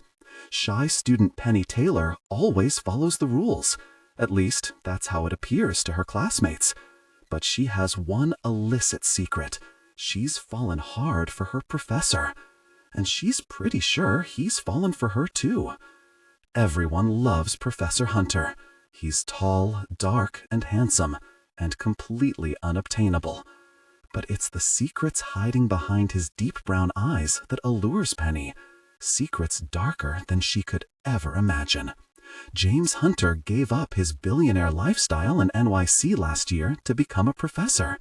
The easiest new rule to follow: don't fraternize with the students. It's easy to follow because he's become quite the recluse in his new town. The only way he knows how to keep his secrets buried. But he never expected to be teaching such a beautiful student. He has to resist her. He needs to walk away. Penny deserves better than a man with his demons. But she's daring him to cross the line, and he's never been one to resist temptation. Temptation does not contain any spoilers about Matt and Brooklyn. Click here to keep reading about the untouchables. Shy student Penny Taylor always follows the rules. At least, that's how it appears to her classmates. But she has one illicit secret. She's fallen hard for her professor. And she's pretty sure he's fallen for her too. Everyone loves Professor Hunter. He's tall, dark, and handsome, and completely unobtainable. But it's the secrets hiding behind his deep brown eyes that allures Penny. Secrets darker than she could ever imagine. James Hunter gave up his billionaire lifestyle in NYC last year to become a professor. The easiest new rule to follow: don't fraternize with the students. It's easy to follow because he's become quite the recluse in his new town. The only way he knows how to keep his secrets buried.